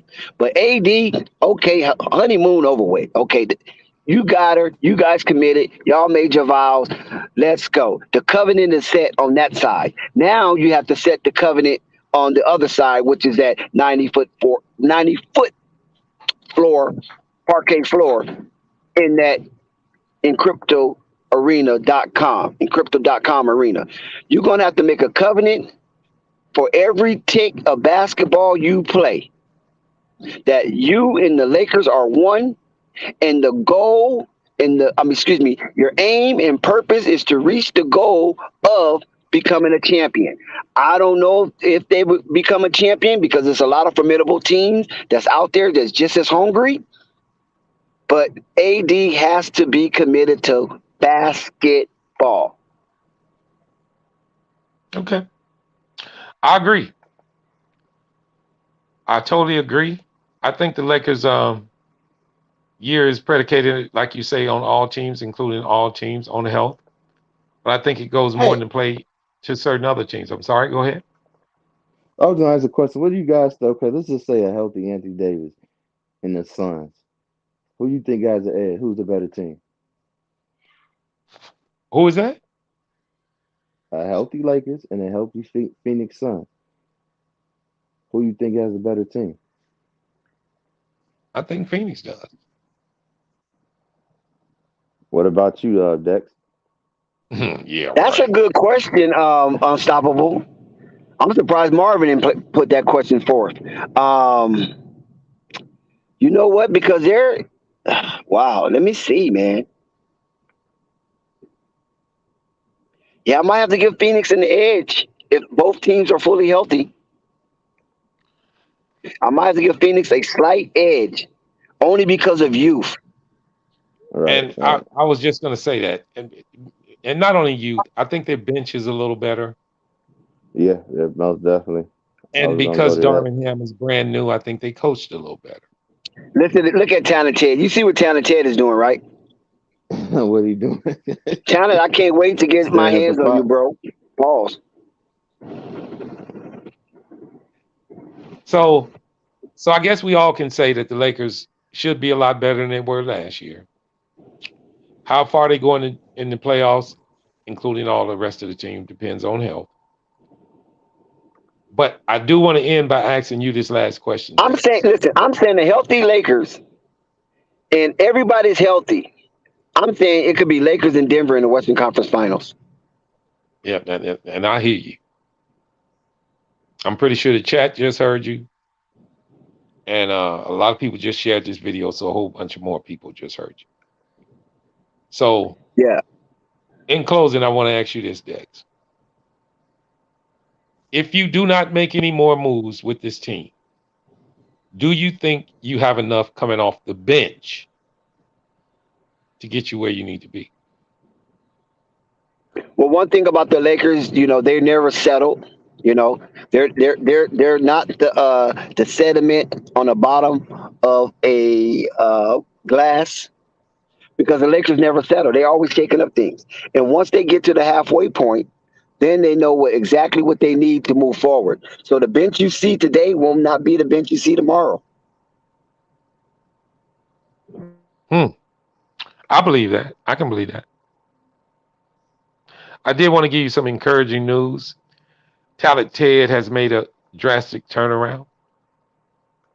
He said he's really serious. Healthy Lakers are problem Dex. I'm just being real, no shade. So if that makes you feel any better. See, we can actually turn around if we want to, Dex. All right, continuing on in this NBA landscape. I want to do two teams that you guys probably not going to be real happy about, but I'd like to hear your takes on them. I want to do a competition thing. I want to see which one of these teams you think are the better teams. Now, mind you, I'm bringing two teams up that need to get better. But I think these two teams are probably further advanced than some of the other young teams. Well, I wouldn't say further advanced, but they have a nice little core of players that might end up doing something. Don't tell me Detroit. You know I am. Detroit, Those I'm teams telling you that and those Detroit, two teams Detroit are gonna like be that, bro. Detroit and Houston. First of all, I want to get both of you guys' take. Which one you like, Dex? Detroit, Houston. Who's the better team? No, I like Detroit over Houston, no doubt. Before I you like elaborate, it. wait. Before you elaborate, Unstoppable. Who you like? Detroit, Houston. I like Detroit, but Detroit only by a little bit, and it isn't much. I'm Okay, now curious to Dex, I'm see. gonna let you go here in a second, Dex, because I just want to say this. And the reason I did that because I felt that Detroit and Houston were kind of close. Even though Detroit is younger, I think Detroit's talent is gonna rise to the top eventually, and I think it's Right. gonna show in the season before the season is out. Now Marvin, go ahead, I Dex. told you, I think Detroit making the playoffs, man. They're gonna be in the play Yeah, in. They're gonna make it. Detroit's decent. Now, Dex, if you had something you want to say, go ahead. No, I just think Detroit is. Look, they got a better coach. Okay, shout out to the Houston coach, Lane coach. son of a great Boston legend, Paul Silas Jr. His dad Paul played with the Boston Celtics with the Russell eras and all that stuff. So shout out to him. And plus, he was LeBron's first coach, Paul Silas, his dad. But I just think that Detroit, um, the way that they, the way that I just think they're just such a charming team, right? And the reason why I say they're such a charming team because they have a leader, a young leader in Cade Cunningham, and the team has bought in to the play and the theatrics of Cade Cunningham. And Cade Cunningham has proved himself well by being third in the rookie of the year race. So that is something really good for Detroit. They have something that they can actually cheer for and hang their hat on towards the future. Also, with their draft pick, that roster is not bad. There's a No, lot it of isn't. young talent. Yes, it's a lot of young talent. And this young talent is willing to get out there and run. And this is why they removed Grant from this roster. So Cade Cunningham and Bagley and company, and even to some point Killian Hayes, because Killian Hayes is not being a fuss. We know that Killian Hayes was drafted before Cade, and Killian Hayes was supposed to be that guy for them, but it didn't pan out. And Killian Hayes fell back and said, okay, I can come off the bench. I have no problem with that. I'm not trying to be a disruptor. And that is good for a young team because how mighty is that from a young man, even though he come from France, he from overseas. So maybe that might play a big part in it. But how often do you get a player picked as high as Killian Hayes, and then you get the next pick the next freaking year who's picked higher than you, and there's no squabble about it? There's a mutual understanding that, okay, I didn't do what they want me to do, but I'm here to support you. And it's got a bunch of light-skinned kids over there, so I think they should do well. Okay. Um, Before I go any further, I did want to let Ted know I was finna rock with the Rockets next. So if you want to come on, because I was gonna give this to Unstoppable, but I can give him one of the next two teams. Because I did want to get somebody's take on the Rockets. We never talk about the Rockets much on this channel, guys. I think it's time to give them their They due. up and coming, bro. They up and coming. Yeah. They, And if you want to elaborate on it, unstoppable you can until Ted gets here. Hopefully he pulls up. But the question I had for you with the Rockets was, we have seen the Rockets guys, and I think we didn't see them in, I wouldn't say in their better states, but I think we didn't see them in a kind of turmoil state more than anything, from far as some of the things that the young players have done and some of the things that they did this past season. But I think we all forget that the Rockets were way down in the standings with a heavy losing streak. And then they went on a little stride, guys. I think they won maybe, 7 in a row or something? After losing like 9. They won 14 9 in a row. They won 9 in a row. 9 in a row after losing about 8 in a row. I And it don't know started exactly. with the Bulls win. I How know. ironic is that? Well, I didn't want to Yeah, start with the that, but Dex since you would bring just that up. blurted out. Let's Is that bring you, back Ted? up the Lakers, bro. Oh, no, that's Nah, unstoppable. that's me. Okay. So the reason I'm bringing that up, unstoppable, is because I wanted to match these two teams up because I thought they were kind of evenly matched. But I wanted to hear your take because I'm not very familiar with the coach of Houston, and I don't know if you are. And then No, Scotty I'm not Jr. too familiar with him. the talent on the team. I'm pretty sure you know a little bit more of that. With this young Yeah, core that they have, do you think they are? How far you think they can go, and how far along are they, and how long before they become half relevant in the NBA? I think maybe like 2 to 3 years. They have some hoopers over there, bro. They got Jalen Green. See, I thought he would have. I had him winning Rookie of the Year, but I was wrong about that. I forgot who won Rookie of the Year now. Scotty Barnes won. Yeah, Scotty Barnes. Scotty Barnes. Yeah. Drop the link, And that's like because Ted's trying to I get think in. that's because they Drop team the link. made it to the. Okay, I'm gonna make it quick. I think that's because No, I you think good. You if good. the I was talking Rockets, twice. I mean not the Rockets. Yeah, I know. I'm saying you say he about to come in. I'm about to make it quick so he can say what he got to say. I think because the Raptors made the playoffs, it's probably why he won. If they didn't make it, I think maybe Green would have got it. But if somebody want to correct me on No, it'd that have and been tell me Evan why, Mobley. oh yeah. You're right. You're right. It would have been Evan Mobley. Well, wait a second. Well, maybe they gave it to What was Barnes because he's Green? a little bit What was smaller. Green's numbers this past season? Do anybody know? I can get it. He Hold averaged about 16, on. didn't he? You He said missed a Jalen lot of Green, right? games. If Jalen anybody in the chat, Green was bring up averaging Jalen Green's number. 17.3 17. points, and he was shooting 42.6 from the field and shooting 34.3 behind the 3-point line. How many games he He was played? averaging 3.4 rebounds, 2.6 assists. See how many games he played? Yeah, is it right Hold on, I there? gotta find it. No, it ain't right here. Yeah, the reason I'm asking is because I'm trying to compare these young players. Now they got another young player. They got Jalen Green, and what's the other 67 one's name? games. He 67 played games. 67. Well, that's about the norm for the NBA game. Scotty Barnes. I think that's the name that we was No, talking the about. Talking other about for the young player Raptors, on right? Houston. The other young player on You talking Houston. about Kevin Porter? Kevin Yeah, Porter? yeah. Yeah, see, I'm gonna go to they got a young hooper. And they got a Kevin nice little Porter. shoot over there. The got white guy can shoot pretty good. they got I don't even know how to pronounce Buddy's name, but I heard he been training with Curry, and when he came back shooting crazy. I don't know what the hell he gonna learn from Curry. Is that what happened? Drop the link, right? Yeah, Drop the link. yeah, he was Get training in, with Flight. Curry. Drop the link. No, I'm up here. They got Okay. like I said, I'm gonna make it quick so Thomas can say go there. They got they point guard is Kevin Porter. I remember I was asking y'all who their point guard. I couldn't remember Buddy's name at that moment. Yeah, Porter, and he came from Cleveland. You know, he was on Cleveland, but they wound up trading him because some things that happened over there in Cleveland. And they just drafted that power forward, Jabari Smith Jr. That's And right. not only that, they got Kenyon Martin Jr. But I'm hearing he might want out though. But he can hoop too. So But who's that shooter they got though? I don't know. I'm how not to real pronounce familiar the with the dude's team. That's why name. I'm It's a asking white you. guy. Yeah, I know who you're talking about. Well, hold on. But before anybody blurt it out, Ted might know. I'm letting Unstoppable go, and then I'm going to pose a question.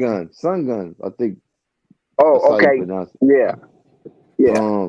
Yeah, but they got a nice they got some nice young pieces, man. I just think they 2 to 3 years from being right there and shoot. it's gonna be tough, bro. Because I just want to throw this out there to Ted and go ahead and take it over with the Rockets. It's gonna be tough because another young team over there, I think folks need to look out for is them OKCs, fam. They're gonna be Well, dangerous. that was my next segment, but just hang on for that. All They Okay, right, just no, took no, go it. ahead, Ted, let Ted are take you it there? over. Yeah, I'm out here. All right, Ted, are you there? All right, Yes, sir. question to you, Ted. Question to you is this, Ted. With you knowing a little bit more about this Rocket team and us seeing them from afar, question I want to pose to you is this, because I've seen a little turmoil with these young players. First of all, do you think that the right coach or whoever they have coaching them right now can straighten these young players out, get them going in the right direction? And if so, when do the Rockets become relevant in the NBA? All right, Steven Silas is the perfect coach for them because he's a young coach. He's coaching young players, so as a coach, he's gonna grow with them. So that makes sense right there. Also, he's a passionate coach. So at the end of the day, they're gonna fall into that system. Um, they are 3 to 4 years plus some moves away. So I say the most is 4 years, probably 3 to 4. But they core, I mean, I'm hoping they keep this as their core. Between Josh Christopher, Jalen Green, and Kevin Porter Jr. And Sun Gun is a problem also. And they picked up Trey Burks. Yeah, they definitely did pick up Trey Burke, and they still have Eric Gordon. But Shout out to Basil and the Con Shop. I appreciate you. Before sir, you go any further, Ted, who's their Oh, I big? forgot they They got got rid of Dennis Schroeder over there too. who's their big on that team? They got rid of Woods. I think they're going with that's a good damn question. They got rid of Woods. I didn't even know that. Feel Oh Yeah, yeah, he went Woods to is the. with It's probably Dallas. gonna I'm telling you, it's probably gonna be Sungun. He the center. That's the one that you How talking big about is he? that That's can why shoot. Yeah, I'm He's not asking. How big Alperin. is he? tall Alperin, that's his name, Alperin. Well, wait a minute. though. Wait a Okay, Alperin. minute. so good. Alperin. Unstoppable. Unstoppable. Are you talking about the same Shun Gun guy who Io dunked on? I don't me? know. Did he Yeah. dunk Nah. on him? I Yeah, he don't remember dunked that. on him. He did a poster dunk on that boy. Well, that's to tell you that they're gonna have to make some moves. But they got a dude by the name of Fernando. I They think they got shouldn't have they should have kept Wood, bro. I think they yeah, gonna Well, wind they up kicking themselves for that. wanted, But you that's know what? and they, You know what? They probably did that. You know what? Jabari. They probably did that because yeah. they see Okay. Jabari ceiling Let's being let's let, higher. let's let Ted finish. Go ahead, Ted. nah, you all good. Nah, I didn't know they got rid of Woods. Cause where did he go? During the He went off to He season. went to Dallas. Dallas. He went to Dallas. Oh, Dallas is gonna be Yeah. a problem this year. Dallas is gonna be a problem. Echo. We got an echo guy. That's me. Hold on, I'm about to take care of it. Hold on. But right now in the center position, they just working with Fernando Garuba, uh, Magjanovic, and Sungun. Yeah, they small, bro. Yeah, they Yeah. might have pushed. They might have pushed it back 5 years now, doing that, getting rid of that boy. To be honest with you, One more question before you go on. Do they have a plethora of draft picks, or do you know? no, I don't know. I'll be honest with Now, considering the reason I asked that is considering the record that they've been posting every year, seemed like they would probably have something stashed for the future. you. But you can continue. Go ahead. Nah, Hey, Yeah, well, hey, I just Ted. want to know more about them. yes, sir. I wanted to tell you, don't forget, man, that they drafted Jabari, bro. So he gonna take Kristen Wood's place, and I think Jabari is about 6'10". I'm not. Yeah. Yeah, 6'10". I think he's 6'10", bro. Yeah. Oh, Jabari Smith. yeah. Yeah. They got him listed as a forward, which is kind of weird Yeah. But because when Kristen Wood playing the P4? Yeah, he was. I mean power forward. Yeah, he's playing power forward too. But they got what's that dude name? Damn, he tall as shit. They got Start with a Boban. B. Boban. Yeah, that's his name, Boban. So yeah, I think they'd be fine. But I don't Unstoppable. think You are Boban's part of the future though. Huh? unstoppable. You are super loud right now. yeah, your mic heavy. Oh, it's probably because I'm in the car and it turned it up a notch. Hold on. Yeah, it's super You hot. sound Is like that better? KNT. Yeah, I was just gonna say KNT, turn your mic down. Yeah, K and T might be super loud, but I know my Yeah, stuff yeah. like OD right That's now. why that's Is, why is that yours is better right though? now. No, it's still the same. Okay, hold on. I know what I got to do. Hold on. So go ahead and continue, Ted, because we need to know a little bit more about this team. If you could elaborate on the bench, if you know anything about it. Okay, what about now? Yeah, well, you Yep. just sound like you just went to base mode, but it's better. Okay. Nah, the Go ahead. No, Rockets go are ahead, Ted. nah the Go ahead, Rockets in Ted. this they in the same position as OKC. To be honest with you, like they ways out, but they're gonna be an exciting team to watch.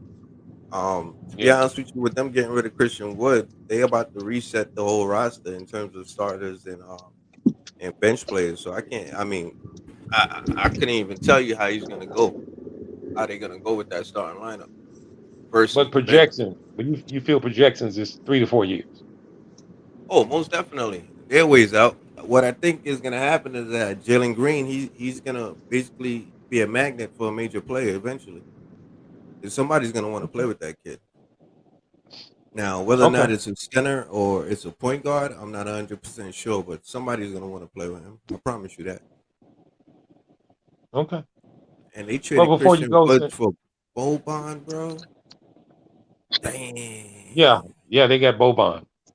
Great player. Great player. I mean, like seven Well, they did. nine, He ain't no 1.3. great player. Come on, Marvin, stop it. Nah, I'll be honest. Nah, he's gonna be good for chemistry though, because he's very But they got. likable. I know they got Marquise. They got Marquise Chris. They got Anthony Lamb. They got some. They got Sinjin. The guy that I was talking about. Yeah, you're right.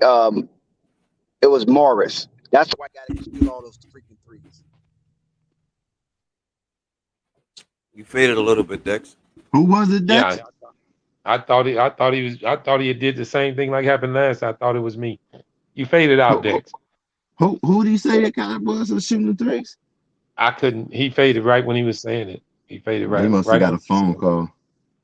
Yeah, because last time he got a phone call, I got one at the same time, so I thought it happened again, but no. But yeah, I just wanted to get that take. I wanted to get that take on Houston. We hadn't really went through all of the teams. We real close to going through all of them now. I got a couple more I want to do, and since I got Y'all Ted want to get them OKCs, since I huh? got Ted, that's who I was just finna roll to. Since OKC Ted is a was sleeper hit. up at bat, I did want to give his take, get a take from him on OKC. And the Nah, they question I had for him was this, for you was this, Ted. talk to me. Excuse me. In OKC's plans. Now we all know they just drafted a young kid who kind of unfortunately went through a situation here recently, getting hurt. We look at this team as it is, as it's currently constructed, and I'm just going to be honest. I don't think any of us see championship aspirations in it within the next couple of years. But this is the question I have for you on this: is this team headed in the right direction? Meaning this: are they gathering the pieces they're going to need to become successful? Think of the players that they have, and think what they've been drafting, the spots they've been putting in place, and the young players that they currently have. Is this a functional organization, or are we looking for this organization to be mediocre for years to come? They're gonna be mediocre for years to come, but that's not their fault. They're rebuilding. Me personally, and this is just my personal opinion, I do think they need to move Shea Gildress. I think he needs to go to a better team because he could be more valuable for my Knicks. To be honest with you, however, I however, just keeping it knew that. 100, they in the same position as the Rockets, man. They rebuilding. They just like Orlando's a little bit ahead of them. You understand? They But was next. OKC, and the Rockets, they're literally all in the same position. So Yeah. they trying to rebuild after losing stars, after losing major stars. So they all about 5 years out, man. Like by the time the old guards get out the league, these dudes will be coming up. Yeah. These are the same teams that we calling right now. That shit, they be going head to head in another 3, 4, 5 years. And that was the reason I'm bringing them up in conjunction with each other. And to you, Unstoppable, if you're still there, give me your take on OKC, because I hear you kind of, I can tell you kind of chomping at the bits about this team. Where do you see their projection? You think they're going in the right direction? Oh yeah, most definitely. Ted hit it on the nail. By the time some of these point guards, these things start to phase out, they're gonna be coming in.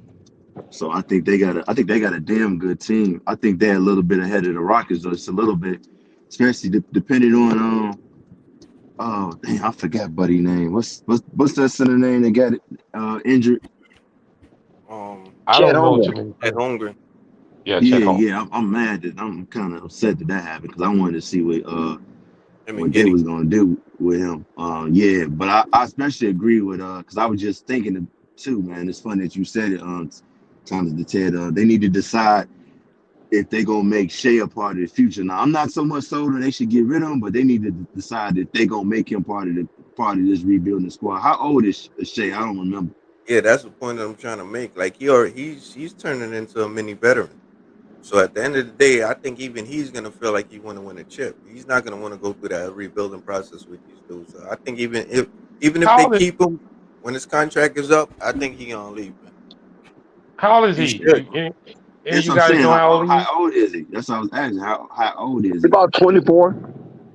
Oh yeah. So he's still young. He's still young. I mean, unless they sell it to him, like, look, we want you here. We're gonna take care of you. We want you, you'll be our Shea vet, gone. stuff like that. Nah, But I don't. He I not gonna doubt. stay. I doubt. I was gonna say, but I doubt that work. He'll want Drop to the get a link, chip. Flight. So Okay, Drop just the so link, remember. purple baby. We need purple. We need so purple. so the Just thing remember. is, Mm-hmm. huh? Go ahead. No, I was gonna say yeah. So they may need to trade him because shoot, by the time they even get there to be contenders, yeah, he gonna be thinking I want a ring. So yeah, I think it may be time to go ahead and flip him while his trade value is pretty good right now. Yeah, just Hmm. remember he was running. He was running with the Clippers when Yeah, while they were in the playoffs. So he got the right, yeah, he got the. yeah. He ain't gonna want to go through that. Yeah, yeah, Nah, he ain't yeah. trying to So go. you don't want him to walk for nothing. You want to get something for him. So Yeah. yeah, it probably be best. Okay. All right. So, and Dex, I did want to address this team with you also. Are you still there? Yes, sir. And my question to you on the Rockets would be this. Oh, the Rockets are Oklahoma. I'm sorry. Yeah, Oklahoma. I'm sorry. Sorry. I lost my train of thought. On the Oklahoma, on Oklahoma. With them being such a young team, Dex, with them going through this tragic situation, I wouldn't say tragic, but this unfortunate situation with Chet, where they sit in their positioning in the NBA. Is there a chance for this team can get back on track, can be something a little ahead of schedule from what the rest of the guys are saying? Now, I want you to be realistic when I ask this question because some people might be Oklahoma fans and think their team is more on a quicker path. So I wanted to ask you, so maybe you can address the people who are Oklahoma fans and thinking they are on a quicker path. Do you think this team has a chance to show maturity, get better, and become something relevant within the next 3 to 4 years? Well, for all of my truckers that's out there, I salute you. And we know that OKC, right? To all my truckers, the owner owns Love Truck Stops. So his bread and butter is based on you truckers going out there and buying them jujus and wham whams at them Love stores. Okay, so keep up the good work if you want Oklahoma City Thunder to be a good team, so that way they can have a cash flow to get replacements for Shea Gilchrist Alexander because he's out. But it's not over for the Oklahoma City Thunder. They still got the Josh Giddies of the world. They still got the Lou Dorts of the world. Chet Holmgren will come back off of injury in 2023, 2024 season. They still have the Derek Favors. You know, he's in his dog tooth years. They still have that one good forward that can shoot. I think his name is Alec Jick or something to that nature. We just say AP because I don't know how to pronounce his last name. They still have Trey Man. He's a good player. They still have Crazy X. So Oklahoma City have some pretty decent players. They even have Kendrick Williams, who played with Lonzo Ball on the New Orleans Pelicans. So they still have him down there. And of course, my man Darius Baisley, Baisley, who is a Clutch Sports client and who got on with Clutch after sitting out a year being an intern and end up getting him a nice contract over there at OKC. So it's not like they're lost of talent and things of that nature. And I'm quite sure that Mark over there, the head coach, will probably try to do something to keep these kids in line. But Shea has to go. That's the only really asset that they have. He has to go. The Canadian marksman. Okay, you got to go, my bro. I don't know where you're going, but you got to get the hell up out of there. Maybe Washington. They might have a place for you. Hell no. But it doesn't matter. He just have to go because he's just wasting a lot of his youth down there on that red clay. Well, not to cut you off, Dex, it does matter because Ted said that with intent. He wants him on New York. Continue on. Yeah, I mean, he got to go. Wherever he goes, he just got to go. They have to get some type of quality drafting for Shea. You know what I'm saying? If they send him to the West Coast or the East Coast, he just have to get out of there because they're going nowhere fast. And what they trying to do is develop Josh Giddey, okay? And they want to develop soon Chet Holmgren when he gets back. And that's what they're going to move going forward. The Josh Giddey, Chet Holmgren combination for the Oklahoma City Thunder. And there's really no avenue for Shea to move forward. He did what he did. He got paid. He got everything he needed. He's their max player. So now, Shea, go somewhere where you can get some quality basketball under your belt once again. Okay.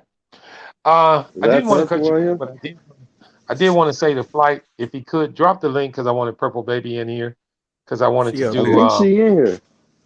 Is she in? Purple, are you in? I thought I heard her. Yes. I'm in here. All right, she's in. All right, great take, Dex. And a great takes all of you guys. And Ted, please don't leave. I need you on these next one. The reason I'm saying that is because we rarely get a chance to talk about these other teams, guys. And I don't think we talked about Houston not one time on this channel. If we have, I hadn't been around. We talked about them, but it wasn't a long segment. It was Houston, and we moved along. Yeah, so I'm going to move along, guys, because I got two more teams here that's, I wouldn't say they evenly match, but they kind of match up pretty well. They're both coming out of the East, and Purple Baby is here, and I'd like for her to go first. And I don't want her normal take. I want her to take on a different team this time. Because Unstoppable and Ted, I'm going to get your takes on the other team. And the team that I want you to focus on right now, is Purple Baby, is the Washington Wizards. Now, I'm going to start off by saying this about Washington, guys. I don't know if any one of us on this panel know that roster extensively, but I don't know if any one of us on this panel feels like Washington is a threat either. Mm-hmm. But in a lot of Washington Wizards fans' mind, they got a decent squad out there, guys. So, Purple Baby, to you, my question is this. Is Washington spinning his wheels by giving Bradley Beal this big contract and the team being in the state of flux of what they are? Does that contract hamper the Wizards from going further in the NBA and becoming relevant? I mean, of course it does, but it ain't no different when they gave John Wall, his money and he got injured. They put a decent starting three out there and John Wall was a part of that good three that they had at the time until they got Bradley Beal, and they put some decent pieces around. I will say this roster is decent. I'm expecting them to be contending for a play-in spot. Wow. You are. Yes. Okay. Before I get off you, before I let you go, I did want to say this. Have one more question for you with this Washington's roster. Do you think Porzingis is a good enough center to make you be something special in the NBA? I don't like him at center. I think he's a power forward, but he's decent. And Bradley Beal then showed you before, and I think it helped because he played with John Wall, that as long as you give him somebody comparable to help him score and relieve some pressure off of him offensively, he could get you some wins. And I think Porzingis, as long as he stays healthy, you know, he's somebody that can put the ball in the basket. So Okay. And if you knew, I don't, because I don't know right off. remember, they still got And Kuzma. yeah, because I apologize for saying Porzingis at center. Would you happen to know, or anybody on the panel, who would be their starting center? Probably Gafford. Porzingis. I don't think I Porzingis. thought Porzingis was playing more of the forward No, too. that's the center. Porzingis or Rui Hachimura. No, Or Rudy either Porzingis, though. Hachimura plays the power forward at times, small forward. Uh-huh. Porzingis plays the center. Sometimes he'll play the power forward, but other times they had Danny Gafford out there too. But Porzingis is a Yeah, starting but Gafford's center. coming off the bench. He's coming off the bench. Right. That's what I'm saying. Sometimes they do that, but Porzingis is their starting center. Yeah, I don't think he should though. Yeah, Porzingis the starting center. Yes. I don't think he should. I think they should start and put Porzingis at the 4 because Embiid gonna tear him nuts. They have a whole new team, Purple Baby. You know that, right? Well, fairly new. I think depending on who they play, they're gonna put him at the center position. Like they go against somebody like No, I'm Embiid, talking like about for you the said, starters. Purple, he ain't gonna do that. I mean, the only two starters coming back is Rue and Beal. Well, Dex, don't go no further. Don't go no further, Dex, because I did want to get your take on this. I'm gonna get talented and unstoppable on this next team. And to you, Dex, what do you see? What do you see with Washington? Do you see this team? How do I put it? Do you see this team? No. I don't see Washington doing nothing. Wow. They'll be scraping the bottom of the ocean. They'll be down there with the lobsters, the crabs, the oysters, and so on and so on, the jellyfishes and all that type of stuff. They'll be down there scraping the bottom. Washington and the Hornets will probably scrape for that 10th seed. Well, it's so ironic that you bring up these teams that I'm getting ready to ask other guys about. I knew that he did. Yeah, and I didn't want to get Purple Baby's take on Charlotte because she's always giving takes on Charlotte.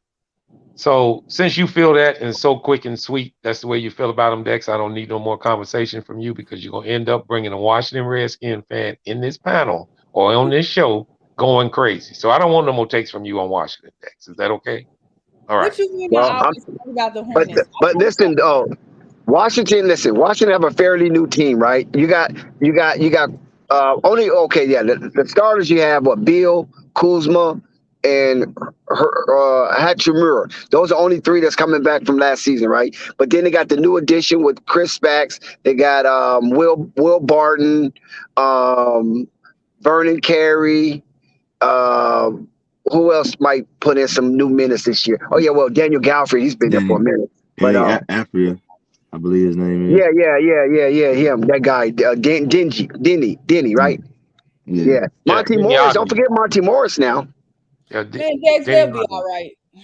Yeah. But they got Todd Gibson. Todd Gibson's 100 years old. And they got DeLon Wright, another,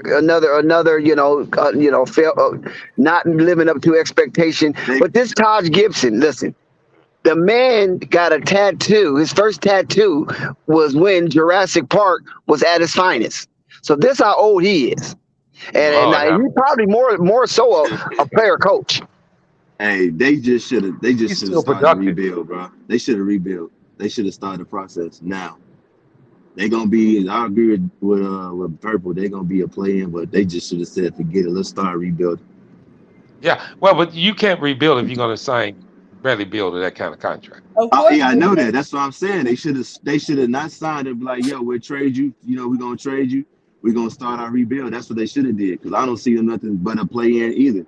They need Okay. to start rebuilding. They gonna wind up All right. So, regretting it. all right. Okay. So before we get off Washington, I did want to ask you and Talented one question out of Washington. Do you guys believe Bradley Beal did to Washington the same thing that Dame Dollar did to Portland? Of course he did. Yes. Thank Of you. course. Yes. Well, what I do know on my end is that Bradley Beal's wife, she controls a lot of what goes on with Bradley Beal. So you take that as you want it. So it's about money. Happy wife, Okay. happy life.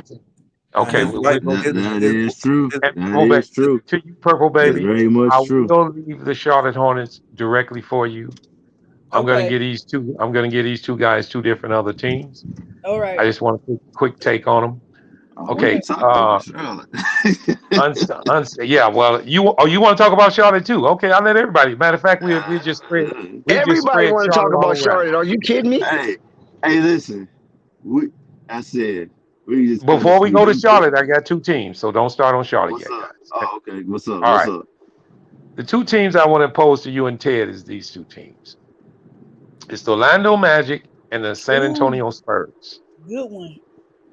Now, the reason I'm bringing these two teams together is because I don't see them basically in the same category, but I do see them in the same category. But I really want to get my take on one of these teams too. After you guys do, I'm gonna pose this to all of you guys. I want to start with Orlando, and I want to start with Orlando because of this reason. I think we all can probably remember or either think back and think, haven't Orlando got the first damn pick for the last 8 years in a row? It seemed like they had. How good is Orlando? But yet and still, we can all say Orlando has never really piqued our vision. But every year they end up beating somebody good, including the Bulls. They beat us this year. They beat the Knicks twice. They beat quite a few good teams. So the question I have for you guys, one at a time, I guess to you first, Unstoppable. Is Orlando a couple of pieces away from doing something, or are they just spinning their wheel? Are they drafting correctly, or is it's just something that's going to take a long time? I think they head in the right direction. They drafting well. They got Suggs over there. They made a good trade with Chicago. They got Wendell Carter. They got his name is Apollo. They got Isaac. I believe me and Morgan was talking about. They got Isaac. If they decide to keep Isaac, because they probably gonna have to make a decision. Either they're gonna keep Isaac a part of this team, or they just gonna go ahead and trade him and let Apollo do his thing, which I think that's the direction they're gonna go. They're gonna go. They got what's his name? J. Cole over there. They got J. Cole. Who else they have over there? They got the Wagner brothers. They got a nice little team. I say maybe they 2 years right there too, bro. So they got a squad, Okay. Okay. Yeah. And to you, Ted, my question to you is about the San Antonio Spurs. Oh. I'm going to let you guys give takes on them, but I want to get Ted's personal take on these Spurs. Now, we know they got the legendary coach over there. And I know you know something about coaching because you know what coaches can do for young players. But my question to you about the Spurs is this. With that legendary coach, have they shown any direction? Are they showing rebuild? Are they showing they can maybe put a piece together? I guess I can't say that with them getting rid of Devontae Murray here recently. But I guess I'm gonna pose it like this. With that squad currently constructed, is Popovich just tired, or is he really all into helping this damn team become something? Yeah, you're funny. I'll be honest with you, man. I think the Spurs got to rebuild regardless. Once they got rid of DeMar, it's a rebuilding situation. Once he got rid of DeJounte Murray, that kind of made me scratch my head a little bit because I feel like that was a good start for the rebuilding process. But you know how Popovich is. If he's getting attitude from certain players, he get rid of them. You know what I'm saying? So Yeah. I think DeJounte probably wasn't happy, but nothing gets out with the Spurs, so you probably wouldn't hear about it. You understand what I'm trying to say?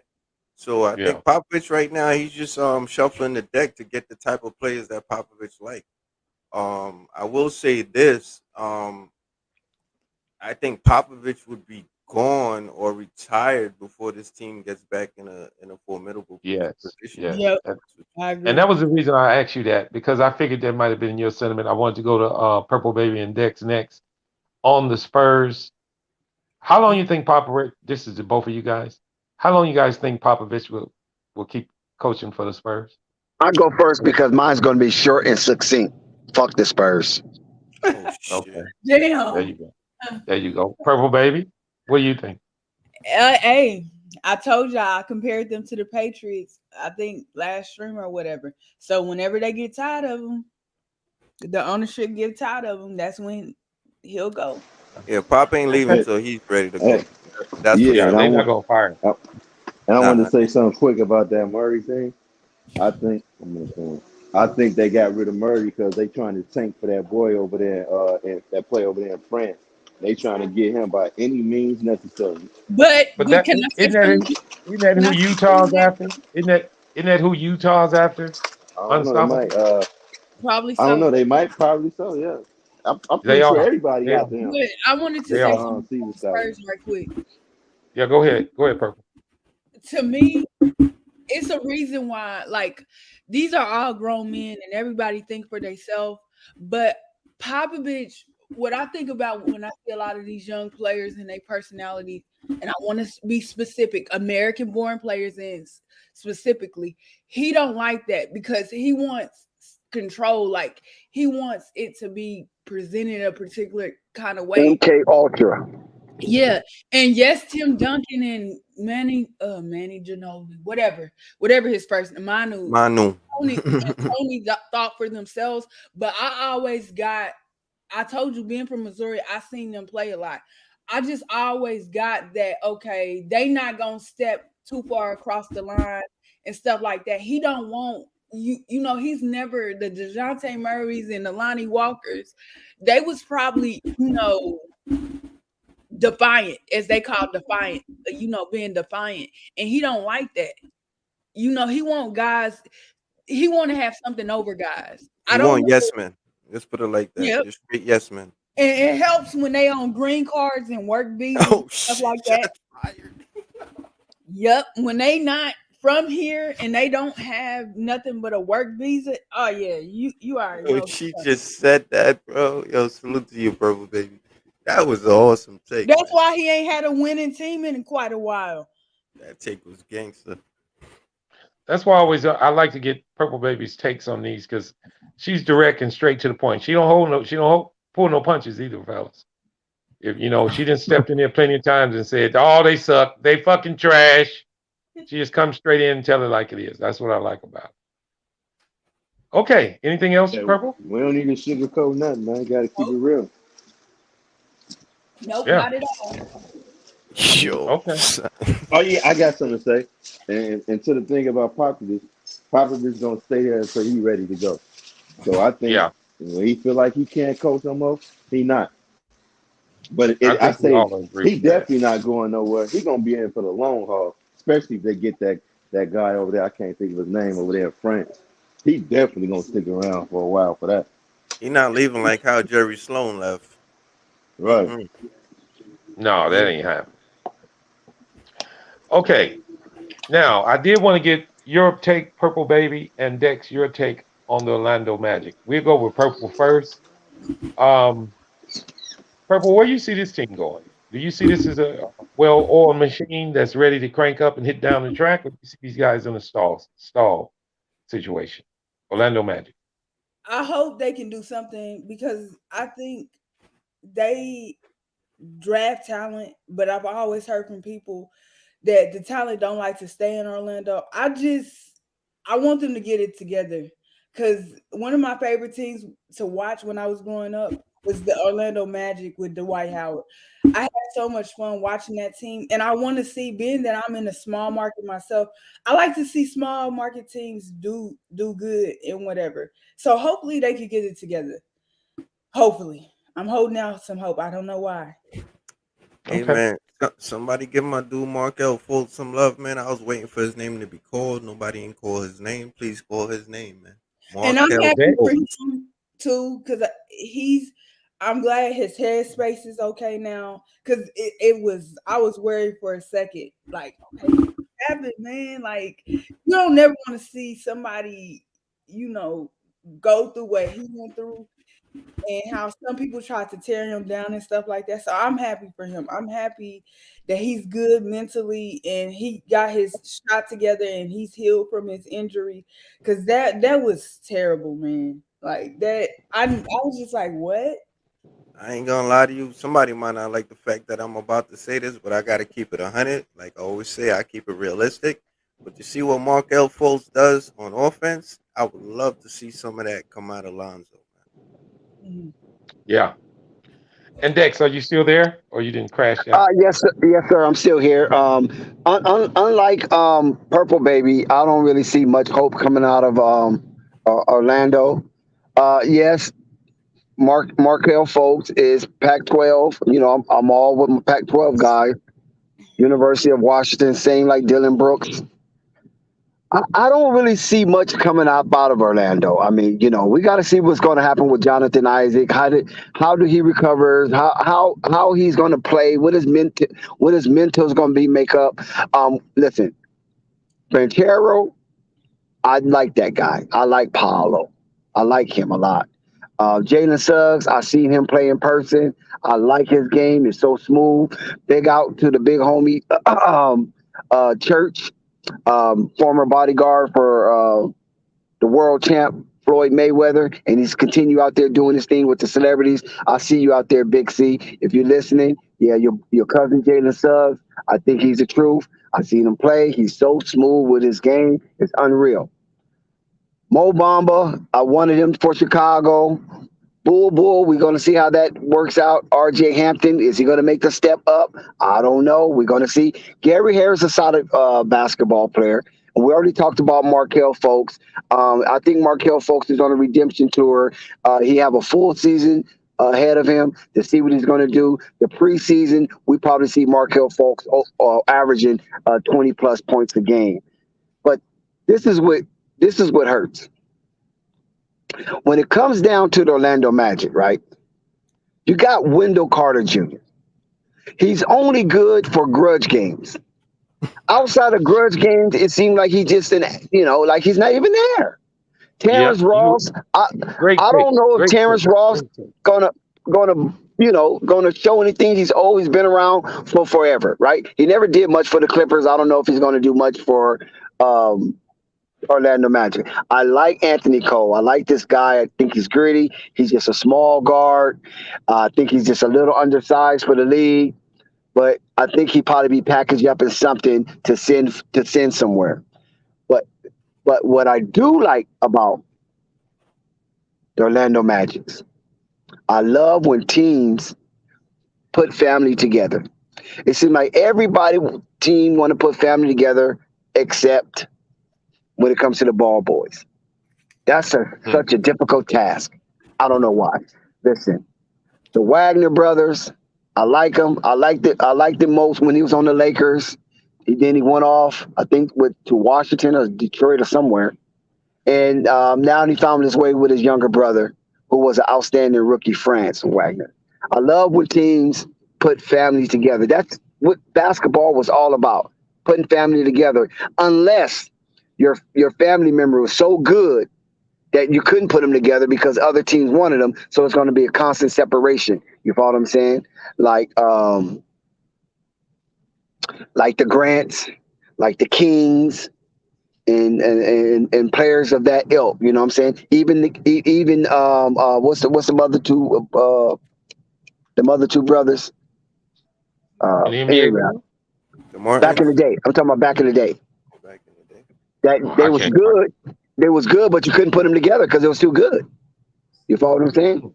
Now, when you're not that good, then it's easier to get together because when you're good, another team is going to take you, and nobody's not going to really allow that to come as a combination. You But talking about the nevertheless, Davis brothers? huh?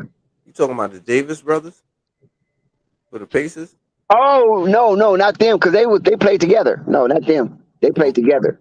But no, I'm talking about.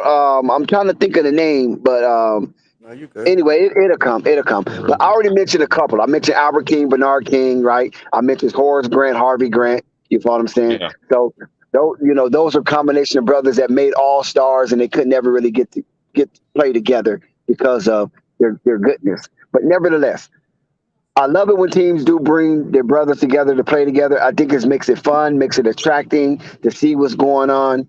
And hopefully the Hornets can do that with Lamelo and Leangelo like they did with the Martin twins. But yeah, All right. it's going to be a while for Orlando to get back on track. Okay. There's a couple of more teams left, guys. I want to go through if flight allows us to keep going. I'm going to try to get through them, but I did want to go to this one, starting with Purple Baby, and that would be our beloved Charlotte Hornets. And I'm going to do them separate because I want everybody's take one at a time, starting with Purple. I'm not going to even pinpoint a specific question. I just want everybody, while Purple Baby's giving her take, think about the Hornets, guys. Because I'm going to go to you next, Ted, and then I'm going to go to Dex, and then you last, Unstoppable. So you guys know which order I'm going to go in. Think about what you want to say about these guys, because I don't have any take on Charlotte. I just really want to hear what, and I'm going to be honest, what Purple Baby want to say. Because she don't bite her tongue.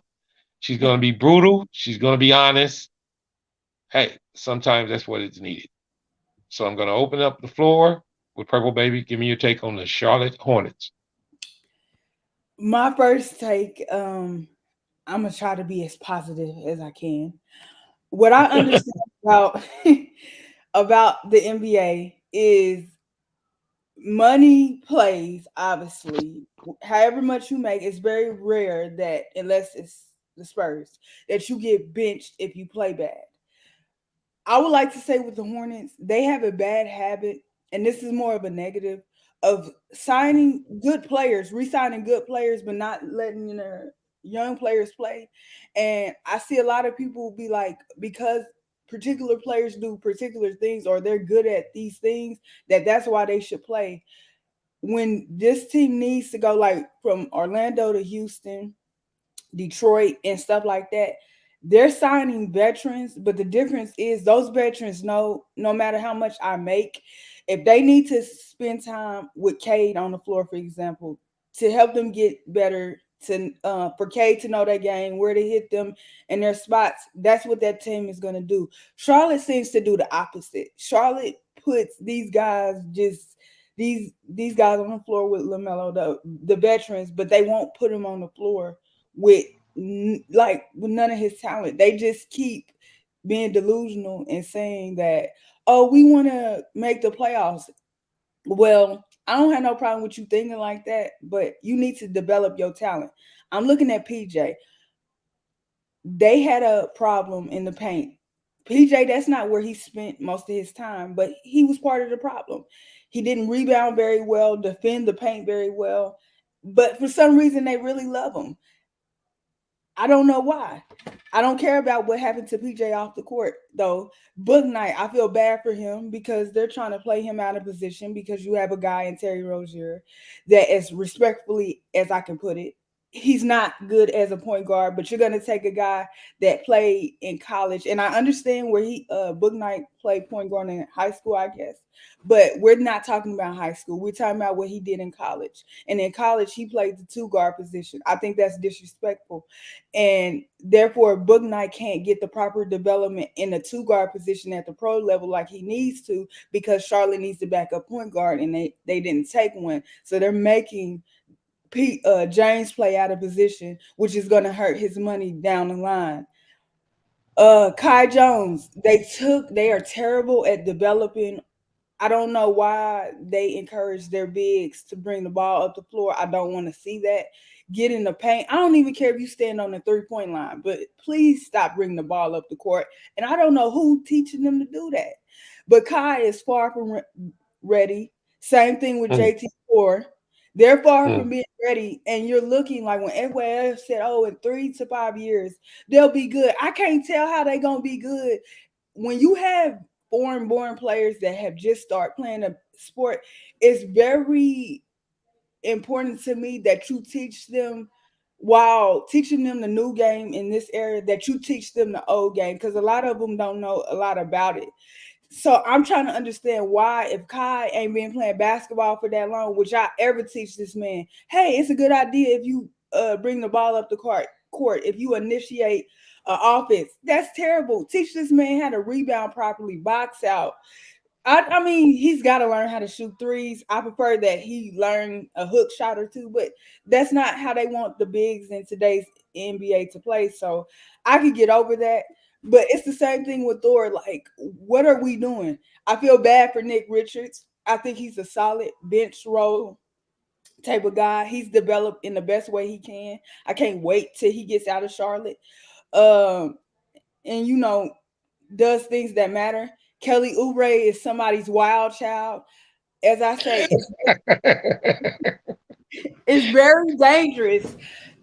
To me, it's concerning because I don't think people understand. Kelly Oubre was with Phoenix. That team is a contender for a playoff spot, not a play-in, a playoff spot. What went wrong, not just in Phoenix, but also in Golden State, very much concerns me about him. And for him to be on a team like this, he don't need to be on a team like this where they don't know how to develop players properly, where they can't properly give a role, where they like to go rehire their old flames, and where an owner cares more about people with, the GOAT debate and other things outside of basketball. It's just Okay. bad. Okay. And guys, that's the reason I wanted her to go first, because I know she has a lot to say about this team.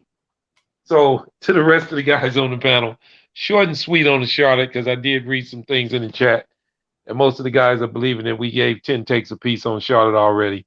So short and Yeah, sweet that on is Charlotte. facts. That is Yeah, yeah. So short and sweet on Charlotte. Starting with you, Ted.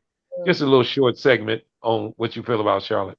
Nah, mine won't be too long at all, man. At the end of the day, they got a new coach, so it's a wait and see process for me. There you go. Unstoppable. He's gone. Dex, are you still there?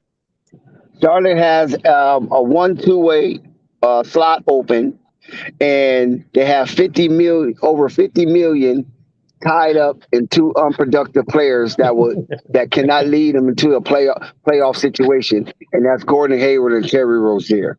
So something got to Okay. give right there, and that 2 way have to be filled. Maybe Jello might be on the way. Okay. All right. I got a I did want suggestion. to. I did want to address. I'm sorry. You want to say something else, Purple? No, I'm gonna leave Dex alone today.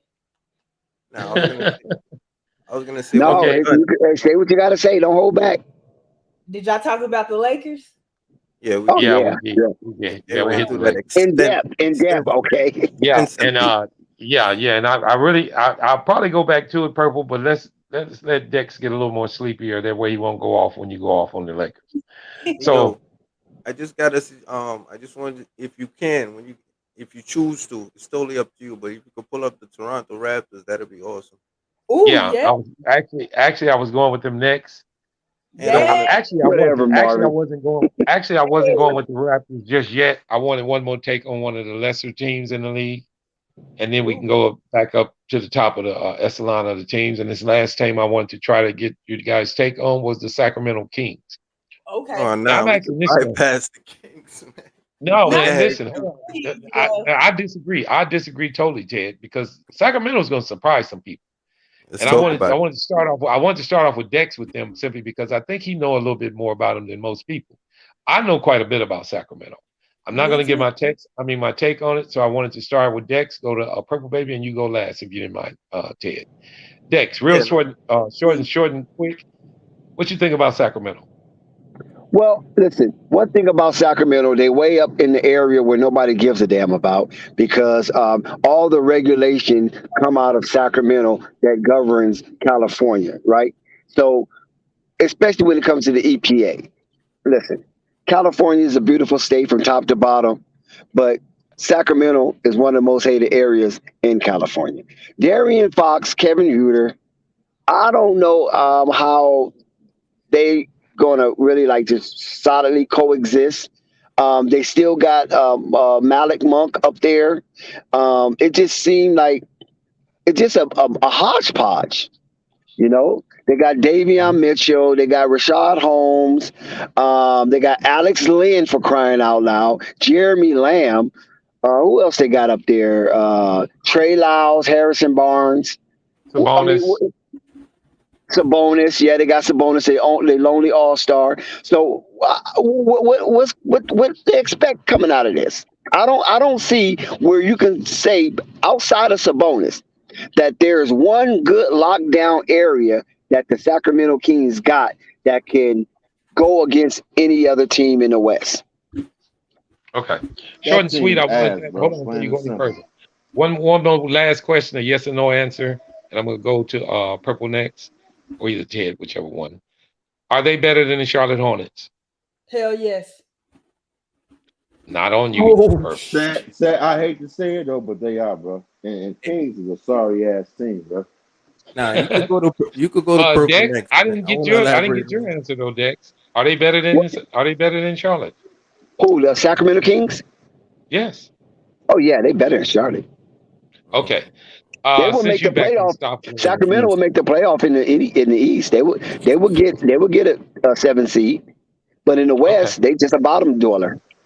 Okay. Since you back What you say, unstoppable, Marvin? since you back real quick, give me a take that you have on the Sacramento Kings. Where you think their direction They is? ass, bro. Plain and simple. Okay, great answer.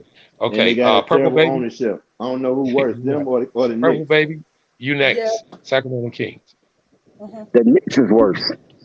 Hey, What hey, you hey, say? Sacramento hey, Kings. hey, I hey. don't know. That's very close. I know we That's ain't very What? seen close, who man. Only I'm I telling could you. beat up on the Knicks. I No, don't let other no, people no, beat no, up on the Purple. Knicks. I didn't want to ask Unstoppable because he gave me the answer in one word. I don't have to mention it. So I'm going to ask you after you give me your take on Sacramento. What do you think? What do you think about Sacramento?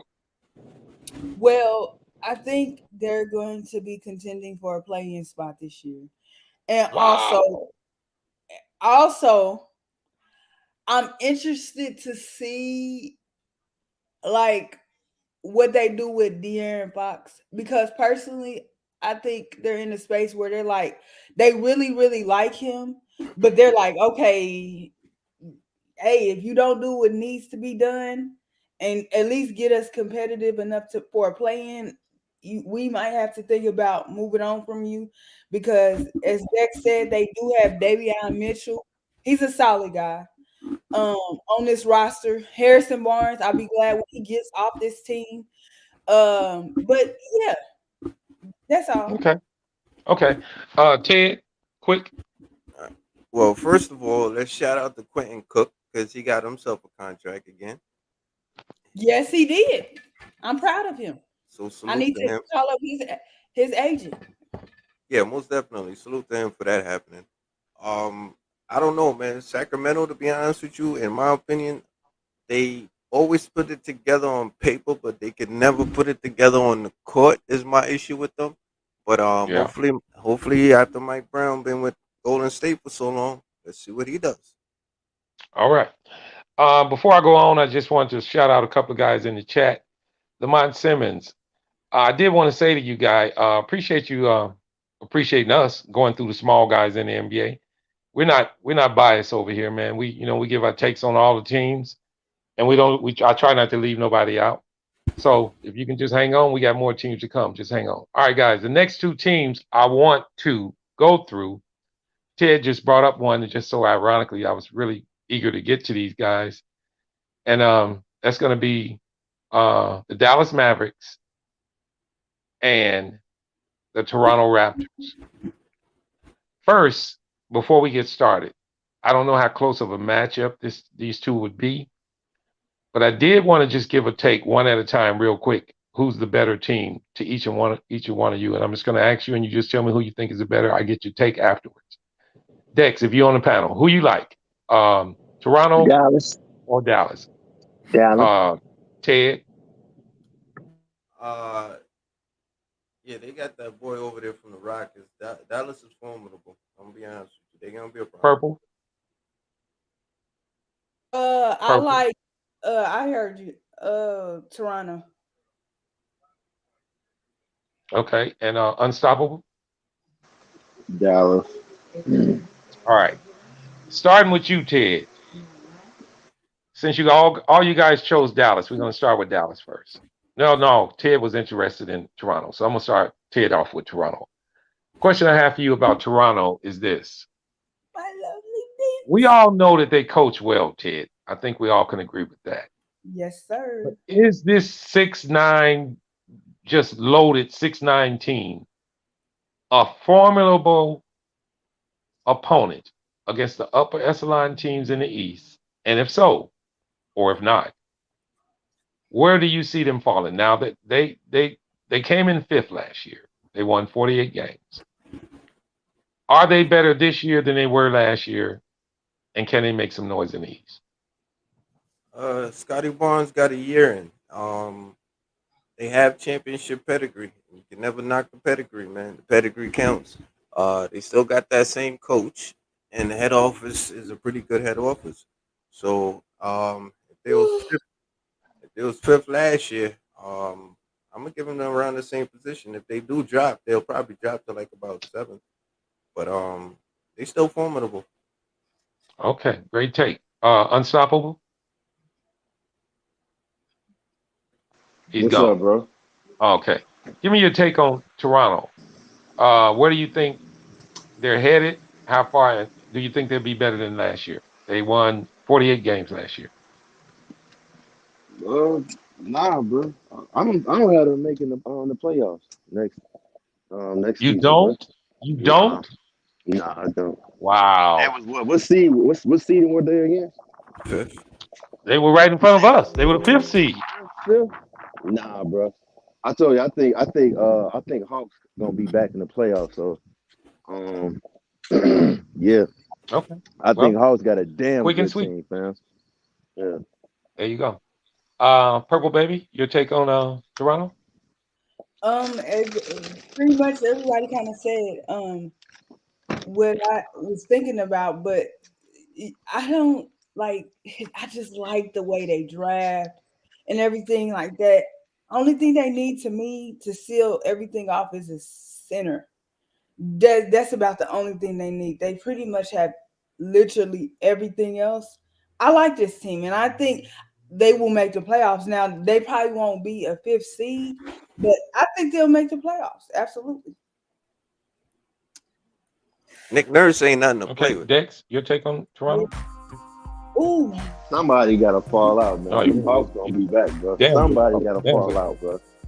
Somebody falling out. I'm Dex, if telling you you. there, if you give me a quick take on Toronto, we can move on, Dex. Yes. Before we do that, there's an announcement to make on Flight Sports TV. And that announcement is Marquez, one of the panel members who gives such illustrious and awkward takes, has now Yes. joined the Milwaukee Bucks. I think Marquez has lost his freaking mind. So let's dedicate a few more seconds to Marquez in this episode. Yes, because he can really have one. Salute to Marquez, man. That's Salute, team Marquez. hopping, man. We call that team hopping. He came home, man. He came home. Team He hopping, came bro. You home. Is can't that be what you doing said? that, bro. Yeah, Marquez came home, man. I He told you, Yeah. came home. Marquez, I'm go home. down with the ship, bro. I'm Go home. down with the ship. Cause when Knicks I'm get home. better, bro, No, He's you could be home. one. I'm You could be one of home. the few ones that said I'm coming they stuck through. home. I am Well, home. Marquez. I'm coming Marquez. home. Hey, well, let me say this to Marquez before we continue. Better late than never, but we have passed through your Milwaukee Bucks already, so we're going to wait on your take on that. But I am waiting Of on course, of Dex' course. take, I want to his give a current take on the team. Lakers. Okay, we'll go You want to back because play you with and that? Marquez can get your take on the Lakers. But I do have like 3 or Okay.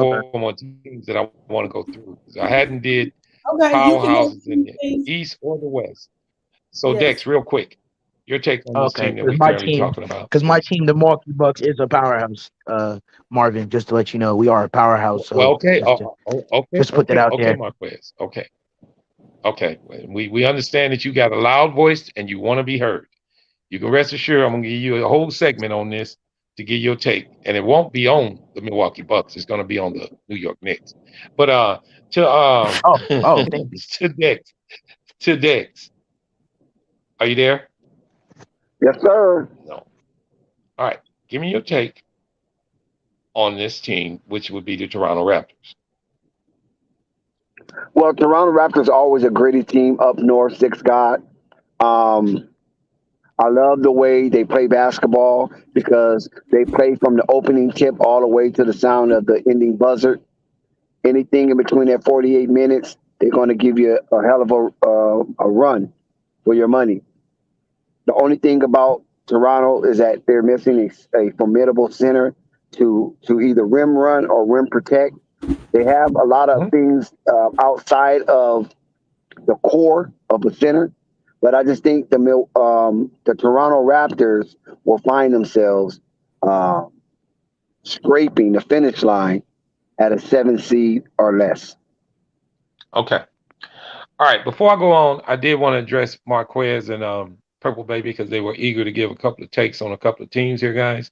So if you guys can bear with me 1 second, real quick, guys. Purple Baby, give me your take on the Lakers.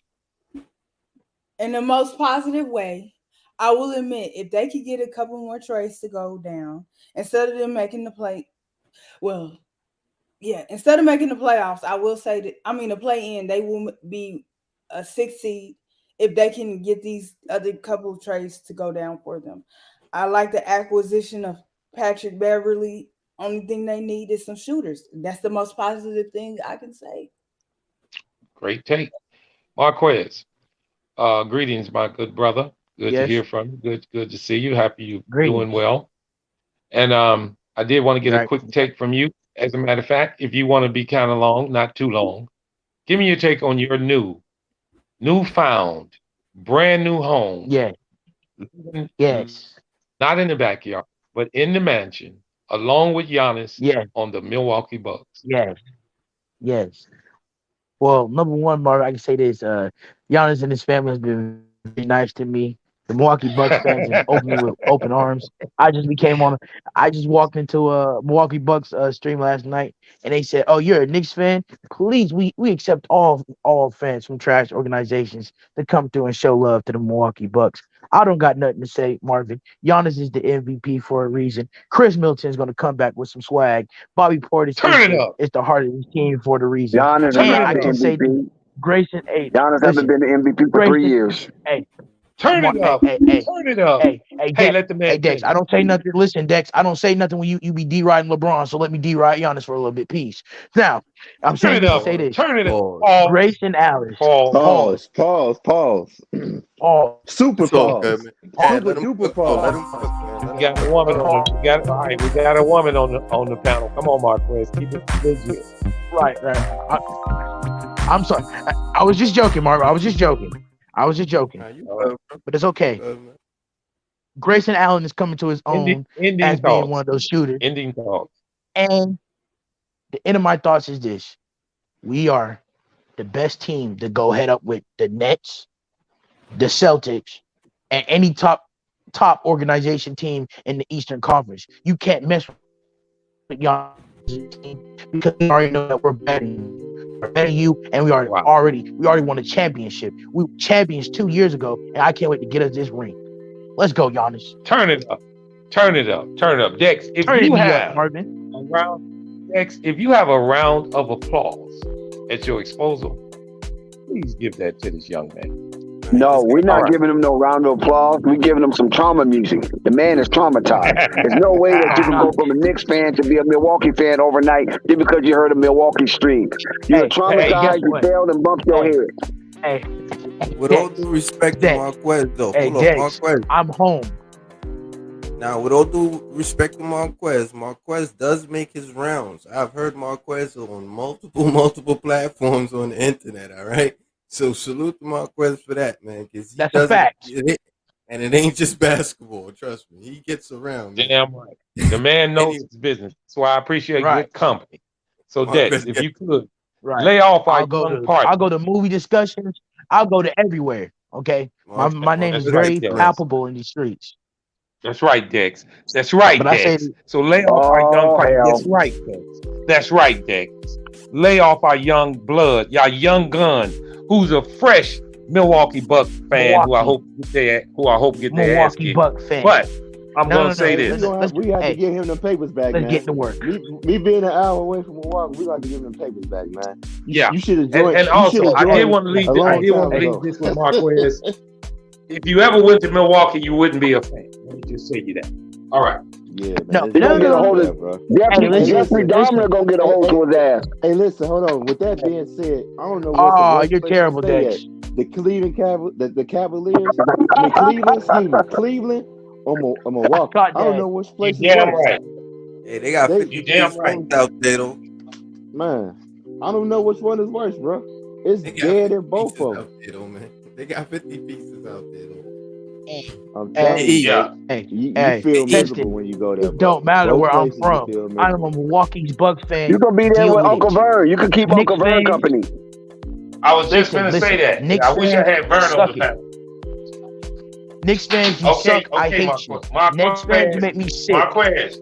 Okay. Marquez. Okay. I'm we away. do have a lady Hey, on the panel. Marquez, hold on. You do know all this is being recorded, right? So if you hop back on, they're gonna let you. Yes. Yeah, that's fine. let me have it. I love the haters. Let him ride. I love the haters. Marquez, All you have entered the auto limits. Yeah.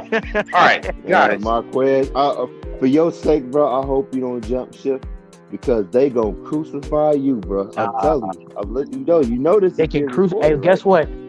Guess what? Them losers in New York don't know nothing about winning to begin with. So they'll get this little win and they'll try to come out their little graveyard, but they'll lose again and go back in their graveyard again because they're inconsistent trash. Marquez, man. Now, what happens if the New York Knicks beat the Milwaukee Bucks in the playoff series? You are disrespecting one of our panel members, and I don't think is right. Talent Ted is on this panel. Can you please calm it down just a little bit? He good. You're not supposed What you to mean? leave. No, the way you're doing it is I just said that his team was sucky. Bro. I'm with trash. him. But you're not supposed to just beat the team up like that, man. Yeah, man. He just bopping them all around. $10, long time. Because the New $10, York long Knicks, time. Sucky fucky. $10, long time. Hey, Ted, talented. I've been on New York Knicks fan panels, talented. I'm going to get this season. I will talk about the Knicks and throw their slander and name through the mud for all the trauma they get. I beat up on the Knicks, but what you doing is bludgeoning them, bro. Like you're just giving them blows. That's fine. He hitting them on the. Hey, guess what? Call me the butcher then. Call me the butcher then. All right, bludgeoning a lot this season.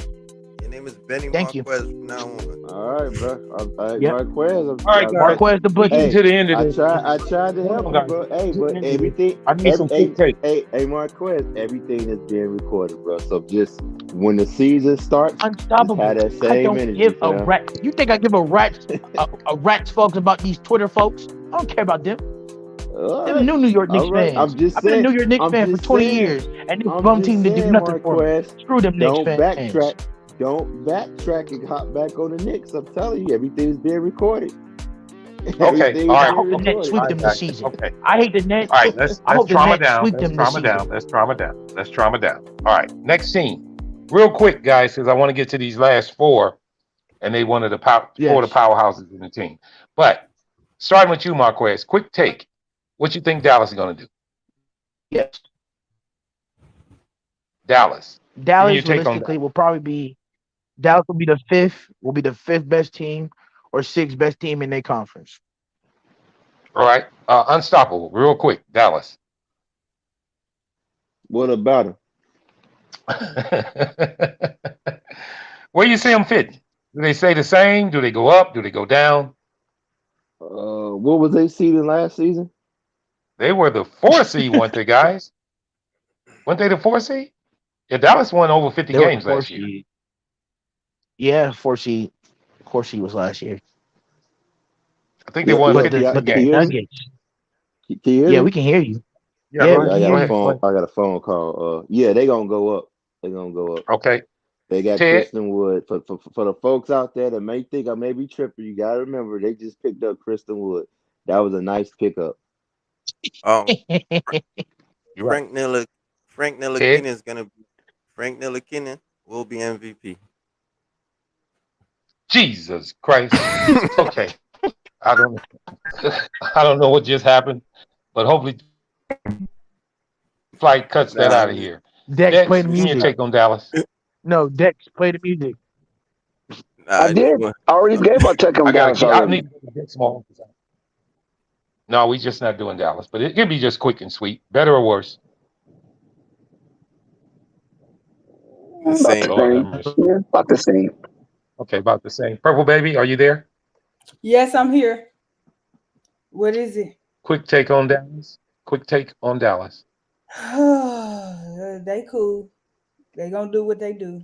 That's Yo, I that's the way to They answer. I cool. like that. yo, I like that. nah. I like. There's a Well, team that y'all ducking, and I don't know uh-huh. why y'all ducking this team, bro.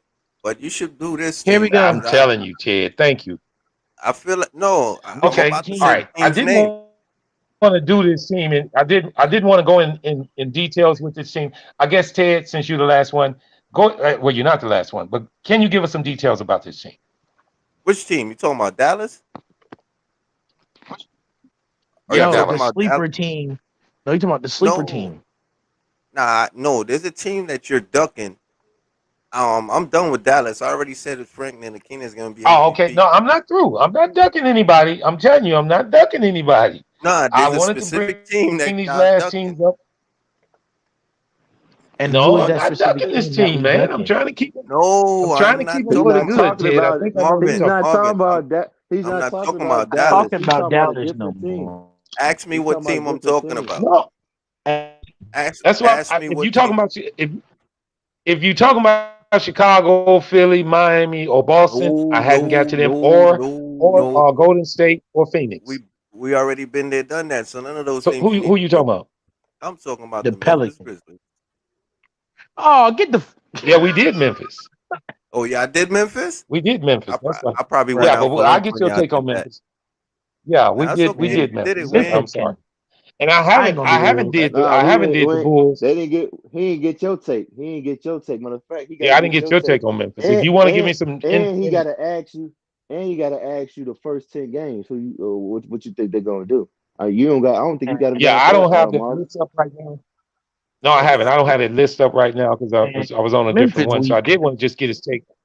I did because see, I want to hear your take on Memphis because on this panel, some of the guys that were on this panel, and Purple Baby, if you there, I don't think I got your take on Memphis either.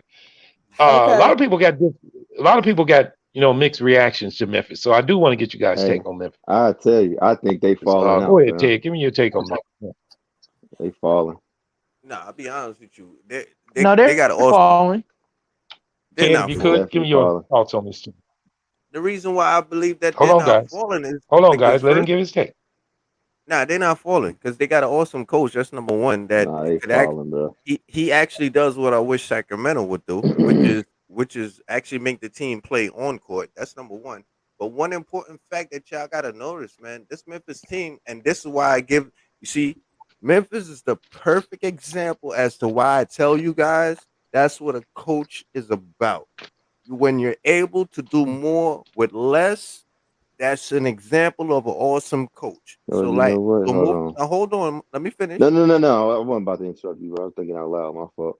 Now you're all good because we had prior conversations where people always talk about coaches. Like I even heard earlier, somebody said about Chicago, if Lonzo's not there, then they're not gonna do this, they're not gonna do that. Anyway, with that being said, all right, they did not have John Morant for an exclusive amount of time, and look what they were able to do. You understand? Now that's a sign of an actual coach. All right. When you are able to lose one of your major players and you can still put everybody in a position for success, everybody's screaming about Jaron Jackson not being there for the beginning of the season. I think he's gonna find a way because he's an actual coach. So I don't think they're gonna fall off. And if Right. they do fall off, it's not it's not gonna be by that much. They're going to be competitive.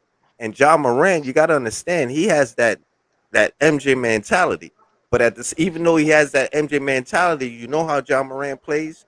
What he does is he gets his whole team involved within the first quarter, second quarter, and third quarter, and he takes over in the fourth. Well, All I right? wanted to say this. See, sorry, were you done? No, I'm all good. Okay, I want to say I changed my Okay, mind. Mark, go ahead. I don't think they gonna fall out. All right. For the simple fact, yo, can y'all hear me? Yes, sir. For the simple fact that the Jazz is rebuilding and the Jazz falls out. So Yeah. I say with the Jazz falling out, the Clippers comes in. Because I was gonna say, well, the Clippers, they're gonna be good. Now, with that being said, it's only somebody gotta fall out. We talking about the Lakers making it, unless we just gonna say the Lakers not gonna make it. The Pelicans got the AC. I think the Pelicans definitely gonna be in the top 8, top seedings. And the Timberwolves has gotten better with them picking up Rudy. So I'm gonna just say that. I'm gonna say the Jazz falls out Let and the me ask, Clippers comes in. let me ask you this Now, question though: what's up? Do you think that the T Wolves are better than the Grizzlies? Be honest. Well, that was Yeah, another I'm gonna be question I honest. was getting Yeah, ready to ask about Ted. yeah, bro. So if you guys don't mind, hold your takes on that. I did want to get All right. I wanted to get Purple Baby's take on this Memphis team if she's ready. Yes, I'm ready. Go Um, ahead. I see the concern from the people as far as Memphis go, because upon of looking at their roster and their depth chart, they are lacking a center. Like backup centers, I know, and I am aware that they have Steven Adams, but outside of that, they are lacking in the front court severely. But I think they'll be okay. But do they need to probably find some actual center depth and power forward depth? Absolutely. But I think they'll be okay. Will No, they fall? Okay. Absolutely, they'll fall, but they'll be all right. no, hold on. Can I just add one more thing though? Because this is one Go thing ahead. that a Go ahead, lot of Ted. y'all gotta also factor this in, bro. Chemistry, chemistry. They have it. This team been playing together for quite a while, man. So you gotta understand, like when it comes to running plays on the court, that's how you defeat a team. You don't just Yeah, but throw five players on the court. Clippers been playing together a long time. So like I said, I think they'll definitely make the playoffs. But they definitely, I still say they gonna fall a little bit though. They gonna Yes, fall. I agree. Yo, They will Clippers, fall. yeah, Clippers, bro. We can't forget about them, bro. John Wall, Yeah. PG I hadn't got 13, to you. and Kawhi Leonard, bro. Come on. Was getting. All right. Yay. And Desmond and Bain is and All good right. though, and Tim. and, Can he? and you got Marquez. and you got the Pelicans coming back full Yes, strength, bro. They gonna fall, fam. They yes. I gonna don't fall. believe it. You flip Probably flopping won't be like the by mug. much, but they'll fall. It probably won't be by a lot, but I can they'll hear you. Okay. fall, man. They Hang Repeat on. that, Hang definitely. on a Marvin. second. It's a lot of people Mar- talking. They can't. Marquez. Marquez. Yes, All right. Marquez. Quick take. yeah. Memphis Grizzlies. Um, Memphis Grizzlies. They're a solid, good team, and I think that the Memphis Grizzlies are going to surprise a lot of people. And I think with the talent and chemistry around them, that the Memphis Grizzlies even beat the Dallas Mavericks in the playoff series. They can beat the Clippers in the playoff series, and I believe it comes down to it. They can Okay. even beat the Pelicans in the playoff series because they have a coach and a chemistry that cannot be stopped. The Amen. Pelicans? Smooth. Hell no, Okay. And man. that's I'm all All I about can to right. tell them. disagree Just to with let that. you know, Marquez, you're kind of going into the Star Wars. Make Sometimes we're getting a little bit of, but while you waiting, try to get your mic fixed up because we're gonna come back to you last on this next one. All right, next two teams, guys. Okay. We're gonna match two teams up. I really want quick takes on these because we still got the four top teams. Well, we actually have five after these two. A couple of more teams after this, and these two teams will be the I'm sorry, Minnesota Timberwolves and the LA Clippers. Now I'm gonna start by going with the Clippers. I need everybody's take on the Clippers to see Yes, where you sir. guys feel they're gonna drop in this just competitive Western division, Western Conference. Starting with you, Dex. Before you go to sleep, let me get your take on the Yeah, Clippers, 'cause I'm please, snoring. sir. Yeah, go ahead. I can tell. Your take on the Clippers? The Flippers. Not the Well, Flippers, the Clippers. the Los Angeles Flippers. Okay. Where can we go? Well, a healthy Paul George and a healthy Kawhi Leonard, they can go a long way. Um, they can be also representatives of the Western Conference in the finals if everything stays on track and goes to court. But Clippers is a disaster waiting to happen. Oh, here we go. They just cannot help themselves. They cannot get out of the way. They always run up and down the court, bumping into each other, fumbling the ball, and somebody get hurt, and there go this season. Wow. Oh, I do not have we know any why faith. Deck's saying this. I have no faith. Ye of little faith. I have no faith in the Clippers going through a full season healthy and reaching the pinnacle of a champion in the NBA, hoisting that trophy and drinking champagne out of it while confetti falls from the Encrypto.com arena. Now, once they get over to the Inuit Dome, where they have their home, not the Encrypto, that's Lakers, maybe they might spark a flame to start a fire.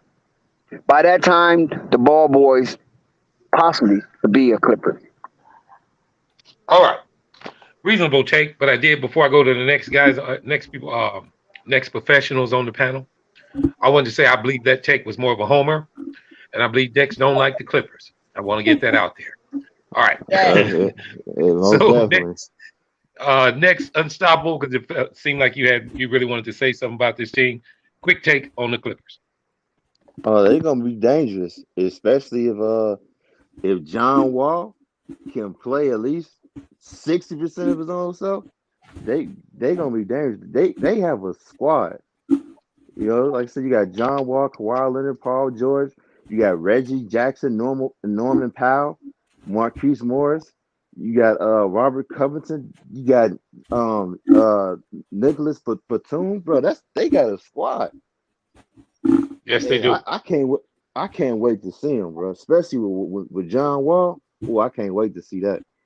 And yeah. All right. I want to say, yeah, that's it. What? Okay, Ted, quick. Nah, let Purple Baby go. Okay, Purple, you want to go?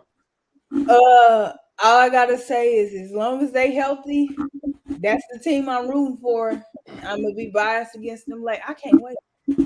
Don't let Wow. Hey, I want everybody to hear this. I want everybody to hear that. Flight, do your job. Flight, mute her, Mike. Flight, please. Well, I want to say Don't let her I get want to this say out. this. Anybody go any further? This is the first time that I got a kind of direction on a team that Purple really likes, because she, you know, guys, if you can remember, she really had never had a team. I think she just said this would be the team that she might prefer to go with. So if you wasn't through, Flight, mute her, Mike. Don't let her get this Clipper take out. Flight, please. Yeah, I would like to hear more since you're so For the sake of the interested channel, Flight. I mean, just quickly, Purple. What intrigues you? What intrigues you so much about this team and not others? Y'all must have forgot I told y'all that I'm a fan of Paul George, bro. So any as long as he ain't taking the last shot, I'm very honest. He's my guy. Like they, yes. Did you see what Paul George did to Austin Rivens' sister? They don't have a backup center, really, bro.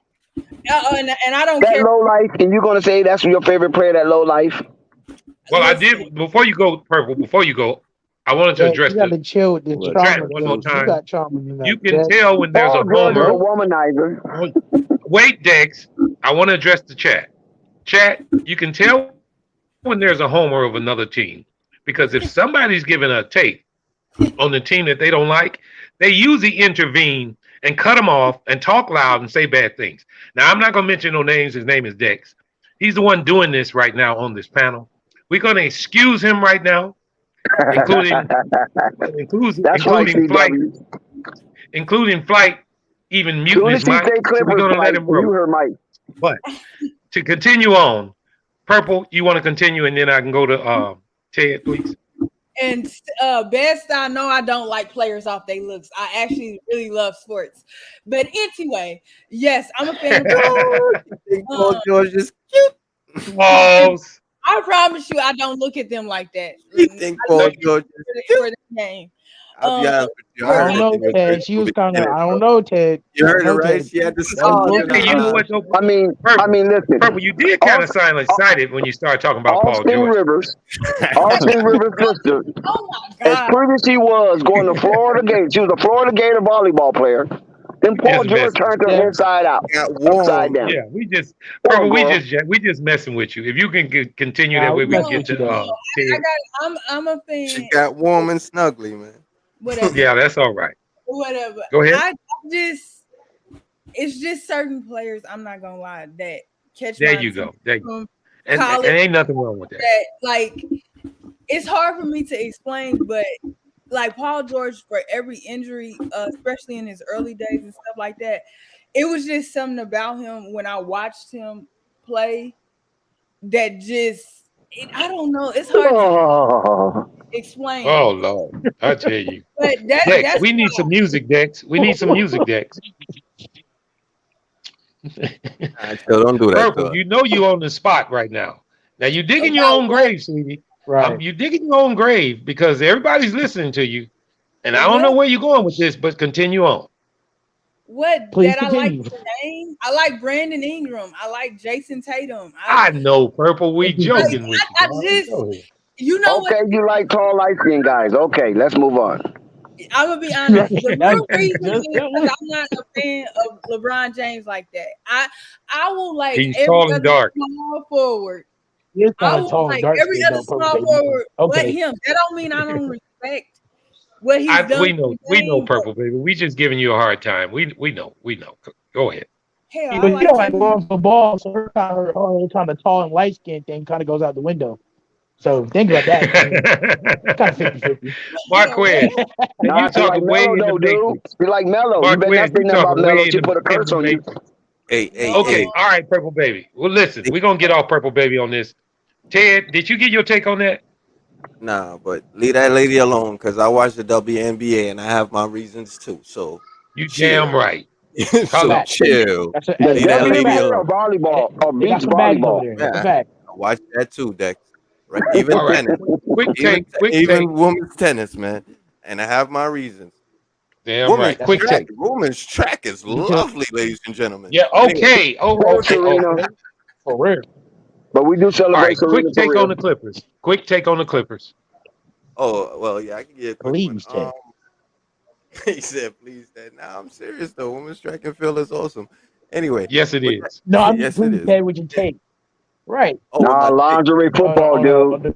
the Come on, Nah, Dex. You just gonna I see. don't You go ain't gonna that stop. far. It ain't that serious. Dex is hell. But nah. But seriously, when it comes to the Clippers, it's a wait and see situation. They always find a way to put their foot in their mouth. Um, I agree with that. I'll be honest with you. This Kawhi Leonard situation, God forbid. I mean, he could come in healthy, and then he could catch somebody could scratch him, and then all of a sudden he just sits on the bench for the rest of the year. So You are so. That's you just disrespectful. no, That's disrespectful. just keeping it 100. Anything is possible. You The three-time And champion you're talking about right there. This takes me. yeah, But go ahead. yeah, okay. Lucky shot, lucky bounces. But you with that being said, at the end of the day, I do feel like they look better. Oh yeah, that shit was fire. Come on, Anyway, guys. I do feel like they look better on paper, in my opinion. But I'm gonna wait to see. All come right. on, man. That's right. Starting with Marquez. Quick take on Minnesota. Yeah. Ooh, Uh, I'm passionate about it. they are. Well, you know what? Yeah, quick take. Quick. I Lord don't have think mercy. that Minnesota. I think Minnesota it's good on paper. It's good on paper, but I don't trust them yet because they haven't the play-ins, and I don't think they can get it done. All right. You don't have to I don't trust elaborate. teams that look good on paper. Okay. All right. Like I said, you don't have to elaborate on this team because I'm gonna look for more insight on the teams upcoming.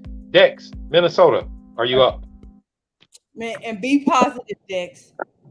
Well, first of all, I'm gonna be real, and if And Dex, positive is don't be being real, positive. then that's what Be I'm gonna real. be. Thank you. But most of the time, I am positive. Right. Listen, Minnesota is a very good team. They have fermented a position that has been seen to be lost amongst that organization, and that is a center position. Not only has Yeah. that center position uh, created a hedge of fire around Minnesota. Listen, Rudy Gobert is going to play such good basketball for Minnesota. You watch. We all know that Rudy Gobert and Donovan Mitchell was not getting along. They wasn't seeing eye to eye. So that took a lot of spunk from the Frenchman. But I believe now this 7 foot Frenchman is going to be pretty decent alongside of Big Cat. Because now Big Cat can roam. Big Cat loves to move. He don't want to bounce his little soft tissue Sherman body against other players. He resent the fact that he has to absorb other players' body weight when he goes to play defense and things of that nature. So he doesn't do it. Now he can just fluff around the rim, fluff around the free throw line, fluff around the 15-foot mark, fluff around the perimeter because he already have put in his head that he's a best ever big man shooter in the history of basketball. Anthony Edwards will be able to run up free a little bit. D'Angelo Russell can slow down and not be so erratic and get the ball into the hands of people who's going to execute the plays. So I think the Minnesota Timberwolves is in a good position. I'm looking for them to increase and ascend into a solidified playoff position, but I do not see them winning a championship. Not in a few years. All right. Ooh, can I go? Yeah, go ahead, Purple. I'm telling y'all right now, Minnesota is going to be overachieving. They're going to be like the Jazz. They're going to be a great regular season team, but be a first round exit. Oh. Wow. Wow. Wow. I thought Okay, my Okay. take that was sounds humble. like anti Woo. Anthony Edwards take. It's See, not. Well, I think she Well, right because you know he's what a I Paul think. George fan. I think the T Wolves what's unstoppable. gonna hurt them is that bench. They bench is terrible. Yeah. And also D'Angelo Russell, I don't know what type of point guard y'all think he is, but yeah, he's not doing that. I'ma Oh, just let y'all know. He's gonna want Yo, to that's a score good point. oh. and do his thing. I don't know why people Yo, keep she forgetting that reading he's it. She there. reading I didn't Like hear Okay. anything. Did we y'all hear what I know Hey, said? she's got a Anthony right to her Edwards. opinion, it. guys. She's got a right to her opinion. Huh? Come on now. She's got a right to No, her I don't opinion. know Nah, if y'all heard she me. cooking. I said I think she right. Yeah, But Ensemble I I agree do with think her. they gonna get exposed to that bench though. They bench is Yeah. terrible. I don't know bench. Come on, That's man. what Yeah, that's they where it's they gonna they, hard they him gave at. up. Yeah, they gave up they life, they soul, Man, and they D'Lo's I a shooting bench. guard I who play. think hey look, I think if they could have kept Malik Beasley, they would have been fine. They would have been able to go a little bit further, but shit, he gone and they bench is It's terrible. long. They got to fix that bench. Let me see. Okay. That's I You don't said oh. even what know purple? because I give you I my know take on it. they All was right. trying to You trade said what? him. Did I get your take on them, Ted? He only got one Not year yet, left. but I Okay. will tell you, Uh, D'Angelo. In order for Anthony Edwards to flourish, D'Angelo Russell, he's gonna have to get traded. Yep. Um, just to throw some shots on Really? Huh. Dex a little bit. Call Anthony Towns is Anthony Davis 2.0, pretty much. Oh Damn. And Lord. but in order to sew up that bench, they need to get a good. They need to get rid of D'Angelo Russell. See if they could pick up a decent pass first point guard and maybe Yeah. something else. Because Yep. his value is not maximum at the moment, but somebody could use him. Can I ask y'all something? Do y'all think if he can stay healthy, Mike Conley would be a good idea? for who? Mm, Mm, nice. Minnesota. Oh shit. But Mike Conley I'm pretty likes to sure. put a I mean, he because likes Rondo, they all up there. All the point guards you talking about are up there in their 30s, so they got to choose somebody. yeah, but Anthony Edwards is a powerhouse to be honest with you, and I think he needs an actual point guard. Okay. You know what I'm Right. Not a saying? Yeah. shooting guard, not a point guard who plays like a Yeah, shooting they should guard. have probably should have But tried to everybody get. stays a point guard. Yo, did they offer?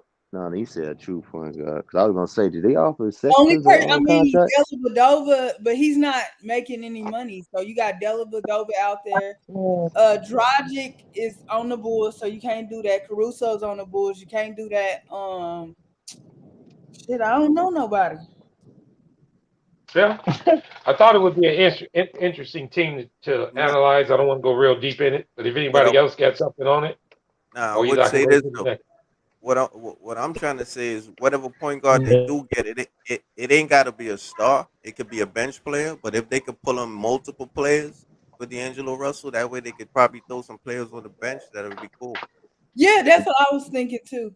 But I don't know, I don't know what, I understand what kind of guard y'all saying, but yeah, like I said, they older. I got You you. got all Okay. these foreign guards. No, they got some young guards out there. You got Tyus Jones for Memphis. They might work a deal with. Like he too small. Wait a minute. Are you guys talking about trying to put another guard on Minnesota? Yeah. Yeah, Yeah, after they move Russell, because they're gonna need to move him. He's not gonna want to play like that. But Russell and Big Cat are one and two. They're a duel. So it's gonna be hard to break that up.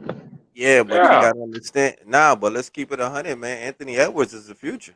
Yeah, and that's his team. So Yeah, pretty Okay. much over Cat. No, Okay. that's So what? Cat team. All That's right. not Now that's not true. I agree with that, Ted. But what does that got to do with Agree their with point what? guard that Agree they with what, currently have on Marvin? the team? No, Huh? what Agree I'm with saying what? is I that agree that Anthony Edwards is the future. But what does that have to do Big with the Cat is point guard? young. Big Cat is not old. yeah, but Anthony Edwards. I mean, you gotta understand this man's skill set. Like you're not even seeing 80% of Anthony Edwards yet. Anthony Edwards is a Yeah, little mini but LeBron James on the but he low. has not yet passed no Big Cat. Let's keep that 100. He has yet to yeah. pass Big Cat. Big Yeah, Cat's but an as all long, star. but what I'm saying is, as long as D'Angelo Russell is there, he won't pass him. yeah. That's what I'm But Okay. So trying to he what kind say. of guard? What kind of point guard are Marvin, we looking for? Please hold. Go ahead, Ted. Finish that out. No, what I was saying is because D'Angelo Russell, he likes to shoot the ball. He'll shoot the ball way before you pass it. You understand? Yep. And what happens is there's times that Anthony Edwards is wide open, bro, and that man will shoot the ball anyway. And that's what's holding Anthony Edwards back. You need somebody that's gonna give him the ball. You know what I'm saying? That's Yeah. just my position on it.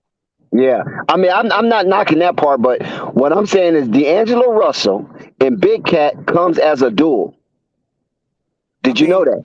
no, I get what you're saying because I mean that's what it was before Anthony Edwards, Right, exactly. but There you go. but Yeah, but sometimes there's change.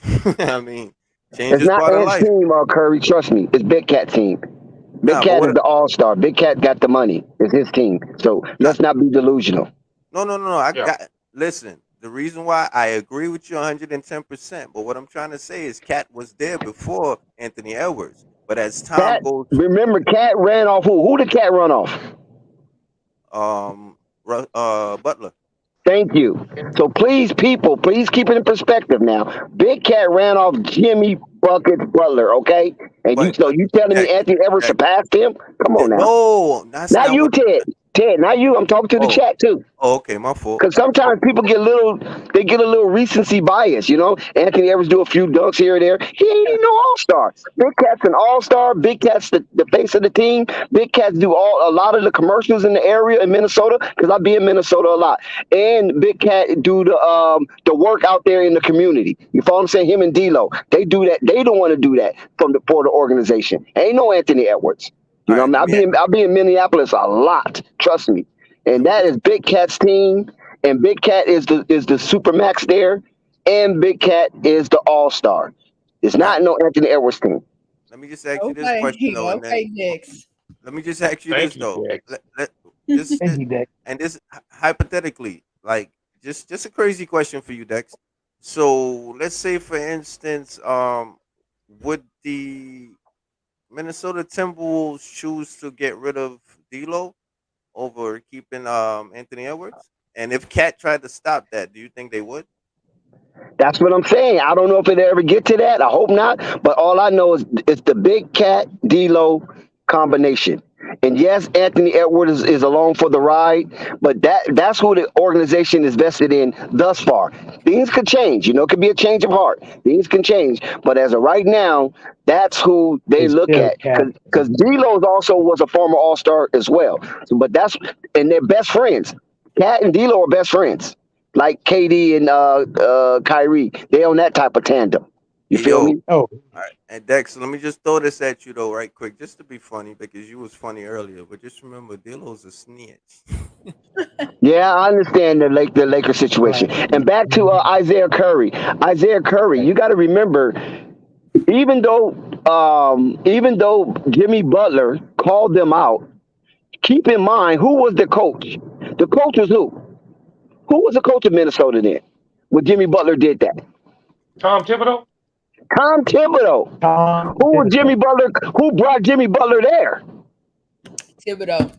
Thibodeau. Tom But Thibodeau. when it came to choosing out of Big Cat, Wiggins, and Butler, who left? And Russell. Wiggins and And Butler, Butler. and eventually Thibodeau. Who stayed there? Facts. Big Cat. Stop it, Curry. Please Well, stop it. Big Cat. Big Cat has all. He has all. Big Cat's running the team. Okay, let's get off of that, guys. I did want to address a couple of people in Right. the chat. Testing 1 2 3. He writes Anthony Edwards for MVP. What you guys think about that? Too And early. that, Not with yeah. Cat. D'Lo there. Cat. Also, one more thing I wanted to Cat. address. CWE writes in the chat, Colin to the Raptors. What y'all think about that? Who? Conley to the Raptors. That's interesting. I wouldn't mind that move. Shout out to Great move. CWE. Great move. I mean, but guys, is that move more important than Conley to the Pelicans? Yes. I like the Raptors deal better. Like I like what he could do for the I like the Raptors. Raptors. We're off the Yeah, bench Ted. in the Raptors If because you Van didn't Fleet know, ain't losing this slot. if you You didn't know, was Ted, smart. the Pelicans are kind of courting No, we're talking Mike about the Conley. Raptors. When it comes to the Raptors, Conley's going to have to come off the bench. That's Yeah, going to be because a he's not. mandatory. And put Van Yeah, Fleet he's at not the going to two. take Van Cleef. No, he's not going to take No, Van he's Cleef's not spot. taking Van Fleet's spot. No, I he's sure said not. start him and put him Van Fleet at the 2, Anobi when he's healthy at the 3, Siakam at the 4, But I to Man, think Van Fleet want CWE, to touch that ball. or Barnes, That whoever you want to but put. hey, I did hey, want I to say just this to CWE. If you thinking Conley to the Raptors, is that what the Raptors need? I think we all think the Raptors need a big man. Why would they They, go after a they ain't guard? gonna find one. They ain't gonna find one because it ain't none available. Well, I'm just saying the Shout out to reasonable, Fresh Prince. hell. the kind of look for them is for a big man. I don't think they'll be in such a need of a guard like Mike Conley. That's true, but they ain't got like they I gonna gotta have to Yeah, play some. I I was mean, just, they Oh got no, a Alex, you 6'1" guard lost. and Donovan Mitchell. hey Isaiah yo, Curry. Funny. let Oh me ask my God, let me Alex, ask y'all you lost. let me ask y'all a crazy question, man. What I mean, It's I'm thinking trash. about it now. Trash. Wouldn't Russell Westbrook fit on the Raptors? Nope, don't do that. hell no, Don't second. no, I don't see that. Hey, listen, Purple Baby. Wait, Even me trying to get rid of hold on. Russell never sent him to the Raptors. Wild talent. That's crazy. Nah, I'm just throwing Wait, it hold out there, on. man. Wait, talented. No, What'd you say? Russell Westbrook to the To Raptors? the I, Raptors. Y'all gonna hate me for this. yeah, Y'all gonna hate me for this. I can see that. Say that again, Marquez. I for can see some that going reason pretty it just far. it Shit going I pretty feel far like it with would fit. Westbrook. Okay, but where you see him playing on the Raptors? Starting at the 2? Yeah. Man, that stuff ain't going. That man is Yeah. not going up to no Canadian. Come on now. No, And I'm he just gotta get no, I All right. I'm not saying he it's gotta gonna get happen. double I'm tap. just No, saying, like, it's not even a possibility because Russell Westbrook is not living in Canada. Trust me. I That got that Yeah, is you. I not can his believe forte. that. Okay, man. Just I'm just saying hypothetically. All right, we're playing 2K, man. I'm just saying Hypothetical. if you put Oh, okay, you if you Marvin 2.0 taking us out the Matrix. Hypothetical. yeah, there you go. Now, I'm just saying if you have because Right. if you do put that type of energy on the Raptors, I do think it would take them over the top a little bit. That's just my opinion, though. Because Russ Okay. does. Yes. Yo, Because that's the listen to energy me. they need. With all due respect, Dex, the only Oh, by one. nah, peep game. The only reason why Russell does not fit on the Lakers is because they won't allow him to play his position. Shout out to Florida State Seminoles. But if Cool. Russell Westbrook was playing point guard right through, Talented. the Lakers would be a problem. Okay. Dex, I had a The man question for scored you right 20. quick. The man had a 2020 game. 2020. Yeah. Dex, did you address Isaiah Curry on this what he put in the chat? Ant-Man got the killer instinct and it will be his team this year. Talking about Anthony on Minnesota. Listen, if Isaiah Curry 15 keeps up with that madness, we might have to play some music. Dex, Anthony Edwards is a mini LeBron James, bro. I don't think y'all understand who Anthony Edwards is, man. The dude is a freaking problem. What's up, Yeah, What's up? let him make an all-star first. I hear you, but as long as he's with D'Lo and he can't see that ball the way he's supposed to, it's gonna be hard. Well, that's not our problem, Jay. And mind you, he was a rookie, so FSU did that. All right. Well, I'm trying to tell you, eventually that somebody in that head office is gonna give him the keys that he needs. Melo I ain't made the saying all-star his second year, though. I mean, peep game. I'm not trying to say he's gonna get the key, but he's gonna get a key to that team, and y'all gonna see something. Oh, he has a key already. His rookie season, did you see what he was doing? No, he was shooting it with impunity. Bro, when he was playing, no man, he was giving it up to D'Lo, man. He had that D'Lo rookie. wasn't even playing in his rookie season, half of the season. But he was playing, injured. and D'Lo he has was that. injured. Anthony Edwards, he had that young eyes, bro. He was doing his thing, but he still had the respect for the vets. No, what I'm saying is that Anthony Edwards can shoot. He got the green light to shoot. I'm telling you, we know that. But what I'm saying is make an all-star first before you start claiming all these things on him. That's all I'm saying. No, I understand. LaMelo's better. LaMelo's better. One thing he could do is listen, man. Anthony Edwards could take over a whole entire game, bro. The boy I've seen it. He has the motor. When he played the Lakers, I've seen it. He took over that whole game. Exactly, but sometimes he shuns away from doing it because he pays homage to his teammates, the ones that are there prior to him, D'Lo included. But there's times when that man could just tell everybody get the f out the way and just take over that game, bro. The man. All right, y'all see. Y'all will see. No, I think we all agree, Ted. I think we all agree. I want to give a shout out to Fresh French Belize. What up, baby? What's going on, Belize?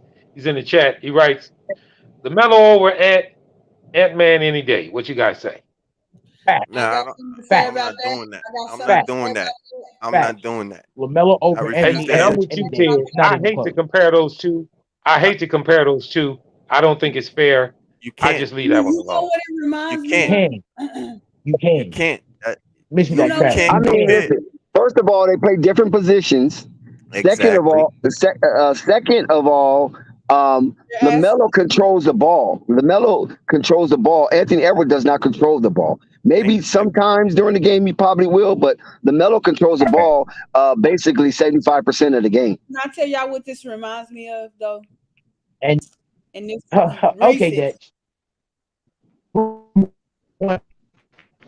Break it up again, Marquez. Because he's saying some bull crap. Damn, You must be in a bad area. Nah, ain't no bad area. But somebody was saying some real bad things about He in the swamps. Marquez over there in the swamp. What this situation reminds me of with LaMelo and Anthony Edwards is when people kept comparing, and I couldn't understand it for the life of me, Brandon Ingram and Simmons, and they still do it. So that's what's gonna happen with LaMelo and Anthony Edwards. You talking about Ben Simmons? Yep. How do you Ben Simmons and Anthony Edwards? How do you compare that? Huh? Me too. I don't see that one either. There's no I said it reminds me when people kept comparing Brandon Ingram and Ben Simmons to each other. They're doing the same thing with LaMelo and Anthony Edwards. Not as much. Not as much. You brought that up one time before, Purple, about that little begrudging thing that's going on between those two. And you remember it's not as much though. That's not true anymore. Most of that is gone. Most of LaMelo is compared with John Morant now. They kind of like bypassed the Anthony Edwards rivalry, and now they sticking Lamelo with the John Morants and the Lucas and Okay, the Trey Youngs of the world. we didn't had this conversation before. I'm Yeah, telling you, Yeah, it's not the and their we case. rookie talked about season. this. This is what Yeah, I'm we trying to talked tell you. about In this. their rookie season, they was comparing Lamelo with Anthony Edwards, right? Once Lamelo won Rookie of the Year by that margin, then the following year it was kind of Lamelo Trey, right? Then as the season progressed, Ja Morant kind of crept in there in that Lamelo Trey Ja. Once all of them made the All Star, except Ja Morant, he has yet to make the All Star yet. But once Trey and all them other guys made the All Star and all that old type of stuff, then it became Lamelo, Luca, Ja. I mean not Ja make the All Star, he made the All Star. I mean Ja and what's the boy over there, Trey Young. At there was nowhere in the conversation because now Lamelo is being compared to as an All Star to the All Stars. That's why I said let Anthony Edwards make the All Star. He will be right back in that conversation again. Yo, Okay. I'm All right, moving on. Go ahead, Ted. Go ahead if you want your last statement. nah. You go ahead, man. You go ahead. All right, moving on, guys. Next team, Atlanta Hawks. Oh my God. We don't bring up the Hawks much. We don't talk about them much. We all know Trey is on their team. It's an interesting team to me, guys. They did pick up Javante Murray in the off season. So my question to each and one of you guys is a short one.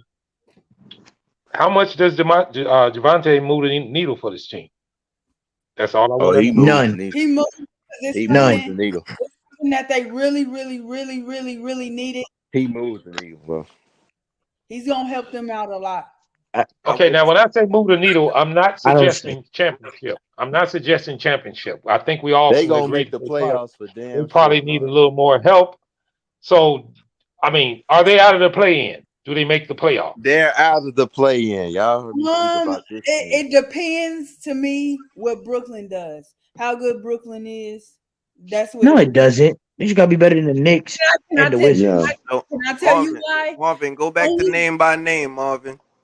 only What you They're reason mean? gonna why make it. only reason Okay, why listen, guys, we're gonna have to do it one at a time. You're right. Ted was right about that. So what we're gonna do is we're gonna start with the lady on the panel, which is Purple. Quick and okay. sweet, Purple. Atlanta Hawks. Okay. It depends on Brooklyn to me because only the top six seeds, unfortunately, are guaranteed a playoff spot. I have Toronto dropping out because I'm expecting Brooklyn to take their place. So yes, they can make the playoffs, but they can still be in the play-in because if I'm correct, the 7th and the 8th seed gotta do the little play-in thing. But yeah, they'll be in the playoffs. They're good enough to still make the playoffs. All right. Before I go any further, I did want to just address Fresh Belize. He writes in the chat, Hawks are trash. So that's enough said on that. Enough said on You that. tripping, bro. Believe Ted, you tripping, bro. Hell no, you tripping. Ted, you go up next. I want to leave Unstoppable last because I think he has a different take on this. Ted, come on. Well, when you're playing the Popovich system, everybody who leaves the Popovich system, Flourishes. yeah, because you come out from under that anvil. So, with that being said, the Dejounte Murray that we've seen or we're used to, I don't think we're gonna see that one anymore. So, at the end of the day, we're gonna see a brand new Dejounte Murray, and in my opinion, based on his skill set, he should move the needle. I agree. I really think he will move the needle. And playing with Trey, I mean, come on now, them two, they two young boys, man. They gonna get it in. There you That's go. just my opinion. Marquez, Atlanta Hawks. Yes, I'm here. Be Atlanta respectful. Hawks, give me your take. They'll make the playoffs. They'll make the playoffs. I can see that happening because the only competition is the bottom teams, which are the Knicks, horrible, the Wizards, not that good, and Indiana Pacers, very much mediocre. So in that situation, of course, they're going to make the playoffs. All Um, right. but I can see them being the first round exit, like the Minnesota Timberwolves. All right. Before we continue, I did want to say one thing.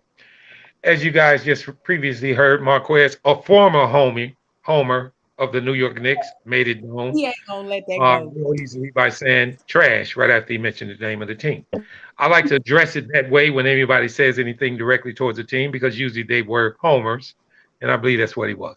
All right, continuing on. Dex, are you Okay, there? hold on, Marvin. I was Did a you see homer, like calling my former team trash.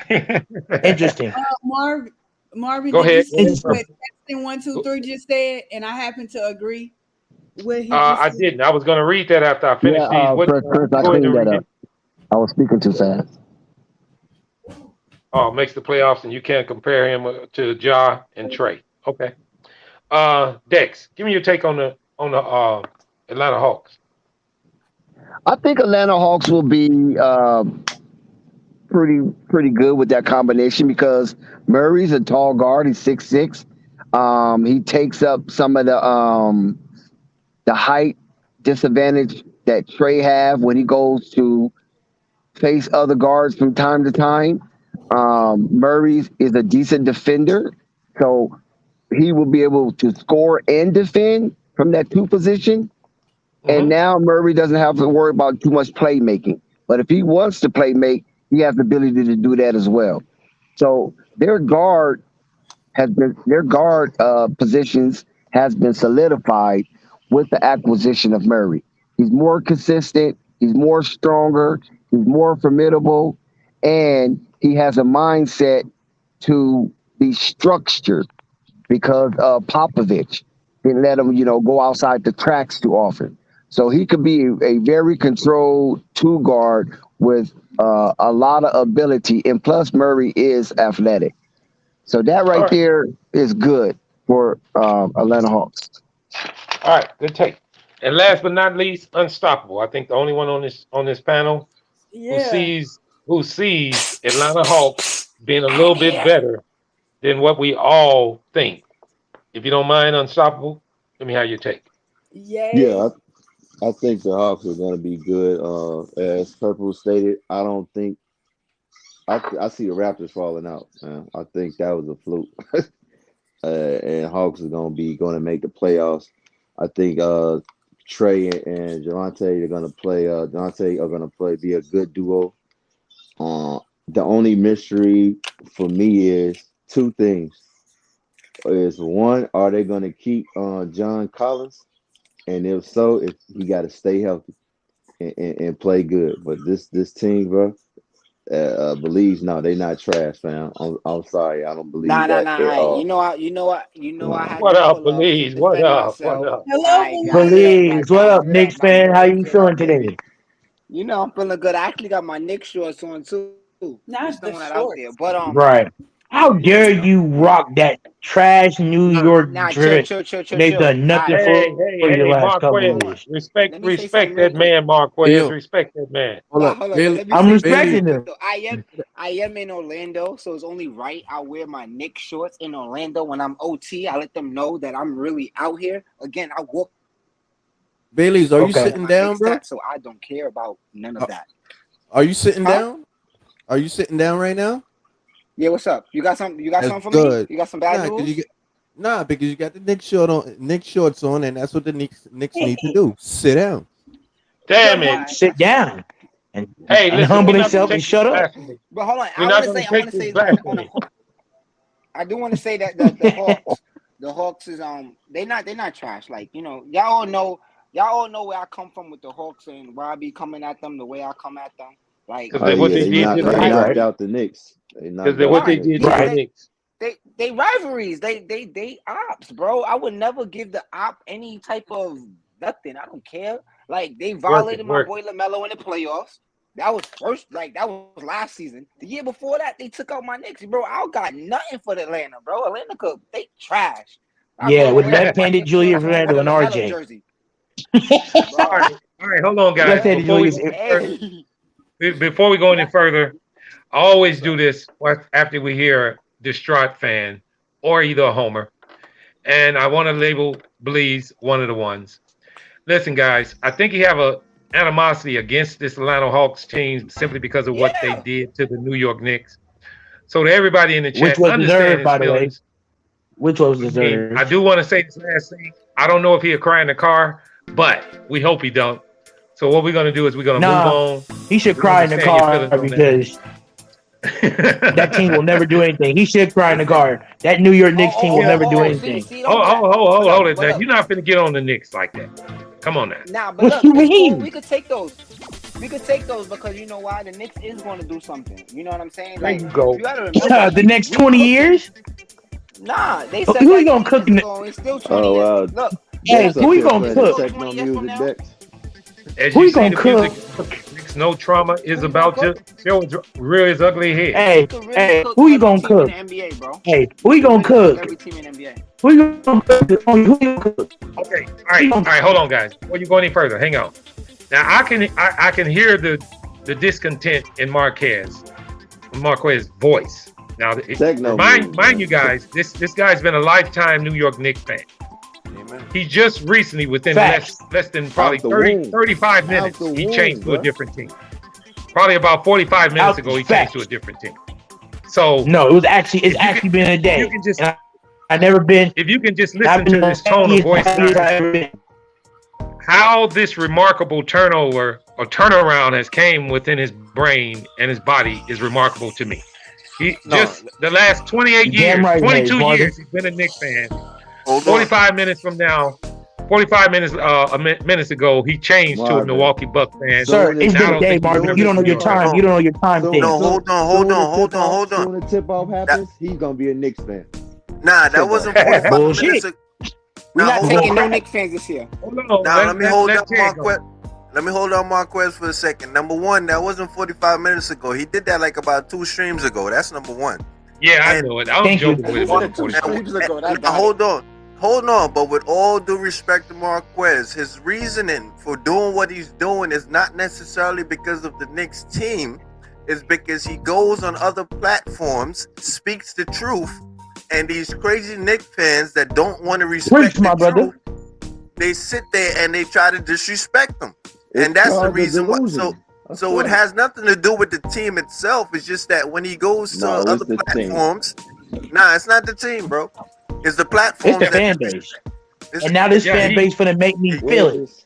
this? And I can agree. I They can gonna agree feel totally me. with Ted because Marquez has came on here and said that he was banned from a couple of New York streams. Now that Listen, that bro. right there Facts. is outright wrong. Every team has some toxic fans in it. It's every team has No, some bro. toxic This is the fans. whole No, fan base bro. unstoppable. Yes, But The I it whole think, is. fan I think base. personally, That I think is. personally though, when it Lakers comes to don't Knicks have with me, toxic fans. Yeah, They have nah, passionate Lakers got the fans. worst fans. Yo, Don't hold get on, me Hold wrong, on. Lakers Let got Belize worse go, fans. guys. Let Belize go, I'm gonna guys. tell Go ahead, I Belize. just want to tell say, you how. I want to say when it comes to the Knicks fan, when it comes to the Knicks fans with me, like I'm loyal to the core. Like, you know what I mean? Like, I love basketball. So I could break down teams all day. But when it comes to the Knicks, bro, that's really my team. Like, I don't give a fuck what they do. I'm rocking with the Exactly. Knicks, It's bro. you. That's It's just what it is. you. And But no, but it's hold not on. but You're the hold problem. on. You're the It's part of the the But look, problem. it's not. That's It's the not problem. though. It's Knicks not because I'm fans not are moving delusional. into No. Cowboy fan territory. That's No, the bro, but I'm problem. not. No. Knicks No. fans are You're moving delusional. into But listen, Cowboy I'm not delusional fan. when it comes to my Knicks. I know my Moving Knicks is in, not that shit, they nice. own the house. Yeah, I'm not I saying my wanted to Knicks say is this, nice, Right. Belize, before but you I'm go any saying further, like I break Belize. it down. Go ahead, bro. Before you go on, I wanted to say this. It sounds like you a true believer in your team, thick or thin, win or lose. He's a There's really nothing wrong with die-hard that, Knicks guys. fan.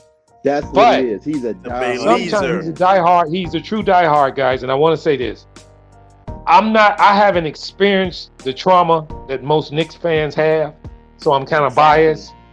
But I can feel his pain. But I can feel Ted and I can feel Marquez in the same sense. No, I feel what y'all saying too. I know how the Knicks fans get. I know how they get. But I'm not, to me, in that box because me personally, I can say where we do our wrong at too. I can say where we need to improve. But the roster that we got is what we got. There's nothing more I could do. I gotta rock with my guys. I gotta give faith that RJ gonna get better. I gotta And go believe give and faith that Julius respectfully, gonna get better. and do that Nothing with more I guys can like say. me and at least. But you see, Bailey's, what you got to understand, you know basketball. Listen, and when Marvin. you have an IQ for basketball like you do, bro, you're supposed to be able to draw a line eventually, bro, and realize that your team keeps on trucking you, bro, for lack of better words. But look at it like this, right? Look at the other fans, bro. The Knicks is not the only trash team, bro. It's 30 teams. Not all of them is nice. Bro, Not all of them is winning chips. When was the last time the New York Knicks won a championship, my guy? You wasn't even 72. Yo, Pops was just being born. When was the He last wasn't time even Knicks was in thought the about. finals? When was the last time Knicks was in the finals? Exactly. Well, they would have had in the 90s. No, 99. Right? 1999. In 1999. That's not a problem. Hey, the infamous Gundy grabbing Alonzo Mourning leg. Right, but that's not a problem to you. Okay, but wait a minute. Yo, but bro, there's some Yeah, teams that's that what I was never gonna say. been to the Believe finals are at those? all. But there's teams that never been to the finals at all. I hear you, man. Believe, but I'm kind of. I mean, that's just delusion, Are bro. those good memories? Expansion teams, right? Expansion teams. Go ahead, bro. Even No, I'm just saying. in the No, I'm just saying expansion teams, man. went farther than the Knicks did. Rapping? I'm listening. You said? Okay, I ain't being all right, we're gonna delusional. get off of that. No, I'm not being delusional. I'm just saying like Ain't no this. need in y'all beating up Believe. Because the Knicks. Hey, Belize thought he said something. Yo, Belize, you thought you said something real slick, Belize, that teams haven't went to the finals. Are you trying to dookie on the Hornets? That's I mean, they didn't mention either, but that, I'm just saying. Low key. The Hornets, y'all all know why I rock with the Hornets.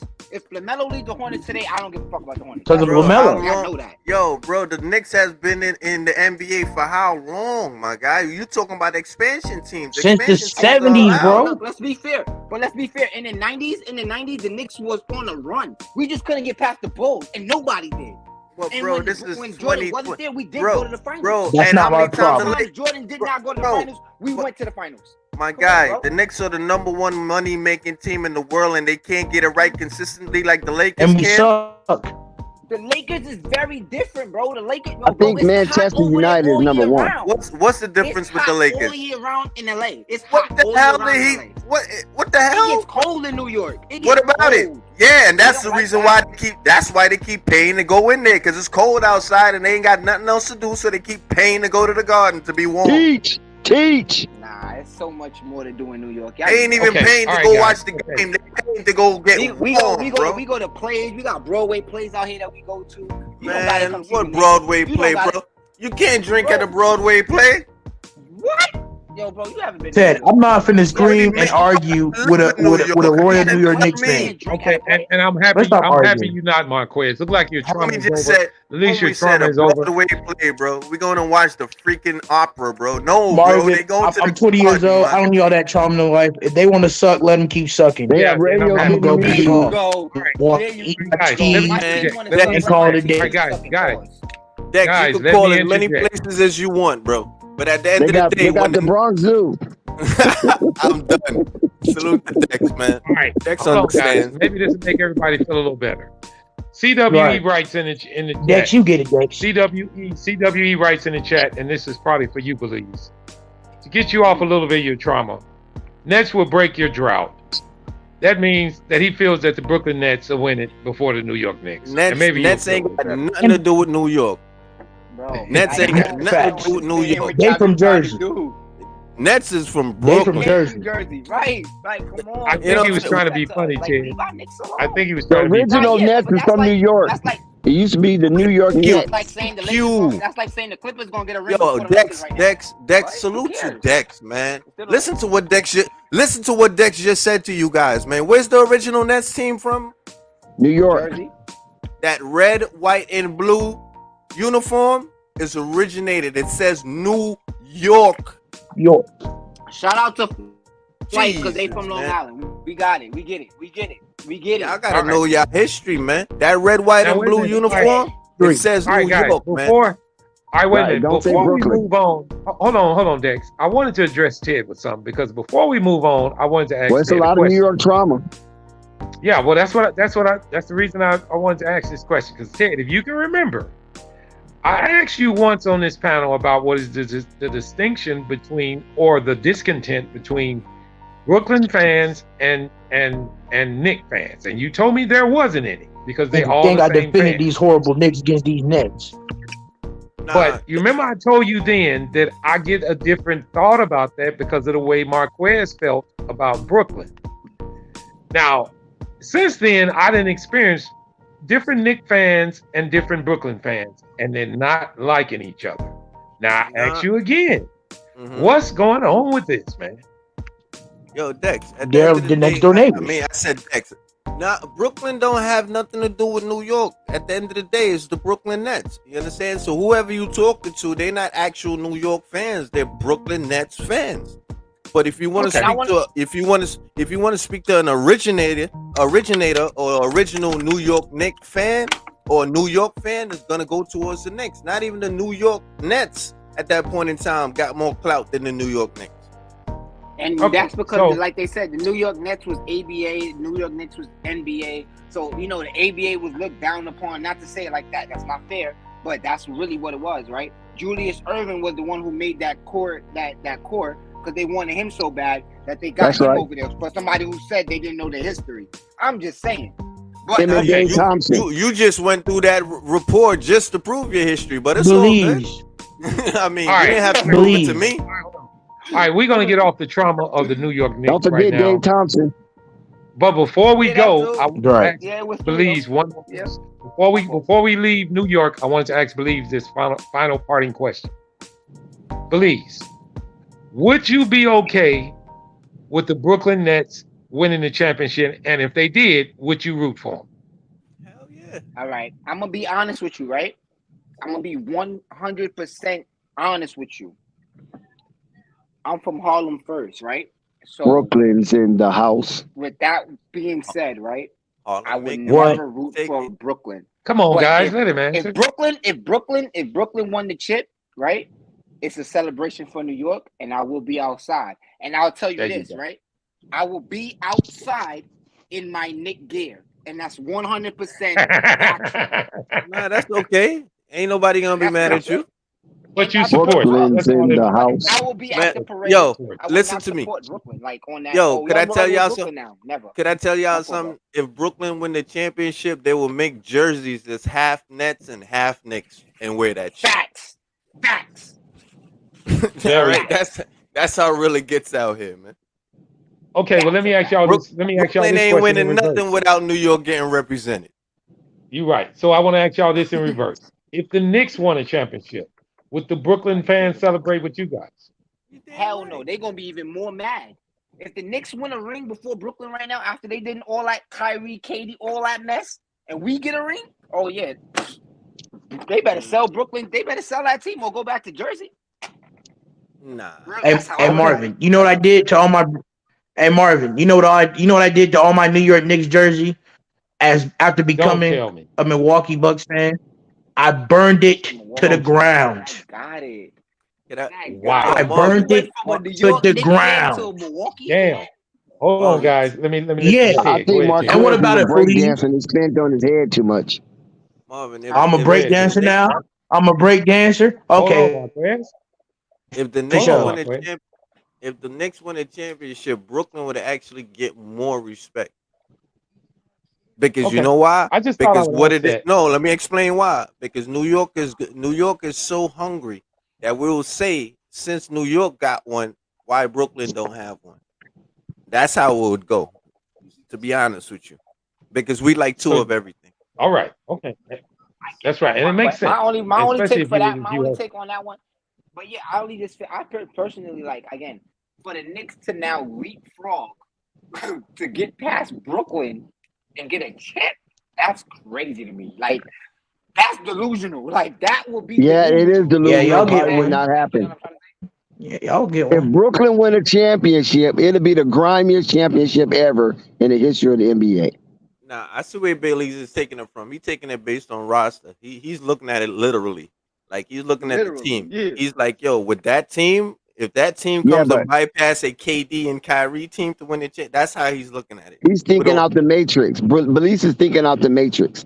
But I'm just saying, Y'all know within the matrix, if Brooklyn win a championship, that'd be the most grimiest championship ever. You'll see quads, you'll see dirt bikes, you'll see all kind of shit that's out there on the street. Dex is a They gonna be clown. outside. Yo, bro, Dex- nah. Yo, no, he's you're right right. though, If bro. They coming Brooklyn from win the East New chip, York, they're Bed Stuy, outside, bro. Yo, Far Rockaway coming out bro, this bitch. bro. Brooklyn, like, all right, respectfully, like, shout out to Brooklyn. Shout out, like I said, I'm from Harlem. It may sound biased, right? But Brooklyn is like the ghetto borough of the five. Like, that's Yes, how it I've is. always looked at it, No right? doubt. So they coming Hey. outside, That's a bro. low Nah, blow. That is a low no, blow. That's a low blow. no. But yo, could I be? But That's he's why I said real, it's a bro. grime. It'll be the If grimiest NBA if Brook, championship ever. if Brooklyn win a chip, That's a low bro, blow. we talking about projects after Yo, even Queens coming down, bro. Yo, Even bro, can you Queens coming imagine that? down. Yo, bro, can you You imagine probably like Jay-Z would probably give a free Yo, concert. bro, Jay-Z gonna Yeah. throw a big ass concert. Yo, bro, can you? Nah, it's gonna go down. Bro, It's nah, gonna it's go gonna down in go Brooklyn win a down, chip. bro. Okay. All And right, then you guys. gotta Trauma remember, side. Kyrie Irving is on that team. That's New York. Okay, Oh, guys. that's my Trauma bad. Go ahead. season is over. Trauma season, especially when we dreaming in such ways. Let me say this. I would like to pose this question to Flight and Dex because I like to see this. I wish we could cam up every other week. One Knicks You fan. can cam up whenever you want. No. Cam Listen up to right me. now. Listen I to got my me. Knicks shorts One on. Knicks fan. Wait, listen. One Knicks fan and Marquez, just to see their face. See if the Knicks fans are getting old during a week span, and if Marquez is smiling every week. Because here's a fan that used to be a Knicks fan, and I want to see how he feels 1 week after 1 week and after 1 week, and then I want a diehard fan like Belize every other week, and we just let them talk. And then after they talk, I just want to come on the panel and say, Marquez, look like you getting old either. I just want him to keep up with them Bucks though. Like if the Bucks is gonna be your team, bro, keep up with them. Like keep that energy all the way. That's all I ask. Yeah, I'm not knocking either one. But with Marquez jumping ship, with him jumping ship and him saying he's free of his pressure, burning his Nick gear and all of this, I like to see his weekly. We appreciate you. I want to know what Marquez said he burned his Knicks gear. What name was on the back of that jersey? That's all I want to know. Oh, that's OD. Don't say Marquez. Carmelo because I will feel hard. It was Marquez. Don't say Marquez. Carmelo. It was homemade. Y'all go kill Marquez. It wasn't them $120 jerseys, guys. It was one he had stitched up down at the Walmart jersey. Yeah, it was stitched up. I'll go here and say this, right? I could even Marquez go as far and bought at the Travel Plaza after he crossed the George Washington Bridge. I could say they had your boy Melo jersey. I mean, they had your boy Kimber Walker jersey on sale. You know what I mean? And that wouldn't even be worth to sell. Marquez left. He's not here to defend himself, man.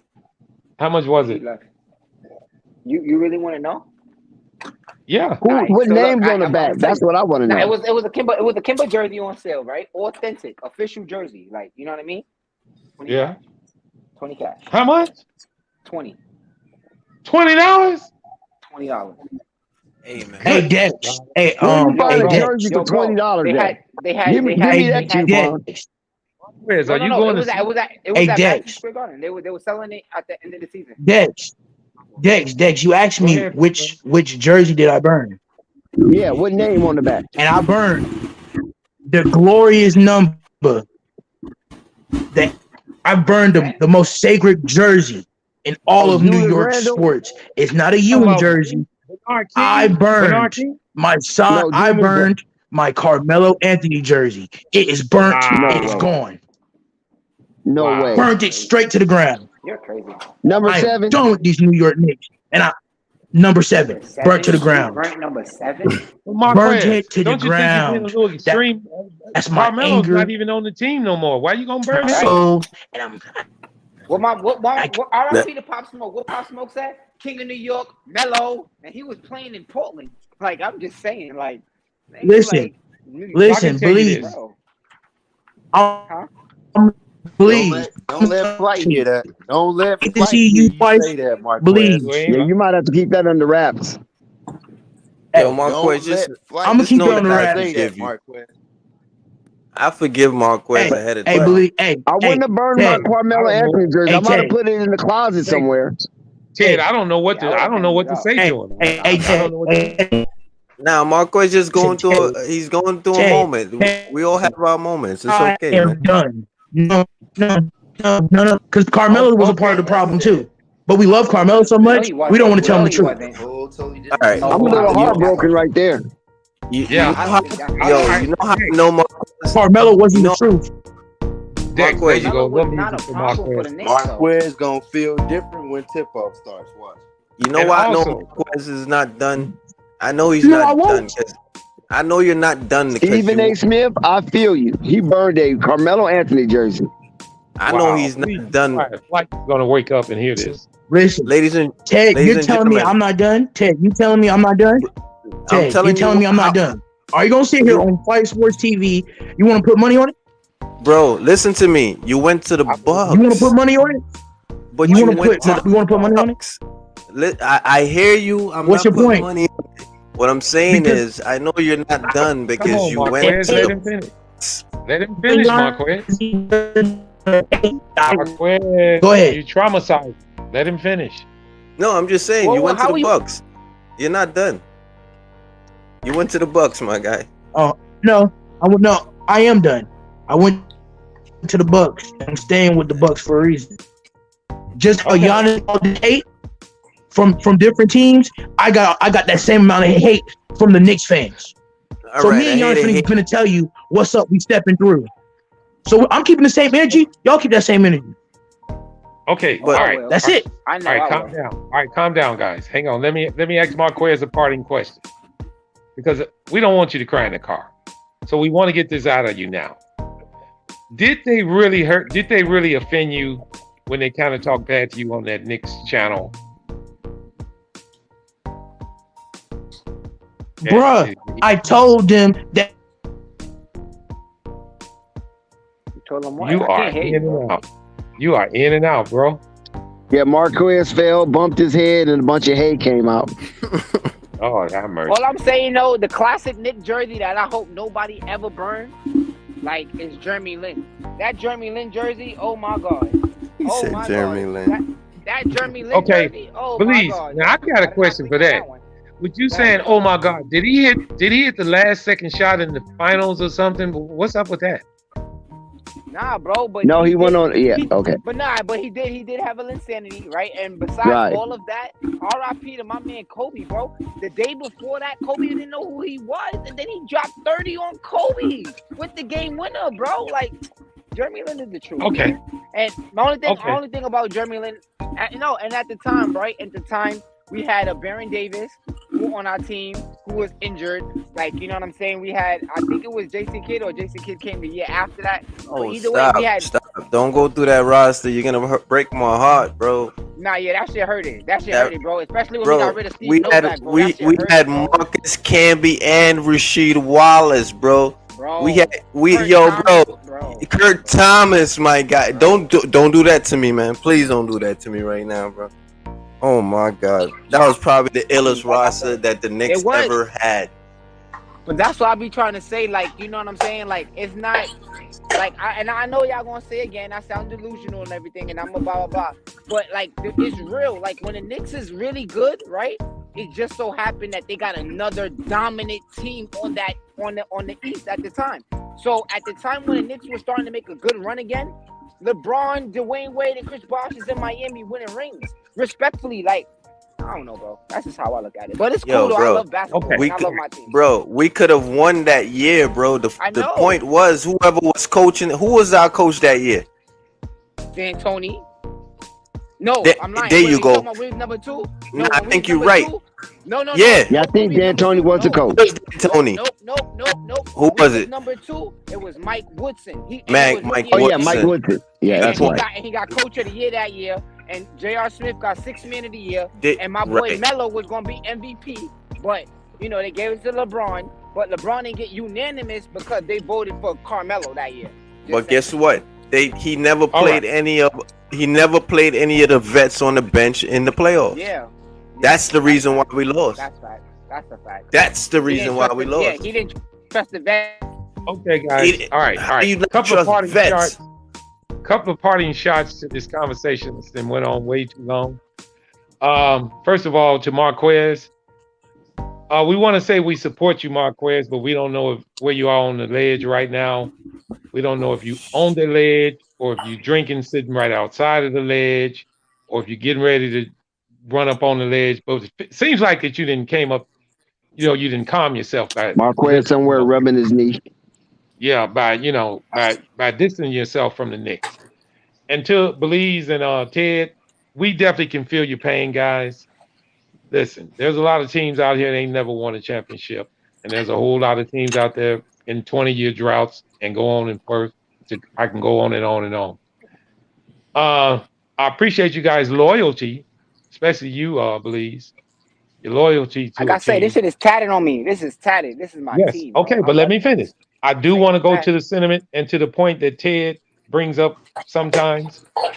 He does bring up the point: when are you going to see the truth out of an organization, and are you getting drained from an organization that's not loving you?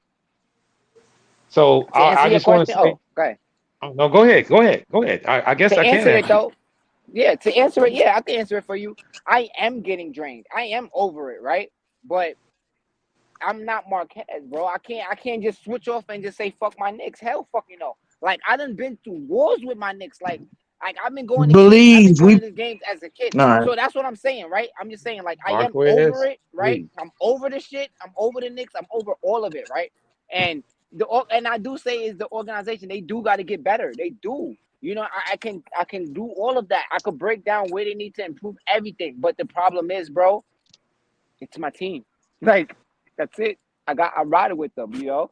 And I Okay, love other teams. I love all other right. teams and players too. Last thing I'm gonna I'm say. not All one, right, you know what last I thing mean? I'm gonna say That is this, Marquez. I don't know if you ever had a woman that kept Yes. chasing you after you told her you didn't want her, but this kind of sounds like what this is, I mm. and that's want. not a good thing. If you had a woman that constantly hounds you and you didn't told her 35 times, come on, baby, it's all good, but we just ain't gonna get together. But then 10 minutes later, she But calling you you back. know why you bet come back? These same Lord, Knicks fans were saying I was a bum and I was toxic and stupid. Didn't know what I was talking about. Let me leave. so Well, so I'm I gonna want leave you it that back, That's all way. I gotta say, respectfully. You Marvin. could leave. Let me leave. Yeah, You could yeah. go. That's good. But You could Marquez is go. You not wasn't leaving you though. wasn't really with Which you us. know, You wasn't really with us. Because if you was really with us, you would never leave. what you mean? That's I've been a fact. Knicks fan for That's how 20, I feel. 20 years. 32? 20 How many years is years. 32 yet? You still won't leave. You won't leave. You Hey, you man. die with it. That's how I feel For though. Come sure. on, Like hold I, on. Listen, hey, Ted, hey, hey. I'm I Ted, a don't Ted, know. good dude. I'm and married. I'm Ted. And married to this my is why Knicks, I but keep I that got energy. toxic Ted, fans. Excuse me. Ted. Excuse me. This is what Hey, you're Ted. not finna go off on one of our This is fellas, why I man. kept that energy. He's not being This is why I'm disrespectful. gone. He's not being disrespectful. I'm just saying, All I right. won't die with it, but I definitely will live with it. That's all I I can ain't living say. with it. That's a hell But of a statement. I'm I good. ain't dying with it, but I will live with it. I'm gonna Well, live and Ted, die are you with this dying Hey, shit. slowly? Are you dying slowly, Ted? Nah, bro, I can't let that. you're dying slowly, No, but not deal at with this all, man. mediocrity. Not at Okay. all, man.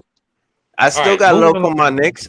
If my Knicks Moving start winning along. tomorrow, I'm a cheer. If they start doing the right thing tomorrow, I'm gonna be happy. You know what I'm saying? But I'm not Better letting man it than get me. to me. That I didn't think we'd get Donovan Mitchell anyway. So that was my whole thing from the gate. I wanted him. It would have been nice, but I didn't really believe that it was gonna happen because why? I'm a real Knicks fan, and I know that shit like that just don't happen. Christmas don't come early. Hey, Like it don't work look, like Interesting. you get, if the Okay. Knicks give me $1 million contract, like just 1 mil, they ain't gotta give me 32. They give me 1 million. I swear to God, I'm dying with it. Other than that, I'm on chill, bro. You Well, know, let me Well, say this. I let work me get a inside. I work there, contract. so Well, hold Hey, on. if it's a, I want to address. I want to address what Belize just said. Now, for a fan of the New York Knicks to have the sentiment of what he just said, that is got to be the life and times of a New York Knicks fan. amen. When you want something that's right in front of you and you know your team won't get it, and you're not even angry that they didn't get it because you know they weren't going to do it. hmm yeah, that's my team. That can't be fun. But Belize, that can't be fun. It's not fun. It's not. It's not. It's really not. It's like Young Gigi said. You hope you expect the worst, hope for the best. Like hey, Wow. that's Well, how it to New works. you, York. Ted, before we move on, to you. Did you think the Knicks were going to And get Donovan? Marvin, you hear that, Marvin? So basically, you saying Marvin, Belief is insane because he see the Knicks doing the same thing over and over and over again, but Amen. expecting different and results. still want to root. Definition Yes. No, of I did not. insanity. I did not Thank expect Definition you. He different is of insane. results. insanity. I said it The was gonna be the definition, results. the definition of insanity. Insanity is Bailey's. Of a Knicks Did I fan. think I guess so. Did I think they was As a Well, getting Knicks fan, Donovan Mitchell? yes, I'm did you? insanity. All right, Yeah, yeah. I'm Hold on, insanity. guys. Let me Let get me quote Ted's that. take on this. Did you think they were going to get Donovan, Ted? Nah, I was the first and probably the only one that said because the team that's not highlighted or the team that's not being spoken about is exactly where he's gonna go. And surprisingly, look who you went to. A team that wasn't even spoke about. That's exactly what I said, and I even said that he Okay. wasn't gonna Now, go to Charlotte for is the same this reason. is this the curse of the Knicks, or would this happen against any other team? Nah, Knicks ain't got a curse. There's no curse. We got stupidity. It's a difference. What? What? There's It's not a. there's no curse. There's no curse on the Knicks, bro.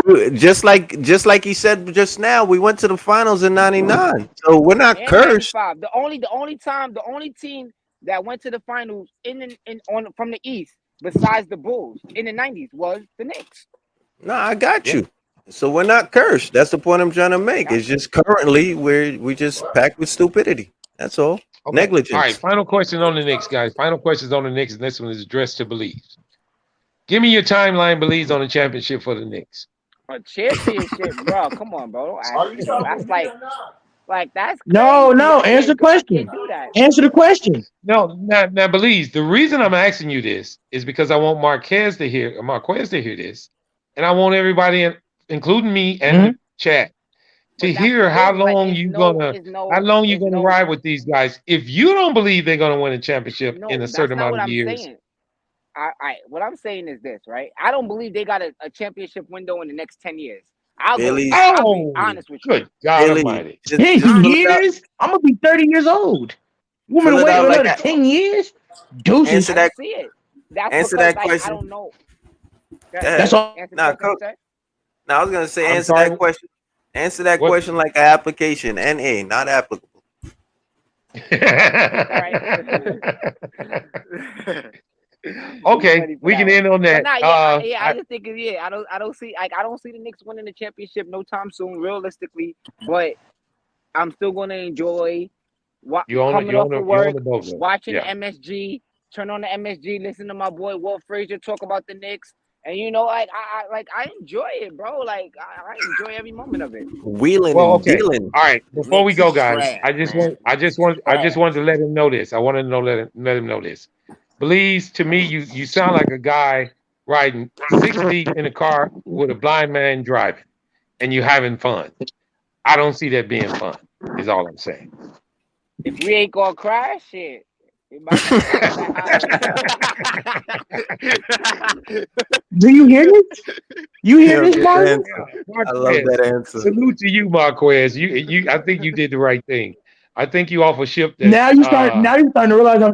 Now y'all starting to realize I did the right thing. Did you hear what he just said? He rather be in a car driving with a blind man and worry about not crashing than to drive with a man with eyes that can see. That's all I need to know. That's all I need to know.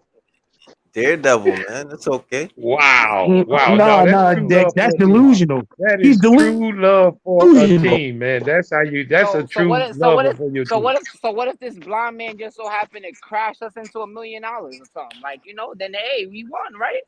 Nah, Like Well, to what it's if keep we it end up obvious. getting a chip? No, what What that if he's means is actually getting a chip? no, hold on, guys. It's obvious on that one, Believes you're gonna get all of the money because he can't see shit. So how about that? I think you're gonna win on that deal.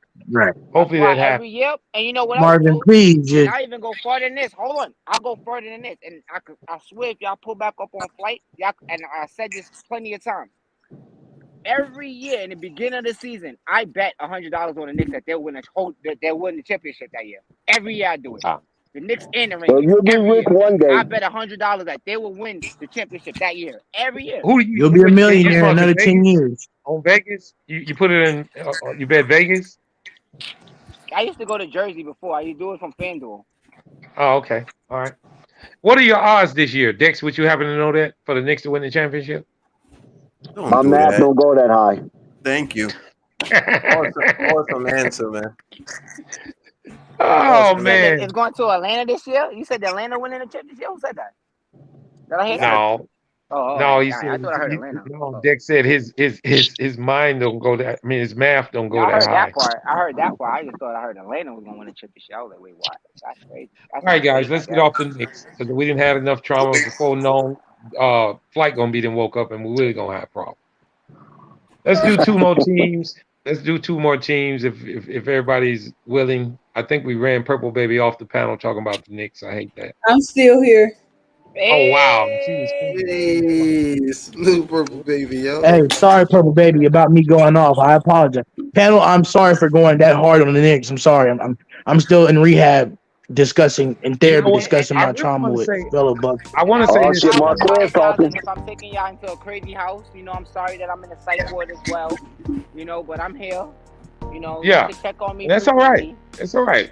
Long as listen, long as I'm not in that car with that blind man driving and y'all having such fun, I'm fine with it. I'll Nah, watch I'm y'all on the having a great news. time Hubble right bubble. now. That Yeah. blind man driving got his hands everywhere, so be careful. Just know that I got the car with LaMelo right next door to me. You feel me? So as soon as that shit burn, I'm jumping in that car with my boy LaMelo. Just know.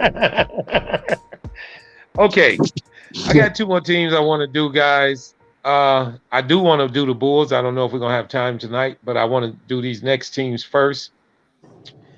And they're gonna be two teams from opposite sides of the spectrum in a sense. Not necessarily opposite side of the spectrum, but from two different conferences. And that's gonna be the Phoenix Suns and the Philadelphia 76ers. I want to Both start with Purple trash. Baby. I want to start with Purple Baby because for long y'all just gonna run off the damn panel because we get started, we won't stop. So Purple, if you could, both teams, let me know where you feel they're gonna sit, and if either one of them has aspirations for a championship this year. Uh, Philadelphia to me, if Embiid cannot stay healthy, I don't think they go far.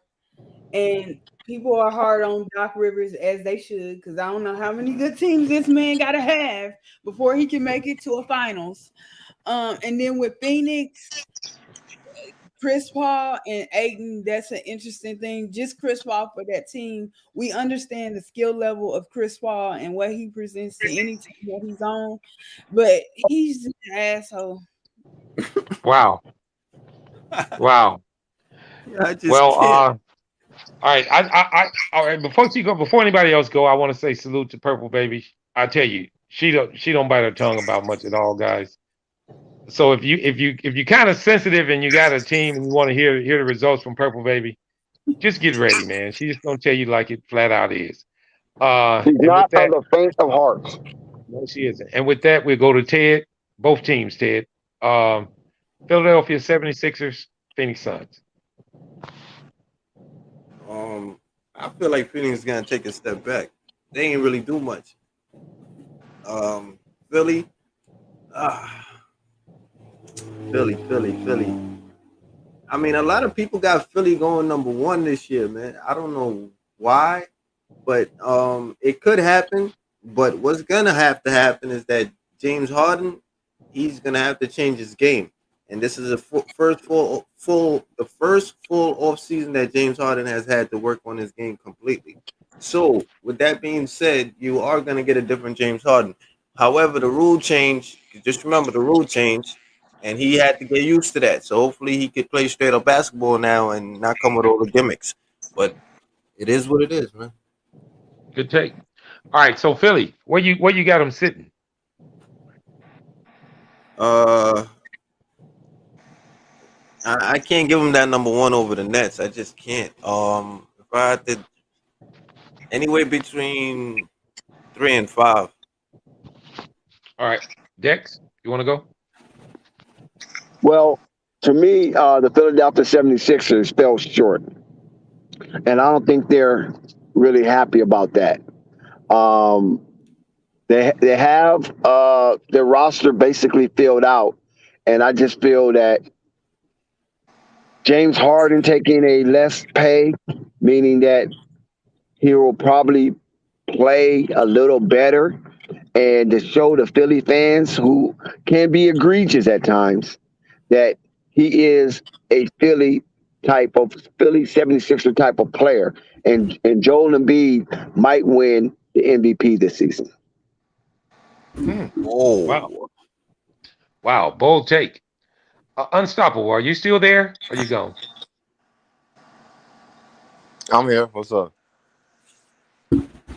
Give me your take on Philadelphia and Phoenix. Just a quick take. I think Philly is gonna be better, a little bit better. You got to remember they picked up PJ Tucker, so I think he gonna fit in well with the team. James Harden got to come and bring it. Joel Embiid gonna do his thing as he always when he's healthy. Phoenix Suns, I think they're gonna pick up where they left off at. They still gonna be a team you gonna have to that if they can get it, if CP3 can stay healthy or whatnot, I see this team eventually getting over that hump and making it to the finals. And Booker have to take Okay, that next step. I'm gonna give a small take on this one because I haven't given a take on quite a few of the on the last couple, and I wanted to chime in on this one because I've heard so many tall tales about the Phoenix Suns. I'm here to stand up for the Phoenix Suns, guys, and the reason I'm standing up for the Phoenix Suns I is thought we were this. talking about Philly. Well, both of them. I'm just doing my one take on the Philly and Phoenix. You gave me takes on both of them, so I'm just doing one. So what I want to say for Phoenix is this: I think they're getting a bad end of the stick on this because they haven't won it. I think a lot of people are counting them out, and I don't understand why.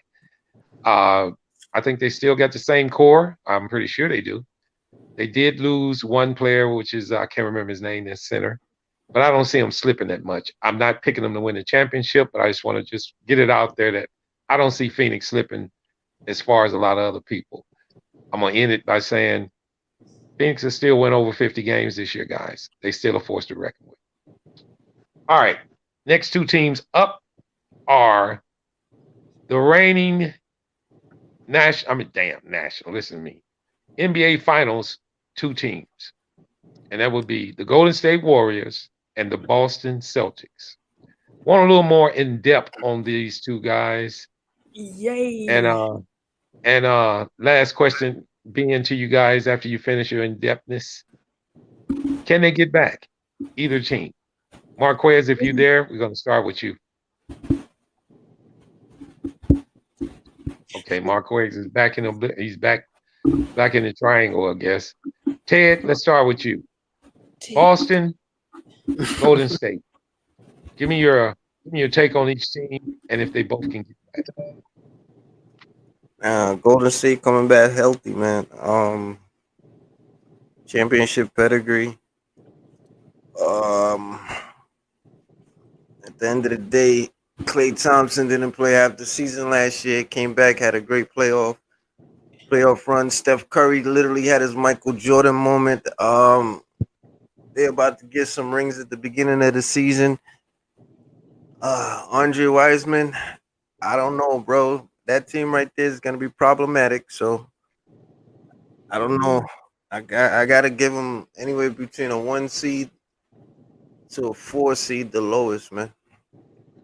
But Okay. And they're gonna be a problem. okay. My question for these two teams are not seeding. Can they get back to the finals? Oh, can they get back to the finals? I can't answer that question, bro. That's I'll be lying to you. So I can't say yes, I can't say no because it's a Well, dog.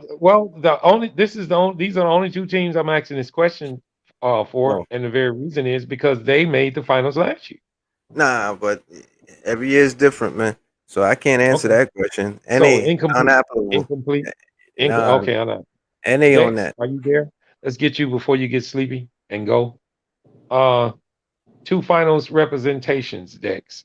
Celtics, Golden State. Give me your take. Well, both of these teams have the capability of getting back, but will they get back? Let's see. Golden State, the champions, and the runner-up is Boston Celtics. So when you go look over at the Boston Celtics, they basically crawled to the finish line. They overcame injuries. They basically won on the sheer will of the Celtics' pride, especially having Marcus Smart and Grant and old man Al Horford constantly barking commands from the commander himself, Uduke, to the players such as Jason Tatum and Jalen Brown and crew to stay on course and not to go from tit for tat in the offense and keep the offense within itself. The Celtics did come up with a one offensive schematic plan that seemed to be brilliant at times, and that's allowing Jason Tatum to be a playmaker. But Hmm. they fell short, and I think they will fall short again, and they will not even make the Eastern Conference Championship. Over for the Golden State. Wow, what a run did they have? Who saw it coming? Really nobody. One thing that we did know that the Golden State Warriors, the hegemony of sovereignty, came together as a core and became kryptonite to the Western Conference once Klay Thompson, Draymond Green, and Steph Curry all came together and formulated a vortex that swirled them into the Western Conference championship game and catapult over the Dallas Mavericks and played another green bean team, the Boston Celtics, and they overcame the Boston Celtics after the Boston Celtics won the first game, withered the Golden State Warriors with a powerful punch, but the Warriors shook it off. They withheld the 8 count and they went on and put on a barrage against the Boston Celtics and became a champion for, I believe, the seventh time in their career. Now, this will not happen this year. The West has got tougher. The West has got stronger. The West is more formidable, and the Golden State will have a very difficult run to try to get to the Western Conference Finals as they did last season. These teams will be bigger, stronger, faster, stronger, and the Golden State Warriors will fall short in the second round and will not even make the Western Conference Finals. Wow, wow. Bold take from a bold man. Purple baby, you up. Oh, okay. Golden State, as far as what they're gonna do on the court, I think they'll be fine. I liked the DiVincenzo pickup that they did. However, it comes to prior to the season with a contract thing. What would Wiggins' contract look like? What is Draymond Green looking for? Because he believes he's a max contract. They have to also pay Poole. I don't know what they're gonna do. And then as far as the younger guys that they took in Kaminga and Moody, Kaminga specifically, I was listening to a Golden State Warriors fan recently, and I did not like what I heard as far as his Kaminga's coming along with his development and Kaminga's attitude. I'm extremely disappointed about Kaminga and stuff like that. If he could get it together and get his attitude in together and come correct, he'll be fine. Boston, I'm sad about what is his name? Because he got injured in their little Gallinari. yeah, Gallinari. that's going to be interesting. I think that's going to hurt them. Hopefully, they can find ways to replace the scoring and the rebounding that he was going to give them. But I'm expecting. I wouldn't be surprised if Boston didn't make it back to the finals this year. Same thing with Golden State because I'm going for the Clippers to get there. Hopefully, I'm wishing. And with I'm not gonna be surprised if either team doesn't make it. But Golden State concerns me because I'm like, how far are y'all gonna keep going over the luxury tax? But I think it's a rule on how far they can go over into that luxury tax and Yeah, stuff because they like. way over. They way over. So yeah, that's what I'm saying. Wiggins, like they gonna have to do something. They gonna have to do something. Okay. Unstoppable. Are you still there or are you gone? Okay, he's gone. All right, I'm not gonna give a take on those two guys because I did want to give a take on these last two that I'm gonna do. And these two teams are the Miami Heat and the Chicago Bulls. And I like to do Miami first, guys. If you don't mind, Dex, can you go ahead and give your take on that? That way you can get ready to go nighty night. The Miami Heat or the Bulls? You can do them both if you wanted to, but I wanted to do Miami and then everybody do their solid take on the Bulls. Well, one thing Miami did learn is that they made a $90 million mistake. And that $90 million mistake was giving Duncan Robinson that money too soon, too early, without him really proving that he could sustain such a high level of play, especially shooting from that arc, which is very difficult. So one year he was a marksman, and the next year he was a mark man. Matt Strauss do it for what, $2-3 million? Cheaper. So much cheaper. I mean, God, great, much cheaper. Um, Bam Adebayo, Jimmy buckets. Okay, that's cool.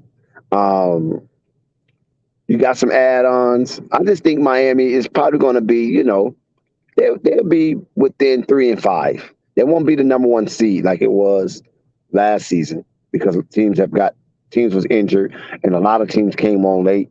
But Miami was pretty sustainable and never really lost their momentum. But I think this year they probably be between 2 and 5 as far as their rankings.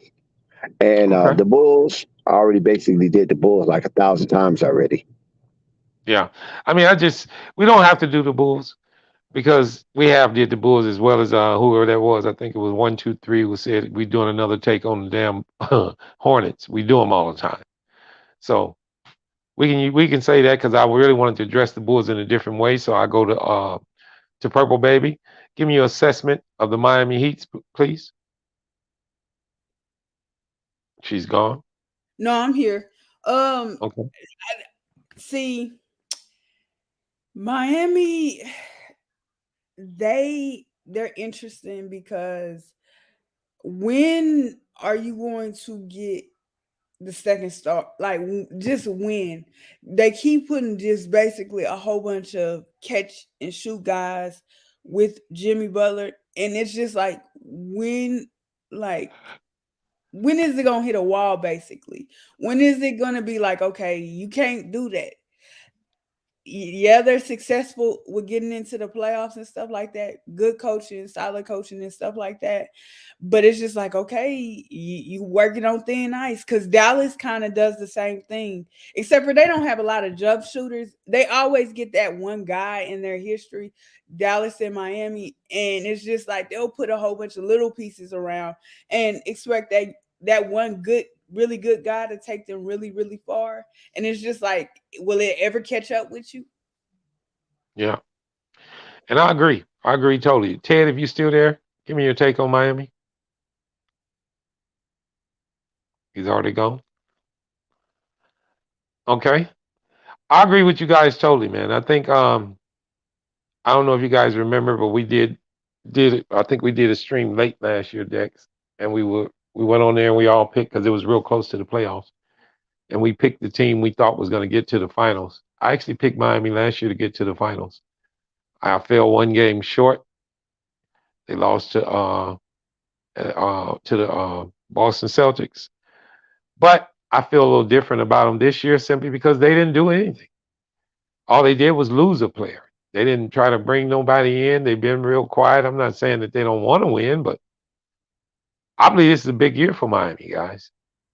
They've been close to the top, to the mountaintop for the last 3 to 4 years, and they haven't got there.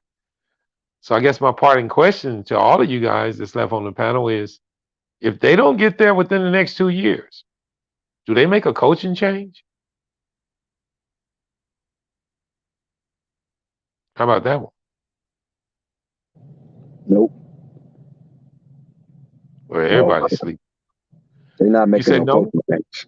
No. I mean, but okay, well, what is it in the NBA? Everything is based on success and winning the chip. How many coaches gets a chance? Because I don't know what year Spoelstra's in this year, but they have not won that chip, and they've been real close.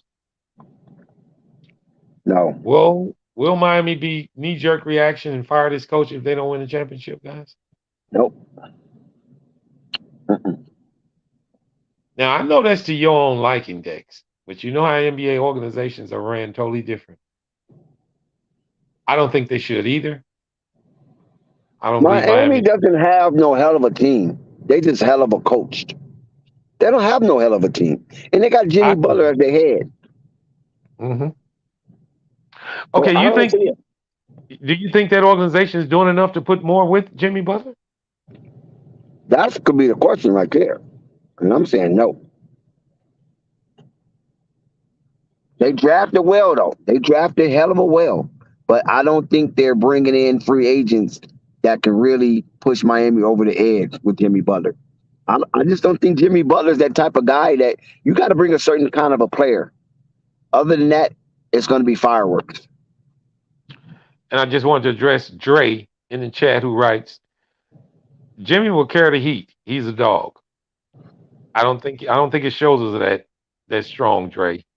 I think he needs some help. And I think we all can agree it's down low with the big man. And he needs a little more scoring help also.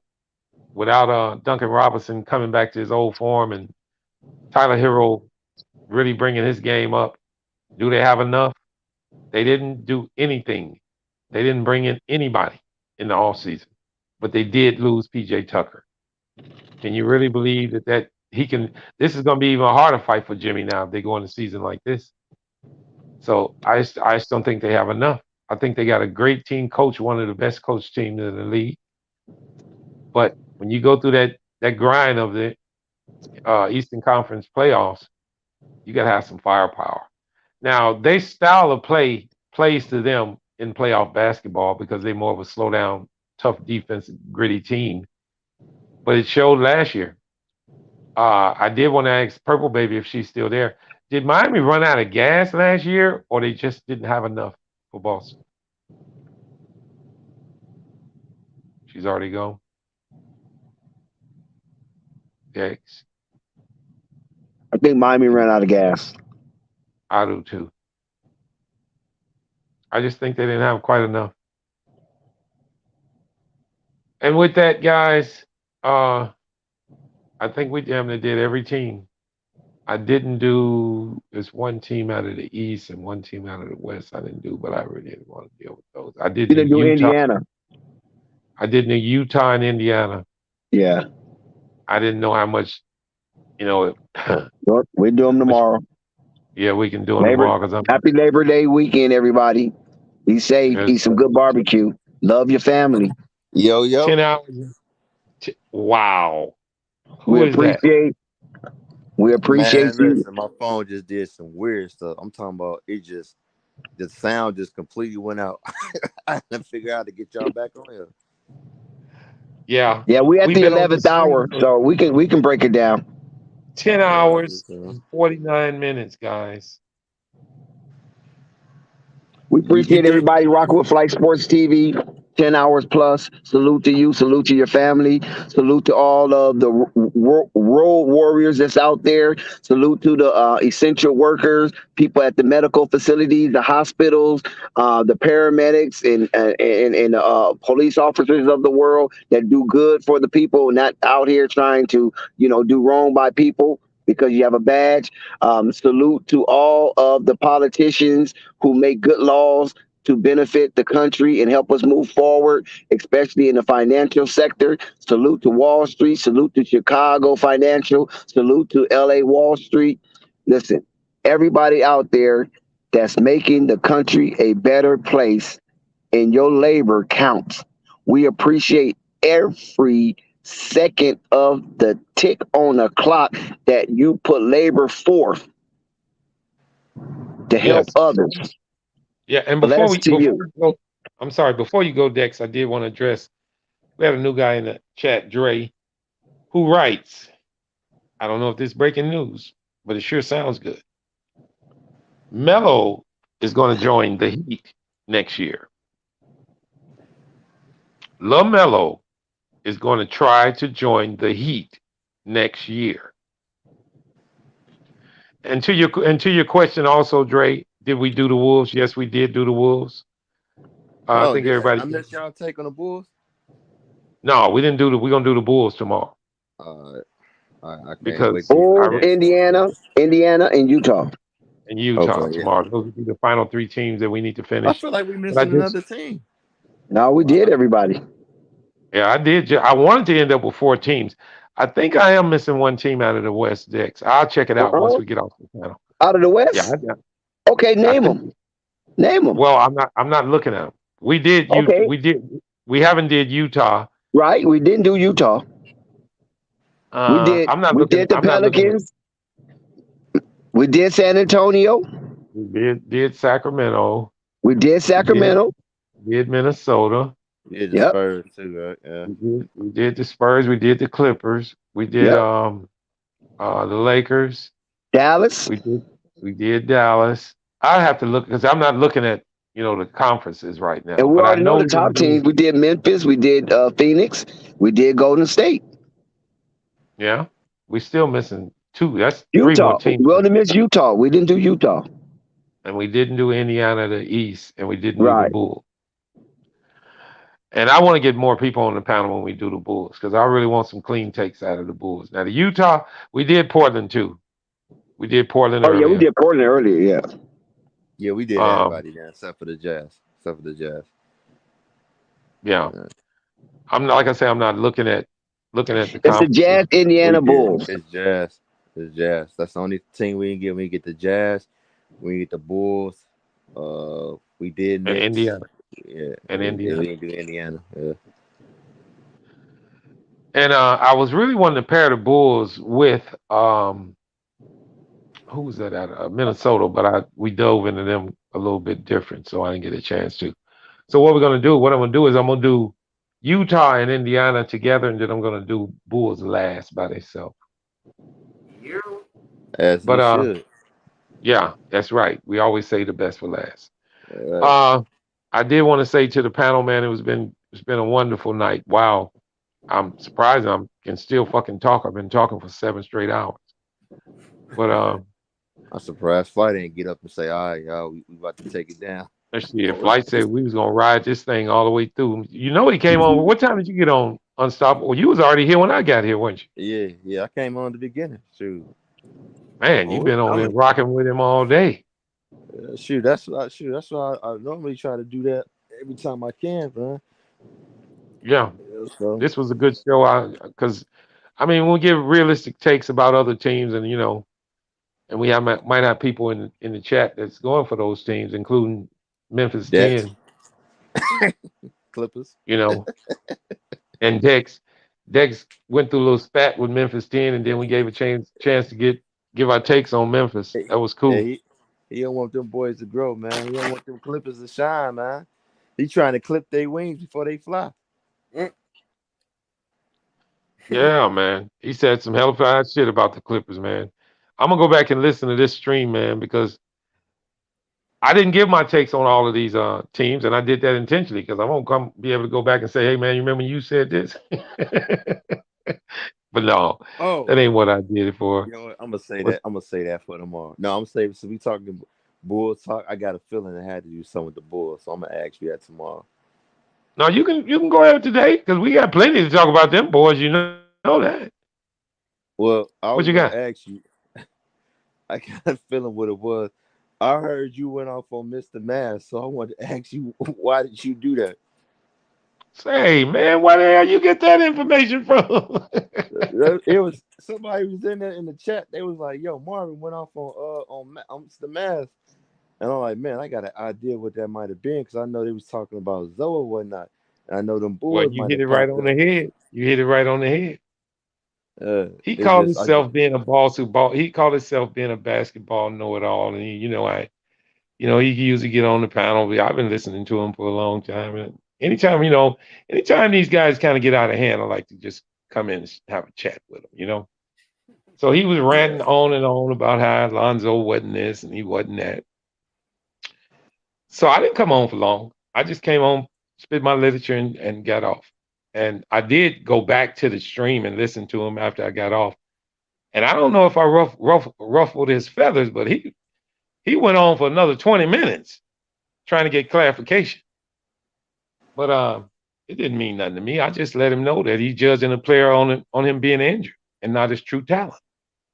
I felt he believes that he's judging Lonzo because he's never on the, I believe because he's never on the floor.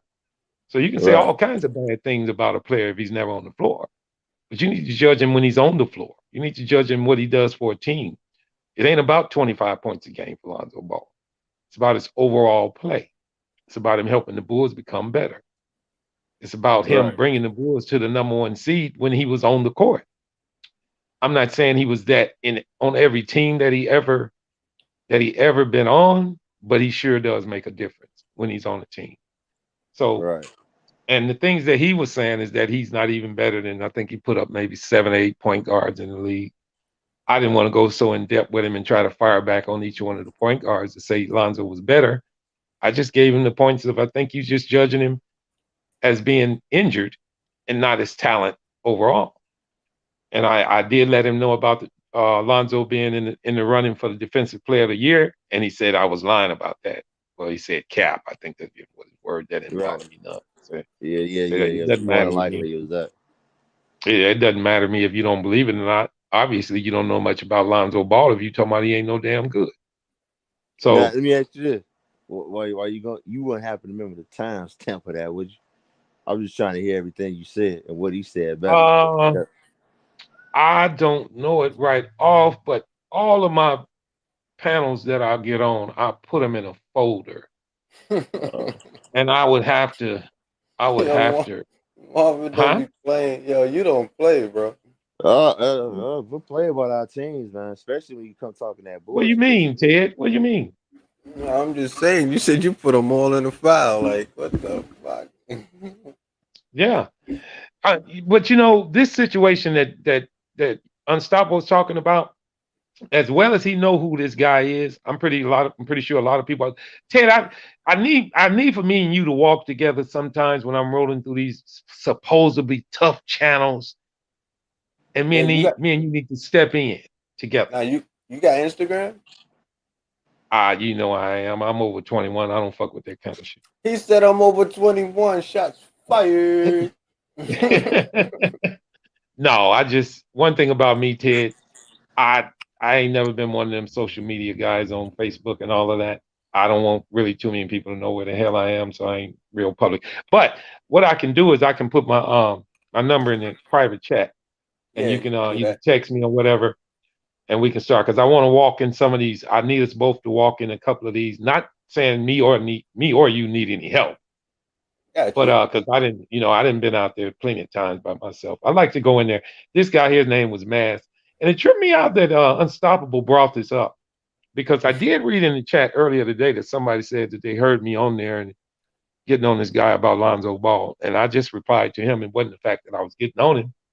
I just wanted the guy to understand you can't judge a player because he's injured and then when he's out say he ain't this and that. Yeah, Judge him when he he's was. on the floor. Yeah, Judge he him was while he's talking on some the real floor bull and crap. be true to his to what he does. And then Right. like I said, he put him up against quite a maybe 5 or 6 point guards that he claimed that was better than him. I didn't give him the glory to try to go through each one of them and tell him why they weren't. I just told him why I felt that he was having these statements. And to me the whole thing on this is he was on the other channel. I don't think it was called Player's Choice or something. And it's supposed to be one of the best damn channels. And I'm listening to these guys and I'm thinking, this shit kind of getting out of hand from guys thinking they on ESPN. So I did tell him that you ain't on TV, boy. So quit thinking you know every fucking thing. And Right. I mean, just being honest, short and sweet, and and I do love to do that, rear them up, and then just leave. They never know I'm even going. They still cursing at me, and I'm already gone. But Nah, you I'm real not subtle, there. man. Yeah, Right. I'm not there to go back and forth with none of them. It don't Right. take. Just like I told him because he was hollering and screaming. I said, let me say this. Just because you say it loud, don't mean it's right. And that's just a prime example of you can tell when a person is really. It's not all the time, but usually if a person get real loud, they're just trying to get their point over and talk over you and all of this. So Oh I yeah. mean, we didn't have it out. It was less than a 5 minute little timestamp. I go in and I'm also unstoppable. I'm gonna put my number in the private. And if you need it, you can give me a scream or a holler, give me a text, and I can text it back to you. But Ted, seriously, because I wanted to know when you go on all the time anyway, Ted. So I'm happy we doing this. Yeah. And my brother back home has been kind of eager to get my oldest brother, been kind of eager to get on and join in a conversation with us. But he older than me, so every fucking time we get on, he sleep. But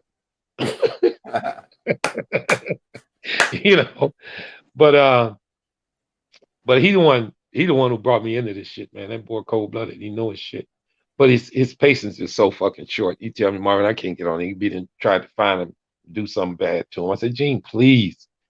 Fucking damn near 75 years old. What the hell are you talking about? He from Chicago, Gary, Indiana. So Ted, you know what I mean when I say that.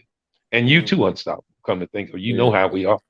Yeah. Yeah. Um, and that's why he can't believe that I have the patience to actually get on and debate because he know how I am also. But I'm way laid back more than I used to be. I mean, I'm nothing like I used to be, man. I didn't totally chilled out. I'm not Ted.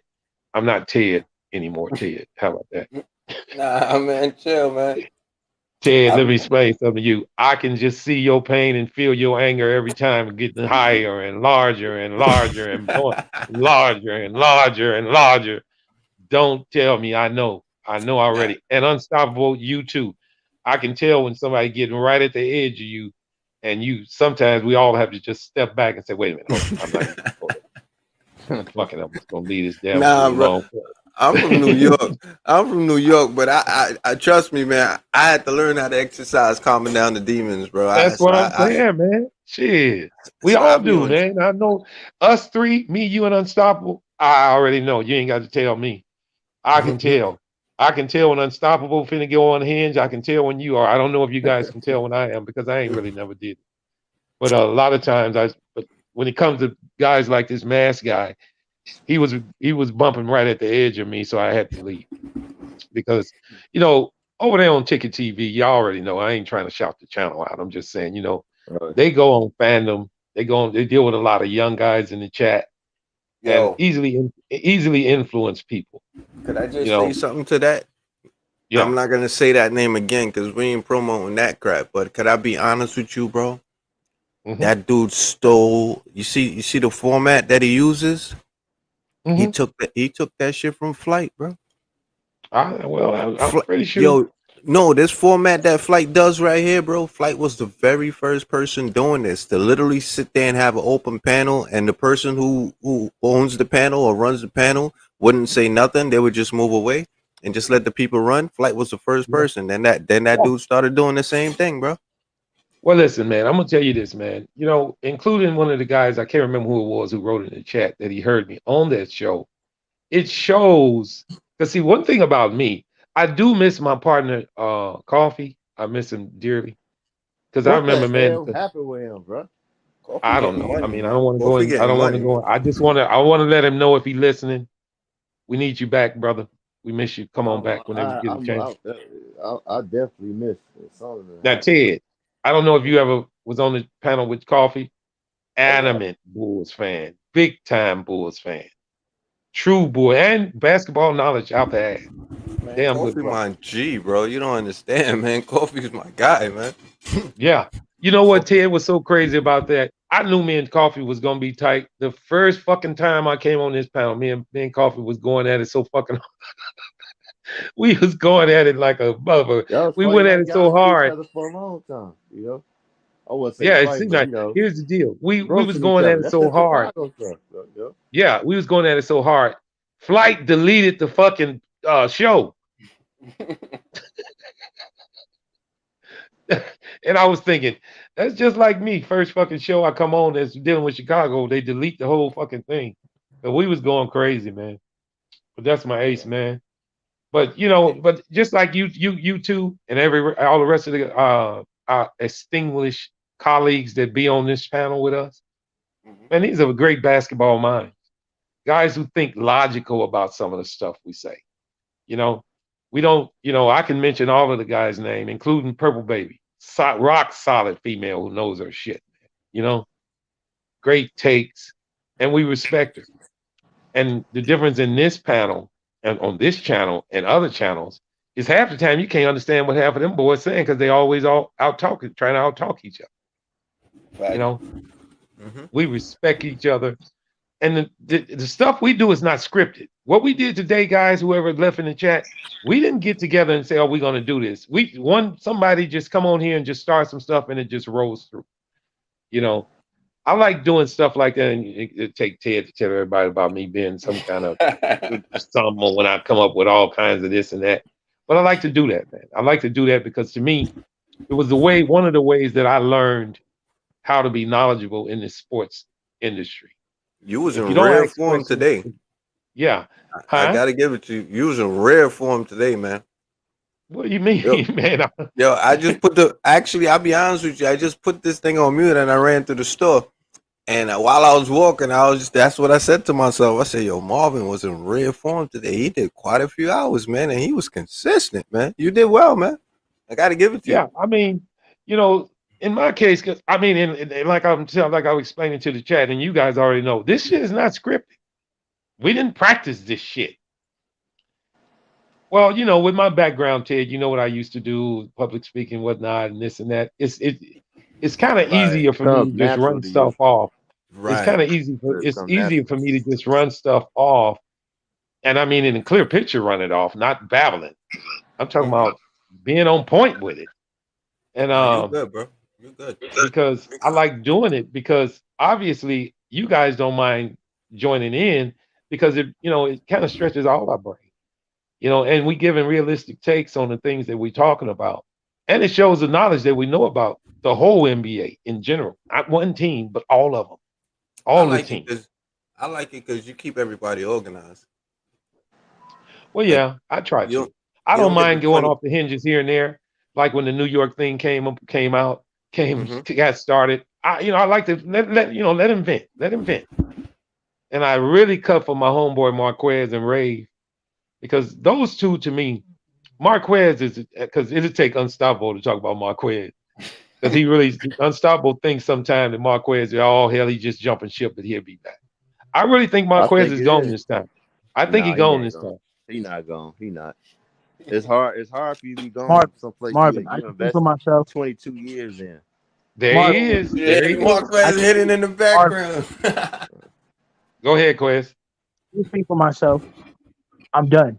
Okay, there you go. Nah. And All right. like the Hey, Grim listen. Reaper, when the Knicks fail this season, you will see me with my scythe, and I will destroy this fan base and this organization when they do nothing You this know what? season. We see it. I'm gonna say this Unstoppable, and this is for Marquez's defense. From what he told me that them New York panels then did to him, I wouldn't blame him if he left. Nah. I don't blame him. You mean to tell me you gonna jump ship because every team has a toxic side of the fan base. Every team has it. But Honestly, he bro. sounds like they were Not the being real Lakers. honest. Unstoppable. But Third fan base, even the Oh, hush Lakers, bro. that Even shit. the See, you didn't Lakers, woke bro. up. Now you unstoppable, talking in your sleep. Heck unstoppable, shit. What's up, unstoppable. fam? You don't What's up? understand unstoppable. I tried to play voice of reason. I tried to do a you and do a voice of reasoning. And when I'm telling you, I got banned on half of the New York streams. Well, Every well, let me say this. time I show Let me my say face this. in the chat, I'm getting deleted. There, there, there is They one treat me like channel out they there. treat me I'm like LeVar Ball of NBA networks. That's Hey, how they look, treat me listen. right now when it comes to New York media. There's a podcast. There's a podcast out there that'll let you vent about your New York Knicks. You want to know how I know this is true, Marvin? Marquez. You know how I know this is true? Is he on Because it? Go you ahead. on one right now. You on one right now. Now, but I would say this to Marquez. Right, but that's So true, what you should unstoppable. do, But I love What? this channel. Yes, no, but for Flight's a Knicks I fan, love fam. So basketball. you just happen to run into I love a basketball. toxic one. I just so You happened just to run happen to into run into a Flight, toxic one. who was a Knicks fan, and But that's fine. But that now goes to I'm gonna still show be what allowed to I be a Bucks said. fan and still be here. But Marvin, that goes to show what I said. You just happen to run into the toxic side of the fan base. I'm pretty sure I haven't ran into So one yet. But that toxic I'm side serious. was unstoppable. I Was haven't. too much. I Listen. haven't seen one toxic Listen. Laker podcast. I haven't ran into Dex, one yet. stop waking up But out of your sleep saying this totally but crazy ass shit. but I'm willing to bet there's at least a Our fan toxic. base is elegant. Listen. I'm Yeah, willing to bet there's at least a toxic side of the Chicago Bull fan base. There's some toxic ones out there. oh, it is. You It know. is. But guess what? Well, I So tell you this Is though. Hell, Now I'm gonna be Marvin, honest what with you you, mean, Unstoppable. Marvin? What You are got you talking Marvin. about, Dex? You I'm got not. coffee. Of I'm course, not it's some toxic toxic. Chicago Bulls fans out there.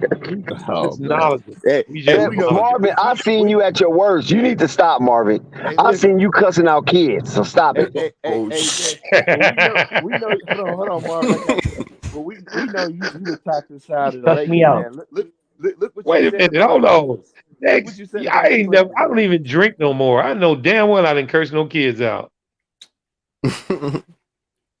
Yes, Now, you did. back in my day Yes, when you I was did. drinking my 15 pack of Bulls and my Yes, you Swiss did. Mother and my Rolls, you damn right I would have cursed them out. But now, hey man, I'm a sense of reason now.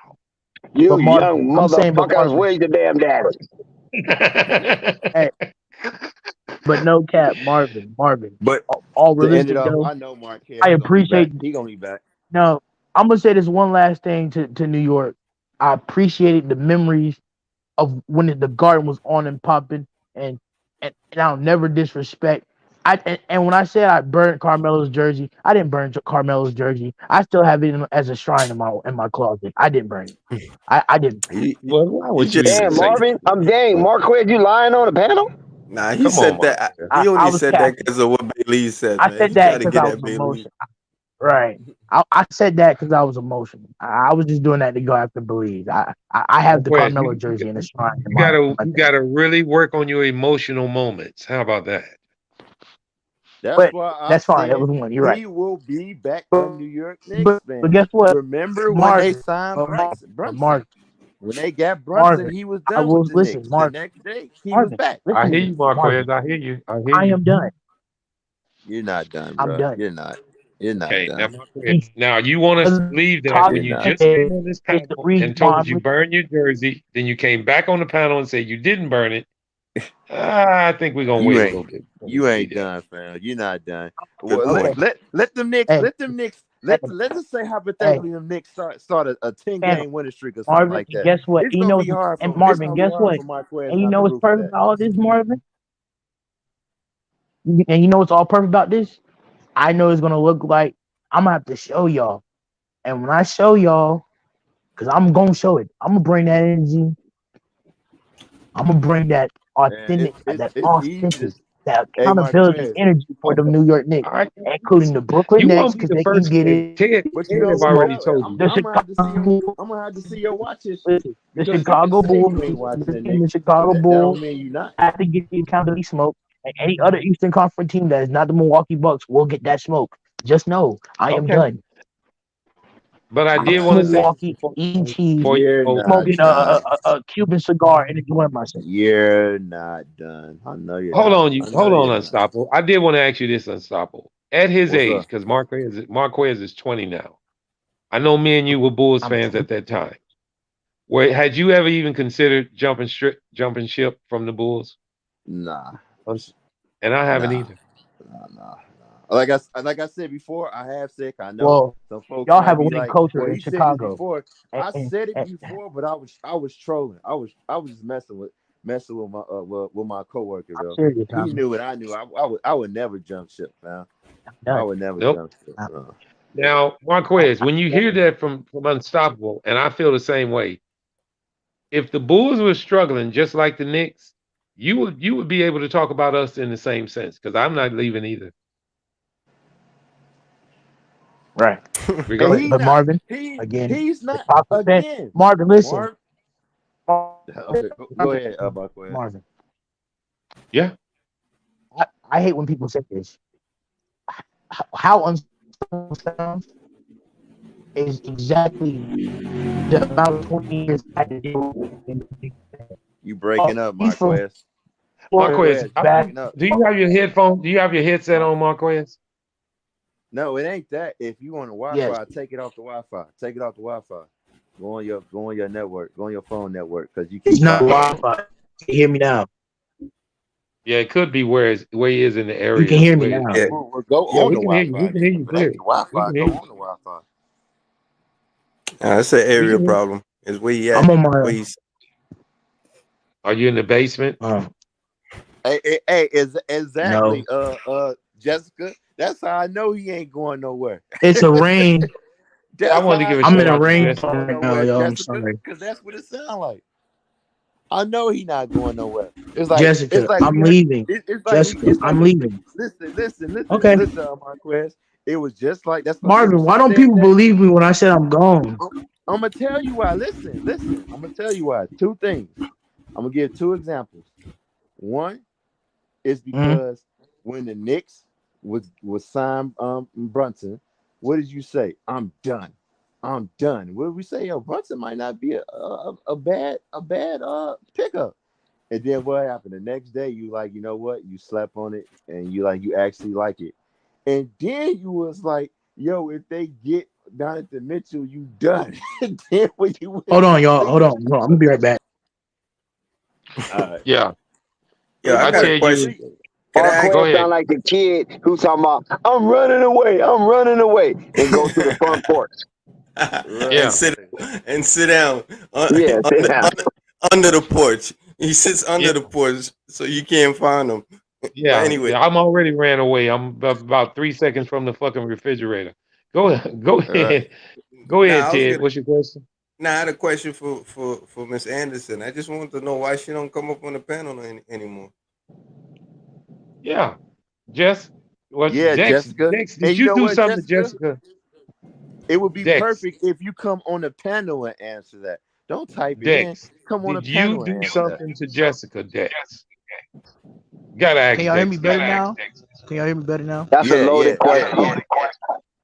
That's a All damn right. shame, Dex. I'm not asking you no more questions. Now hold on, Marvin. Let me. Got Marquez, an let me go ahead echo and finish now. saying. I got an echo. I don't hear no Well, more. yeah, it's, Oh yeah, I do. yeah, it's still there. All right. Where's the echo coming All right, I'm gonna mute my mic. Okay, I'm gonna just hurry up and sum it up. Basically, when we had the conversation about Brunson and Donovan Mitchell, you said you were leaving, and then when you slept on it, you came back and said you changed your mind, and from? All right. you actually like it. And now, Now. now that they didn't get Donovan Mitchell because you first said All you right. didn't want him. Now you saying you leaving because they didn't get him. That's why I No, don't my think. problem. But Ted, are you still here, Ted? Yeah, man. What did you say earlier? I told y'all it was the fan base is the reason why I'm leaving. I said it had nothing to do with the Oh yeah, team. well you did say that. Yeah, you Yeah, said that. but But what The I think team's you not the should do. issue. But here's what you need to do. You need to learn how to turn negativity into positivity. You understand? So what you should I do turn into is positivity all the time. no, you take that energy and Right. make yourself a YouTube page and go speak for yourself. Yeah, I'm working on the channel in the works. It's in the So works. I mean, if you tell me to check, I'm gonna watch. Yeah. It's I'm gonna like critique. I'm talking yeah, about the we first thing I'm all gonna watch. do, We support one another. I am beginning to like That's have what. plans on making a YouTube channel. You I'm gonna don't. try to get me a better phone and work my way up. Yeah, man. That's what you should do. You gotta know how to channel energy, man. Cause me personally, no, you know, And what you need to do when you go your first video, you should just get at all those Knicks fans. So that oh way no, they I come have a through. list. Oh no, Ted, I'm still a Milwaukee Bucks fan. Your phone is And horrible, man. what do you mean? It's all right. I don't know what's the issue. Stand I don't on know your what's the head. issue. It might help.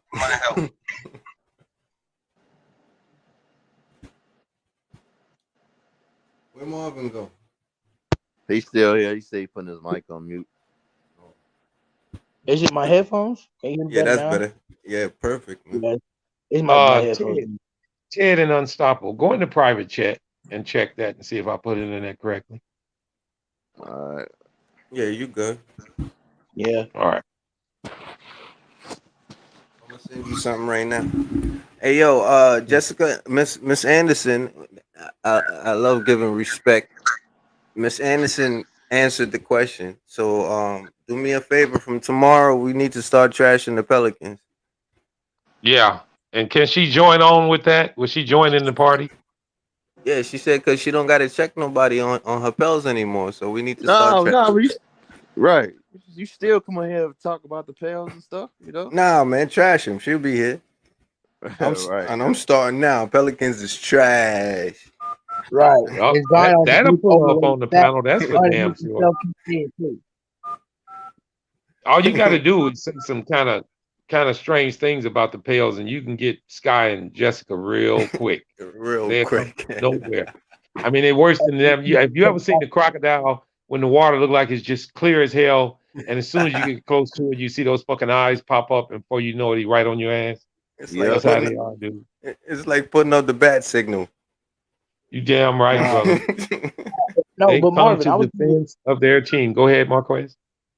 no, but for real, Marvin, I am still becoming a Milwaukee's Bucks fan, and I'm making a YouTube channel. And my first YouTube episode is gonna be on the Knicks fan base and the organization, and that's gonna be a series. Wow. Marquez, if listen, I you don't get believe your it. own channel, I'm gonna come over and join you and help you because I don't need you. We don't need you crying on screen. Now listen, Marquez, if you can at least hold back and please, you got to get your emotions together before you get your own channel, I'm man. not We don't want emotional. no emotion, huh? Actually, that's his selling point, man. His emotion is actually how he can sell himself. I'll be honest with you. Well, yeah, because Right. when he Because gets started, bro, you he can stay go. venting, bro. Just be You stay yourself, venting. man. That's all you got to do, Right. man. I mean, at 20 years old, can y'all picture this guy at 40? Man, he gonna be a mean old ass, bro. I tell you, he gonna be one mean old 40-year-old. People gonna think he's He 75 gonna be years an old. old, mean, old fart, right? Yeah, Oh, man. No, because y'all I'm know, I actually know each one of us as adults that ran very into old guys fun-loving. is just mean as a Off fucking YouTube, dick. I'm actually a very fun-loving person. We know Nah, It's just Marquez, and that's until you get into a heated argument on one of these panels. Marquez, you cool, bro. Trust me. Oh yeah, he's straightened up. I cut for him. Him and Rave. Rave is not on here as long as he used to be. I know he's working a lot. Marquez has been working quite a bit. Mhm. But he pops in right when needed, like today. Yeah, But I Rave think this is Kingdom. So, hey, Marquez, I gotta ask you something. So, when you gonna get your authentic Giannis Antetokounmpo on jersey? NBA merch. official. Authentic Giannis off in the Kumbo jersey. Yes. I'll probably Merch. will have one in like 2-3 months. Already. Okay. So, hold Mhm. on. Well, I So, can. I expect your picture on the panel. I expect you to No, make that I'll a come on Milwaukee Fight Bucks Sports TV logo, right? I'll come on Fight Sports TV on my tablet wearing the Giannis jersey. Okay. Wow. And Wow. you gonna show up. Your avatar picture gonna be a Milwaukee Bucks logo, right?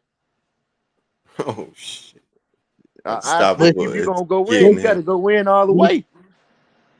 Man, you know what? I tell you what blew my mind today, and that was Marquez and Belize going at it. That was just original as hell. Marquez is actually in the background laughing about a Knick fan going through sorrow. Blew my mind, unstoppable. It blew my mind. And he was serious, Marquez. Marvin, you hear me laughing? Marvin, you hear me laughing? I'm like, listen to this damn boy. He is crazy as hell. Yo, That's when I really believed he was done. He Nah, feels he's no not pain no done. He more. venting. He venting right now, bro. You know what? He feeling some type of way. How that Hey, hey, hey, how the Marvin, I'm fan base telling you, did him. But Marvin, when I the was Knicks, if laughing the at Big Knicks Fan's start winning, face today. Marvin, that's I'm gonna done. touch his It don't heart. believe I'm done. my fault, yeah. Damn, what the hell? When the Knicks start winning, that's gonna touch What his was heart, that? bro. Is that Yo, somebody? What the hell? nah, I Somebody live in robbing the bank?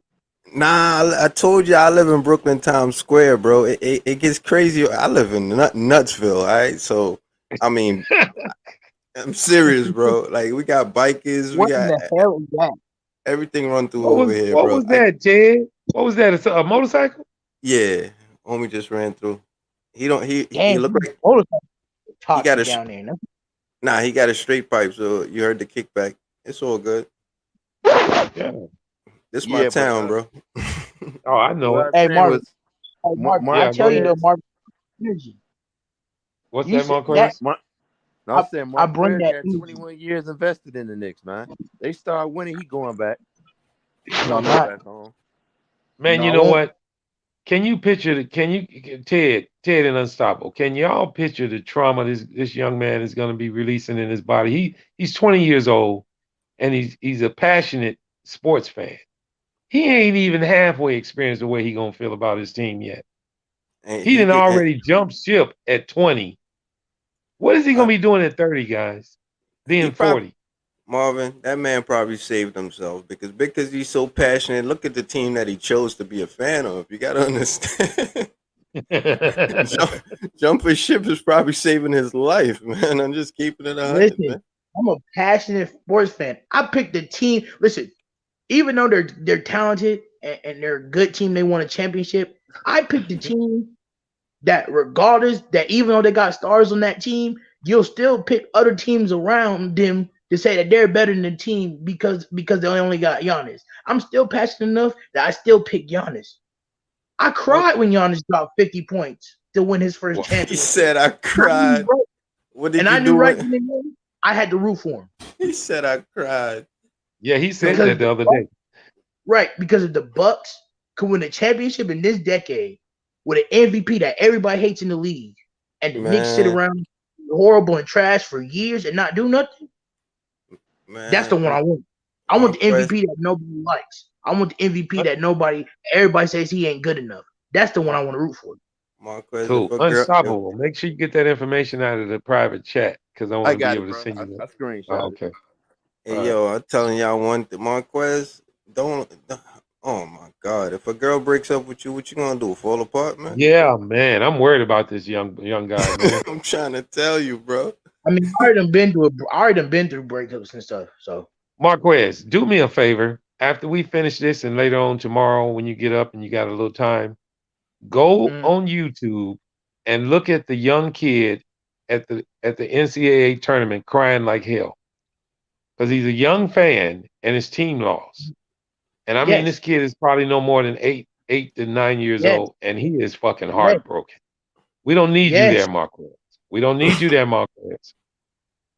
Man, the Knicks have been doing that to my heart for 20 years. You Marquez, It's know about what? You got New it's York about That's 20 ties? years.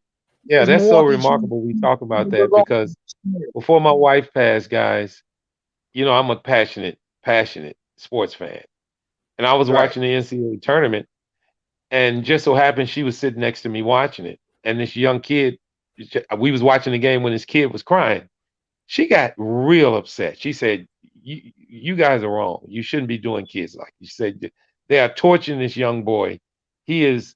I mean, this dude here, man. He was boohooing hard. I believe it was Kansas who had lost, and he Yeah, wasn't no I more remember. than 8, 7 years old, man. And this shit hurt this young boy's heart. And my wife told me, she Yeah, said, "That's a damn shame." She said, You people didn't ruin that kid's life fucking around with these damn sports." I say, "Hey, that ain't my damn son. I didn't do it." She say, "But look at him. I mean, Marquez, have you seen it? yes. Man, this kid is boohooing. I mean, he is hurt, guys. He is hurt to the And core. that's Uh, one day of being a Knicks fan, but Marvin. That's one day. Can you imagine 20 years of that same pain? That can be kind of dangerous, Ted, if you think about it. You know how nah, me and you know how we feel about our team sometime when we lose. I didn't broke 2 TVs before hey, on the hey, fucking Cubs. but that's Marvin, that's listen the to me. thing is with Marvin, me. listen to me. I've broken my iPhone 4 times because of this. 4 times. Hey yo, first of all, whenever if a kid that young has that moment, that is, I mean, if he got the right parents, that's a life teachable moment for his parents right there. You could turn that Yeah. boy into the ultimate success story with that moment right there. Because if you Or you learn, can ruin him too, Ted. He can no, fucking be in a hey, trauma zone the rest of his life. nah, I like to look at things positively. If that was my son, that's the ultimate moment for him, for me to teach him about what failure is like. And at the Yeah. end of the day, I can help him take off from there. But if you one of them parents that gonna sit there and acquiesce and learn and actually root into what he's doing, which is crying, like, nah, bro, you don't hug him and say, oh, da, da, da, da. Nah, Different, bro. Ted. If I have a son, Let him tell me. experience it. Let him You go have a through it. son? Right. You said you have a son, or if you have a son? I said if I had a son. Oh, okay. Lord have mercy. Bless his heart. No. I tell you this, If if I you do, no, Marvin. He man, gonna be just as passionate as me. But I'm gonna tell him I know it. honestly, it's okay to take your L's and move on. Exactly. Thank you. Don't hold back your Marquez, passion if for you have a son, let the Okay. neighbors teach him. Okay, Marquez. So obviously you're not going to let him listen to these panels that you've been on because he would not believe you because you can go No, of on and course on. he's gonna listen to these panels. Because you're gonna know that his dad is passionate no matter what. And he stays on his face no matter what. And he's gonna quit. And that's team hop. that's why I say you going back to those Knicks because you were And he's passionate gonna about and your guess what? Knicks. And he's gonna quit and team hop if his team is atrocious. Yo, Of Marquez, course. You're are going you to teach your son to team hop. That's a damn shame, Marquez. Marquez, do you have New York ties? Because I know you don't live in New York. So what made you a New York fan? His father. Well, my mom was a New York Giants fan. Okay. Growing up was Eli Manning in the Yeah. house. My pops, he was a North Carolina fan, but then he eventually grew to become a New York Knicks fan. So I've been around New York sports with the Yankees and the Giants and the Knicks my whole life. And Ted, that's why I said he not going nowhere. He got 21 years invested into the New York Knicks. Hey, listen, He was, And you know what else, Ted? he was in the womb. He was in the Ted, He was womb. in the He womb. was in the womb. Listen to New York Knicks. He ain't Yes, going it nowhere. Okay, but you know also what? I want to tell you it's this, not Ted. Marvin. You can I'm go too back and passionate to defend though, Marvin. Marvin, y'all gotta well, I understand. I'm know too. that's why I'm finna tell Ted this. You can go back in Flight's archives. I don't remember which one it is, but there's a stream that me, Dex, and Marquez, and maybe 2 or 3 other people did last year. Right in the middle of the season, we were going through the games, and Marquez was a true diehard Nick fan. But he was on the verge of going crazy then because he was telling us then, I don't want to keep talking about the damn Knicks. I remember that. I You remember remember that. that stream, I Unstoppable? remember I that. think you Yep. might have been on there with us. Yep.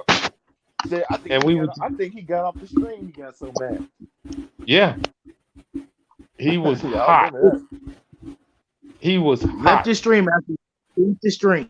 after the Knicks lost a game that we needed. I left the stream.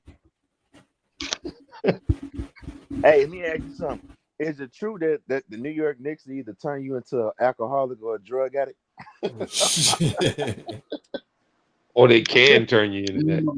Listen to me. All the passion last minute here is not because I'm under the influence. It's because I'm a passionate Well, you know sports what? fan, and I'm I happy act you brought that up. same. I'm happy you brought that up, Unstoppable. I want to ask all of you guys on the panel. When you're watching your team play, do you like to be in a crowd or by yourself? By myself. I like to be by myself. And me too. I don't want to be with no damn body. Especially if we're losing. Because everybody's gonna laugh and joke and clown on you. And their team's putting up a 20 piece on you. I don't want to be around that. No. I'll I stop think I watch somebody it if by that happens. myself. No. I think I watch it by myself because I can really blow up in moments in the game when they do something stupid. Well, And hold I just on. don't want nobody. I don't want nobody around me when I do that. I wanted to ask you something. I'm glad you said that because it made me think about what Yo, I wanted salute to to ask Jessica, man, for real. She's spamming before the chat. before flight shut us down. Now I remember you said you broke 2 TVs because of Chicago Bulls. Explain what happened about that. How did that happen? I kicked the shit out of them. What you mean? What happened? I mean, what happened in the game for you to break the TV? Oh, I can't remember, and it wasn't both Bulls games. More than likely, I broke them both over either the Bears or the Cubs Nah, I because was gonna say I know the Bears. I know you probably broke because the The Bears. Bears and the Cubs are aggravating. That's a fact. wait a minute. I think I broke the TV that day that boy. Well, I did. I know I did. Remember the Cub game when that damn fool reached in it out there and fucked that ball up and we was getting ready to Yeah, go to the yeah, World Series. yeah. I Yep. broke a TV that day. Oh, I I broke a remember TV that. that day. Well, hold on, because if, I know it wasn't no tube TV, but two TVs around. How the hell you kick a tube TV I without jumped up breaking and your kicked the damn shit. toe? I broke the shit out. Well, I might have hit it with something or threw something at it. I don't know. But and then I know and damn then well you couldn't have kicked no shit out no damn tube TV without breaking your foot. no, My boy Mark. I probably threw a full can of Schlitz malt liquor through it, more than likely. So because Sheesh. I know back then I had a 15 pack of Bulls sitting right next to me, so and I was never out. So if it was a full one, it came in handy because I tore that fucking TV up. Now I gotta ask this: what did wifey say when you broke the TV? Because I know she was hot. Well, actually, and you know, this kind of hard to say, but I'm gonna go and say it because this is family. She had already told me that I was gonna end up breaking some TVs. She knew it. So I was Okay. in the basement and usually around my TV. And when it broke, she just came down and said, I told you you're gonna do it. Yo, Dex, your homeboy's back, man. Memphis 10. But Dex is knocked out by now. Nah, And Dex then the there. second one, okay, and then the second one, I think it was in the Bear game when we lost the Super Bowl and Rex Grossman was fucking up. So I remember that. That was a good Super Bowl. That was good. That was a funny Super Bowl. no, it wasn't Marquez. We lost. There was nothing good Well, about I that. got $200 that day. And then we lose to Indianapolis too. I'm like, this is fucked up. But I And tell then you you one thing. remember? Do you remember I when tell you you, went to the did you Eagles guys know off that something happened in that? championship? I'm sorry. Did You you said guys know what? something happened in that Super Bowl that ain't never happened in Super Bowl history? You do know that, right? Unstoppable. I didn't hear What's you that? say it again. Do you know what happened in that Super Bowl game, the Bears against the Colts, that has never happened in a Super Bowl game? I don't even The remember, bro. longest kick What return in happened? history. No, the first play of the game when Devin ran the back that kickoff. It ain't never happened. Right. Right. The opening kickoff, Devin ran it back. Remember Unstoppable? Devin Hester. For Hell a no. touchdown. I'm gonna It was be the honest with you. longest kickoff return in Super Bowl history. He Right. ran that kickoff back. The first kick. You talking about? I mean, I almost lost my fucking mind when that boy ran that kickoff back. That was what, 2006? I was here in Dallas when that shit happened, and I That was was amongst 2006. all competitors when that shit happened. What What is year it? That that was in was? 2000. 2006 or 7, I do believe. The Bears made the Super Yeah. Bowl, Yeah, and I we remember lost where it I was. to Tony Dungy. This We was lost to Tony Dungy. this was Christmas Eve, right? I think. I think it was. I know it was a Yeah, I real think it was important. Christmas Eve. I know it was a glorious day. Devin Hester, right? I'm looking We at were it in the right now. Super Bowl, and Devin just ran back to open. One Yeah, color, Devin Hester. That's a color cold piece of person right was a there, bro. quarterback, right? Hall of Famer. 92 yards. He ran that sucker back on y'all. Opening drive. No, who was the No, opening quarterback? Was kickoff. it What you color? mean drive? Opening Opening kickoff. kickoff, bro. Excuse me. First, Facts. the only one ever did in NFL history. 92 Now, yards on y'all. is that how you start a No, Super Bowl or what? Then it was Jacoby Jones with the Baltimore Ravens. He did it too. Yeah. He did it to I didn't actually know win that. the game. He did it to win the game for the Ravens. Oh, but That I'm had talking never about been the done. opening kickoff. This was the opening kickoff. This was right after the Oh, yeah. ceremony, bro. Yeah, he's the only one. But it just shows what Devin Hester was. You know what, Ted? If you want to see a bad motherfucker run back kickoffs, go to Devin Hester's kickoff and punt returns. Man, that dude was spectacular at Yeah, that he was shit, special. boy. Hey, I'll give you somebody better. The human joystick. I don't think nobody's ever been better than him. As a matter of fact, his numbers say it. Nobody's better than him in that, brother. Right. He took over. But He if it's outdid Devin Deion Hester, Sanders. That's all he had to listen, do. if it's Devin Hester, then it's Dante Hall, the human joystick at 2. No, Deion Sanders, Mm. brother. I'm talking about fan opinion wise, not stats. Well, okay, if you want to go fans, but even if you want to go fans, I still think Deion comes in. Of Deion course was you a got showboat. Dion. Man, that dude was world class Hollywood, brother. Yeah, I'm sorry, Deion, top 10. Don't please Deion don't educate me about Deion personified. Sanders. God. Listen, Deion Sanders personified excitement in the NFL, Right. brother. He was showtime every time he touched the ball, even on interceptions. Right. He had the swag. He had the cars. Man, he literally put Atlanta on his map. He literally put Atlanta on the map. No, I think he hey, shined more when he was in San Francisco because they was winning Super Bowl. yo, you know what's so crazy? And I kind Mhm. of learned this the other day, but you know, Brett Favre was on that team. They drafted Brett Favre. Yes, and On they which team? traded Brett Favre. Yes, On which That team? Deland. Atlanta Hawks. I mean Atlanta Falcons. Oh yeah. That was late in his career. Yeah. No, No, that was bro, the beginning. that was the begin. They Oh, drafted that was early Favre. in his career. Okay, that Yeah, was early in his career. they Oh, they that, drafted him, son. And as soon as he got traded to Green Bay, it was a wrap. Brett It was a Yeah. Favre wrap. took off. And speaking of that, bro. unstoppable. I got a I question just for you. noticed what they got on the screen, bro, about the Knicks. They bogus as hell. That's a whole lot. Right. No, Super bogus. unstoppable. I got a Super question What's for trash. you, up? unstoppable. Who you dislike the most, Brett Favre or damn, what's the Packers quarterback now? Bro, I'm gonna be honest. Rogers. Aaron Rodgers. I can't Aaron even Rodgers. answer that, bro. I wasn't Aaron even watching Rodgers. football like that. Aaron My, Rodgers. Aaron What? Rodgers. my, You not a Bear yeah, Aaron my. fan? Rodgers. I mean, I mess with the Bears because it's the hometown. I know a little bit of the Bears, but not like that. My dad tried Oh to get me man. into that, but The only I listen, just guys. couldn't do it, bro. The only reason I don't bring up the Bears much in here, and I know it, man. I know every damn player of the Bears from probably last 20 years straight. Every damn one of them. But to me and Dex talked about this before.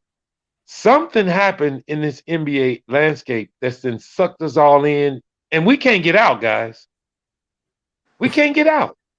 This been the off season, and all we talk about is NBA. We still talking about it. Football's not the same, man. Right. Football You is might be right about Well, that. Mark, football let is me ask only you this season. then: Football is only two, seasonal. Basketball two, is year round. two questions. Do you feel like the Bears is going in the right direction? And was you pissed when they traded? Damn, I just had his name. Matt. Lil Mac. Khalil. Yes, the Bears are definitely going in the right direction. And no, I was not mad about trading Khalil Mack because he's not in our Who? plans of a rebuild. Who? And What his do you think they Khalil, got return value, Phil? I'm not sure. I haven't really checked it out to see exactly what came back. But anything young, I think would be okay with me. I'm not saying Khalil was out of his prime, but the Bears had no use for him no more. If we're gonna start young and start building young, he it's no it's no use for him. Did we keep his brother? I don't know. I gotta No, look You know, into it. no, yeah, y'all could, we had him in training camp. I need to look at the y'all stats and could, see if we kept him. You know, he's a linebacker also. He's been trying to right. make out to start for 2 to 3 straight years. But yeah, the Bears are doing great. The Bears are to be a young team on rebuilding. Oh hell yeah, and they I, doing I, it right. They All doing I it right, right wanted man. because to. they got a solid running game. They got a solid running All game right, with Hey, I'm ready, Montgomery. dog. a flight avoided the question though, but I wanted to get on him about when the Bears beat him in that preseason game because he's a Cleveland Browns fan, so I had to come here. Well, come on. Why Try to would you get do that? to it. Why would you do that when they beat the damn dog shit out of our ass last year and sacked Justin Fields damn near 14 times in one game? Hey, because you only good as your last game, bro. And that was the last game. Well, that was you talking about the preseason, but Yes, shit, I'm they saying like. the I know the preseason wasn't nothing, but I know he a Cleveland Browns fan, and I Well, had I thought tell about. I'm you like, this, oh yeah, fight the Cleveland Please. The Browns Cleveland fan. Browns got a better roster than you guys. Stop it. that game Stop we lost to them last year. I walked out of that game saying, hell, if it was a fair fight, they'd have killed our ass. I didn't Yeah. like, boy, they must have damn near killed that boy in that game, man. And that was Nagy's no offensive calling ass. Hmm. I Sure, don't know if blame you didn't Nagy watch too. I don't know if you didn't watch the Bears this preseason, but if you look at what they doing, a lot of bootlegs, a lot of rollouts, they getting this boy ready for success, man. You know that's what he My flourishes in with his speed, rollouts, But bootlegs. I want to take y'all off. But all right, Marvin and panel. We'll see y'all boys tomorrow. all right, All right, bro. brother, you take care, man. Good to hear from you tonight. Good to Yeah, hear from you. I'm gonna be The extremely. Bears are doing the right thing, man. I mean, if you want to look at the Bears, I would say this to Ted. They doing exactly what the Knicks should be doing. They breaking it down and starting over the right way. And it's the first time the Bears have did this too, that I can remember unstoppable. They doing it the right way, man. They really are. And they still gonna be a little relevant. They still because they had one of the weakest schedules because they wasn't worth a damn last year. But they can run the ball. And then they do have a young dynamic quarterback. We can keep him healthy. I think they're gonna be all right. Right. Yeah. Yeah.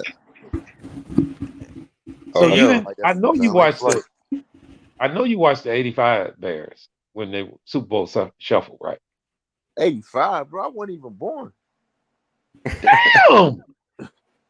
Wait a minute. So you didn't see us win the Super Bowl? Hell no. Shit, I was still swimming in you Oh, know man. oh shit. what. Damn. No, that's what some of the conversations that you be having. I'm like, damn. I'm like, I wonder how old Marvin think I am. I'm like, bro. Yeah. Well, I'm sorry, brother. Nah, you I good, mean, bro. damn. Good. Man, I had in '85. I had fucking 7 girls dance. Ain't that a bitch? Oh Nah. But shit. that's neither here nor there. But wow, I could have. So you didn't even see that, man. Shit, Ted, did you see that game? Are you old enough to remember that game? Nah, not to see it. I probably Damn, I mean, on I can you. always go to YouTube and see it, but man, that was live, one of the did I best see it Super Bowls. live? So Nah. you didn't get a chance to see the real Bears, brother. That's when the Bears had a defense that would die for, bro. Yeah, so I'm told, Oh that was no, Walter brother. Payton and them, right? If I No, bro, you damn right. You don't need to yeah, be told about that. That's when the yeah, Bears were the Bears, bro. yeah. I don't know if you guys heard me, but the other day I said something on this panel. I said, I wish Mike Dicker was the coach of one of these something. Oh yeah, you If said you that didn't, he'll slap Mike the hell Dicker out, would punch have the hell slapped out the of one shit of them. out of Yeah, whoever. He didn't play that shit, bro. yeah. He was the epitome of the way we grew up. No nonsense, Slapped didn't take around. no shit, and a fight go with That's it. crazy. Man, I'm telling you, that team there was hardcore to the fullest, bruh. They had hard hitters, including white boys. Back in the day when they had Doug Plank and Gary Fensick, them boys were decent, man. Hey, yo, Marvin, you know Derek Fisher had a brother in the league? Right now, Shit, he must not be too much of nothing because I didn't even know that. Derek Fisher brother was Dwan Washington. And what's so okay. crazy? And what that A helped me brother from realize, another mother. I guess so. But that was literally his brother though. And then there's a Dwan Washington Jr. in the league right now. That's crazy. You say Dewan? Dwan, Duane. Oh, okay. Hey, let Wow. me ask you this, Ted, since you're a Knicks fan. Mm-hmm. Speaking of Fisher, do you think he can get a fair shake with coaching the Knicks? Nah, man, Fisher exactly where he need to be, wherever he at. Where is he? He ain't nowhere. Shit, that's the thing. That's where he needs to be. Man, you, You know what? I'm yeah, happy you you brought crazy that as up. hell. I'm happy you brought that up because I wanted to ask Ted this, and I want a realistic take from you on this too. Mm-hmm. Do you honestly think the Knicks can get Mark Jackson? Any team could get Mark Jackson is if they're willing to take him. You see, the problem is with Mark Jackson is that issue that he had in Golden State is still weighing over him, bro. I You know know, it. it's still lurking over him like a black cloud, and they need to leave that man alone, bro. Like at the end of the day, he stated how you feel. He's a religious man, and that's just that. Like, what do you want from the man, son? But So you know you how this. do you believe the NBA is blocking all his chances to become another head coach? Nah, I just think what's gonna happen is if one team hire him, then the other owner's gonna complain. It's one of those things, man. You understand? So it's just to me that's all it is. But he deserves another chance. Like everybody deserves a second chance. I mean, to me, it's not even a second chance. Like at the end of the day, but just remember, Golden State is a little. I mean, for lesser, Golden State is a freaky town, bro. I Just know just it. keep, just keep it 100. You understand? So his position, biblically, you understand, didn't fit in with that system over there, and he voiced his opinion based on the situation, and that's what kind of got him hung up. You Yeah. understand? So at the end of the day, it's this new generation type of living or this new generation lifestyle. How these people living and shit. That's what's weighing over his head. You But know, I mean, I think he's living his life and just carrying on, and I don't even think he's upset that he's not getting a coaching job.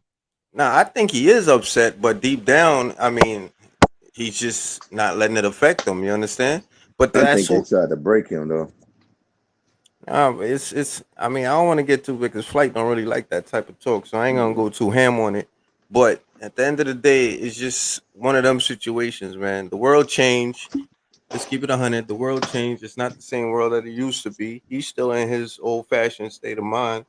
But what happened is that he literally voiced his opinion on specific situations, and it rang off bad, man.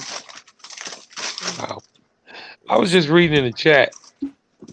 Do you guys believe this? Do you guys think Seattle needs an NBA team? hell Yeah, they to gonna the get one. f yes, man. They gonna get one because remember they talking about adding two more teams to the NBA. So I think Vegas will get When? one. I ain't heard that. When they talking about doing that? Nah, I they've been don't talking know. about that for years. Uh, For years they've Wow. been talking about that. yeah, And he so just called the Vegas might be one Vegas and Seattle. and I think Seattle Vegas, Seattle is gonna be the ones. because Vegas already got a football team. Raiders done slid over there. I just I just went through the chat and I just seen what Jessica wrote in there. Jessica, what you talking about? Marvin seems like he'd do something like that. What? Yeah, I ain't did nothing. I don't do nothing, Jessica. I'm a good guy. Don't You say that. broke the TV, man. That's what you did.